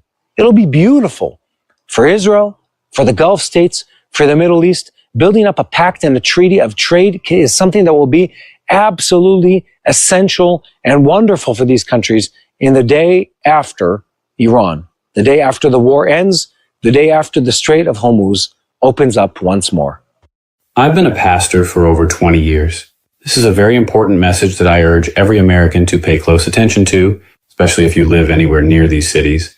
There is a terrifying biblical prophecy that is happening right in front of our eyes, yet no one is saying a thing about it.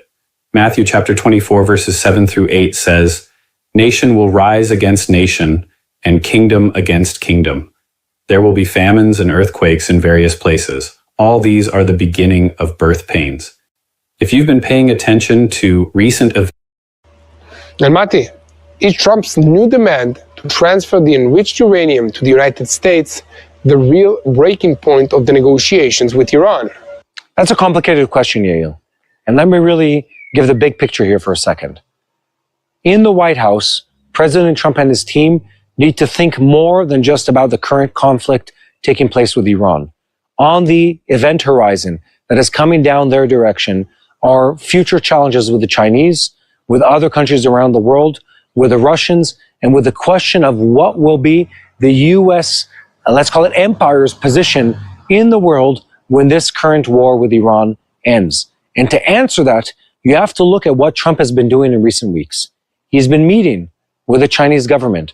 Him and Xi Jinping just 2 weekends ago had a summit together in Beijing where they talked about financial cooperation.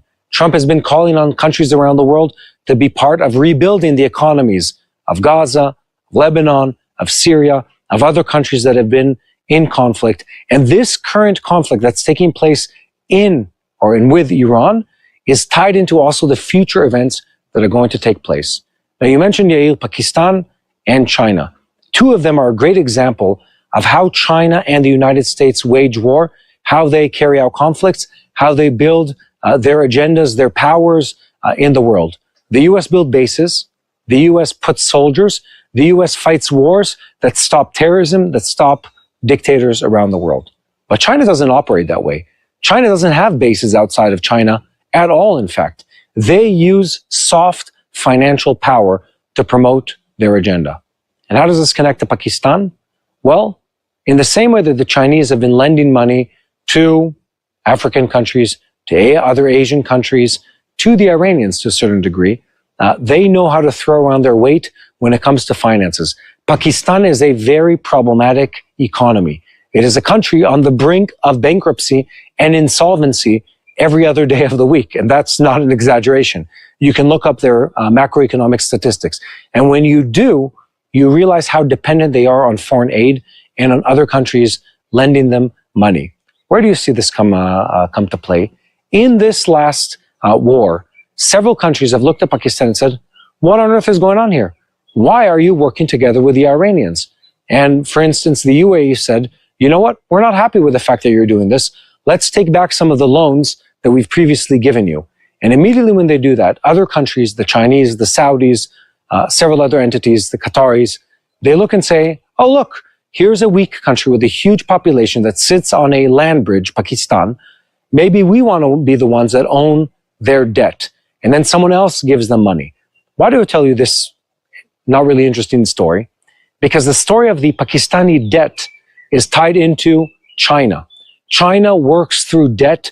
China works through commerce. They built up a financial dependency in other countries, and through that, they impact the world. Well, how does this connect to Iran? Great question. Let me tell you the answer to that. Iran depends on Chinese money. How so? Well, remember those famous sanctions? The Iranians famously were exporting a majority of their oil to China. They were doing that behind the back of the Chinese and by circumventing the sanctions imposed on them by the Americans and other countries. For Iran, that was about 80% of their revenue, 80 to 90% of their revenue related to oil. For China, just a fraction, 10 to 12% of the oil purchased by the Chinese government was related to this. Why is this interesting? Because it shows you how China is able to create strings of power and influence through purchases, through commerce, through trade with other countries. How does this relate to the situation in the Hormuz Strait right now? Well, to really end all of this, to end this conflict, there needs to be a bigger scheme, a bigger plan, a bigger strategy. And Trump famously pulled in the Chinese and said, look, be part of the solution. I'm going to help you with getting oil. That's already taken care of. But how about you be part of the solution for Iran for the day after? You've invested money in the Iranians, in building them up as an ally for you, a trade partner, etc. Why not you be part of that agreement? And think about it from this perspective. Who can influence Iran? Well, they have a lot of internal conflict, a lot of internal pressures. The U.S. has an enormous amount of military pressure on them right now, and a lot of financial pressure on them in the sense of sanctions. But from a different direction, the Chinese government has an immense amount of pressure on them by the fact that they are one of the biggest contributors to the Iranian economy, especially when it relates to the IRGC and the money they make from selling oil. Combine all those things. When President Trump and Xi Jinping get cozy with each other and start talking about treaties between the U.S. and China and putting down, the tariffs and reducing the, let's call it the financial warfare that's taking place between them. When you talk about that from that perspective and think about Iran being in the middle, well, now Pakistan and Iran are just pieces in a much bigger game that talks about what will happen between the two global financial superpowers in the years to come. That's, of course, the US and China. And from that perspective, now Pakistan makes sense. Now Iran makes sense. Now the Chinese involvement all makes sense. Trump has been, and I need to say this openly, has been in a masterful way working the economic aspect of this entire conflict in a way that is far more sophisticated than I believe most people, most outlets, will agree to and will believe in. Why is that? Because they like to look at his behavior as a capricious behavior, as something that's sort of, it's on the fly kind of behavior. But when it comes to oil, when it comes to moving money, when it comes to markets, the moves made here by the U.S. together with the Chinese, hopefully, and of course, on the back of Iran and with the help of Pakistan, they all tie into money. They all tie into the economy. And again, what's the famous statement? It's about the economy, dummy. It's always about finances. It's always about money. It's always about the dollar bills that pay for the IRGC to keep fighting, that pay for the American war machine, that pay for the Chinese government and their economy. And if you can manipulate the way the economy works and build towards a global agreement where the US benefits, remains in power, and the Chinese have to work together with them, well, that's done at the expense of the Iranian regime in a way that weakens the Iranian regime and strengthens the agenda, the purposes, the goals of the American forces here in the region. And of course, from my perspective, from where I'm standing, that is good for. This is the mosquito lamp my team spent 3 years building because every bug zapper on the market kept using the wrong technology. Every bug zapper. Israel. Mati, why is Iran so pressured by the Israeli strikes in Beirut? It has Lebanon now become one of the keys to the agreement with Iran. Yael, that's a great question. Are the Iranians in financial trouble and trying to milk the ships that are coming through for cash, or is this a power play? Well, what if I told you I think it's both? It is both at the same time. And why do I say that? Opening or closing the Strait of Hormuz is really sort of the key piece in the physical, the visual image of who's winning in the war. Now, even though the US beat the Iranians dramatically, substantially, in every possible military aspect of this war, the fact that the Ayatollah regime in Iran is still able to squeeze the ships coming through, to threaten the ships coming through the Strait of Hormuz, or trying to travel through the Strait of Hormuz, is a show of power, of sovereignty, and control for the Iranian Ayatollah regime. So when they talk about, we control the Strait of Hormuz, ships that travel through will pay us, Iran, to be able to pass through the Strait of Hormuz. They do that because it's a show of power to the world, and it benefits their economy.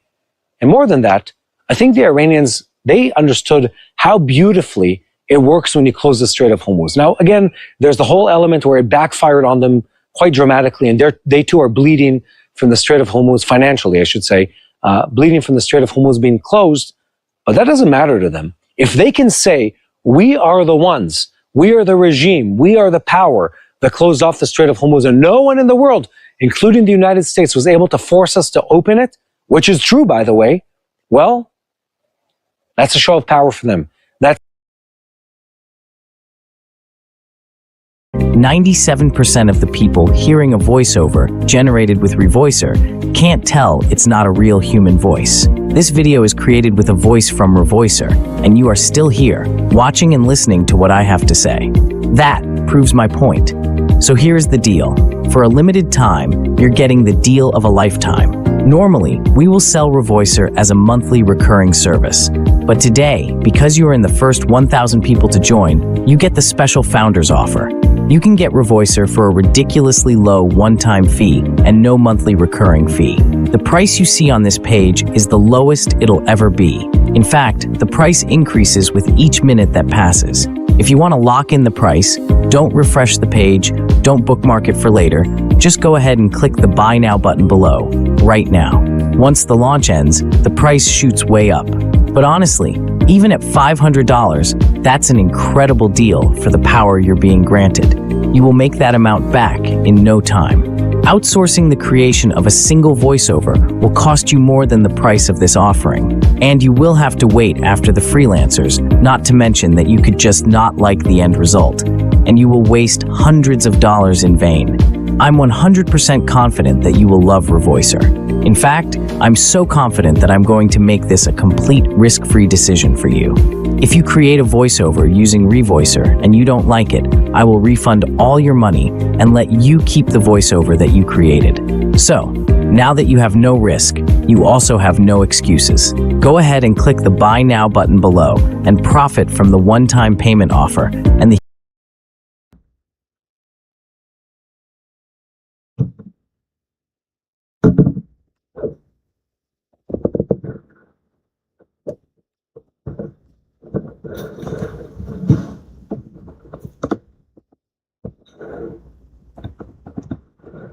Assalamu alaikum, brothers and sisters. It's David Hodge. Welcome.